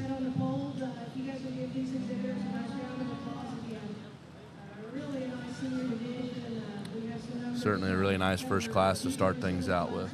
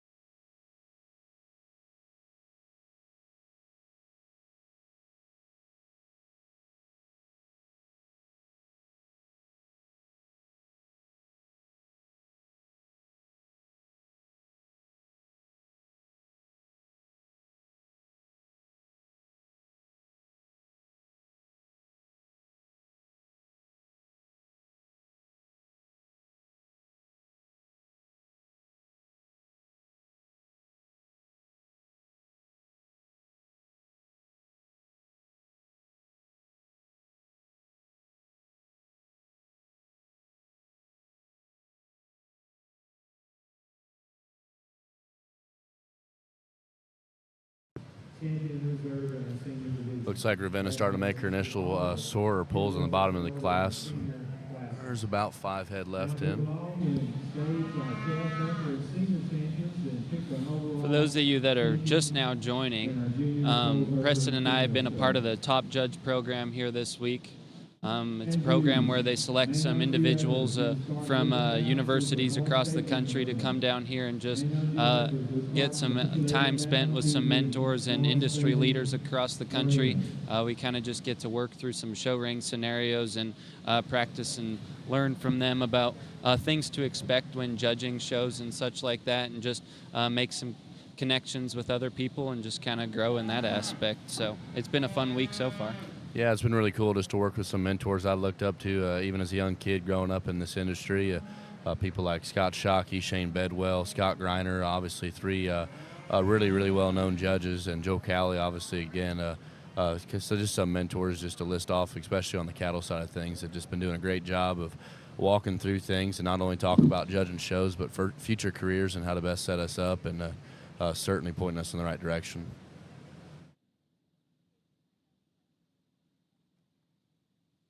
Looks like just 3 left out here. Ravenna's evaluating and kind of coming down to her final placing. the big question all week that we've been asked is just what is our kind. And last night we got to talk with both these judges and kind of asked them what they're kind of looking for, big picture-wise, and they both kind of described, and they were a little different, but in the end they both said they just like good cattle, and whatever hits them in the particular class or particular breed they're going to run with and kind of stick with their initial impression. And certainly that's what we've been watching all today on both judges. It's been fun to kind of follow along with them all day. They've been sticking pretty true to what they like, even across breeds. So it's been fun to watch them stay consistent and just kind of describe their kind. Preparations to select our overall.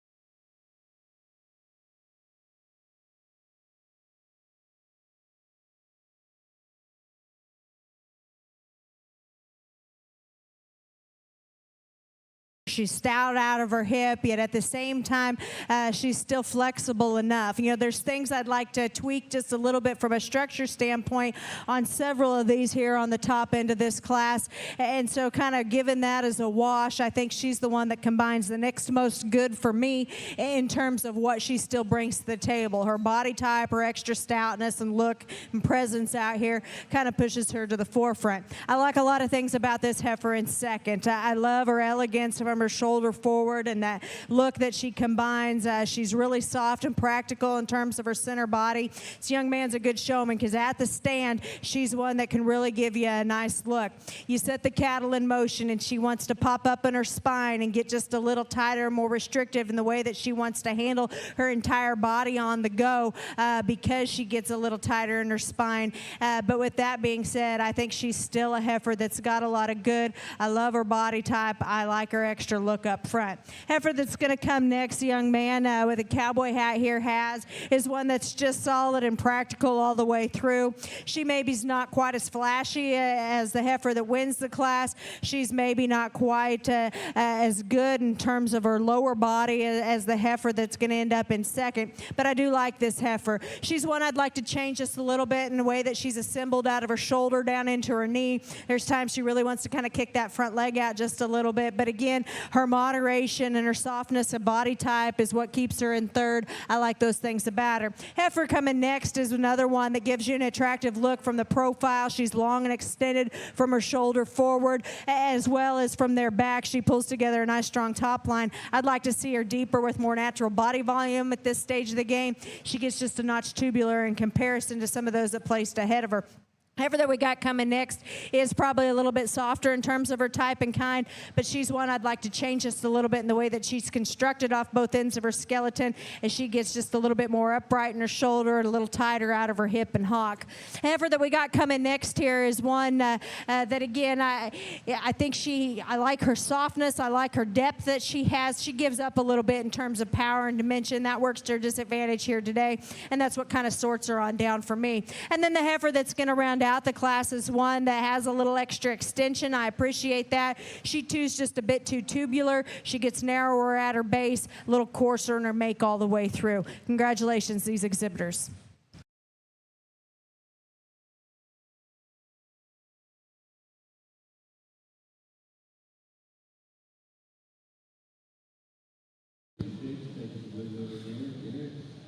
First in that class was Garrett Slover from Bastrop County 4-H. Second was Cooper Walters from Cathridge FFA. Yeah, a really strong class and a good way to kick off the breed. And it's funny, I went to Blackhawk and obviously a judge for Blake and Ravenna's husband there, and he always said at judging contests he had to come off the floor a lot cleaner than her at both levels because she could out-talk him, and certainly that's no doubt. She's a lot better on the mic than he ever will be. So certainly fun to listen to her talk through cattle classes and logistics and the way she goes through with things. Last class was a good way to start off the show. I thought that was a nice little deep class. Yeah. There's 5 entries in the second class of things. And again, within this breed, you got a lot of just mixtures, differences in terms of kind, so you can tie into, and just depends on what's thrown at you with each class.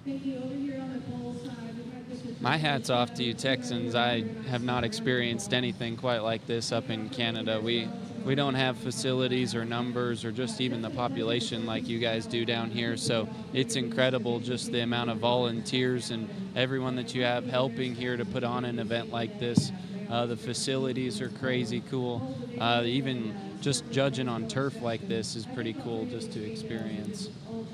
Yeah, this is my first breeding heifer Texas Major I've ever attended, and I've been to a couple of the steer shows now, but I've never had the opportunity to watch one like this. And on the turf, certainly different, and just different type of environment, no doubt, than what goes on in the Midwest. But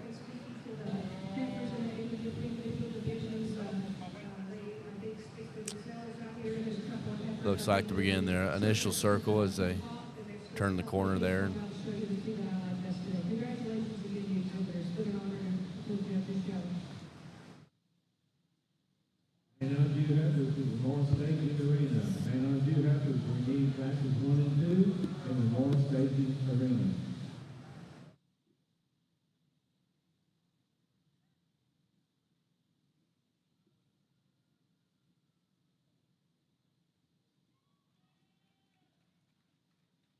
And our grand champion in our Pole Heifer Show for the 2026 San Antonio Top Show Rodeo comes to us out of the feeder division, showed by Grady Kramer from Ellis County 4-H. Congratulations.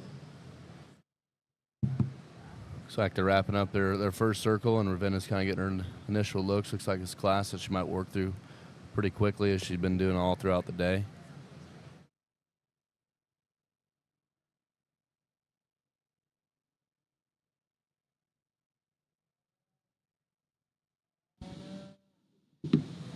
And our reserve grand champion comes to us out of the senior division.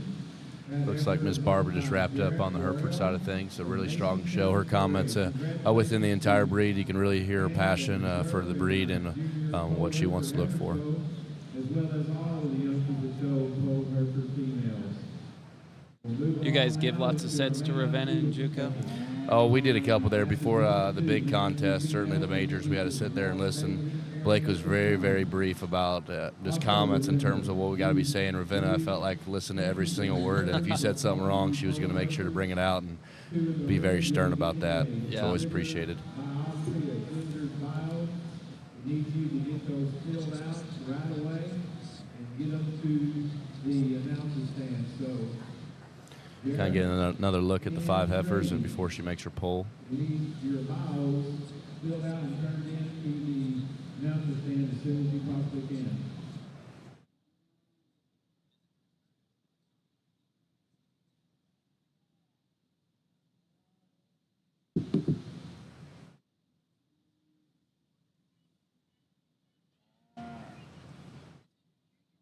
Looks like she's starting to place her bottom up. Guess I haven't asked you, what's been your favorite part of the week so far?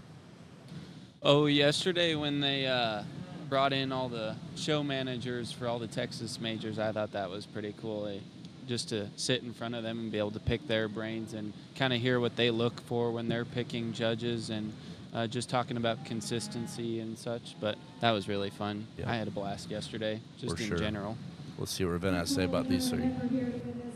One that hits you hard in terms of having the right kind of build, the right kind of look and presence, still being functional and practical in terms of her type and kind. She's one that I'm guessing probably wasn't very cheap, or she shouldn't be anyway, because to put that kind of look together with that kind of dimension and still be correct at the ground, that's just a high quality kind of a female. Then I think you got some give and take from there. I like the heifer in the cowboy hat here to be second, because I think she's just a notch stouter and more dimensional than the female that we have coming in third. She's maybe not as flashy or as attractive as the heifer that won the class, but I think that some of her basic pieces fit me just a notch better to go ahead and keep in that second place spot. There's things about this third place heifer I really like. She's so elegant in terms of her front end. She sets a long neck high there at the point of her shoulder. She's one that when she gets her kind of collected at the stand is so feminine and attractive, but at the same time when you analyze them in motion, she gets up in that spine, she gets tighter in terms of her movement, she's just not as flexible or as true off either end, and consequently that sorts her down just a little bit for me. But I like her look and I like her presence and the extra flash and style that she has over the next couple of heifers that we have out here. There's a lot of things that this heifer, that if you like substance and bone and footwork, this heifer is probably right up your alley. She's a big-legged kind of heifer that's got a lot of bone. She's got a big foot underneath her. She has some base width and some width at her pins. She's just a little hard doing in terms of her look for me. She's tighter in her forerib. She's more sucked up in her flank. Just like to give her a little softer, more practical look all the way through to match up with that stoutness that she has to offer. And then the kind of gray-colored heifer that's going to round out the class is another one that you can appreciate her pieces as an individual in terms of being proportional in her body depth and her lines match. She's extended up front, but as we analyze her back comparatively within the class, she just gives up too much from a performance standpoint, kind of falls out in terms of extra width and power today. Nice class, congratulations.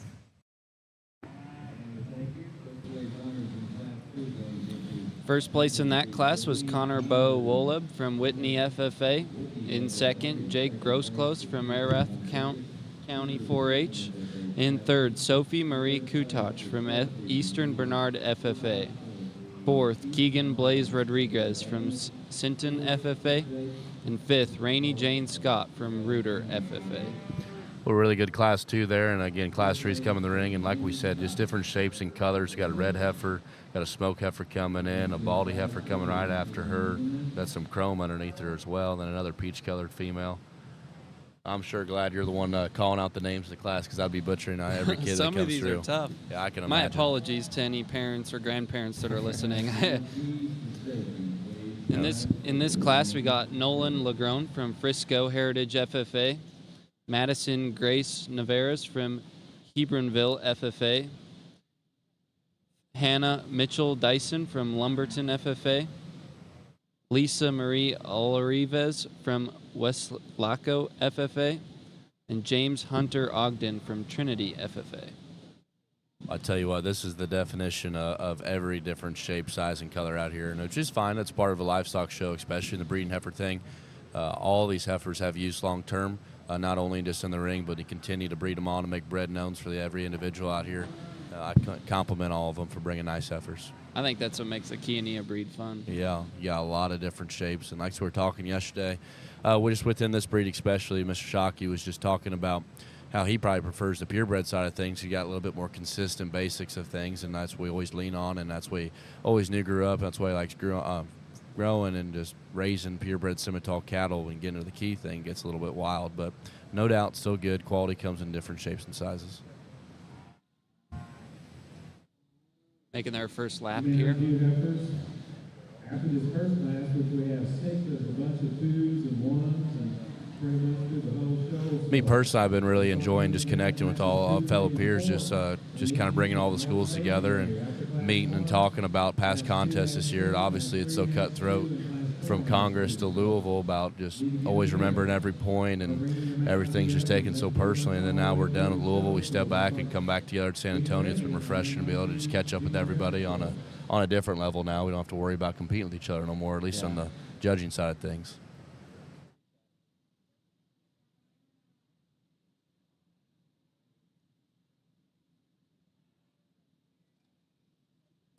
Like the solid red heifer is about to come to a park, and all 5 heifers line up in the side profile. She begins to get another glance at them.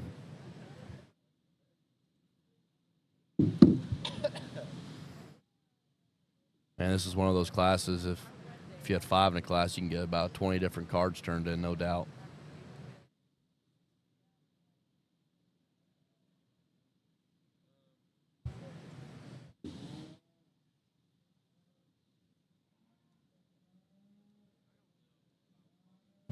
Seems like she's been keeping a little wider, a little stouter, a little bolder everywhere. Yep.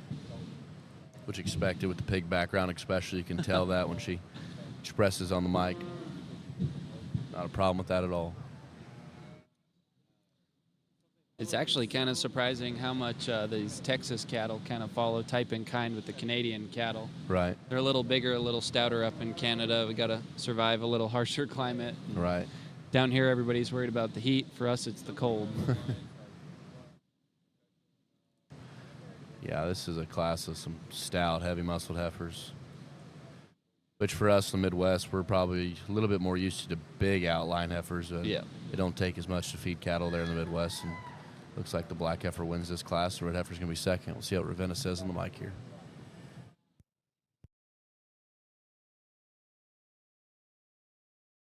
That's full of a lot of different types and kinds. I like the solid black heifer here because I think she's just the most complete in this particular lineup in terms of combining a lot of things together that I like in the most good, not as bad, I guess just the least problems represented out here with this particular female. I like her body type. I like her structural advantages. She doesn't overwhelm you in terms of stoutness, but that's okay. I think she's appropriate and proportional for what she has.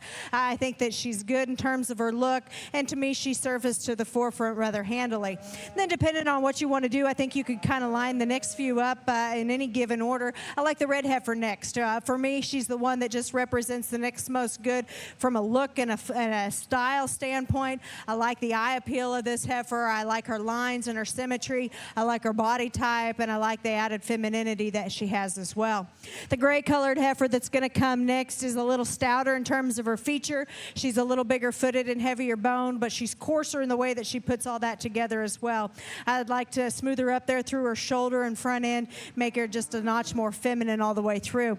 And then the chromed up heifer that we got coming next, some of the same sentiments in her. She's good in terms of her body depth. She's one that's got some base width to her. To me, she's just a little coarser in the way that she puts it all together. Doesn't get out and travel with quite as much flexibility as some of the others do that placed ahead of her. Then the red heifer that we got rounding out the class here is one that, again, you appreciate the substance that she's built on in terms of foot and bone. To me, she's a little more tubular in her body type, throws her off balance just a little bit as well. If we could, I'd like to add just a notch more true width and dimension in her to be a contender up any higher in this particular lineup. And first place honors in Class 3 in the Kianina show, going to entry 12,454, James Hunter Ogden of Top Trinity 2 in Class 3, the FFA. Kianias. Second In that first, class James going Hunter to Ogden Logan from Trinity Legrand FFA. of the And second, Frisco Nolan Legrand from Heritage Frisco FFA Heritage chapter. FFA. Third to Madison Nevadas of the Hebronville FFA chapter. Our fourth place, Hannah Dyson, Lumberton FFA, and fifth in the class to Lisa Marie Oliveras with Westlaco FFA. This would be our fourth and final class of this first division. A really nice class. Sorry there, Jared. Yeah, it looks like she really agreed with the last class. I mean, you had a bunch of just shapes and sizes, like we said, in the key breed. You're going to expect that. It's just these 3 entries, right? Yeah. We have 4 on the paper, but Looks like we're maybe missing one. maybe a but scratch. a nice way things wrap up the last class division. You got a roan heifer, a solid black, and a peach-colored heifer on the very end. Again, way variety in terms of size, but see how she sorts through things in this particular lineup.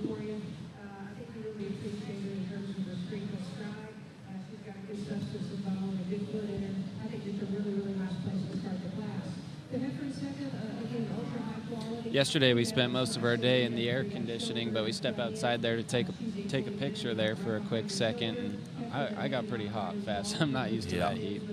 Yeah, it's really warm out today. That's what's funny thing is back home, I was talking to the family, we had some snow on the ground not too long ago, so coming back here in the 80-degree weather is certainly a change. Gonna miss judging. It's kind of a nice excuse to get away from the cold weather and come down here month of February.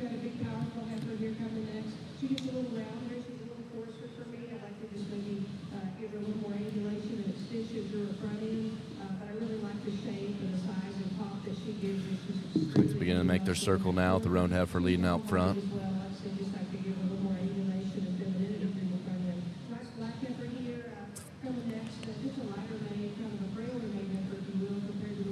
Like we talked earlier, I think we can speak for the both of us. Just really appreciate the opportunity that Top Judge programs and the leaders, everything involved, putting this together and making sure us kids come back into this program. That this is only the second year they're doing it, but certainly they're going to continue and hopefully build from this year and only go up from this point. But certainly appreciate the opportunity to be a part of it, and really appreciate all the mentors and leaders that are heading this program. Yeah, I only heard good things about it from last year, and it sounds like it's been the same so far this year. It's been awesome to be a part of it and be in the group with everyone, so it's been a blast. Yeah. Looks like Ravenna's making her placings in this class. They're going to do reverse order they came in. Lead out with the peach-colored heifer. She grabs a Michael. We'll see her reasonings on this class.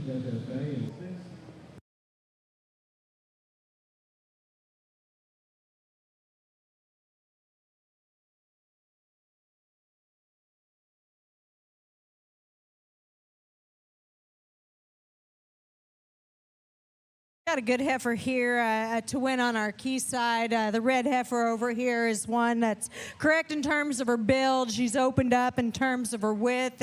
She's got some shape and expression up high and out of her hip. And I just really like her general makeup and the way that she blends it all together for us in an attractive sort of a package from the side. The heifer that's going to come in second for me is one that does so because she's just a little bit more feminine through her front end. She pulls together a little better top line and is more natural in terms of her body depth all the way through, just to give you a little bit more feminine kind of a look. I'd like to change her just a little bit from a structure aspect off both ends, but still, I think collectively it's her body type that keeps her in second over the heifer that we got coming in third. The heifer in third is one that has some base width to her. I like her structure to her shoulder just a little better than the heifer that placed directly ahead of her, but at the same time, she just gets off balance just a little bit more out here comparison, as well as kind of gives up too much in terms of power and width for me.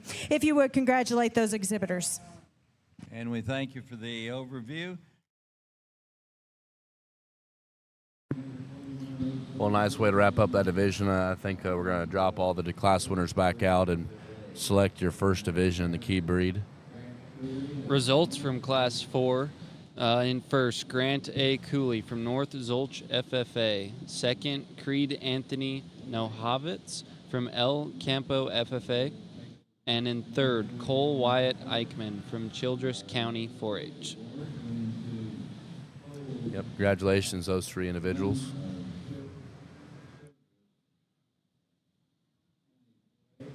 You know, I don't know about you, but I'm not really sure which way she's going to go here. There's not really one that she was going to show her cards within class, so she was, she says, back in her division drive.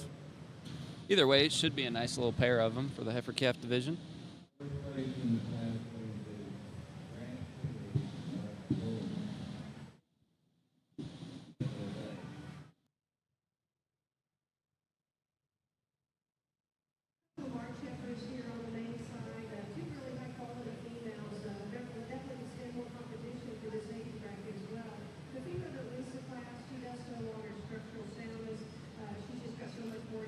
Let's see, we're getting kind of close to the end of the day. Just got ORBs left on this side and then some Maine and Jews and Polled Herefords. Oh, I guess Polled Hereford, just Maine and Jews left on the left side. So about these two breeds going right now, and one after that, and wrap up the day for Supreme Drive. We got about 75 entries here on the Kiania side, and there should be about 79 ORBs after that. That's certainly a division you're going to see a lot of different just kinds. So yeah.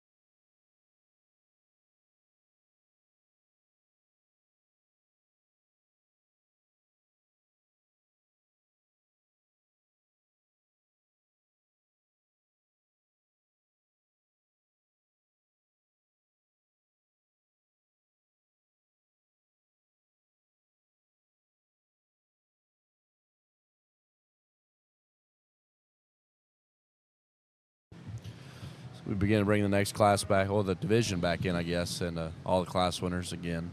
See what she ties into. There's 3 different individuals she can look at here. Got some color out here. That's for sure.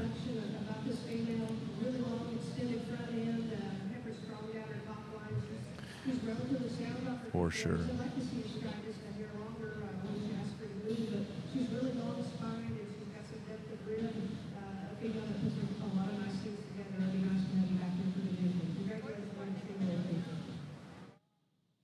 And Class 3 winner, Kale Trader for Willis SFA. Congratulations.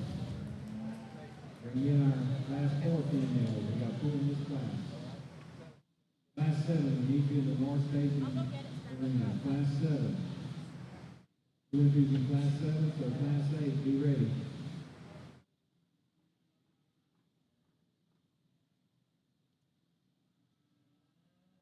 Looks like we got the top 2 from the last 4 classes. So we got Garrett Slover, Cooper Walters,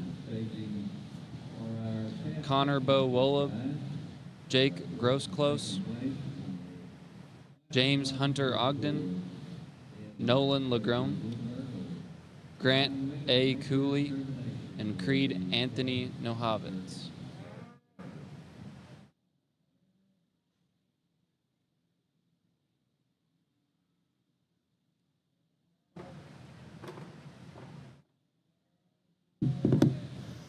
A real nice lineup as we wrap up the first division, and we'll find pretty quick what she's going to prioritize. And certainly 4 heifers that are very different in their kind, but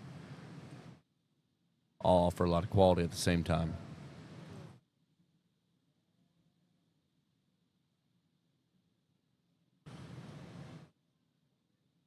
Crowd was really good at the start of the day, and obviously, as most shows, the longer the day wears on, starts to fade out just a little bit, but still a lot of people walking around outside, and that's been a really good crowd.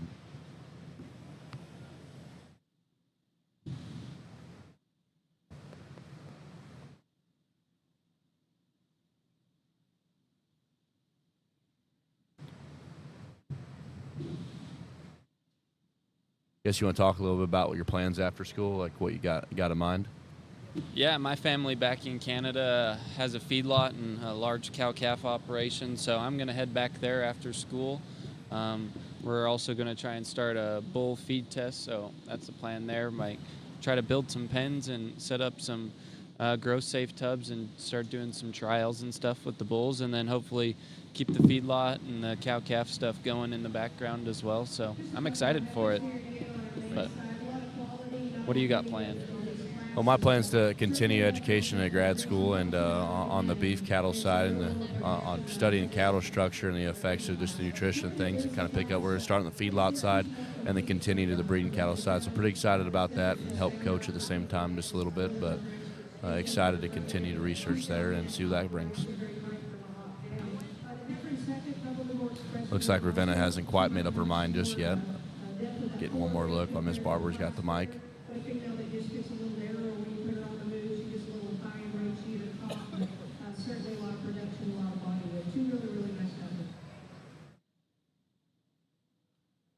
Looks like she's made up her mind and getting ready to give her comments on this division.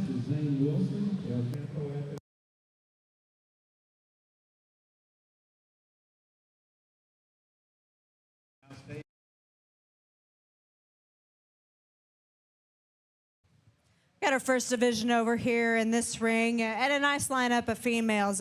Differences, yes, within these classes, and so we end up with kind of a different mix out here, vying for your champion honors within this division.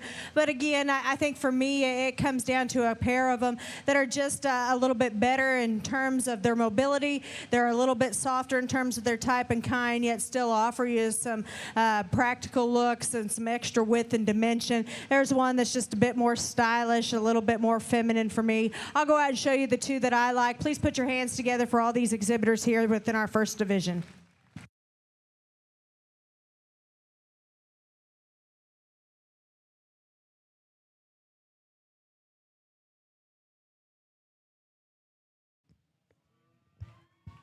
And your winner, Class 2, taking the calf championship. We'll move up entry 2630 for reserve consideration. Congratulations to Connor Bowibble. Congratulations, him coming out of Class 2. Certainly one that she talked highly of in class, and looks like she's going to come up here and get this Class 1 chromed up heifer for reserve.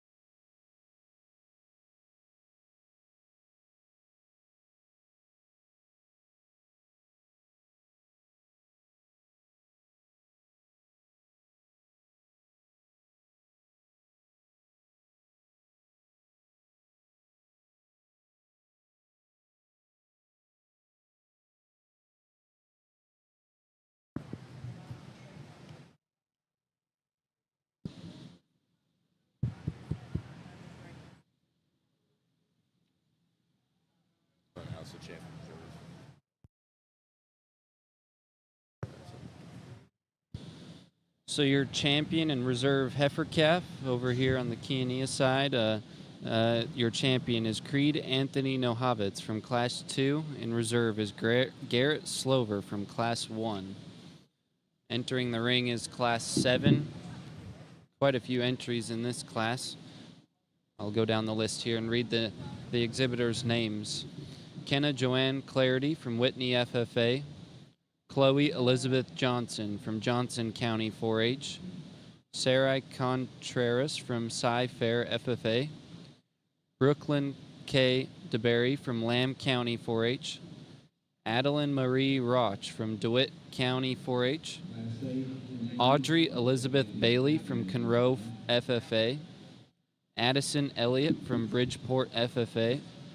Hudson Wayne Etheridge from Bullard FFA. Parker Faith Winterow from Calalin FFA. Evan Lynn Longoria from Eagle Pass FFA. And Alina Ray Galargos from McAllen Memorial FFA. Yeah, like you said, a lot of different entries in this class. So we got a lot of different colors and shapes and sizes, and certainly causes some difficulty for a show judge. But like she said earlier, if it was easy, it wouldn't be fun. So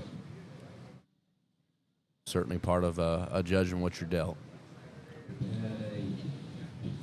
It's been a good day so far, just with the ring help and all the exhibitors so far. There's been a lot of head come through the ring, and there hasn't been a hiccup yet. So, and a lot of young kids on the halters too that are doing a really good job.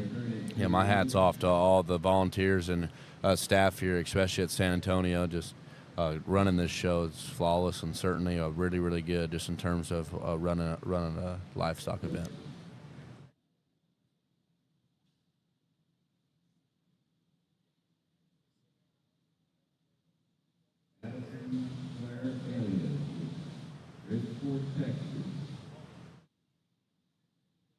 Looks like over in the main ring, they're in a division drive.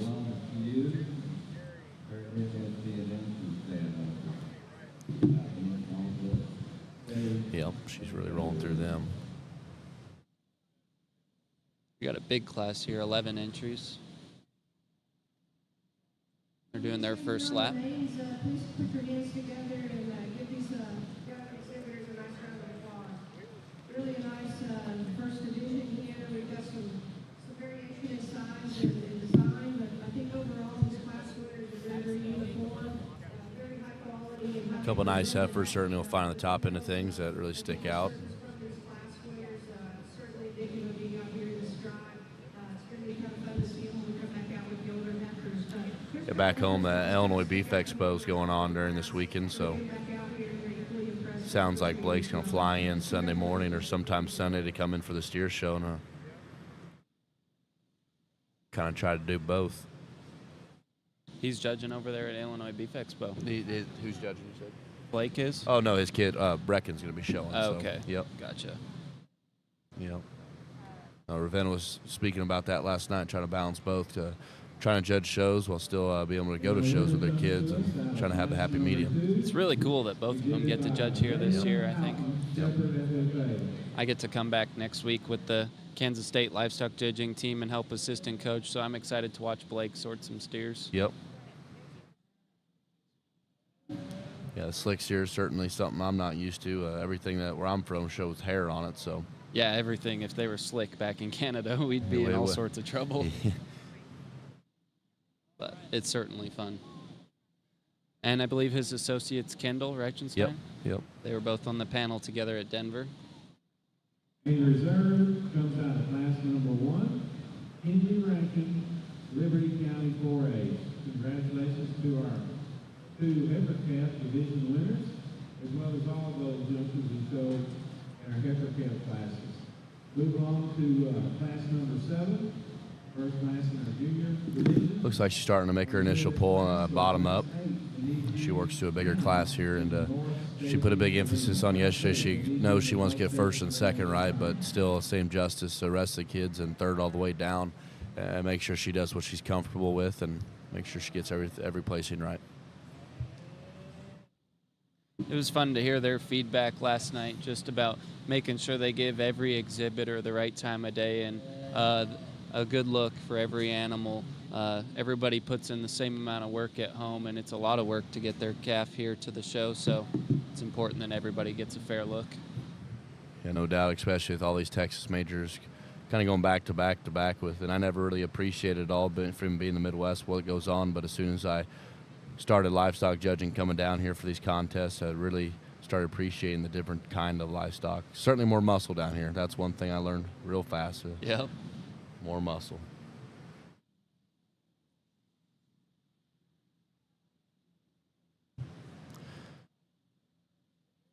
Yeah, it was the first thing as we were gearing up to leave for Houston especially. We were just starting to just kind of go through some steer classes, and he was like, well, I'll tell you what, you need to place classes off muscle, and a little bit more muscle, and hopefully got a nice look, and we'll roll from there. Seems to be when you do that, you actually drop less than if you overthink things. Right. No, but all jokes aside, this top end and thing's really nice, and you got every sort of color out here. You got 2 black ones, a white one, a peach, and a red heifer, so no doubt a lot of difference in terms of type and kind.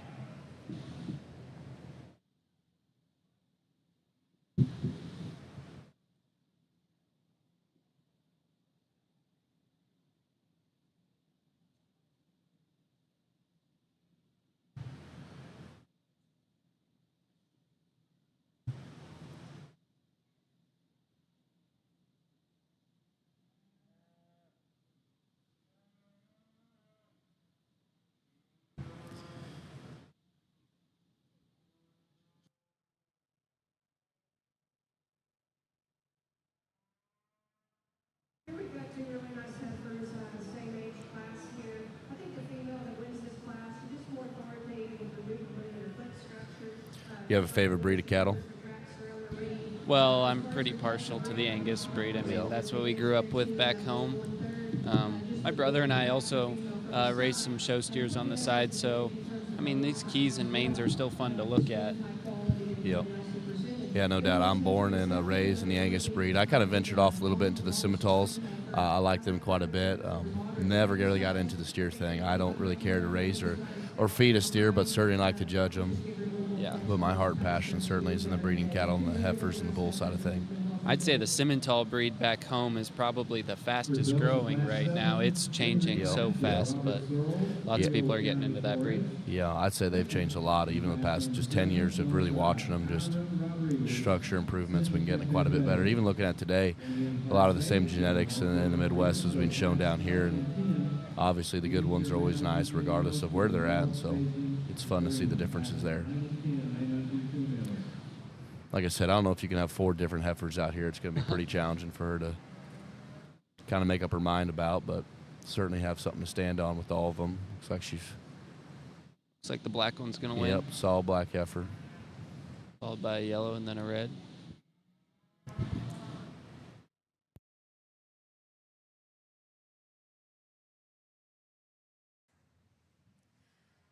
Good class here.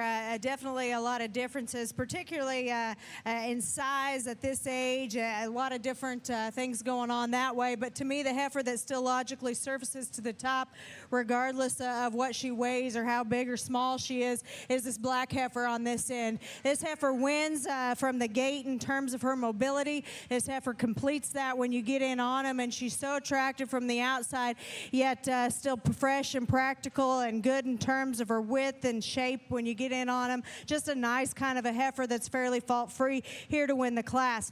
The next few, if you want to kind of switch them up just a little bit different based on your preferences, I'm not going to argue with you too bad. For me, though, I place some preference on structural correctness, and that's kind of where I end up with this particular lineup.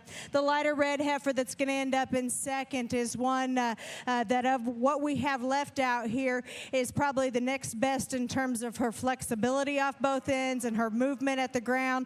She's one that still paints you a nice picture, and if you analyze her just by herself, she's got the right kind of body type and width. You question if she's going to be big enough. You know, I like moderate cattle, but she's almost venturing on the side of quick to me, and so it'll be interesting to see on down the road where she actually ends up from a frame score with it, as she reaches closer to production. But for me, she ends up second out here because I like her body type.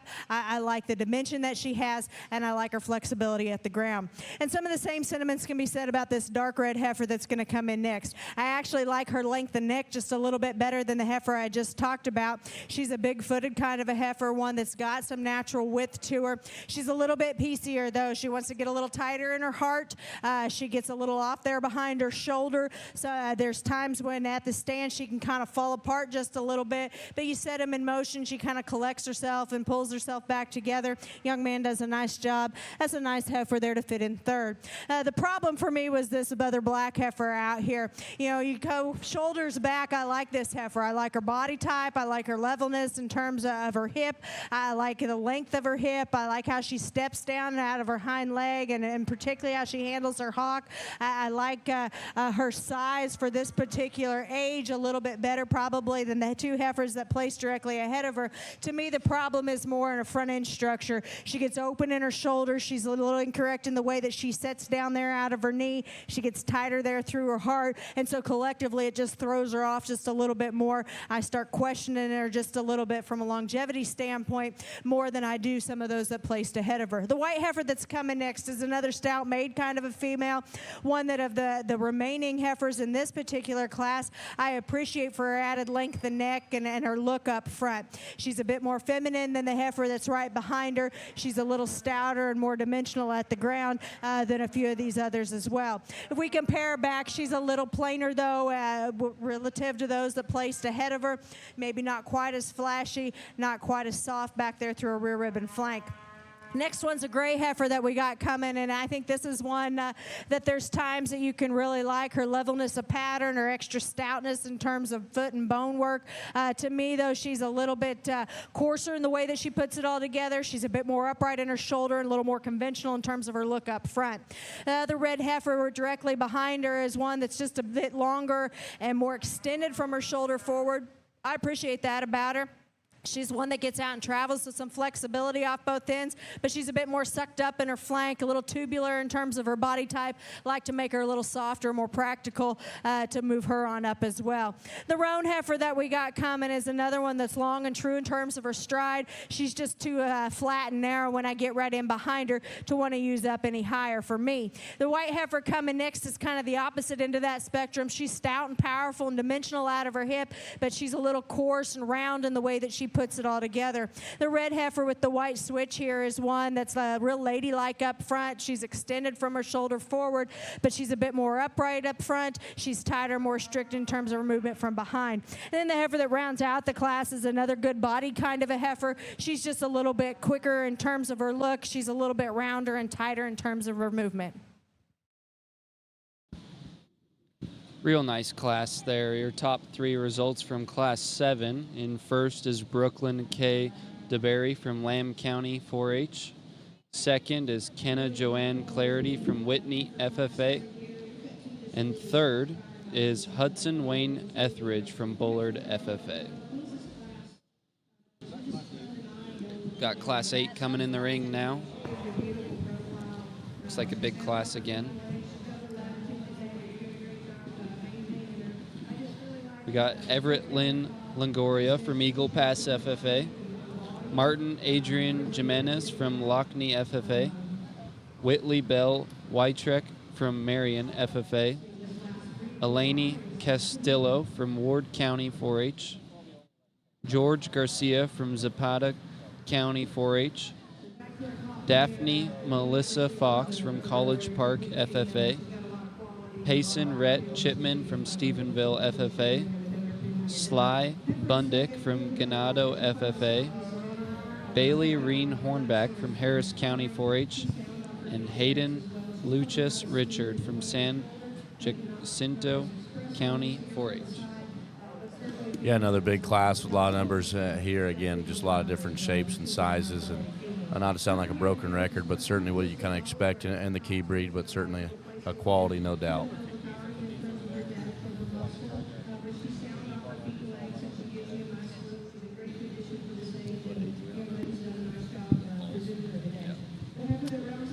It looks like we're into the fall division, the September, predominantly a couple Octobers in the class as well.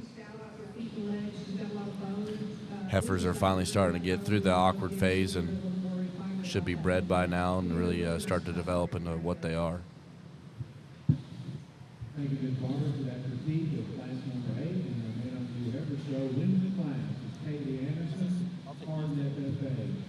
Second place, River goes to Hadley Whitley. Just want to say thank you to San Antonio Stock Show and Taylor Fort for letting us get on here and broadcast. It's been a blast. I was on earlier for the Angus show, and that was fun too. Got to work with another member of the Top Judge program. She's from Tennessee. It's just fun to meet a bunch of people from all over the country. So it's been a blast. Yeah, no doubt. I think the big takeaway, not only just meeting with your mentors and be able to get close with all of them, but just taking time and really get to know all the other peers you got to compete against all year, and take a step back and realize that it's not a competition no more, and you're kind of in the industry together. And it's been really refreshing to start to look at a different lens. I think it's really refreshing just to get to sort a larger class of animals and kind of sort through a real show instead of 4-head kind of solving puzzles sometimes. But obviously it's really fun to learn how to evaluate livestock and public speak as well through the judging program. So, right. Yeah, the main goal of this whole program is kind of getting us young judges that are fresh out of college, wrap up our senior college career, and bring us in here and talk with some mentors who have been judging shows for a long time at the highest levels, and kind of tips and tricks that's kept them successful and kept them relevant within the industry for this many years. And certainly appreciate all the volunteers and all the leadership it takes to go into this, and it takes quite a bit of effort and work.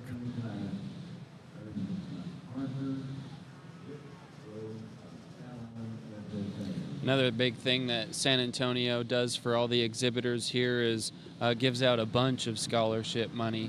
In total, they hang on, I have some numbers here. In total amount of scholarships they give out is $1,865,000, which is pretty crazy. Lots of support for all the exhibitors. Yeah, no doubt, and obviously that money's kind of spread out to some other sectors of the ag industry that's involved in here at the livestock and livestock shows and some other competitions. But no doubt, my compliments to the state of Texas for making sure to give back to the youth for all what they're doing and the hard work they're putting in. I believe every breed champion gets $10,000, and you can show multiple breeds, but so if you've hit your 10,000 already, it passes down to the reserve and so on if the reserves also won some money throughout the day. So it gets spread out pretty good, and all the kids get a chance to get some grabs at some scholarships.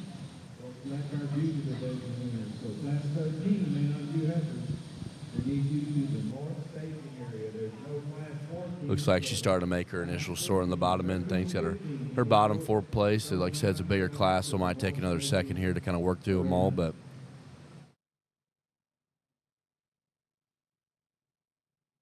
no doubt, I can imagine there's a couple on the top end of things that she's kind of already gotten in mind, but just want to make sure the 3rd through 5th she gets right in her mind. So it takes another second before she gets down to the bottom 2.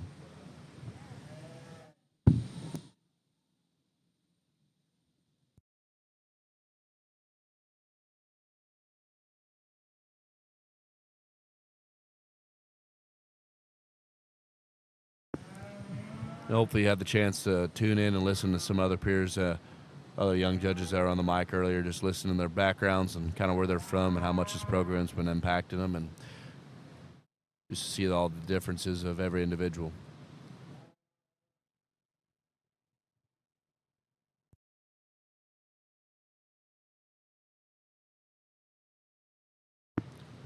Looks like she's gotten down to the final 4. Looks like black heifers up here. Oh, we got a white one.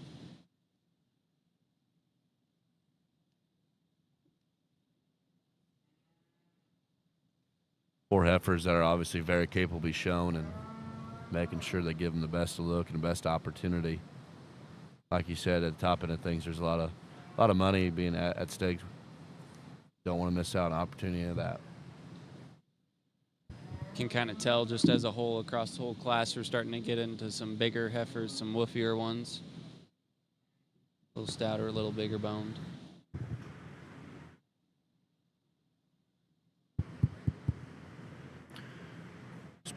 Just pulled off the solid white heifer there in 4th. I'm going to go ahead and circle these top 3 heifers, and certainly an opportunity to see them on the move. And as for me and other judges, it's probably the easiest look or view that you have of a beef animal. It's on the go from the side, so certainly allows them to separate pretty quickly. My coach always said the good ones always look better in motion too, so it's fun to watch cattle on the go.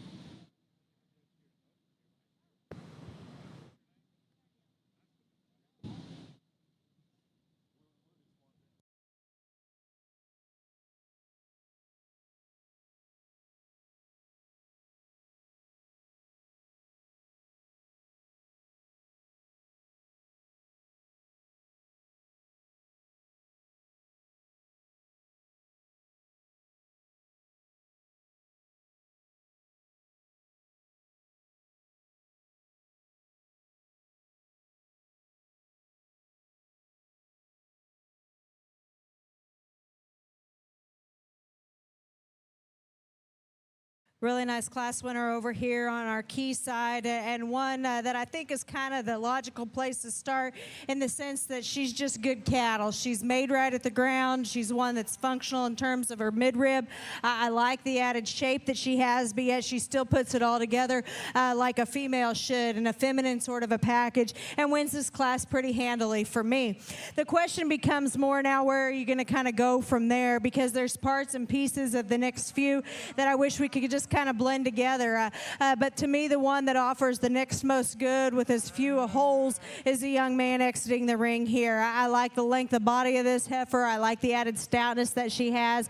She's one that I'd like to change her just a little bit from a structure standpoint. She gets a little tighter, more restricted off both ends. But I think some of the same sentiments can be said about this heifer that's in third. To me, the one that ends up in second is just a little bit better in terms of her general body type. She's a little bit more my style in terms of the way that she blends everything together. She's just a little bit looser out of her hip, reaches just a little bit further from behind. This heifer that's going to be in third can paint you a really cool picture. I love her extra elegance up front. From her shoulder forward, that's where this heifer definitely has an advantage, is in terms of her length up front, her look, and her attractiveness from that standpoint. She's another one, though, that like the heifer that preceded her, I'd like to change just a little bit in terms of her shoulder construction, but additionally, she gets a little straight and tighter out of her hock as well. So when we set them in motion again, she was the tightest and the quickest in terms of her step. And so on a competitive pair like that had some trade-offs, it was from a structural decision that I elect to put her third. The white heifer that's going to be next out here is one that's really soft and practical in terms of her type and kind. She's one that looks like a lady should, but she doesn't hit you with a lot of extra flash and flair. She's one that's a little bit plainer in terms of the way that she's brought to us. She doesn't have as much style and eye appeal as some of those that place directly ahead of her, but still a real practical, solid made kind of a heifer to fit in that fourth place spot. The marked up heifer that's coming next is one whose color pattern can kind of throw her off just a notch, but you get in on the cattle and there's some width there, there's some shape there, there's some stoutness represented amongst this heifer. She's still long and feminine in terms of her front end. She too could be changed just a little bit in the way that she's constructed. She wants to funnel just a little bit more there at her base relative to a couple of those that placed ahead of her, but still a nice heifer that sorts down towards the middle of the class for me. The black heifer coming next is a big-bodied kind of a heifer that you appreciate the volume that she has to offer. To me, she's just tight and restricted off both ends. She's smaller-footed and finer bone, and collectively that kind of works to her disadvantage. But I like her center rib more than the red heifer that's going to come next. This red heifer is stout. You get in behind her, she's powerful out of her hip, but aside from that, she's coarse in the way that she's put together, a little harder doing in terms of the look through the center portion of her body. Like to see more natural volume. The black heifer coming next is long and extended up front. I appreciate that about her. She's pulls together a strong top line for me. She too needs to drop with a little more rear rib and flank, needs to be a little stouter in terms of her feature. The white heifer is kind of the opposite. She's a big-footed heifer that's got some shape and power, but she's coarser in the way that she puts together. She needs to be a little bit more feminine for me, blend together just a little bit nicer all the way through. And then the kind of roan heifer that's going to round out the class is another one that's good-bodied. She's stout out of her hip. She's just plain too tight and restrictive, particularly from behind, for me to justify up any higher in this lineup. And we thank you.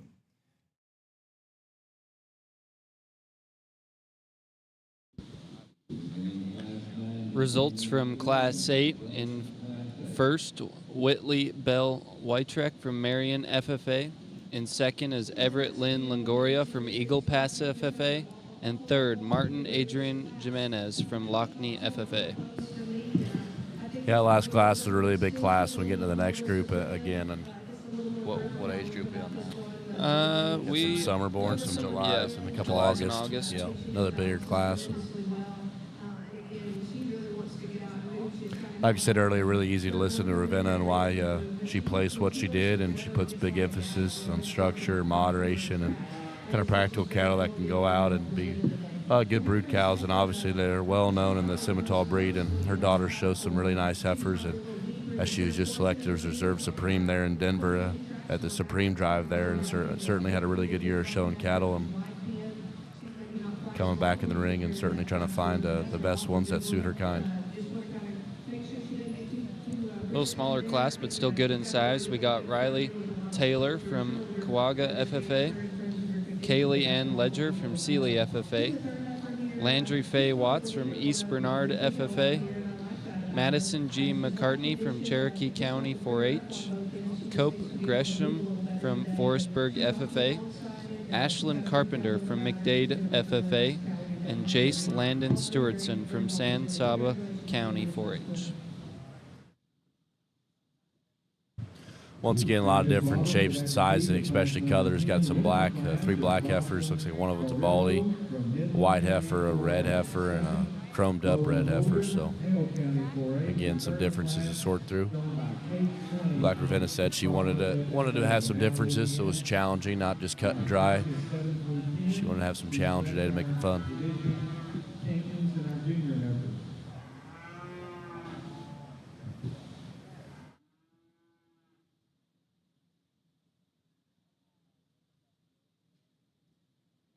Looks like they're on their first lap here. Classes 13 and 15, we need you to the North Staging Arena. Solid black one up front, then kind of a white-bellied one and a solid white coming in third. A black one behind there, and then a yellow and a red and white. See what she does with all of them. Only 2 of those, 13 and 15. We need you to the North Staging Arena. Wait on 2 heifers.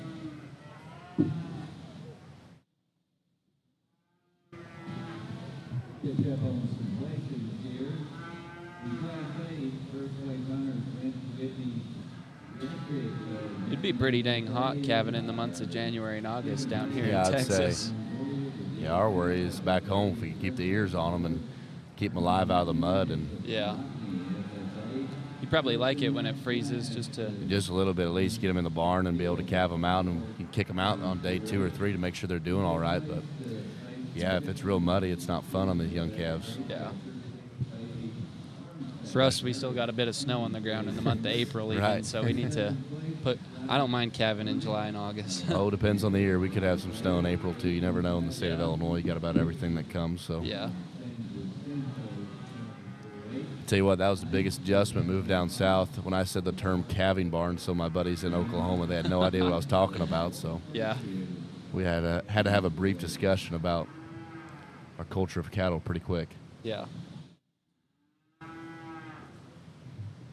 You guys grew up with mostly Angus, right? Angus and Simmental, Right. like I Yeah. said. Yeah.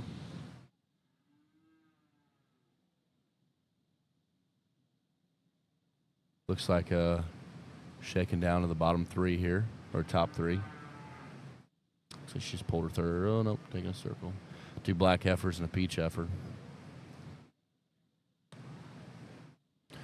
Starting to get into some heifers, got some maturity and some condition on them, and certainly these top 3 look well fed and so fresh in their kind. And it's a big emphasis Ravenna's been putting on today is this freshness of these breeding heifers, and very important deal to her.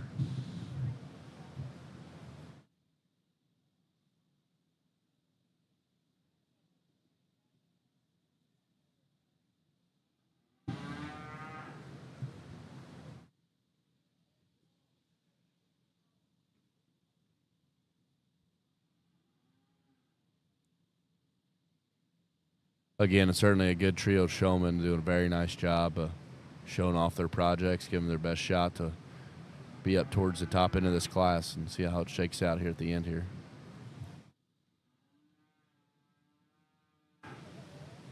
Looks like she's picked them. Start on reasons here. Pretty logical place to start, in my opinion, with this black heifer that leads out. I think she's the one that's just the most functional in terms of her build. I like her structural advantages off both ends of her skeleton. I like the center body that you read in this heifer and the way that she drops from her spine, which is a natural curvature up high, yet maintains that extra depth and volume that I like to see as well. Really feminine kind of a heifer that I think holds the advantage over the heifer in second because she just blends so much smoother. She's just a notch more attractive, particularly up front, and the way that she's constructed there through her shoulder and front end. The red heifer that's going to be in second is another good bodied kind of a heifer. It's deep. She's got that look of brood cow utility to her. I like her added stoutness and substance of bone. She's a bigger footed heifer than the one that wins the class, but to me, she's just a little bit piecier in the way that she puts it all together. She's a little coarser there in her look up front. When we set them in motion, she's just a little bit tighter and more restricted in terms of her step from behind. The black heifer that's going to end lined up in third does so because she's the next best in terms of fault-free cattle out here. I like the body type that's represented. I like her added length of front. I like the genuine width that you see in this heifer. And again, from a structure standpoint, I think she holds some advantages over a few of these that she places ahead of out here.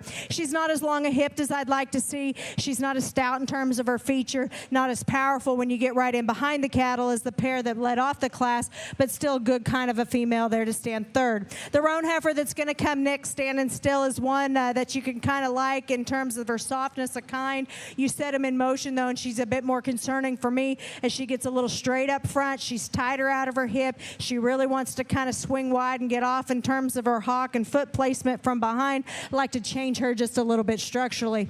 The white heifer out here is one that, again, we talk about substance of bone and big-footed cattle, and she's one that you can sure appreciate that about.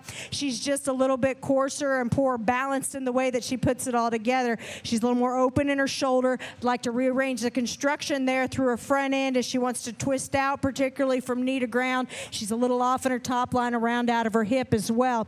But the roan, kind of blue roan heifer here that's going to finish out the class is one that's a notch more attractive in terms of her balance and her look from a profile. I just wish she was softer in terms of her type and kind. She gets a bit too tubular for me. I'd like to see her with more natural body depth all the way through to work up in this class. And we thank you for the overview of our Class 9.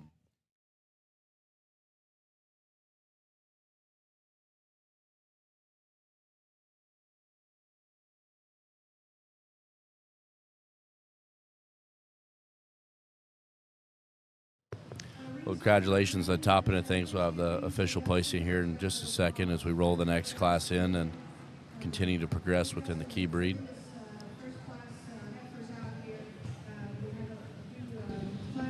Results from Class 9. In first, Madison G. McCartney from Cherokee County 4-H. In second, Cope Gresham from Forestburg FFA. And in third, Riley Taylor from Quagga FFA.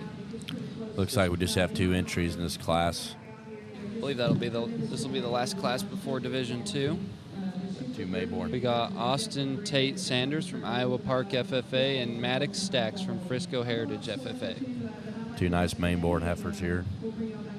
So we got 1 May and 1 June. 1 June. Misread that. Probably sort through this pair just a little quicker than the bigger class that we previously had. Bring the class winners back in and wrap up another strong division.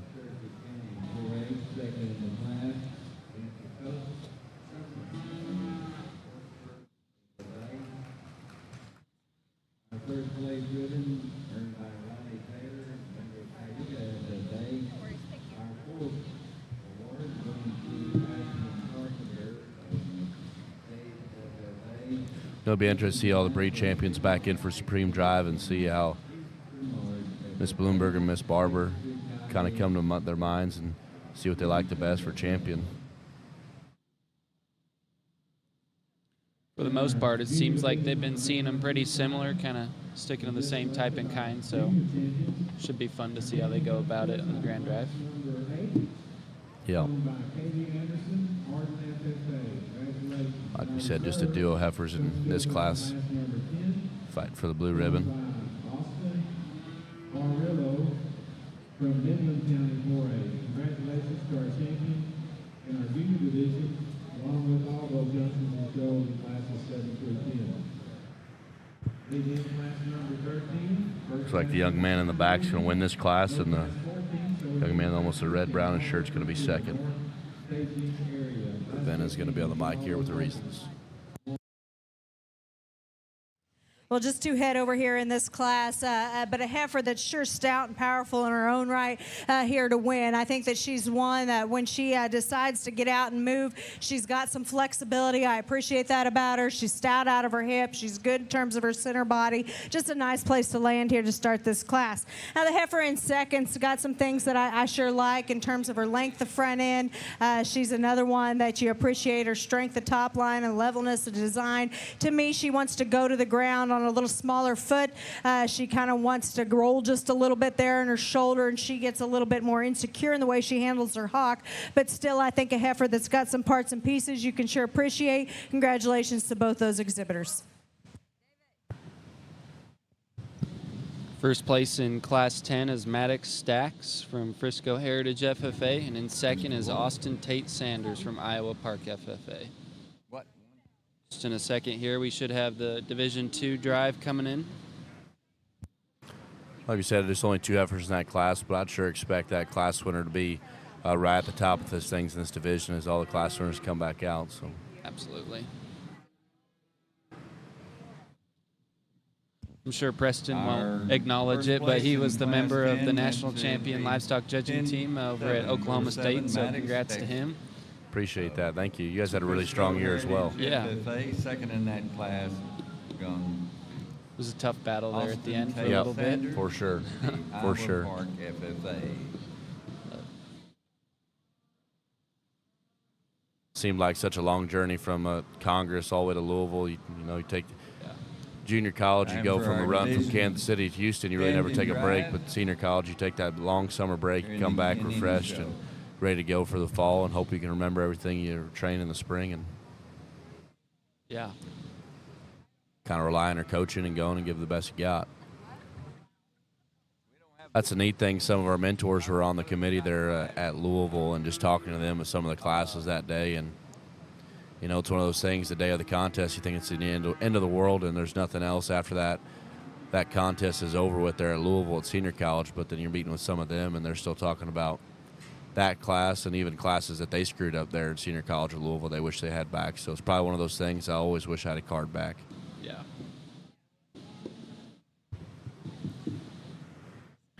Which Ravenna was the high individual overall her senior college year at American Royal, and then a month later her husband Blake was the high individual at Louisville, so pretty neat deal. Lots of talent.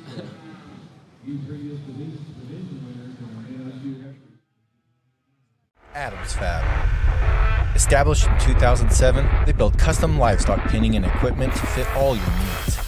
Hanger feeder rods, adjustable slam gate latches, and skirted panels. It all comes standard. Custom pins made by hand and hot dipped galvanized so that you know that they're going to last. Adams Fab is a certified TIPS vendor and can design, fabricate, and install equipment to fit all your needs. Visit AdamsFabLivestock.com to get started today.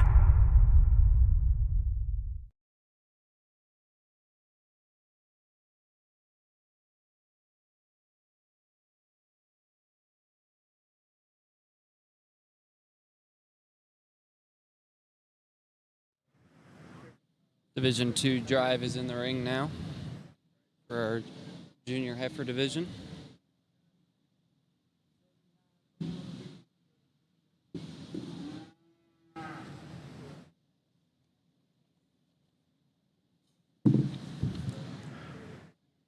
Some really nice class winners and good respective second places coming in this division again.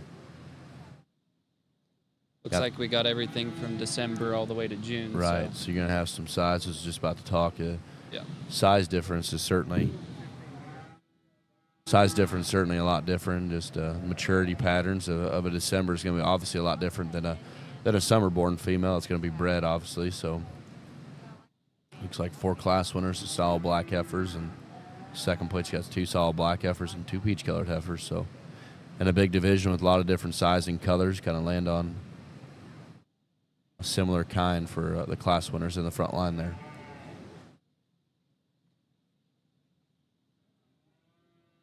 We've been working alongside Taylor Fort, and his dad is they run Primo Feeds. He's a sponsor of the Top Judge program, so big thanks to them. Without them, we wouldn't be able to do much of this. So. Yep. Like we talked earlier, like if you've been listening to the broadcast all day, I assume a lot of the individuals are expressing their gratitude to all the mentors and leaders that put on this event, and certainly for taking their time, because no doubt it's a volunteership.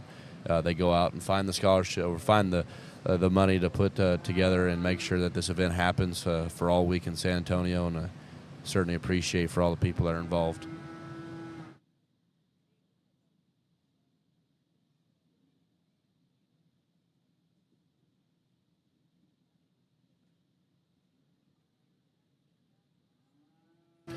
Ravenna's making another look, making sure she gets her decision right, because no doubt this division champion might be her breed champion, so she'll make sure she gets what she feels most right and comfortable with.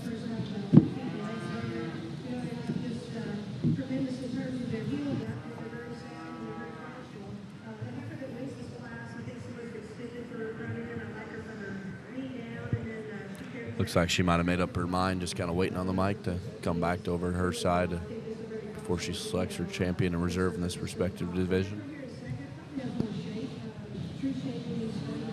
Looks like you could cut it a couple different ways, but either way, I think land on a good one.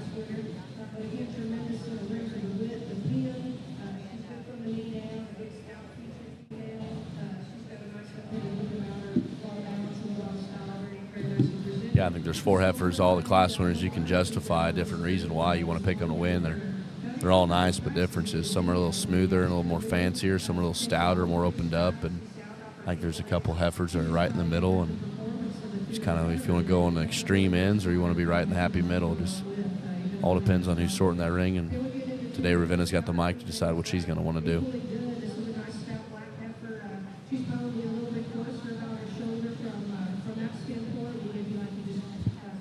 Just waiting on Miss Barber to get down over in the other ring.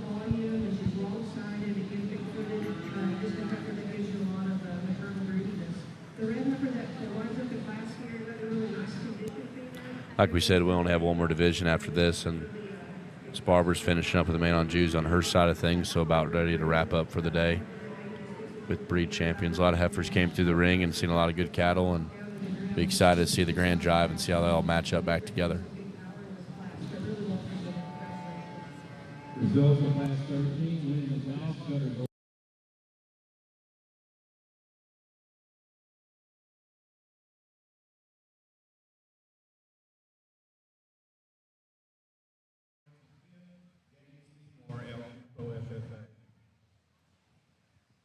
Really nice division over here on our key side. So my compliments to these exhibitors.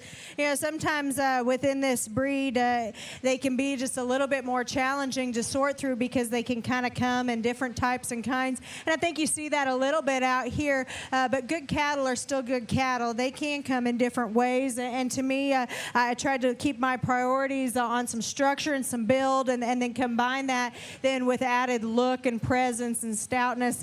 And I think with that, we end up with 4 class winners that really just kind of fit the bill in terms of having those extras and looking like they should out here from a presence standpoint.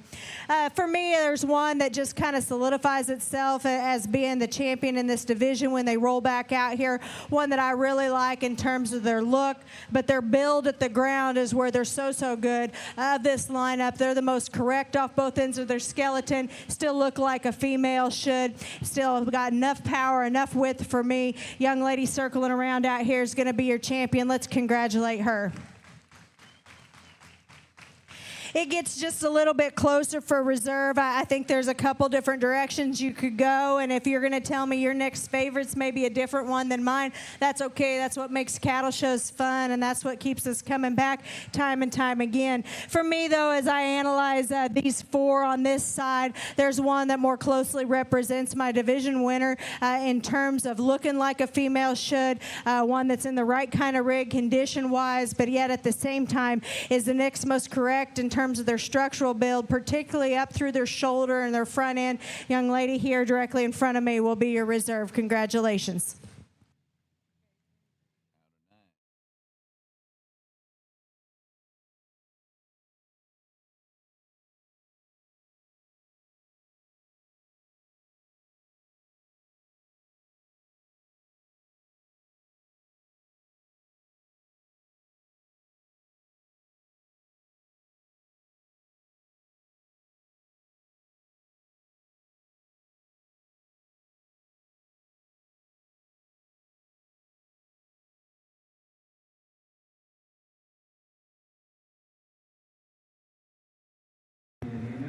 Well, congratulations to those 2 individuals for champion and reserve. We'll have results here in a second. Your champion junior heifer comes out of Class 7, Brooklyn K. DeBerry. And your reserve is out of Class 9, Madison G. McCartney. really good. A lot of numbers in that division, and as expected, as we move on, we'll still have some more numbers here in these next couple classes, but probably the older they get will probably not be as many numbers, but still be a really strong group of cattle. We're getting into the March 1st to April 30th age group and the spring-born heifers, and again, we're starting to get to the females that should be pretty heavy bred by now or getting closer to calving. Some females got some more condition, some age on her, so certainly things to sort through really quickly. Looks like we got 3 classes in this division. Start off with a pretty big one and then 2 smaller ones. In class 13, we got Layla Nicole Bruch from College Park FFA, Ariely Elliott from Reeves County 4-H, Jordan Presley Bundick from Ganado FFA, Chloe D. Finley from Montgomery County 4-H, Emily Bingley from Pearland FFA, Zachary Casas from Huffman FFA, Kendall Marie Rayfield from Lubbock Cooper FFA, Kinley Joe Guidry from Brenham FFA, Jasmine Adamary Ortiz from Wichita Falls FFA, Callie Grace Hornback from Harris County 4-H, Isabella R. Langford from Neches FFA, Leah Annette Phillips from Shefford FFA, and Riley Ann Bivens from Somerville County 4-H. Well, certainly a big group of cattle, and most of them black-hided, but a couple of them got some color variation, a couple smokes, and a couple red, and one peach heifer. Likewise, the calf class is just a bunch of different shapes, colors, and sizes, and makes it just a shot more exciting for Ravenna to go down through and study and look real hard about what she wants to do in each class.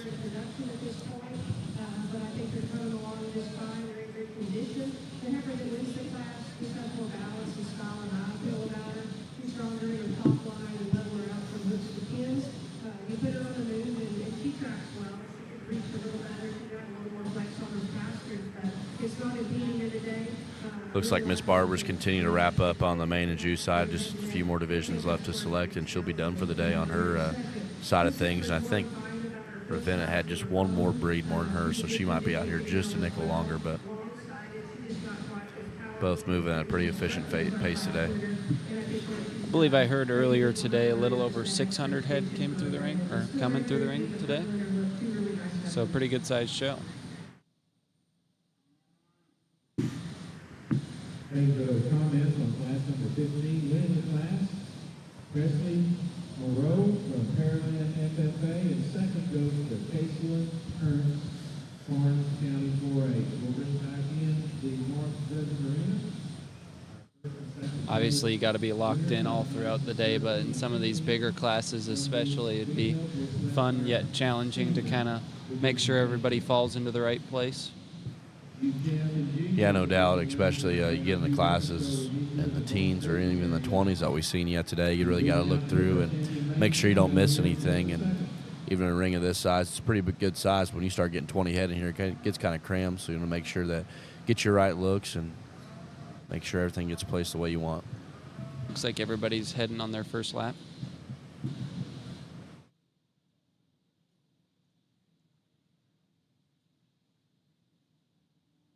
Ravenna talked a lot about just first impression things that was going to hit her today, and certainly she's been placing stuff off and pulling stuff off quickly on either the top side or the bottom side of things of the classes. Off her first impression, initial instinct of how she wants, or the quality she wants to tie into.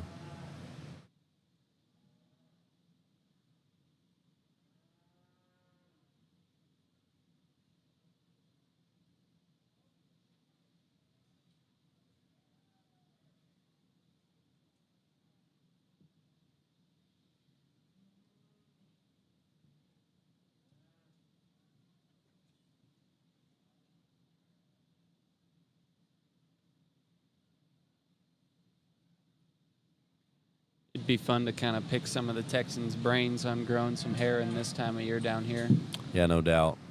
Looks like some of these heifers might have been sitting in the cooler for a little bit. Yeah. We don't have to worry much about that. No, I'd say you don't.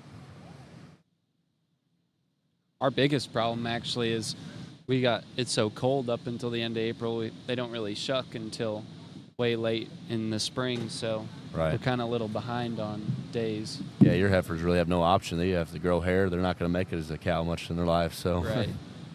Then getting ready for some of them summer shows, they're only have like 80 to 90 days with their new hair cycle. Right. So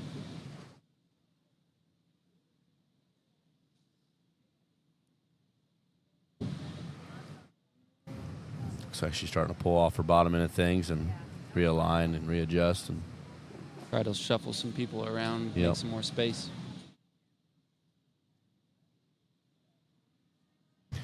no doubt a handful of heifers in this class that certainly probably have to take another look at as soon as she gets down to her top 4 or 5 and make sure she gets the right one she's most comfortable with come back in the division drive.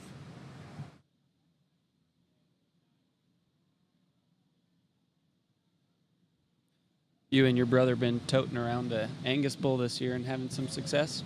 Yep, we just got him pictured, officially pictured, just came out, and certainly excited about that to continue to promote him and see what he can do for the Angus breed. Exciting.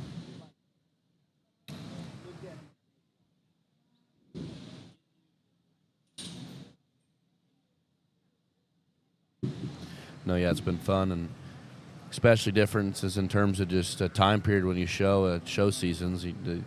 Down here, the Texans, they kind of aim these breeding heifers towards this time period. That's what I was talking with a Griner earlier. Like we have all of ours where they're pretty well midway through gestation at the State Fair, which is in August, and calving hopefully early spring. They'll have a calf at side by now, and most of these they won't be calving until late spring, until they're all done with their Texas majors. So it's just different outlook on things, and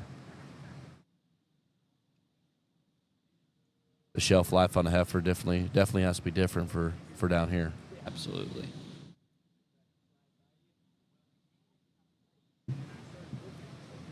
This looks like a really deep class.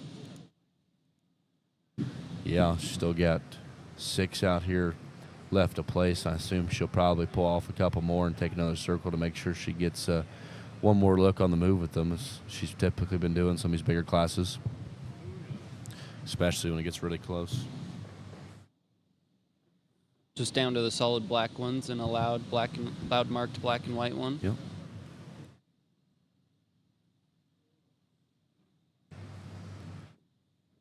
I don't know about you, but I'm typically more drawn to either solid black or baldy cattle, especially getting to some other colors, and no doubt good cattle are good cattle, but obviously the predominantly black ones are left out here. Just Yeah, it's hard to beat a good black one.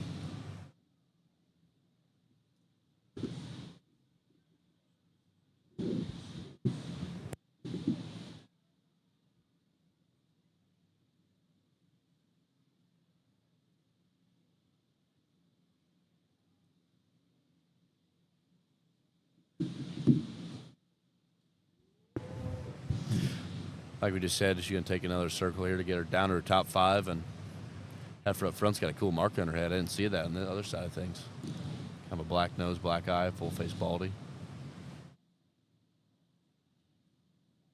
These are probably 5 of the freshest haired ones we've seen yet in this breed, wouldn't you say? Absolutely. Yeah. Very well managed. Differences in terms of structure, and I assume that's Ravenna's going to bounce them back in her head of weighing the positive negatives that they get back out in motion, but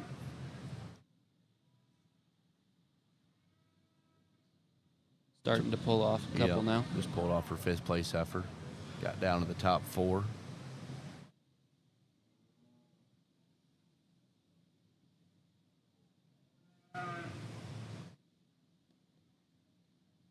Sure think that this class would make a big play in the division. Well, this almost looks like the maintainer heifer class last year at Louisville. You got 4 way different kinds, but 4 nice heifers. You can go different ways.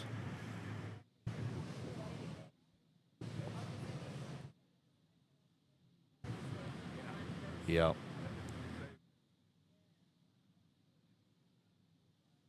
This was certainly the class everyone was waiting for. The seats just got filled up, and along the rail that there's not many people. There's not much room for everyone to stand. Everyone's kind of crowding around, making sure they get their look. 4 outstanding heifers. I'd assume whoever wins this class can be awfully competitive come back in the junior yearling drive and for the champion of the breed.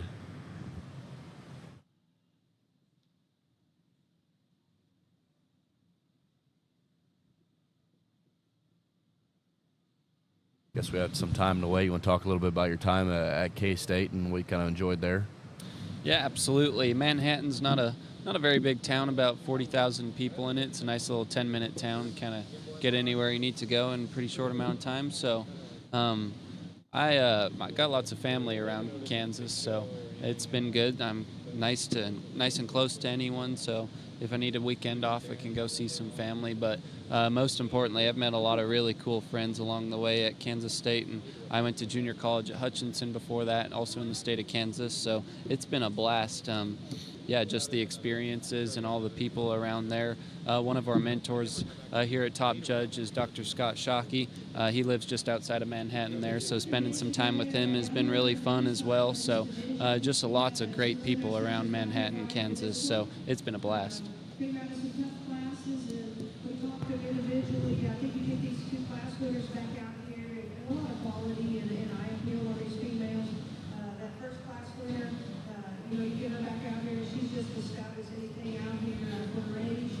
It's honestly probably worked to my benefit being quite a ways from home, just so that I kind of stay back around school on the weekends and kind of meeting some new people and experiencing some things.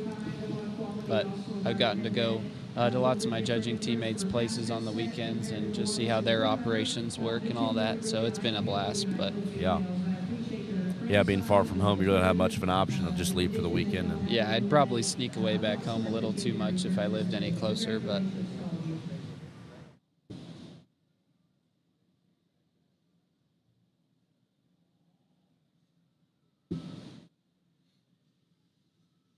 certainly adjustment from junior college to senior college. I only lived about an hour away there at Blackhawk. Could go home pretty quickly on the weekends, and certainly a big difference adjustment moving down south. Looks like she just placed her class and found her class winner. See Ravenna's comments on this class.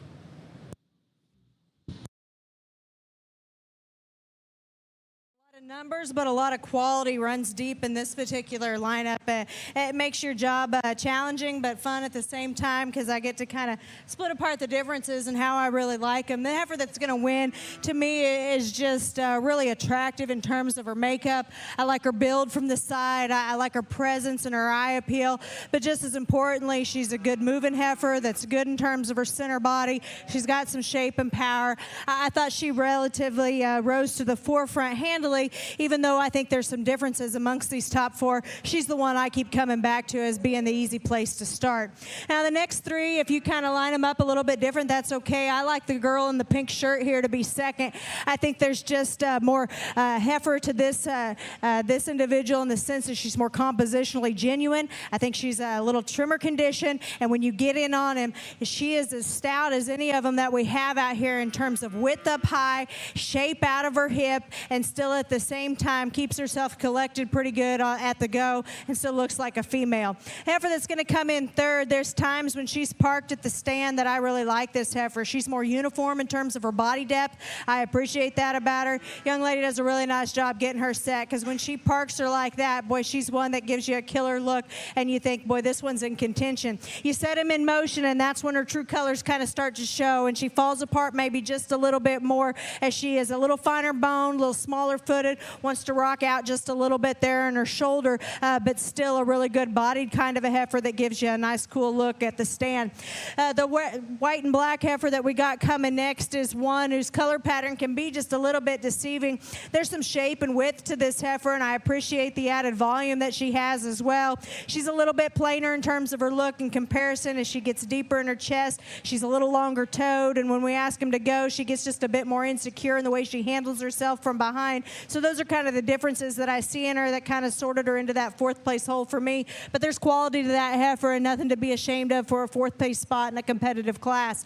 Heifer that's coming next here is one that, again, really good bodied. She's deep and functional in terms of her look through her midrib. I like the practical pieces that she has to offer. She's just a little bit finer boned and narrower based, and when you get him on them, she's also the one that wants to funnel the most out of her hip and close up the most from a skeletal standpoint, just just like to add a notch more power to her. The heifer that we got coming next is one that's elevated up front. She ties a long neck there high onto her shoulder, and I like all those things about her.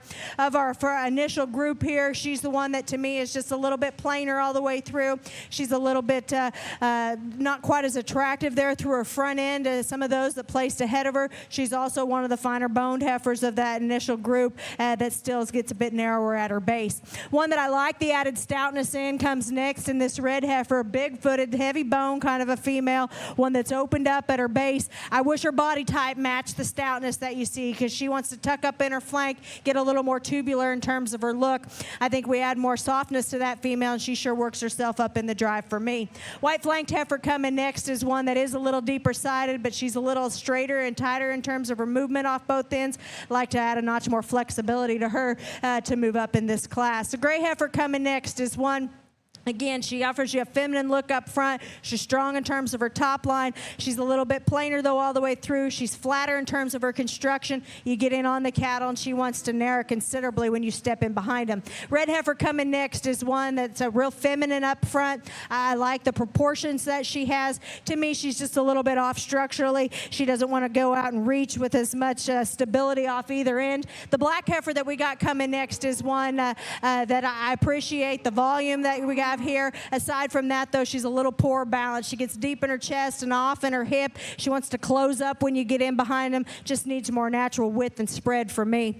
The gray heifer that we got coming next is one that gives up a lot, sure, in performance, but that's not what sorts her down. I think she's an extended fronted heifer, but to me, she needs more natural body depth. She needs more power and width. And the black heifer that's going to round out the class, she has more of the body type that I'd like to identify with. She's just tighter and more restricted off both ends of her skeleton. Really works to her disadvantage out here in a pretty big class.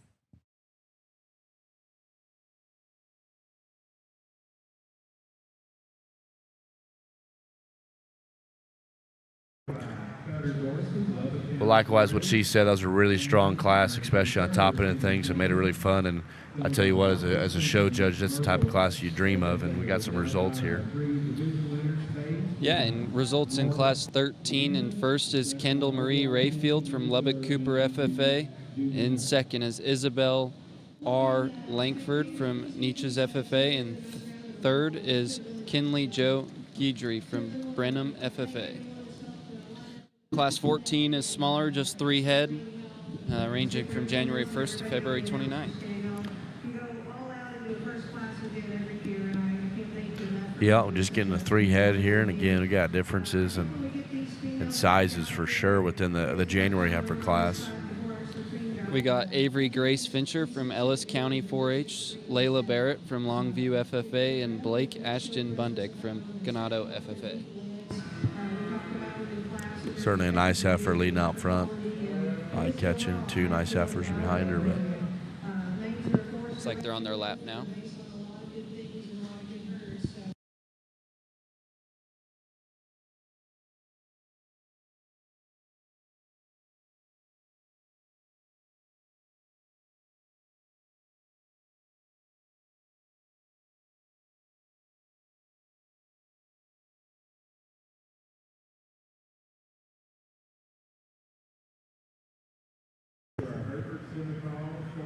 just a trio in this class, and assume Ravenna's probably going to go through these pretty quickly and get her mind mained up. Just one more class after this, and looks like she just selected her champion in the other ring, Miss Barber. Looks like she had a big crowd over there. Yep. And Ravenna just makes her place on 3. Here soon we'll have her comments on this trio of heifers in the second and last class of the key breed.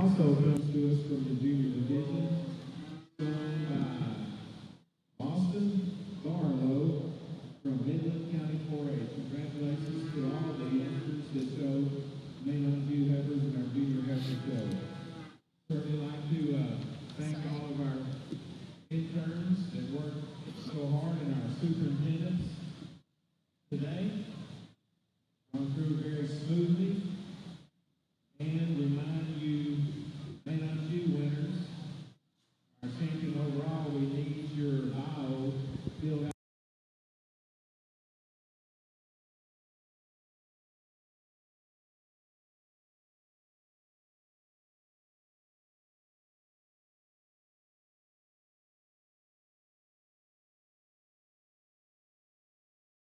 winner over here, and one that's kind of logical to find in my opinion, because she's the one that's opened up in terms of her skeletal base. She has the right kind of shape up high, but yet at the same time offers a look, a brood cow utility to the center portion of her body, still feminine enough and attractive on a profile. She's an easy place to start. The next two offer some trade-offs, and you can kind of go back and forth. To me, the one that I'm going to use in second, I think, is just a little bit truer in terms of body depth all the way through. I'd like to think that from an easy keeping standpoint, that's going to work in her favor. I'd like to change her just a little bit, though, in the sense that she's a bit coarse in the way that she's made up front. She's not quite as flexible off either end of her skeleton, but still it's her added depth and body volume that I can identify with just a bit more than the heifer that's going to be in third. The heifer in third is long-fronted. She's extended. I appreciate those things. She's just a bit sucked up and harder doing in terms of the look there through her center body, and as well, she wants to kind of get off balance a little bit more as she rounds out of her hip just a little bit, needs just a notch more power and width all the way through for me.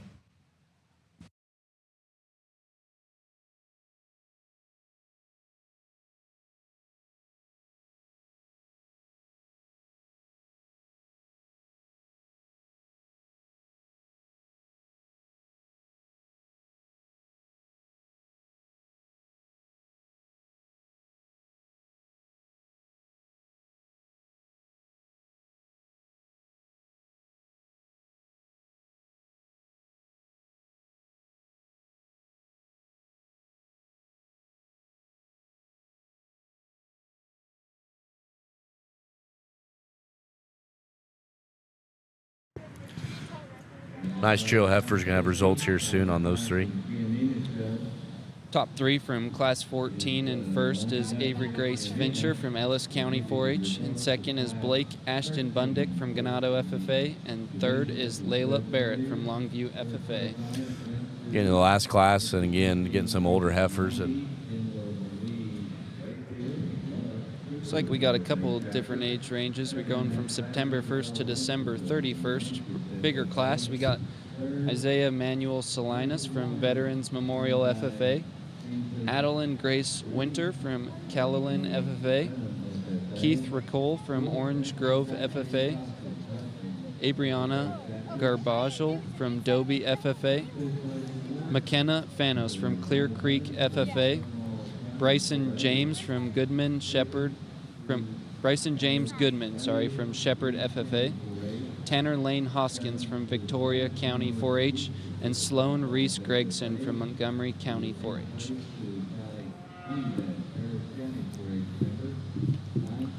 only two black heifers in this class. A couple solid white heifers, a couple smoke-colored heifers, a red heifer, and looks like we got two of them with calves inside. Yep. Going out and starting to work for every young individual. Some bigger calves too. Starting to be in the production side of things. Back home, showing pairs is a pretty big deal. I mean, you tend to see pair win almost every Supreme Drive. We raise them until they're quite large, though, on Caffett side. But yeah, that's a lot different, especially Midwest. You have a handful of pairs, but not a whole lot. But I definitely see pictures where we were from. The big show, help me with the name. Agribition. Yep, that's the one. And yep. I always see backdrops of big old calves on the side of the cows, and blows my mind how long they stay on there for. But I guess it's for the show. Yep. It's fun though. It's a lot harder to manage them that way too. So it makes the best of the best.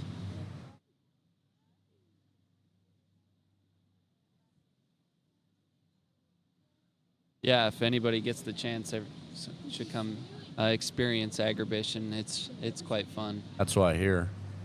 On the last day of the week, they have a big Supreme where all the breed champions from every show across the country pretty much, there's qualifying shows across the country, and if you win those Supremes across the country, you get to show up at Agribition for the Saturday at the end of the week and compete against everybody, and then they pick an overall champion for all of Canada for that specific year. So it's pretty fun. That's neat. Yeah.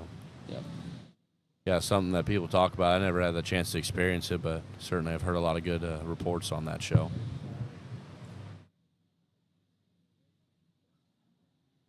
We've had quite a few Americans come up and judge as well, so hopefully we get you up there someday, maybe. Yep. That'd be a cool opportunity.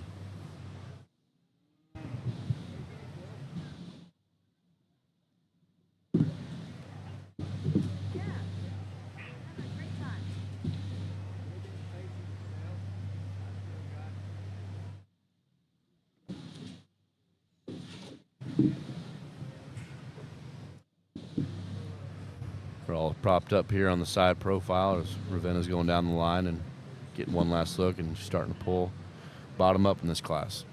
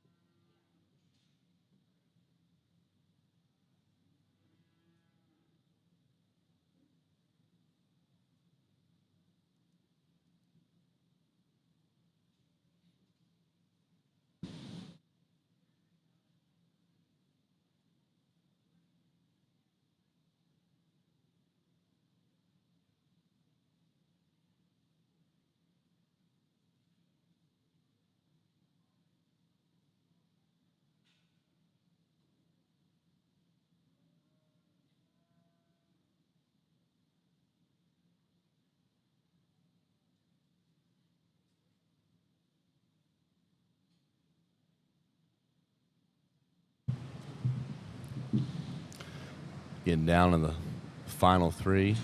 One of them with a calf outside. That side's still there. Peach-colored heifer and two predominantly white heifers. I guess one's kind of smoky. And she just placed her top three there. Congratulations to her. Looks like the pair won that class. Yep. Let's see what she has to say. That's going to end up on top of this class. From a female standpoint, I like this female in terms of her build. She's correct in her structure, and that gives her the edge for me in this class in the sense that she's good up through her front end. She follows through with a long extended stride from behind, and not to mention the fact that she gets extra bonus points because she's in production with a nice little calf at side. High quality kind of a female here to go ahead and win this particular class. Then I think you got some choices of where you'd like to kind of land next. For me at the stand, I like the red heifer. I think that she's one whose angles are just a little bit more correct. She's a bit more proportional all the way through. Gives you just a nicer balanced kind of a look. Set in motion, I wish we could keep her from kind of paddling off her front end. I think part of that's due to some condition. If we trim her up a little bit, and I think we should see her get out and reach with just a little bit longer step up front and then follow through with the same from behind. But again, I like her angles. I like her look. I like her extra presence out here to go ahead and be second. Heifer that's going to be third is Stout. She's real dimensional. She's powerful. You get in on top of her, and there's a lot of width and shape to this particular heifer, but she's coarser in the way that she puts it all together. She's a bit more open in her shoulder and tighter there through her forerib, and in terms of her front end construction, I'd like to change that just a little bit. Not only is she a little upright, but she twists just a little bit there from knee to ground, kind of throws her step off just a little bit, and at the stand, it kind of throws her off balance a little bit more for me. The next one's a pair that we got coming next. Again, I always think that there's an advantage when the females can come out here and show you that they can do what they're supposed to do in terms of raise one at side, and that's what this one's doing, and I appreciate that about her. She could be just a notch more attractive. She's not the flashiest thing in the world, but she's basic and she's functional, and I appreciate that to go ahead and land next. The black heifer that we have is one that offers you some extension. She's one that's good in terms of her flexibility, but off either end of her skeletons where she gets more concerning for me, she wants to narrow up considerably and flatten, especially when you get right in behind her. The red heifer coming next. I appreciate the udder development that we got going on. Obviously, she's getting closer to reaching that point of production that is always the goal. For me today, she's a little bit shallower bodied. She doesn't quite have the softness that I'd like to see. And the gray heifer coming next is one that is a little bit better bodied from that standpoint, but she's coarser and tighter and more upright in terms of her angles, doesn't get out and move with the right kind of flexibility from a structure standpoint for me to want to work up any higher. The heifer that's going to round out the class is one that offers you some length of body. She's square out of her hip, but she's another one that I wish we could change just a little bit in the way that she handles herself on the go. She needs a notch more shape and power when you get right in behind her as well. Nice class. Congratulations.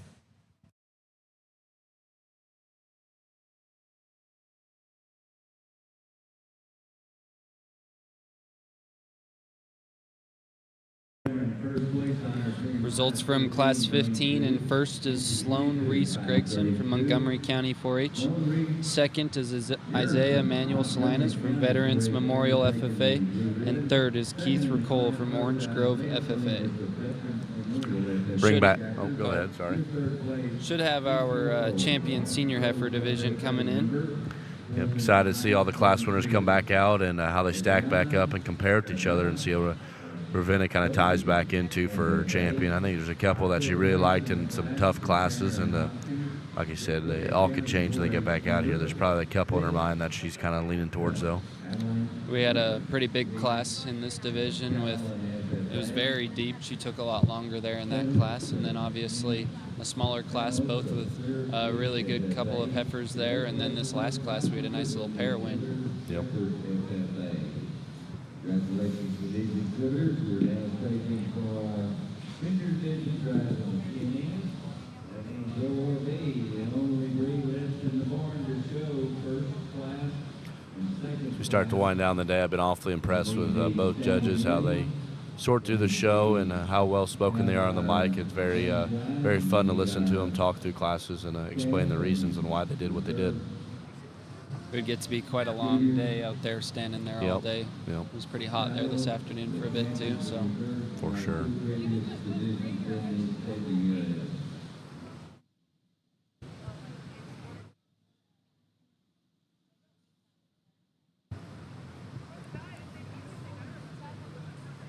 You said you can convince yourself to kind of go in a couple different ways, but like we said, there's a class that she took a long time with, and she liked that pair quite a bit. So it'll be interesting if she tries to break them up or use a different class or what she's going to end up doing.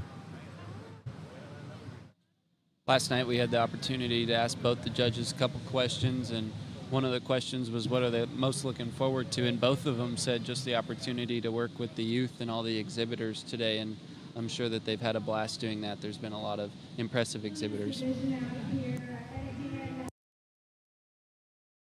Quality that they were able to bring to San Antonio and kind of exhibit for the public here today. I think there's parts of all these heifers that are sure useful, that represent quality and represent a lot of good moving forward. For me, as I come back out here, there's a couple of them that are just more my kind in terms of combining some of those functional traits with that extra presence and look and kind of offering you what a show heifer should read like in terms of power and function combined. They came out of that really deep class. We're going to keep them together. We'll use these two off this end here to be champion of reserve. Congratulations.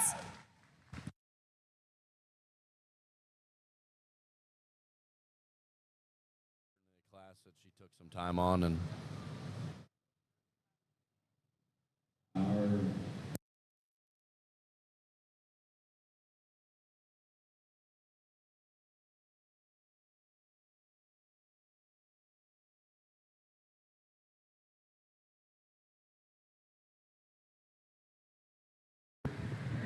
Second place after that, 13, I would just say congratulations to those two young ladies on a really outstanding pair of heifers. It was a deep class, and kind of figured she was going to keep those two together. She liked quite a bit in class, and we got results here now that we can show you. Yeah, your grand and reserve both come out of class 13. Your champion senior heifer is Kendall Marie Rayfield, and your reserve is Isabella R. Langford.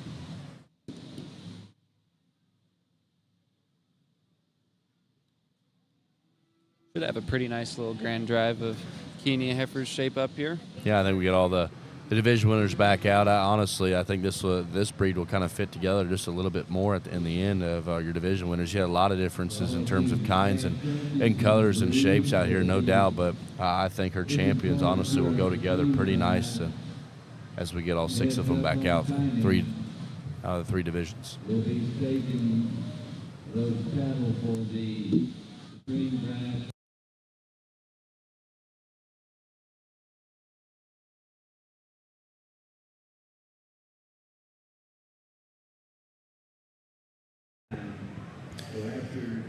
Champions are starting to enter the ring.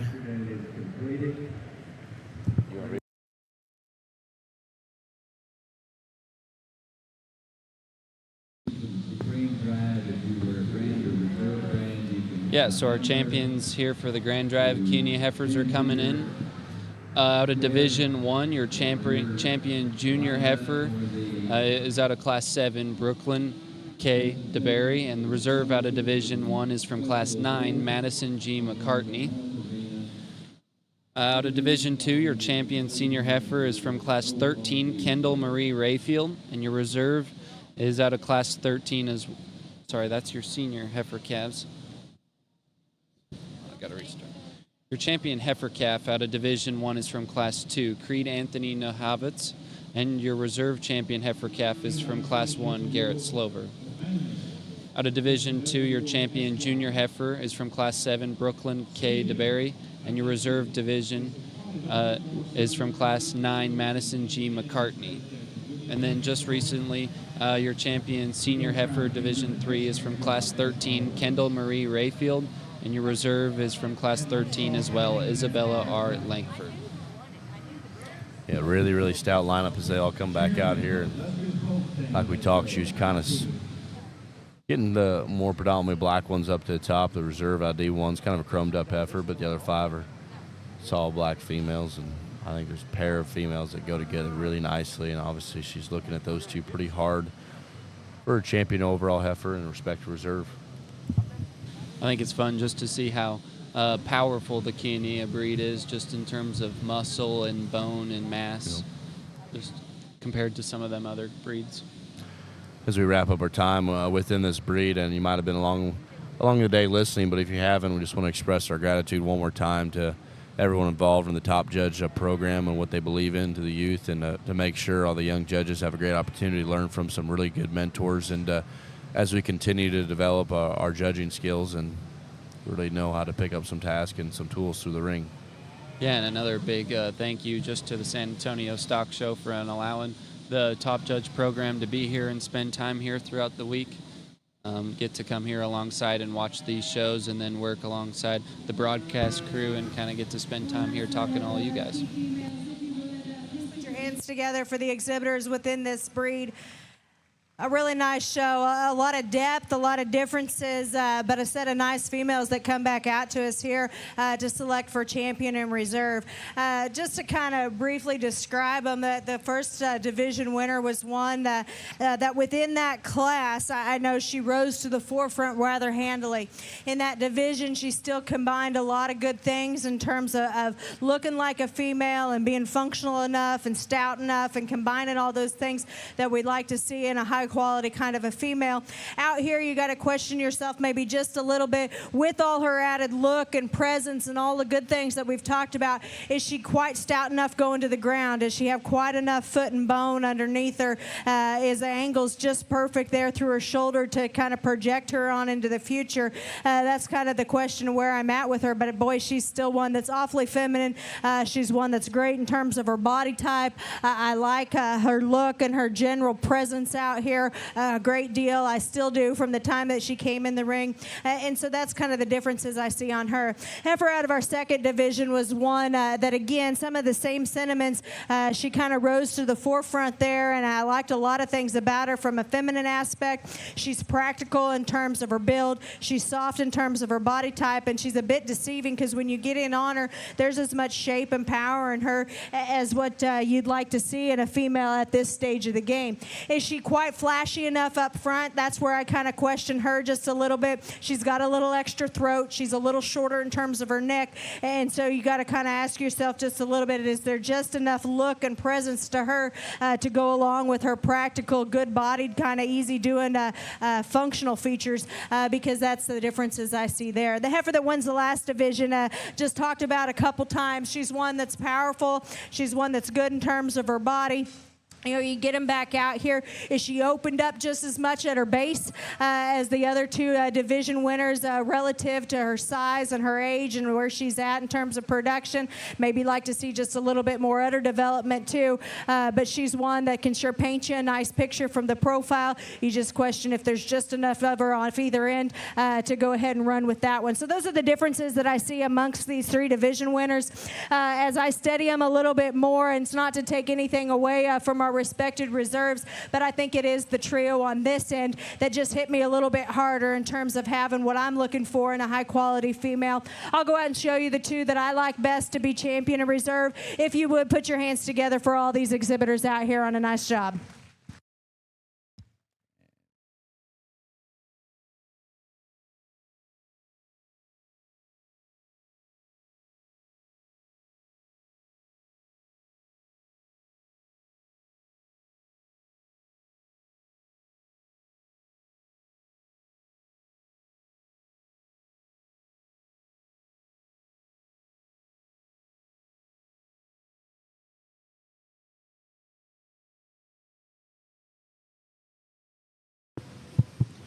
Well, congratulations to her, and looks like she's about to slap her reserve champion once again. But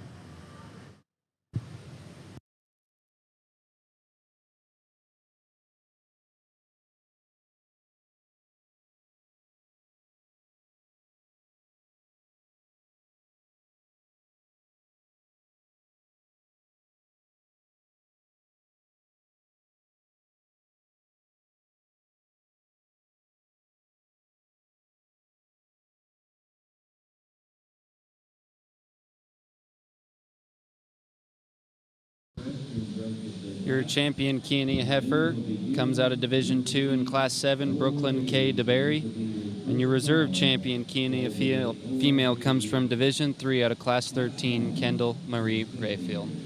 Thanks again to the San Antonio Stock Show and the Top Judge program for just letting us be a part of all of this and getting to experience something like this. And I've had a blast, and just thank you to everyone who's a part of it. So catch you guys later.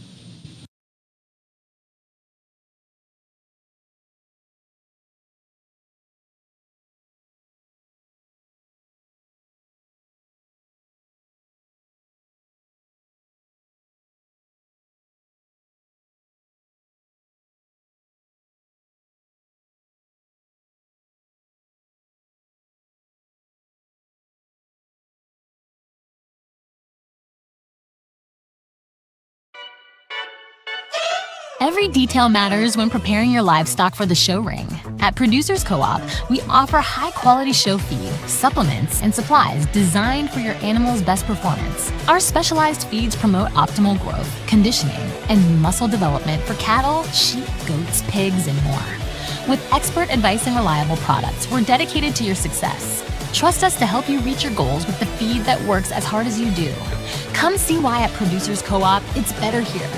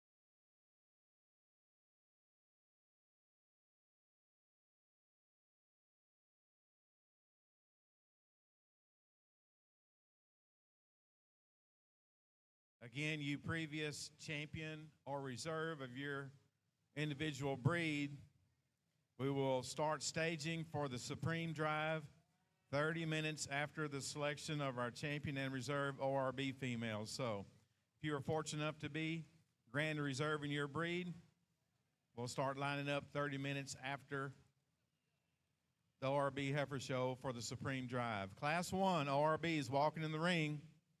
Class 2, we need you in the staging arena. Class 3, get it on your mind.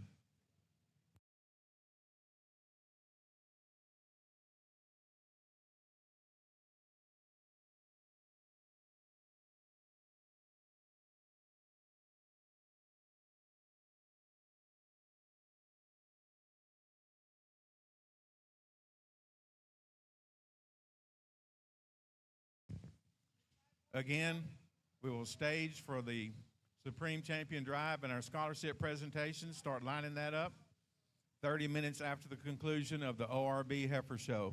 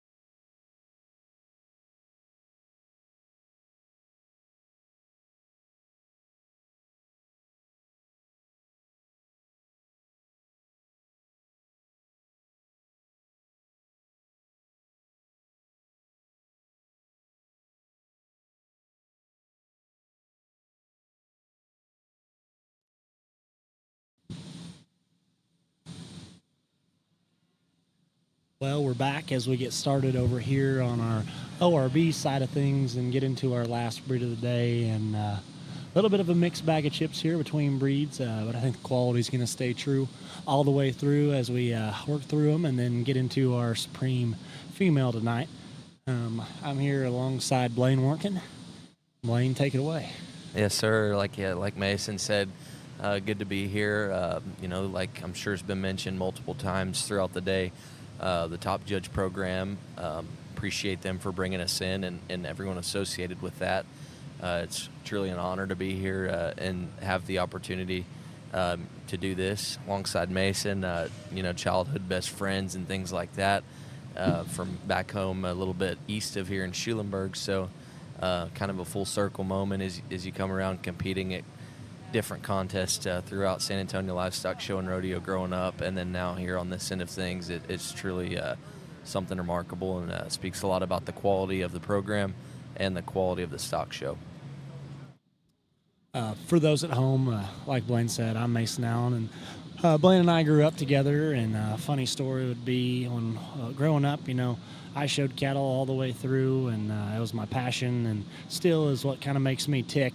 And me and Blaine have been together since we were in pre-K, and although they raise cattle at home, the last thing that he wanted to do was be a part of a show cow. He's the biggest team roper you ever did meet all the way through junior high. There was about a year stretch where I thought me and him were going to go to the finals in team roping, and then I got a horse that would dump me off the side of him about every 3 seconds, and it was back to washing and blowing 24/7, and my dreams of making it to Vegas quickly died.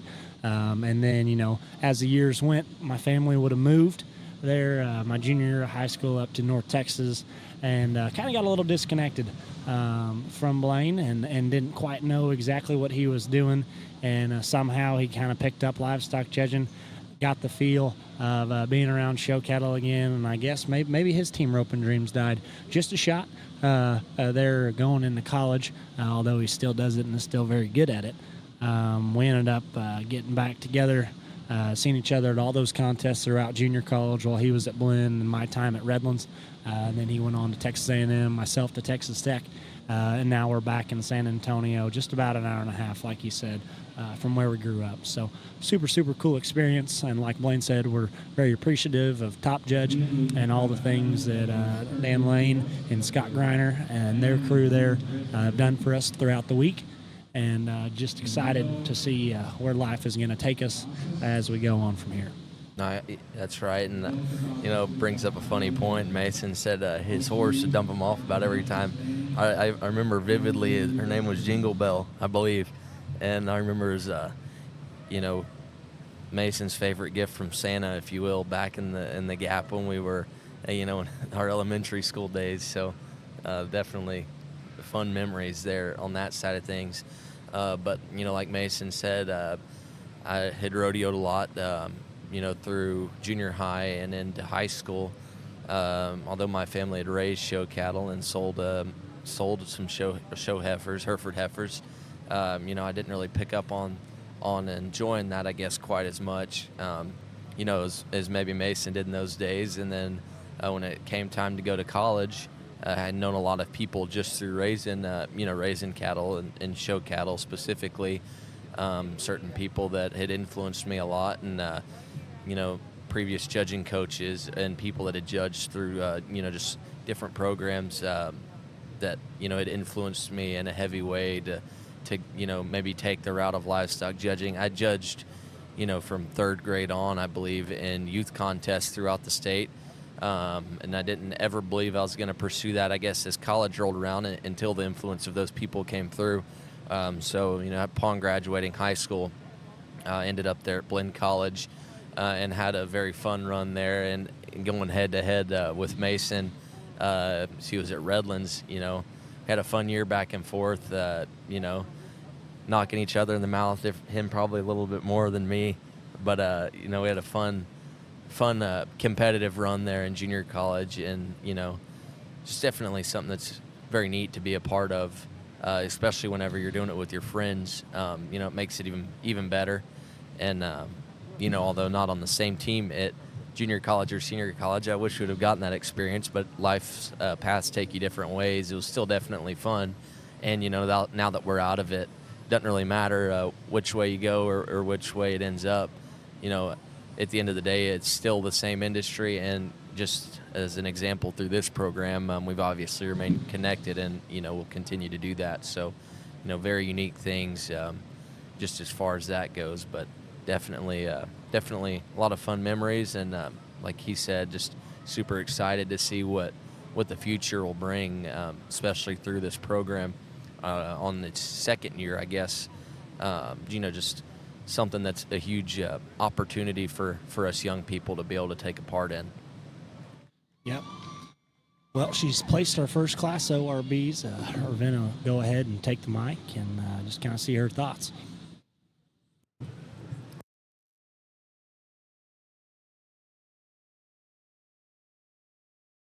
Class here, lots of quality all the way down, so my compliments to these exhibitors on a really deep, fun class to sort through.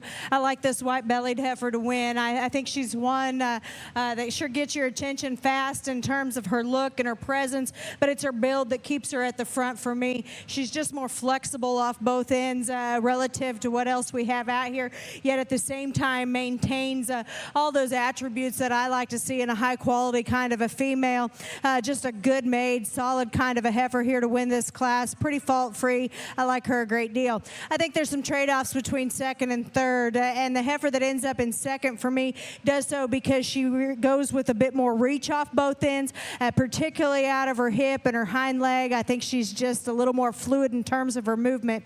You know, as we start analyzing her back to the class winner, she's probably one that's a little longer necked and ties just a tick higher, but relative to that, she maybe doesn't blend as smooth from her shoulder back into her forerib. She's not as proportional in terms of her depth all the way through, but still an awfully good heifer that gives you a great look from the profile, and she gets herself into that second place spot because she's just a notch more functional. I like the heifer in third. You know, at the stand, a good stick can do a lot of things, and this girl is definitely a good stick because she makes that heifer look the way she needs to look at the stand. Off any angle where I'm at, I get a good look. And it's not till we set the cattle back in motion that you start to realize that this heifer naturally wants to get a little higher in her tail head. She's a little shorter in her hip. She's a little tighter in the way that she handles herself from behind. And consequently, those things all kind of work to her disadvantage out here in a very competitive class. And so for me, she ends up third. But if she's your favorite out there, she probably is for this young lady. Don't give up on her because I think she's still got a bright future ahead of her. Heifer that's going to end up next is one that, again, I like some basic pieces to her. I think she's proportional. I think everything matches. She's one of the younger ones that we have in this particular lineup, yet at the same time, everything kind of blends together appropriately. Comparatively to the heifers that placed ahead of her, she's not as stout, she's not as ready, she's not as opened up or as powerful today, but I think her best days are still yet to come. That's a nice female. A young lady here with the pink, this is one that when this heifer came through the ring, I knew she'd probably be a contender towards the top end of this class just based off her basic presence. You know, she's one that, again, I talked about somebody that's a good showman can do a lot of good for a heifer, and that's definitely the case here. She gets her park, she gets her set, and then that heifer gives you a killer look. When we set them in motion, her true colors kind of start to show, and the heifer kind of falls into a few more pieces for me, and that's what sorted her down. It wasn't that anything was drastically wrong with her. It's just that she kind of fell apart and kind of came into a few more pieces, if you will, and lands herself down in a very competitive class. Young man coming next here has got an attractive made kind of heifer in terms of her look up front. She has a long skinny neck on top of her shoulder there. She's level in terms of her design. She needs opened up in terms of her width all the way through, particularly when you get right in behind him. I like things about this heifer in second, and I think if we didn't know she was actually one of the older ones in class, then you could say kind of make a case for her to move up maybe a spot or two. But I do like her proportions. I like her body type. She gets just a bit more upright in her shoulder. She gets a little narrower in terms of her construction. The red heifer out here is a little bit the opposite. She's stout and dense, and she's got a lot of shape and width when you get right in behind her, but she's a little bit tighter in the way that she puts it all together. I'd like to see her flex just a little more naturally from her spine all the way down to her ankles. Heifer that's coming next here is one that I like some pieces to her. She's got some width of chest. She's got some shape up high. She too's a bit straighter, more upright in terms of her build. Like to make her just a bit looser off both ends. The blue roan heifer is another one that's feminine and attractive up front. She wants to narrow and funnel just a bit too much for me when you step right in behind him. And then the white heifer coming next here, she's got shape and power, but it comes in a little more conventional kind of a package. She's lower fronted and rounder through her shoulder. She just doesn't blend together quite as nicely in terms of eye appeal and presence out here. The heifer that's going to round out the class is one that I appreciate in terms of her length of front end. She's got some strengthness to her spine and her top line. To me, she's just a little bit uncoordinated in the way that she puts everything together. Needs a notch more true width and dimension all the way through. Nice class, if you would, for those exhibitors. Well, an awesome way to get us started over here on our ORB side, and I'll just kind of rehash our placings.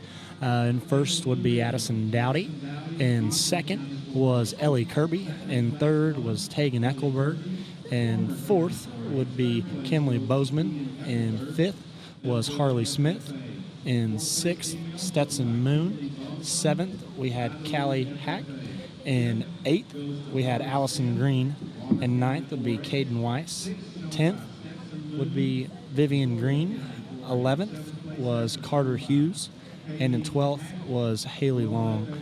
So for those of y'all that aren't familiar, the ORBs is kind of a conglomerate of different percentage breeds made up of your low percentage keys, your maintainers, your main Angus, your Charolais composite, and what have you, just percentage cattle there throughout the continental breeds. So that's an interesting breed to go ahead and watch, just because you got a lot of different types and kinds, a lot of different color patterns and different things such as that.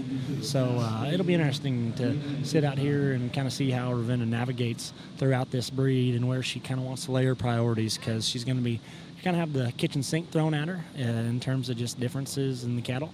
But excited to see what's going to go on and occur.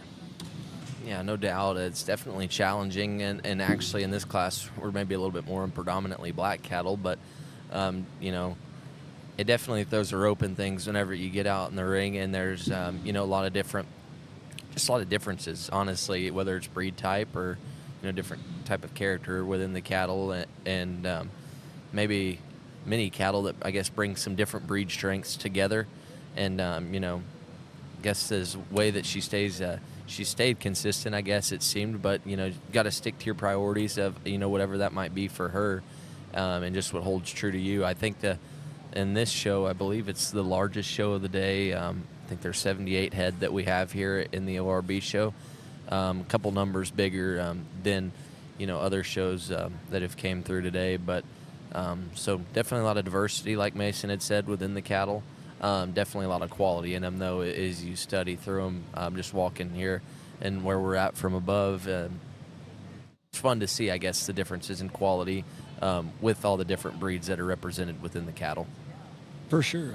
You know, just an example there in that last class, we had a couple blaze-faced females kind of appeared like percentage Simmental cattle, and then kind of, you know, working our way through the class, we had a red heifer with a black nose, looked a little more club calf influenced, if I was to guess, probably a How Great Thou Art, but don't quote me, because she might not be, but just in kind of the cattle that I've seen, she resembled one of those quite a bit.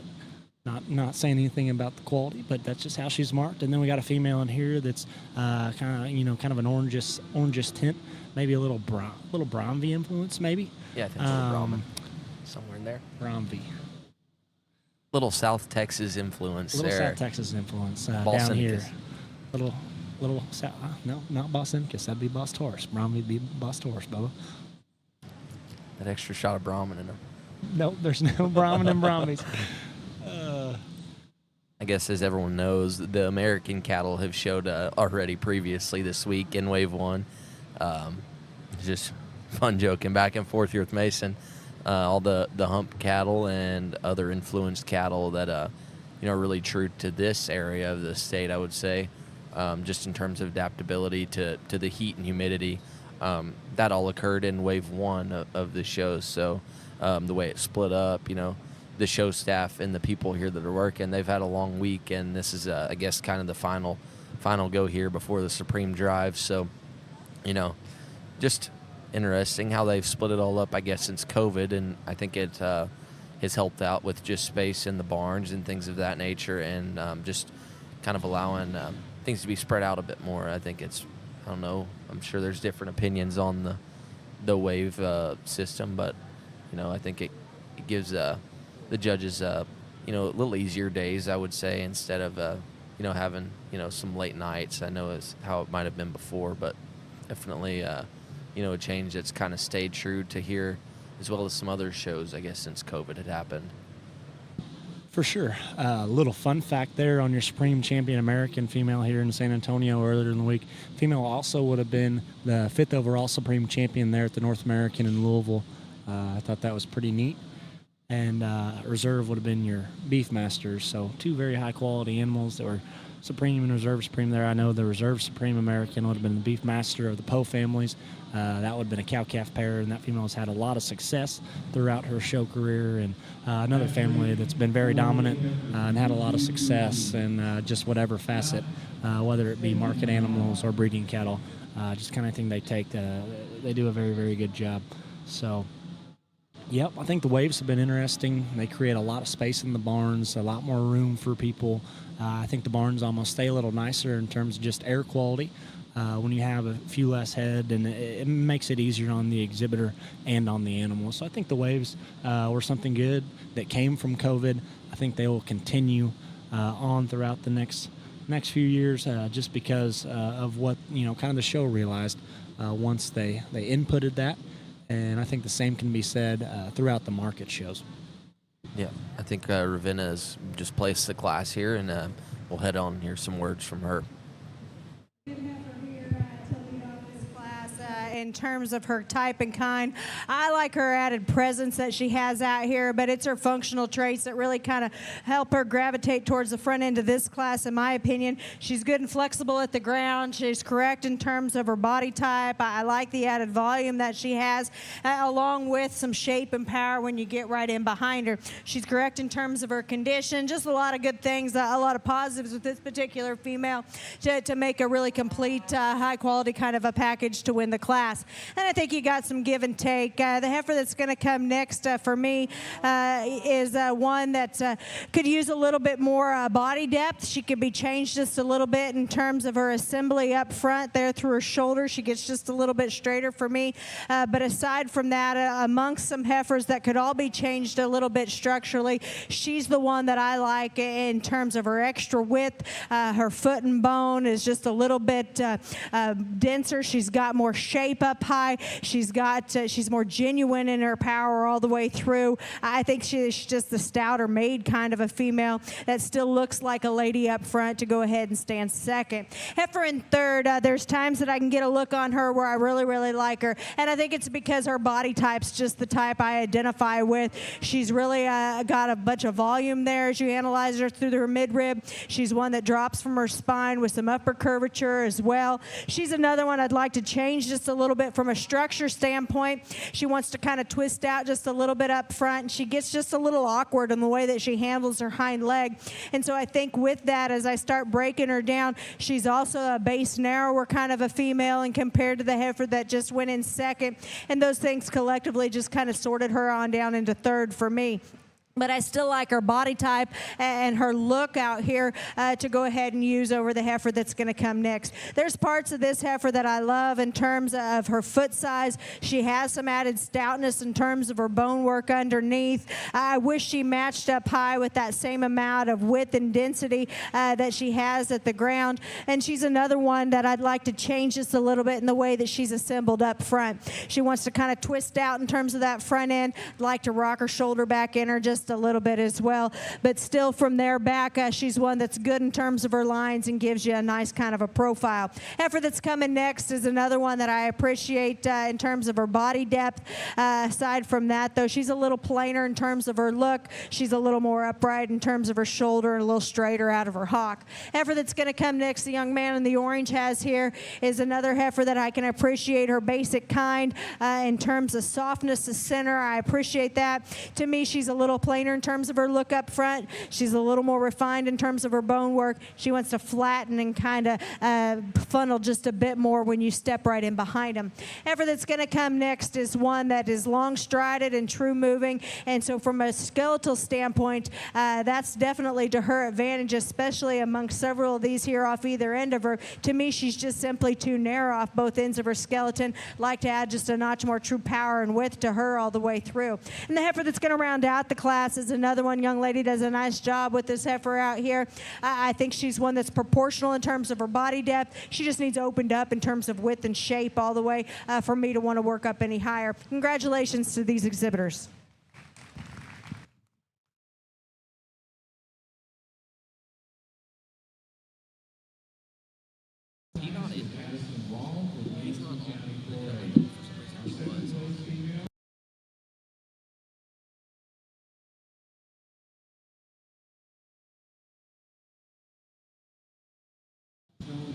So to catch you up here on Class 2 of our ORBs, in first was Addison Wall.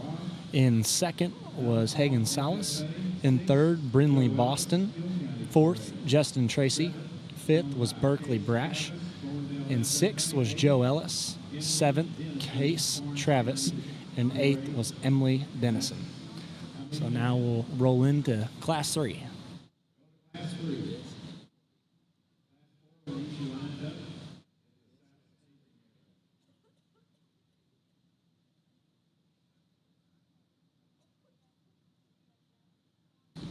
That was a deep class. There was good cattle all the way from first and down through eighth. Just quality, functional kind of stock.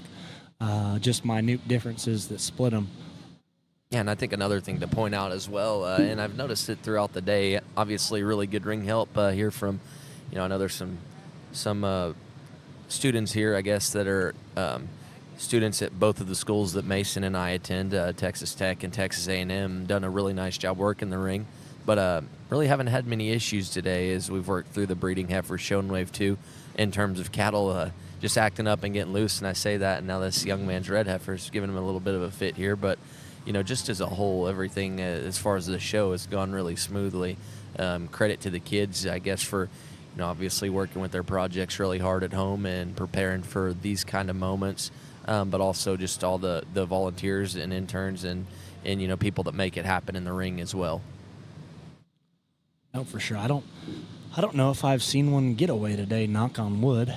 We got a lot of cattle to go in this breed.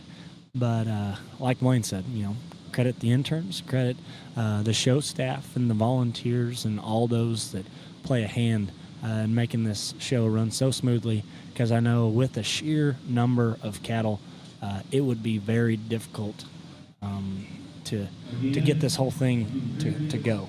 So. Yeah, no doubt, and for people associated with the show directly, that might work for San Antonio or whatever that might be. I think the breeding heifers might just be the tip of the iceberg as they move into the market steer show this coming week, and the barrow show as well. But a lot of differences in species, I guess, that are shown. But I mean, I still think a large number of the, I guess, exhibitors are still yet to come here. So a lot of show action, I guess, still to take place here at San Antonio. But as far as the breeding heifer show, everything's gone really smooth, and that's just a credit to the show as well. I think they're in an extremely high quality event from many aspects. Putting on the show is one thing in itself, but I would think it would take full-time planning just for the experience that me and Mason have had here this past week with Top Judge, and that's just one tiny addition that they've taken on, with the show itself, and a lot of credit, like Mason had mentioned earlier, to Dan Lane and Dr. Scott Greiner for that, but, also, San Antonio for just taking that role of, allowing us to come in and being welcoming, I guess. I mean, they have a lot on their plate throughout the course of this close to a month, I believe is what it is, a lot on their plate, that's going on, and, they kindly welcome us in for that. So, I know we're very appreciative of the opportunity from that regard, but, with everything they have going on, they still, make time for the youth, whether they're still showing, or obviously I'd like to consider Mason and myself youth at 22 years of age. So, really appreciative of everything that, the stock show does, I guess, from that regard. I thought a crazy stat that we heard yesterday, San Antonio has 39 paid staff that are full-time with the show, and with that there are 7,000 volunteers that help make this show and rodeo go on, and I just think that's a testament to the belief in youth and agriculture and all of the benefits that come with this show.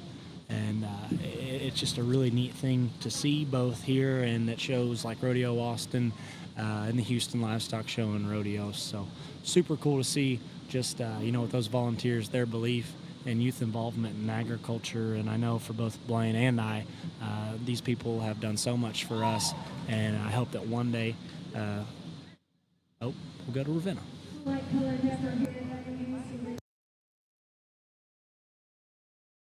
in motion because she is a dense, powerful made kind of a heifer, but with that, she still maintains some structural integrity out here to be able to get around the ring with some relative freedom of ease all the way through. There's some pieces that you could kind of nitpick on her, but I think in this particular lineup, she's the one to find in terms of offering the extras, still having some shape and power, the right kind of body type to go with it. Heifer that's going to come in second, I like from a femininity standpoint. She has a long, slender neck, ties high to her shoulder. She's another one that gets out and moves with some flexibility. To me, she's just a little bit more refined in terms of her bone work. She's narrower at her base, and she's just flatter in terms of her construction all the way through when we compare her back to the heifer that wins. Heifer that's going to end up in third, I like this heifer in terms of her foot size. I like the added bone that she has, particularly over the heifer that I just talked about. But to me, she's piecier in the way that she puts it all together. She gets deeper in her flanks. She wants to pop up in her spine and her tail head as well, all while being just a notch more insecure out of her hock. The red heifer out here is one that, again, I think she can give you a good look in terms of her neck. She's extended from her shoulder forward and still relatively level in terms of her top line.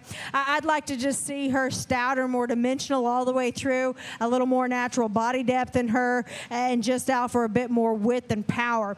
Heifer that's going to round out the class is one that is long in terms and level in terms of her top line. She's square out of her hip. Between her and the red heifer, I think she's naturally more flexible off both ends. She just comes in a little plainer kind of a package. She's deeper in her chest and cuts up in her flank, and I think we kind of need to reverse that order just a little bit to have her offer a look of a little more practicality and functional use from a brood cow perspective. But the young man does an awful nice job out here getting her around the ring and shown. If you would, congratulate these exhibitors on a nice class. Well, thank you, Judge. Our third class is for the females. Winning the class is Kenny Flores from Hardin FFA. Second in class 3.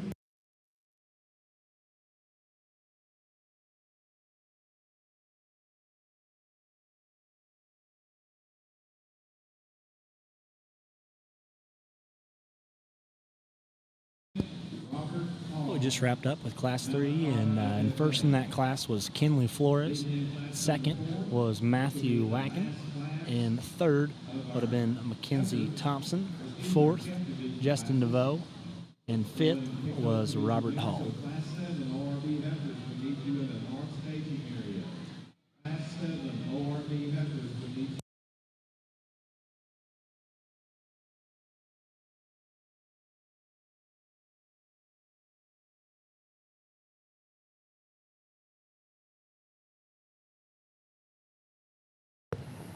Well, congratulations, I guess, so far to all the exhibitors that have came through. Like Mason had mentioned right before Ravenna had talked through the class.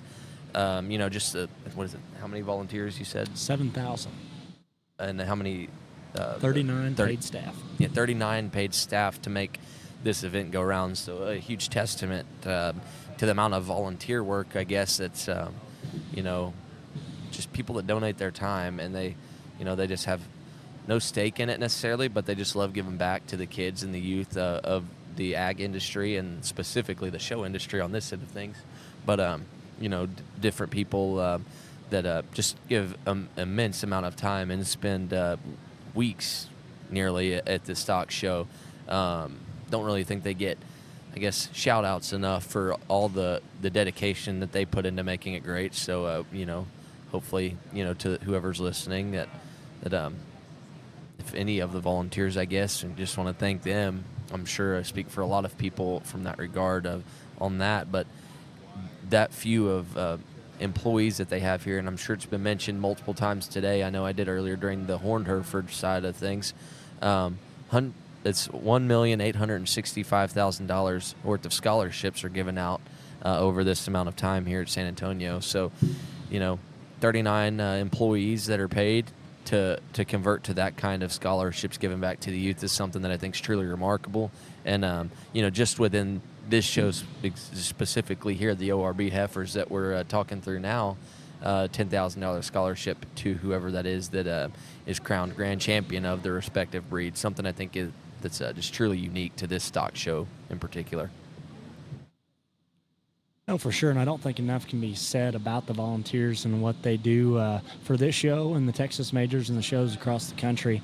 I'm not 100% sure, what they can take out of it. I know a lot of enjoyment from working with the kids and giving back to the community. I do know on the Houston rodeo side of things, those guys, there's a tent that they have there on the side of the livestock barn, and at night after a long day of helping the kids and doing great things, man, they got live music and they got cold beer, and them volunteers, they like to get after it and they have a good time, and maybe one day, you live there about an hour and a half, you could be a Houston volunteer and get to experience that tent, because I know when we're going to the hotels at night, them volunteers are having themselves a big time. Yeah, I don't know about that. Just got to see, I guess, where the road takes me. I know a lot of people, even, as we get into those, talking about the volunteers, like I had said, in Mason as well, grew up in Schulenburg, proud of that being our hometown. And there's even people there. We live, I think, whenever I put it in my map, coming up here, an hour and 40 minutes the other day to here at the San Antonio Stock Show and Rodeo. There's many people that the community that we grew up in, that also volunteer at these events, and they drive, from that distance to come here just to volunteer for the kids, because that's what they want to do, and that's their way of giving back. So yeah, there's a wins this particular lineup rather handily, because she's the one to tie to out here in terms of looseness of build. She's the one that's got a fresh, good look to her. She's feminine up front, and yet at the same time, she's correct in terms of her lines. I like the body shape that's represented in this heifer. Stout enough for me, and just really blends together a lot of good pieces out here to win this particular class. And I think you got some choices that you can make. I like this red baldy heifer here to come next. I think she's just stouter and more dimensional all the way through of what we have left. She's more opened up at her base and maintains that same advantage up high on the top side of her skeleton. You could change her just a little bit in terms of her look on a profile. She gets just a little bit coarser and piecier all the way through, but there's just so much more good to her. To keep her in second is what I like to do. I think the next three offer you some challenge. You can kind of sort through them how you like. The red splashed heifer that we got coming next, to me, offers the next most good, because she's attractive up front. She's proportional in terms of her body depth. She's square and level in terms of her build. But most importantly, when we ask them to go, she's as true and honest in terms of her step as what we have left out here. Heifer that's going to come next is one that is deeper bodied. She's more opened up there at her base. She's stouter out of her hip, but when we ask them to lead, she's more hesitant off both ends of her skeleton. She's more insecure out of her hock. She gets tighter in her spine. Heifer that's going to go last in this particular class, it's not to take anything away from her. There's parts of this heifer that I really like. She's soft in terms of her center body. She's one that goes to the ground with some bone and has got a relatively bigger foot than a couple of the heifers that placed ahead of her. She's just a little ill-proportioned out here. She gets a little bit plainer in her look and kind of falls out of balance just a notch more relative to some of the other heifers in this particular lineup. If you would, please congratulate those exhibitors. As we wrapped up Class 4, our placings go as such. Jace Mosley would have had your first place. In second was Emily DeVoe. In third, Garrett Davenport. And fourth would be Trinity Morris, and fifth would be Kayla Merritt. So good class. We're going to roll in here into our calf division. Ravenna is rolling right along. She's fueling up on some Coke, get a little caffeine, kind of get her rocking and rolling and get her mind right as we continue, and then we work our way there into our Supreme Drive. Yeah, no doubt. A smaller class there, but quality was definitely still deep. Maybe more differences in that class as we got into it. But like we said, a lot of quality, a ton of quality. Not only in the cattle, but as well, with the exhibitors. Like we'd said, it's just great how they, just everything's gone smooth today. I guess we've worked through, and just a true testament to the work put in at home, because it's definitely noticeable whenever that work is not put in at home. I'm sure that the staff of the show and the judges and everyone involved are truly appreciative of of all that hard work. And that's the true point of the projects to begin with. So, congratulations to those exhibitors, whether they, end up at the top end of the class or the bottom end. Often the same amount of blood, sweat, and tears go into those projects. So, just commend all of them for, their hard work and dedication.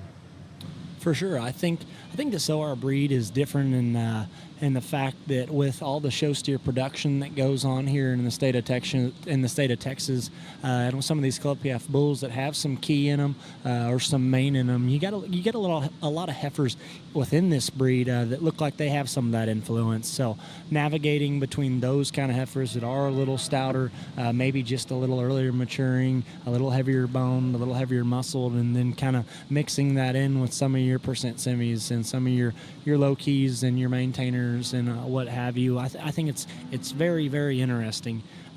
Just the weight you put on that, and then how you project those cattle out, because there may not be a dollar difference. And in some of those club calves, they actually might have more true value, depending on those exhibitors and what they're going to do with them down the road. So I just think it's fun to be out here and kind of looking at these females, just because of certain instances like that. Yeah, I think it's the diversity, like we had said from the get-go, is something that I think is pretty unique to the specific breed. I think some, and I could be wrong, Mason could tell me if I am, but some of these percentage Simmentals, for example, could go on and be bred the right way to make cattle that could show in the Simmental show, and then some of the other kind of cattle, at least I think I'm right on that, correct, Mason? Yeah, for sure. Yeah, they can make those, and then some of the other type cattle that maybe could go into production of show steers if that would be the route that they want to take. So like you said, projecting it out could be tough, but at the end of the day, good cattle are good cattle, and I think that's just maybe something that's important to keep in mind, even for us as young judges. Even though the diversities might be far and wide within a breed specifically, I think this is just unique for stock shows here, but just diversity at the end of the day, it still boils down to picking good cattle and breeding good cattle, and I think that's the goal of everybody. So I think we're pulling in the first place out of the first division here, getting set in the seconds or making their way in. So looks like Ravenna's going to give them maybe a look and have a few words to share with us, and then pick a division for Champion 1 reserve as well. Here of our ORBs, and definitely some differences, but quality represented throughout. I think as we bring them back out here, for me anyway, it becomes pretty cut and dry of what I want to do and the direction I want to go because of what they have to offer. I think each one of these class winners brings you some positives, definitely something within their own percentage cattle or their own breed or whatever they represent out here in this particular lineup. There's some good to these females that you can go on and breed around, and the same can be said about our respected seconds. So I encourage you young people to go ahead and do that, and my compliments on what you were able to bring here to San Antonio. For me, the first class, when they came through, that was a really deep class. There was a lot of quality there. I think they're still good. We're going to keep them together. Both these heifers on this end here are going to be champion reserve this division.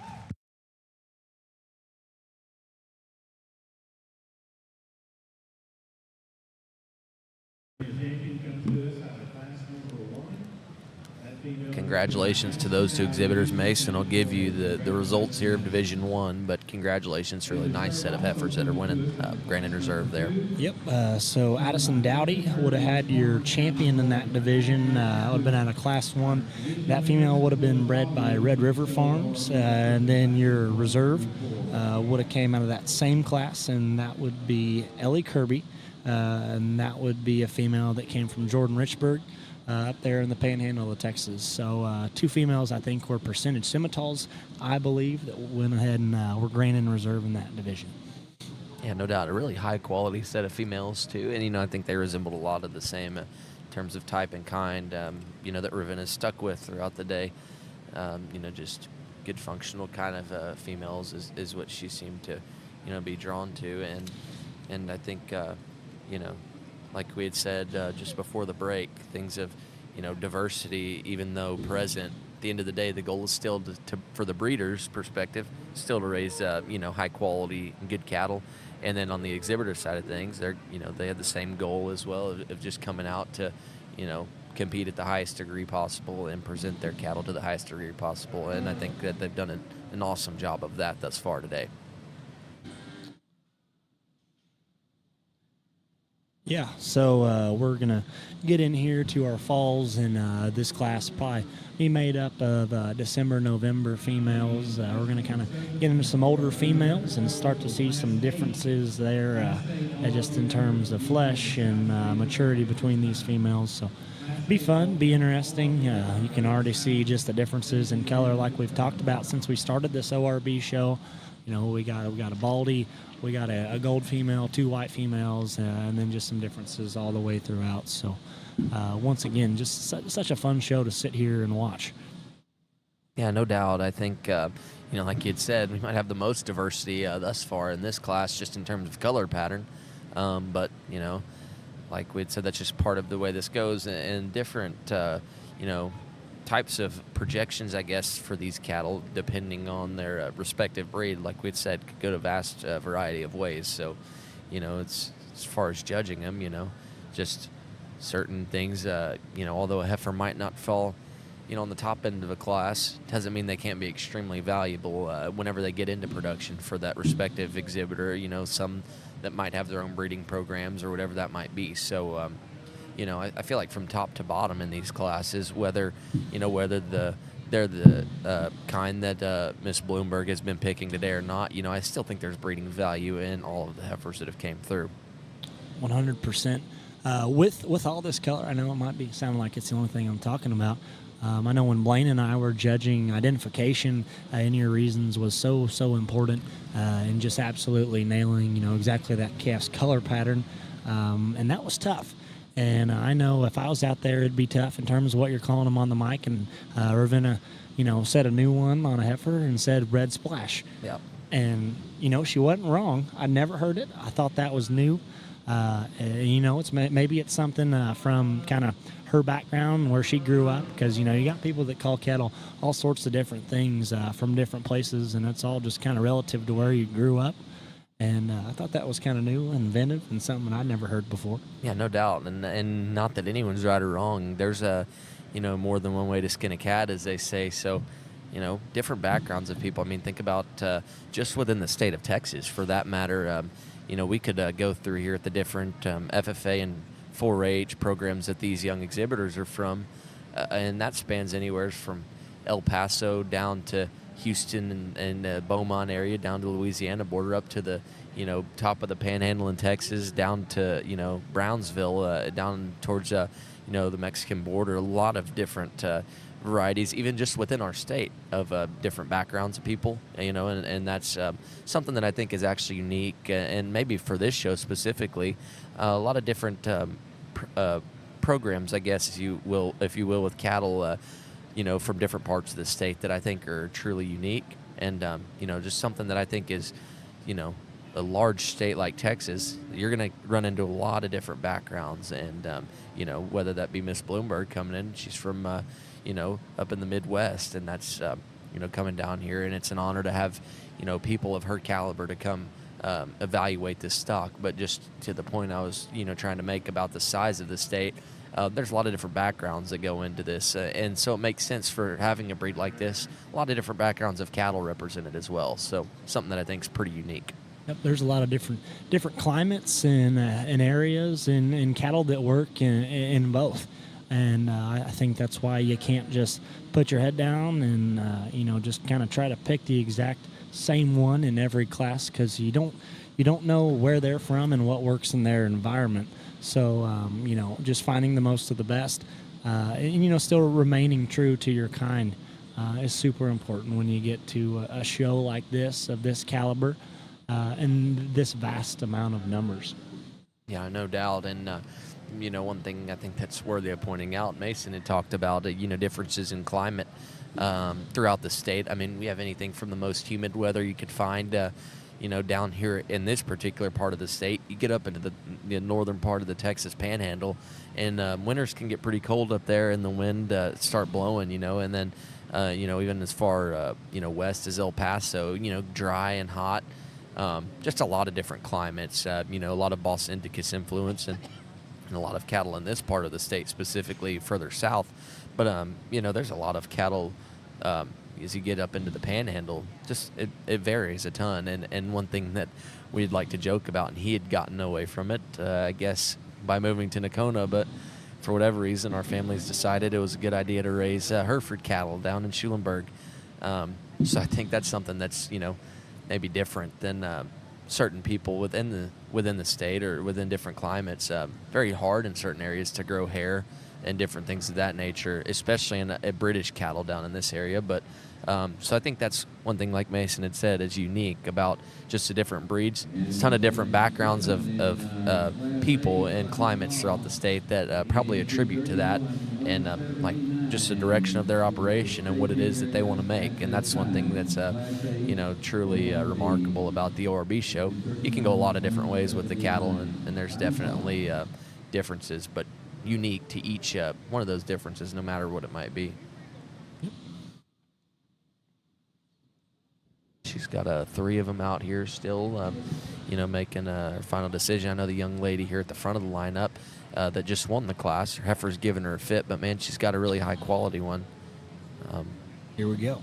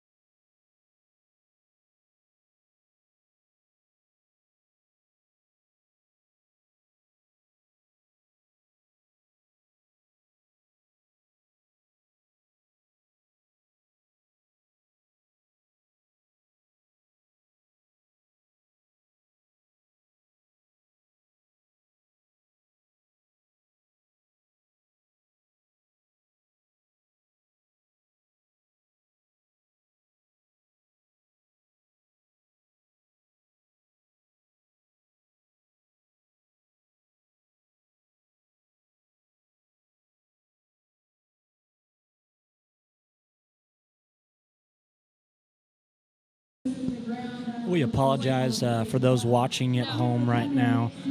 We had a mic change, and that the mic that she had previously was routed into our system.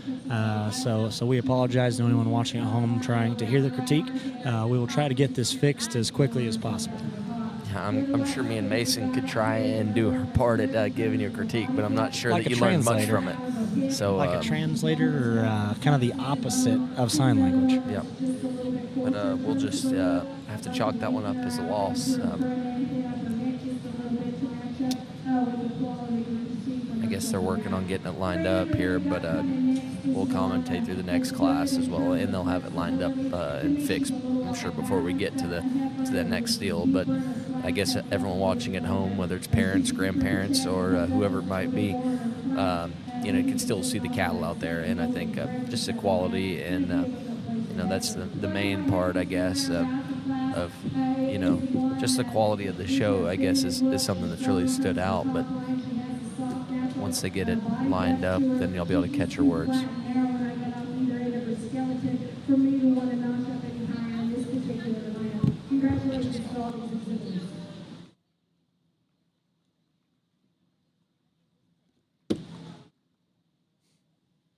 As soon as we can get it in here, the results from that class, Mason, can go ahead and read them off to you, but we're working on getting that now.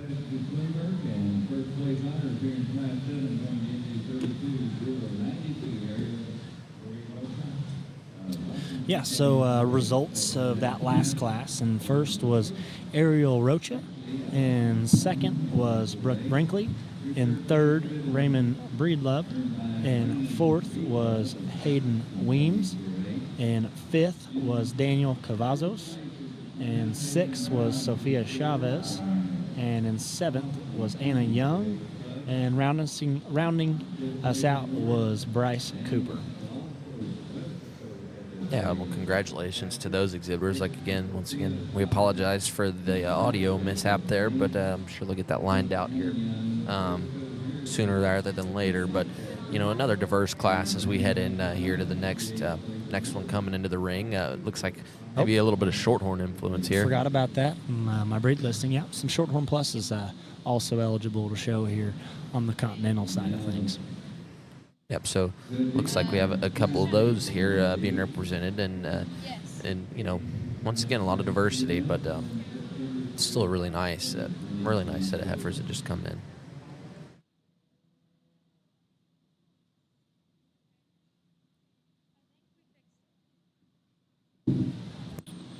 Yep, for sure.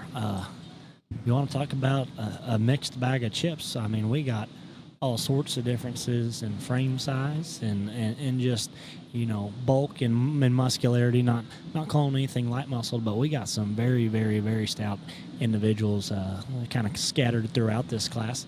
And just, like we talked about, ones that work in different scenarios and, just whatever these kids want to take them back home and wherever their breeding program kind of lies. And I think that's good. Because if everybody had cattle that looked the same, going to cattle shows wouldn't be very fun. No doubt. That's couldn't be said any better about that because, without diversity, and I know it's one thing, but these just maybe not breeds that are in here, but there's a ton of breeds that have showed throughout today that complement each other in ways extremely well. I mean, think about you have Hereford and Angus cattle. Some of the best replacements that you could find in certain areas of the country, and just a lot of differences. So, and that being said, there's a lot that could be done with these as well, as we have mentioned multiple times now. But definitely just uniqueness throughout this set in particular. I think more so than we've seen thus far in the ORB show. A lot of differences. Yeah, one of my favorite, kind of breeds that have popped up and become a little more relevant. Not that they weren't already, being bred and raised throughout the country, but now this new Maine Angus breed that they've came out with in the past couple of years and having their own separate shows. I mean, talk about two very complementary breeds and put together, and some of the most competitive show heifers throughout the country have come out of that breed, and combining those traits from both of those breeds has just been something to behold.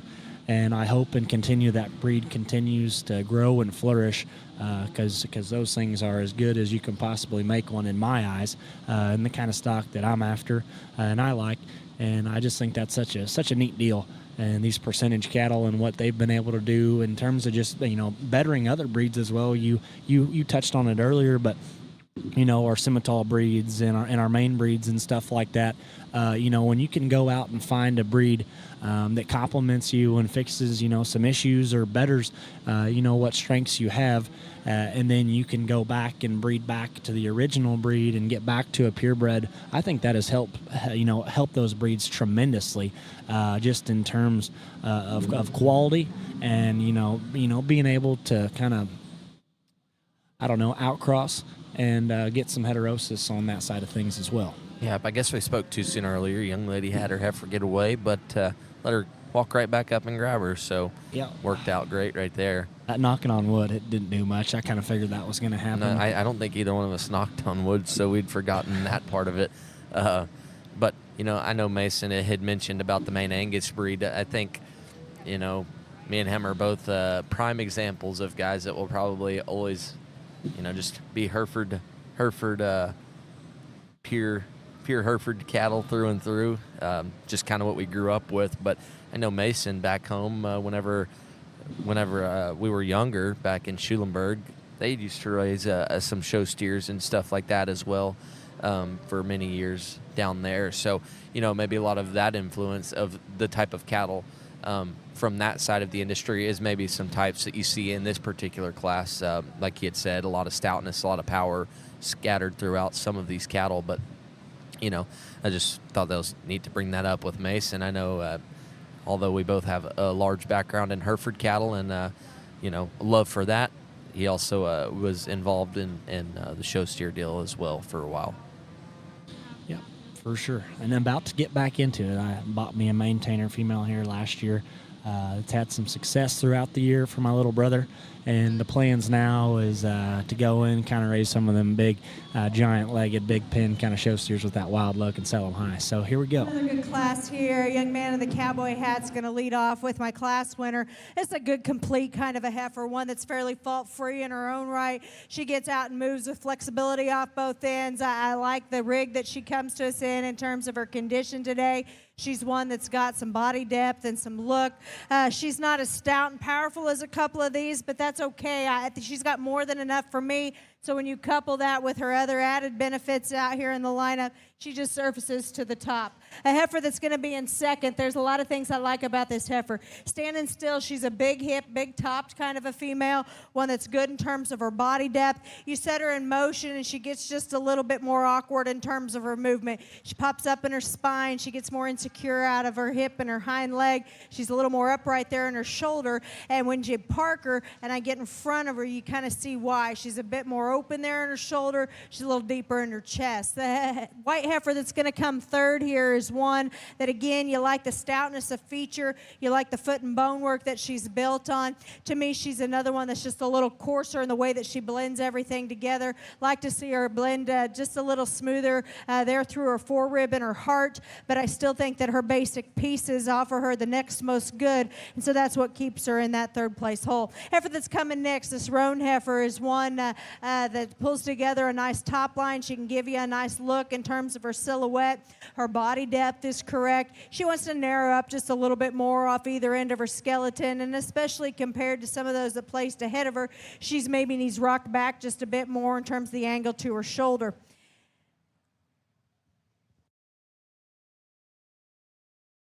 Heads up, loose heifer in the arena. Good catch. Ever the little kind of the yellow heifer that we got next here is one that, again, she's got some softness in the center portion of her body, which offers you a nice look from that standpoint. She's just plainer all the way through. She gets plainer in terms of her look up front. She's a little plainer in the way that she looks when you watch her get out and go as well.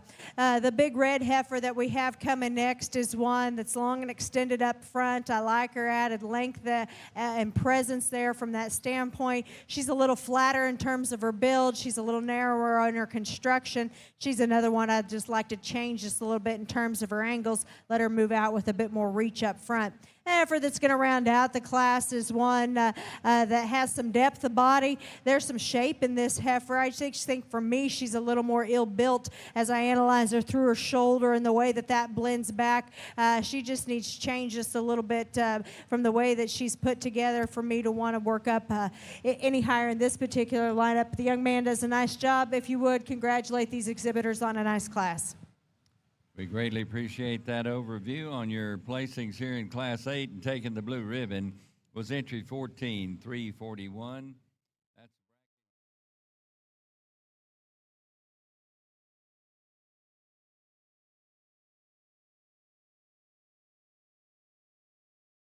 Mason's gonna, get his set back on and get the results here from this past class.